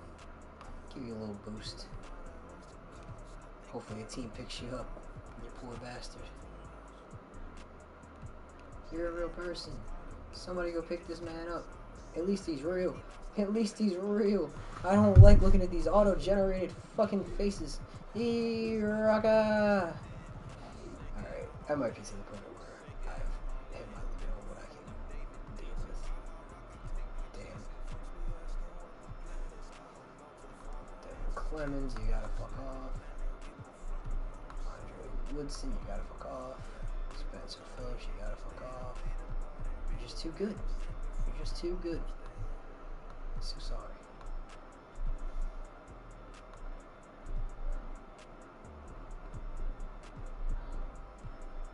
Yeah, RJ Chambers just sounded fake. Okay, that's it. I don't think if I gotta fucking do it, I'll find somebody on their own damn roster. Alright, Celtics. That's as good as it's gonna get for. Oh, how did I miss you? Because you're 20 fucking 4. That's how I missed you. You're literally right at the cutoff of all the fucking people. You're like the reason I went over there in the first place. Fucking. I don't know, dude. Just make the, like, shitty guys, like, okay. Because they're not gonna, like, have much more development or anything. They're just gonna kind of stay at that range. So I'm fine with that. Okay. Clippers add Mark Price. They still have Drake Anthony. They add Petrovic too. Mike Finley there. Terry Mills. Still not great at center, but what are you gonna do? A lot of the league's not great at center, to be honest. Jalen Rose has progressed a lot. Lionel Simmons now with the Hawks. It's not a bad team. They have some depth to them for sure. I don't think they really need any trades or anything. No, like, stars, but they're doing their thing. Mashburn is hurt 4 to 6 weeks, but Steve Smith, an old Clyde Drexler, Vlade Divac, Slippy Floyd, another guy who fucking, like, slipped through the cracks, but he's like 25. He probably shouldn't get much better than here, so fuck it. I'll just let him rock. The Hornets. Oh, Alonzo Mourning actually left the Kings, and now he's with the Hornets. He's on a 1-year deal, though. AC Gray and Larry Johnson. To be fair, though, this Hornets team could do some damage this year.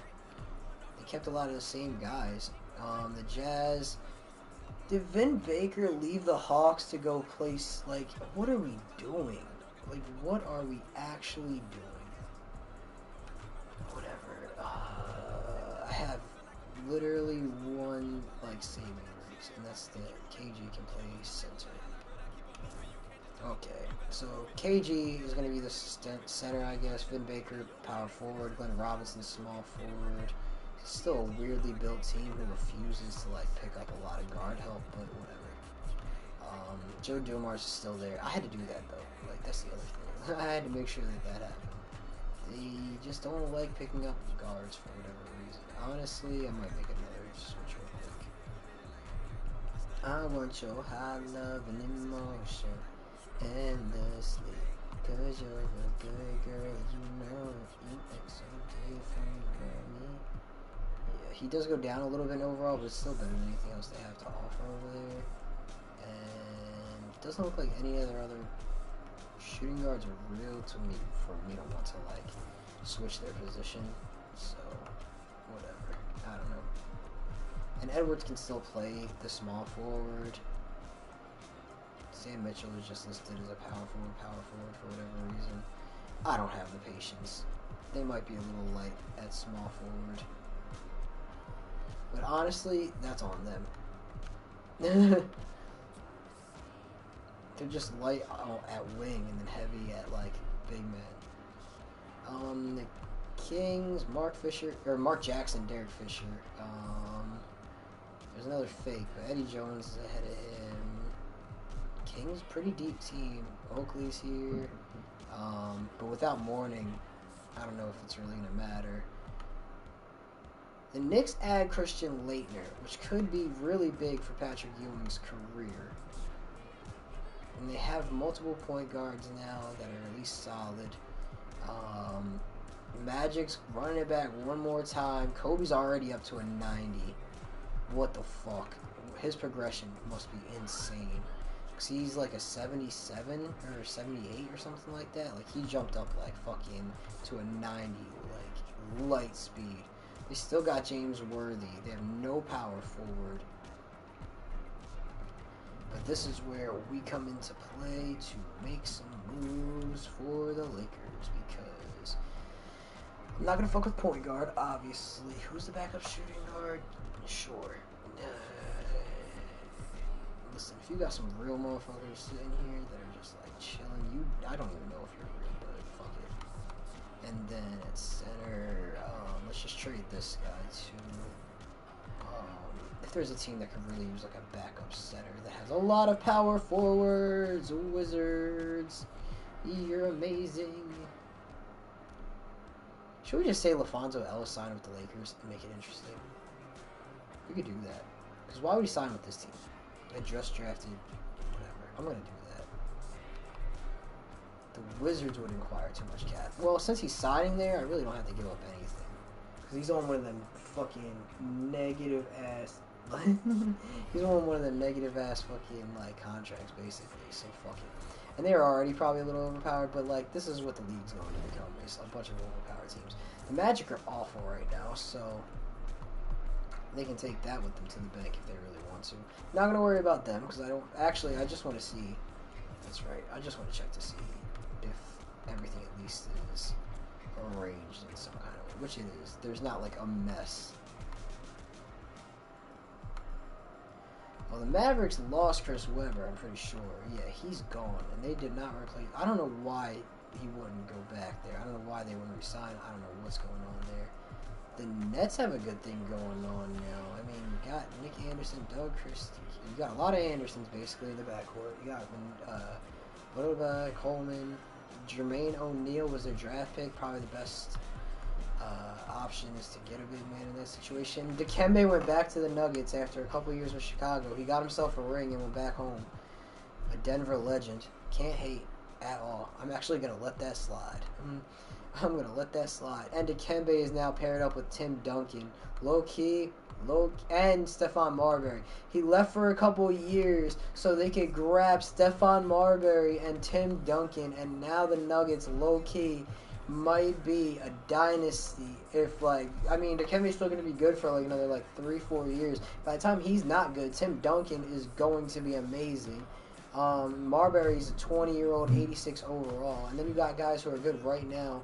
Like, I mean, not that Marbury's not at his age, but even then, Gamble is 31, and he is an 80 overall. They have a young Antoine Walker, too. This Nuggets team is going to be a problem. Terry Porter is currently hurt. They have this guy, whatever. He's 30. I don't even know if this is a real dude, but his skin just doesn't look real. But either way, dude's 30, so I don't really have to worry about it that much. He's not going to progress upwards. Sally, who... He never really became, like, super dominant, even though there's a point where he was up to, like, a 97, 98. He never really, like... And I turned his tendencies up. Maybe he just doesn't... I don't know. It's just not his game, I guess. Not that he's bad, but, like, even now, an 89, 15, and 7 is, like, alright, it's cool. But the Pacers are a pretty solid team, and they're going to make some runs with some stuff. The Pistons are absolutely stacked at center, power forward, Marcus Liberty's getting up there. I mean, the Pistons just have a lot of talent. And Isaiah Thomas got a no... Well, he did have no trade clause. He might not anymore. But fuck it. At this point, you might as well just retire there. The Jet is still with Houston. Gordon Maxwell's still there. Added in Cedric. They have no good power forward. And Hakeem is on his last legs, most likely, because he's 34. The Rockets... What do the Rockets do? Okay. So, like, what's a perennial, like, disappointment team? Sounds, whatever. The Bucks haven't been great. Maybe they can get Chuck Person just to, like, solidify some stuff here. They don't need Tracy Murray. What's the cap difference? 250.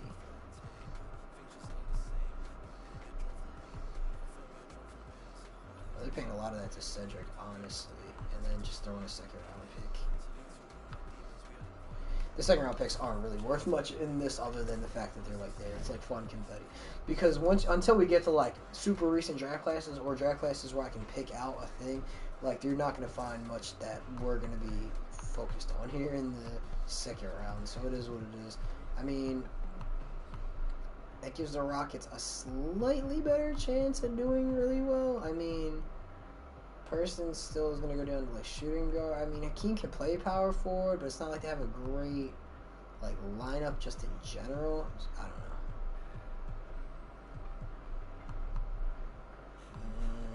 Maybe they make one more move. Oh, I don't need a trade finder though. I'm just going to do it myself. Because we want a decent power forward here. Like, look at the Blazers. Just absolutely hoarding. And Cliff Robinson is 30 years old, my guy. What do you need? Small forward, really, or center. I mean, it's probably the two positions that, like, this team doesn't really have a lot of. And George Tate's not going to be able to play that either. It's, like, not his game at all.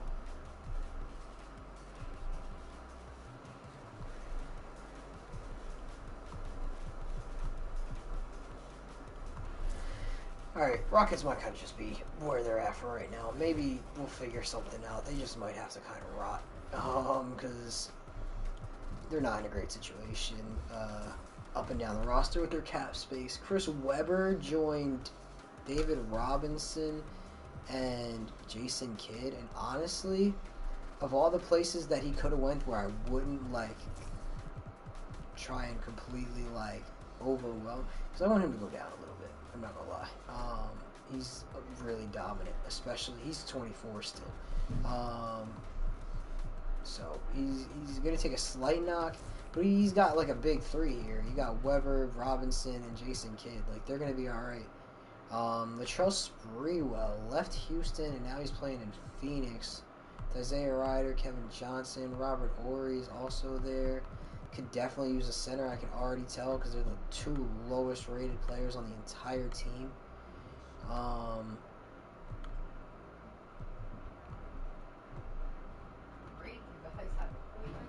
don't even know. Because I could say we can swap one of them point guards, but what is that really going to do for them? What is that really going to do for them? I don't know. You know what? I'm going to finish this out at another time because honestly, I'm probably going to run it back and finish up the Jordan era because I'm not going to get through the rest of these fucking things. So I'm going to fucking get rid appreciate you.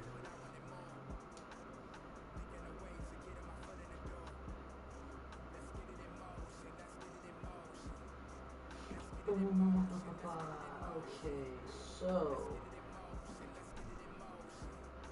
you can see me physically like burn out from like we're right there.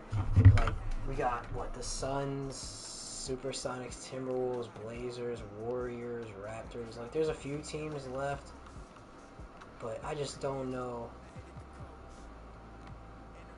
Oh, Corey Holmes is gonna be such a fucking. How did I even? What? Like, how is he up that high? What is going on?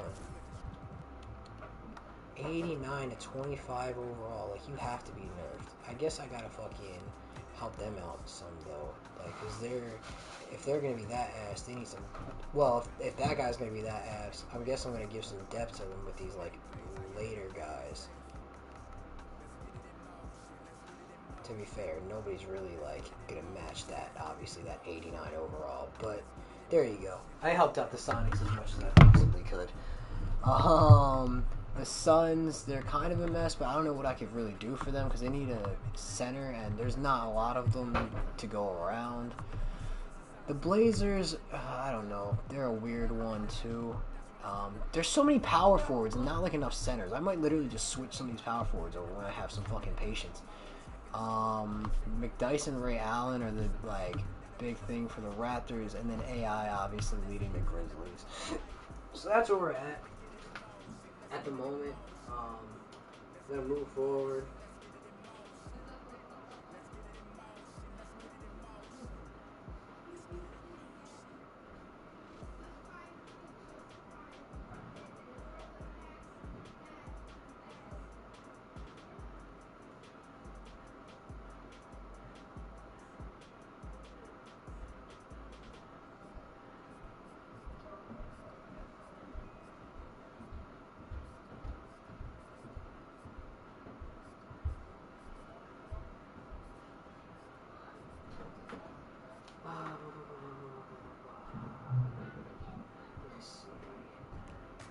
But I do appreciate everybody who came through today. Hey, I know you. Hey, gamer, you just called me at the end. I need some fucking food, low-key, because my stomach hurts.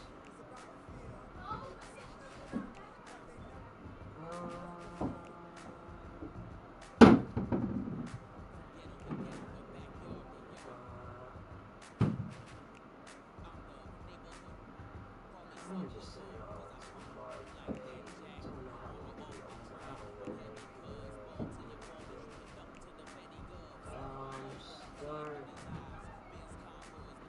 I appreciate everybody who came through, though. Much love. I mean, we're going for fucking 8 hours.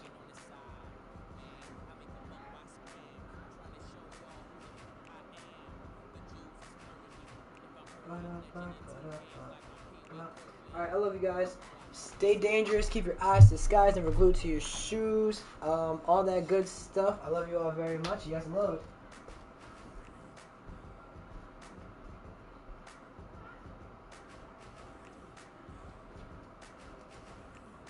Okay.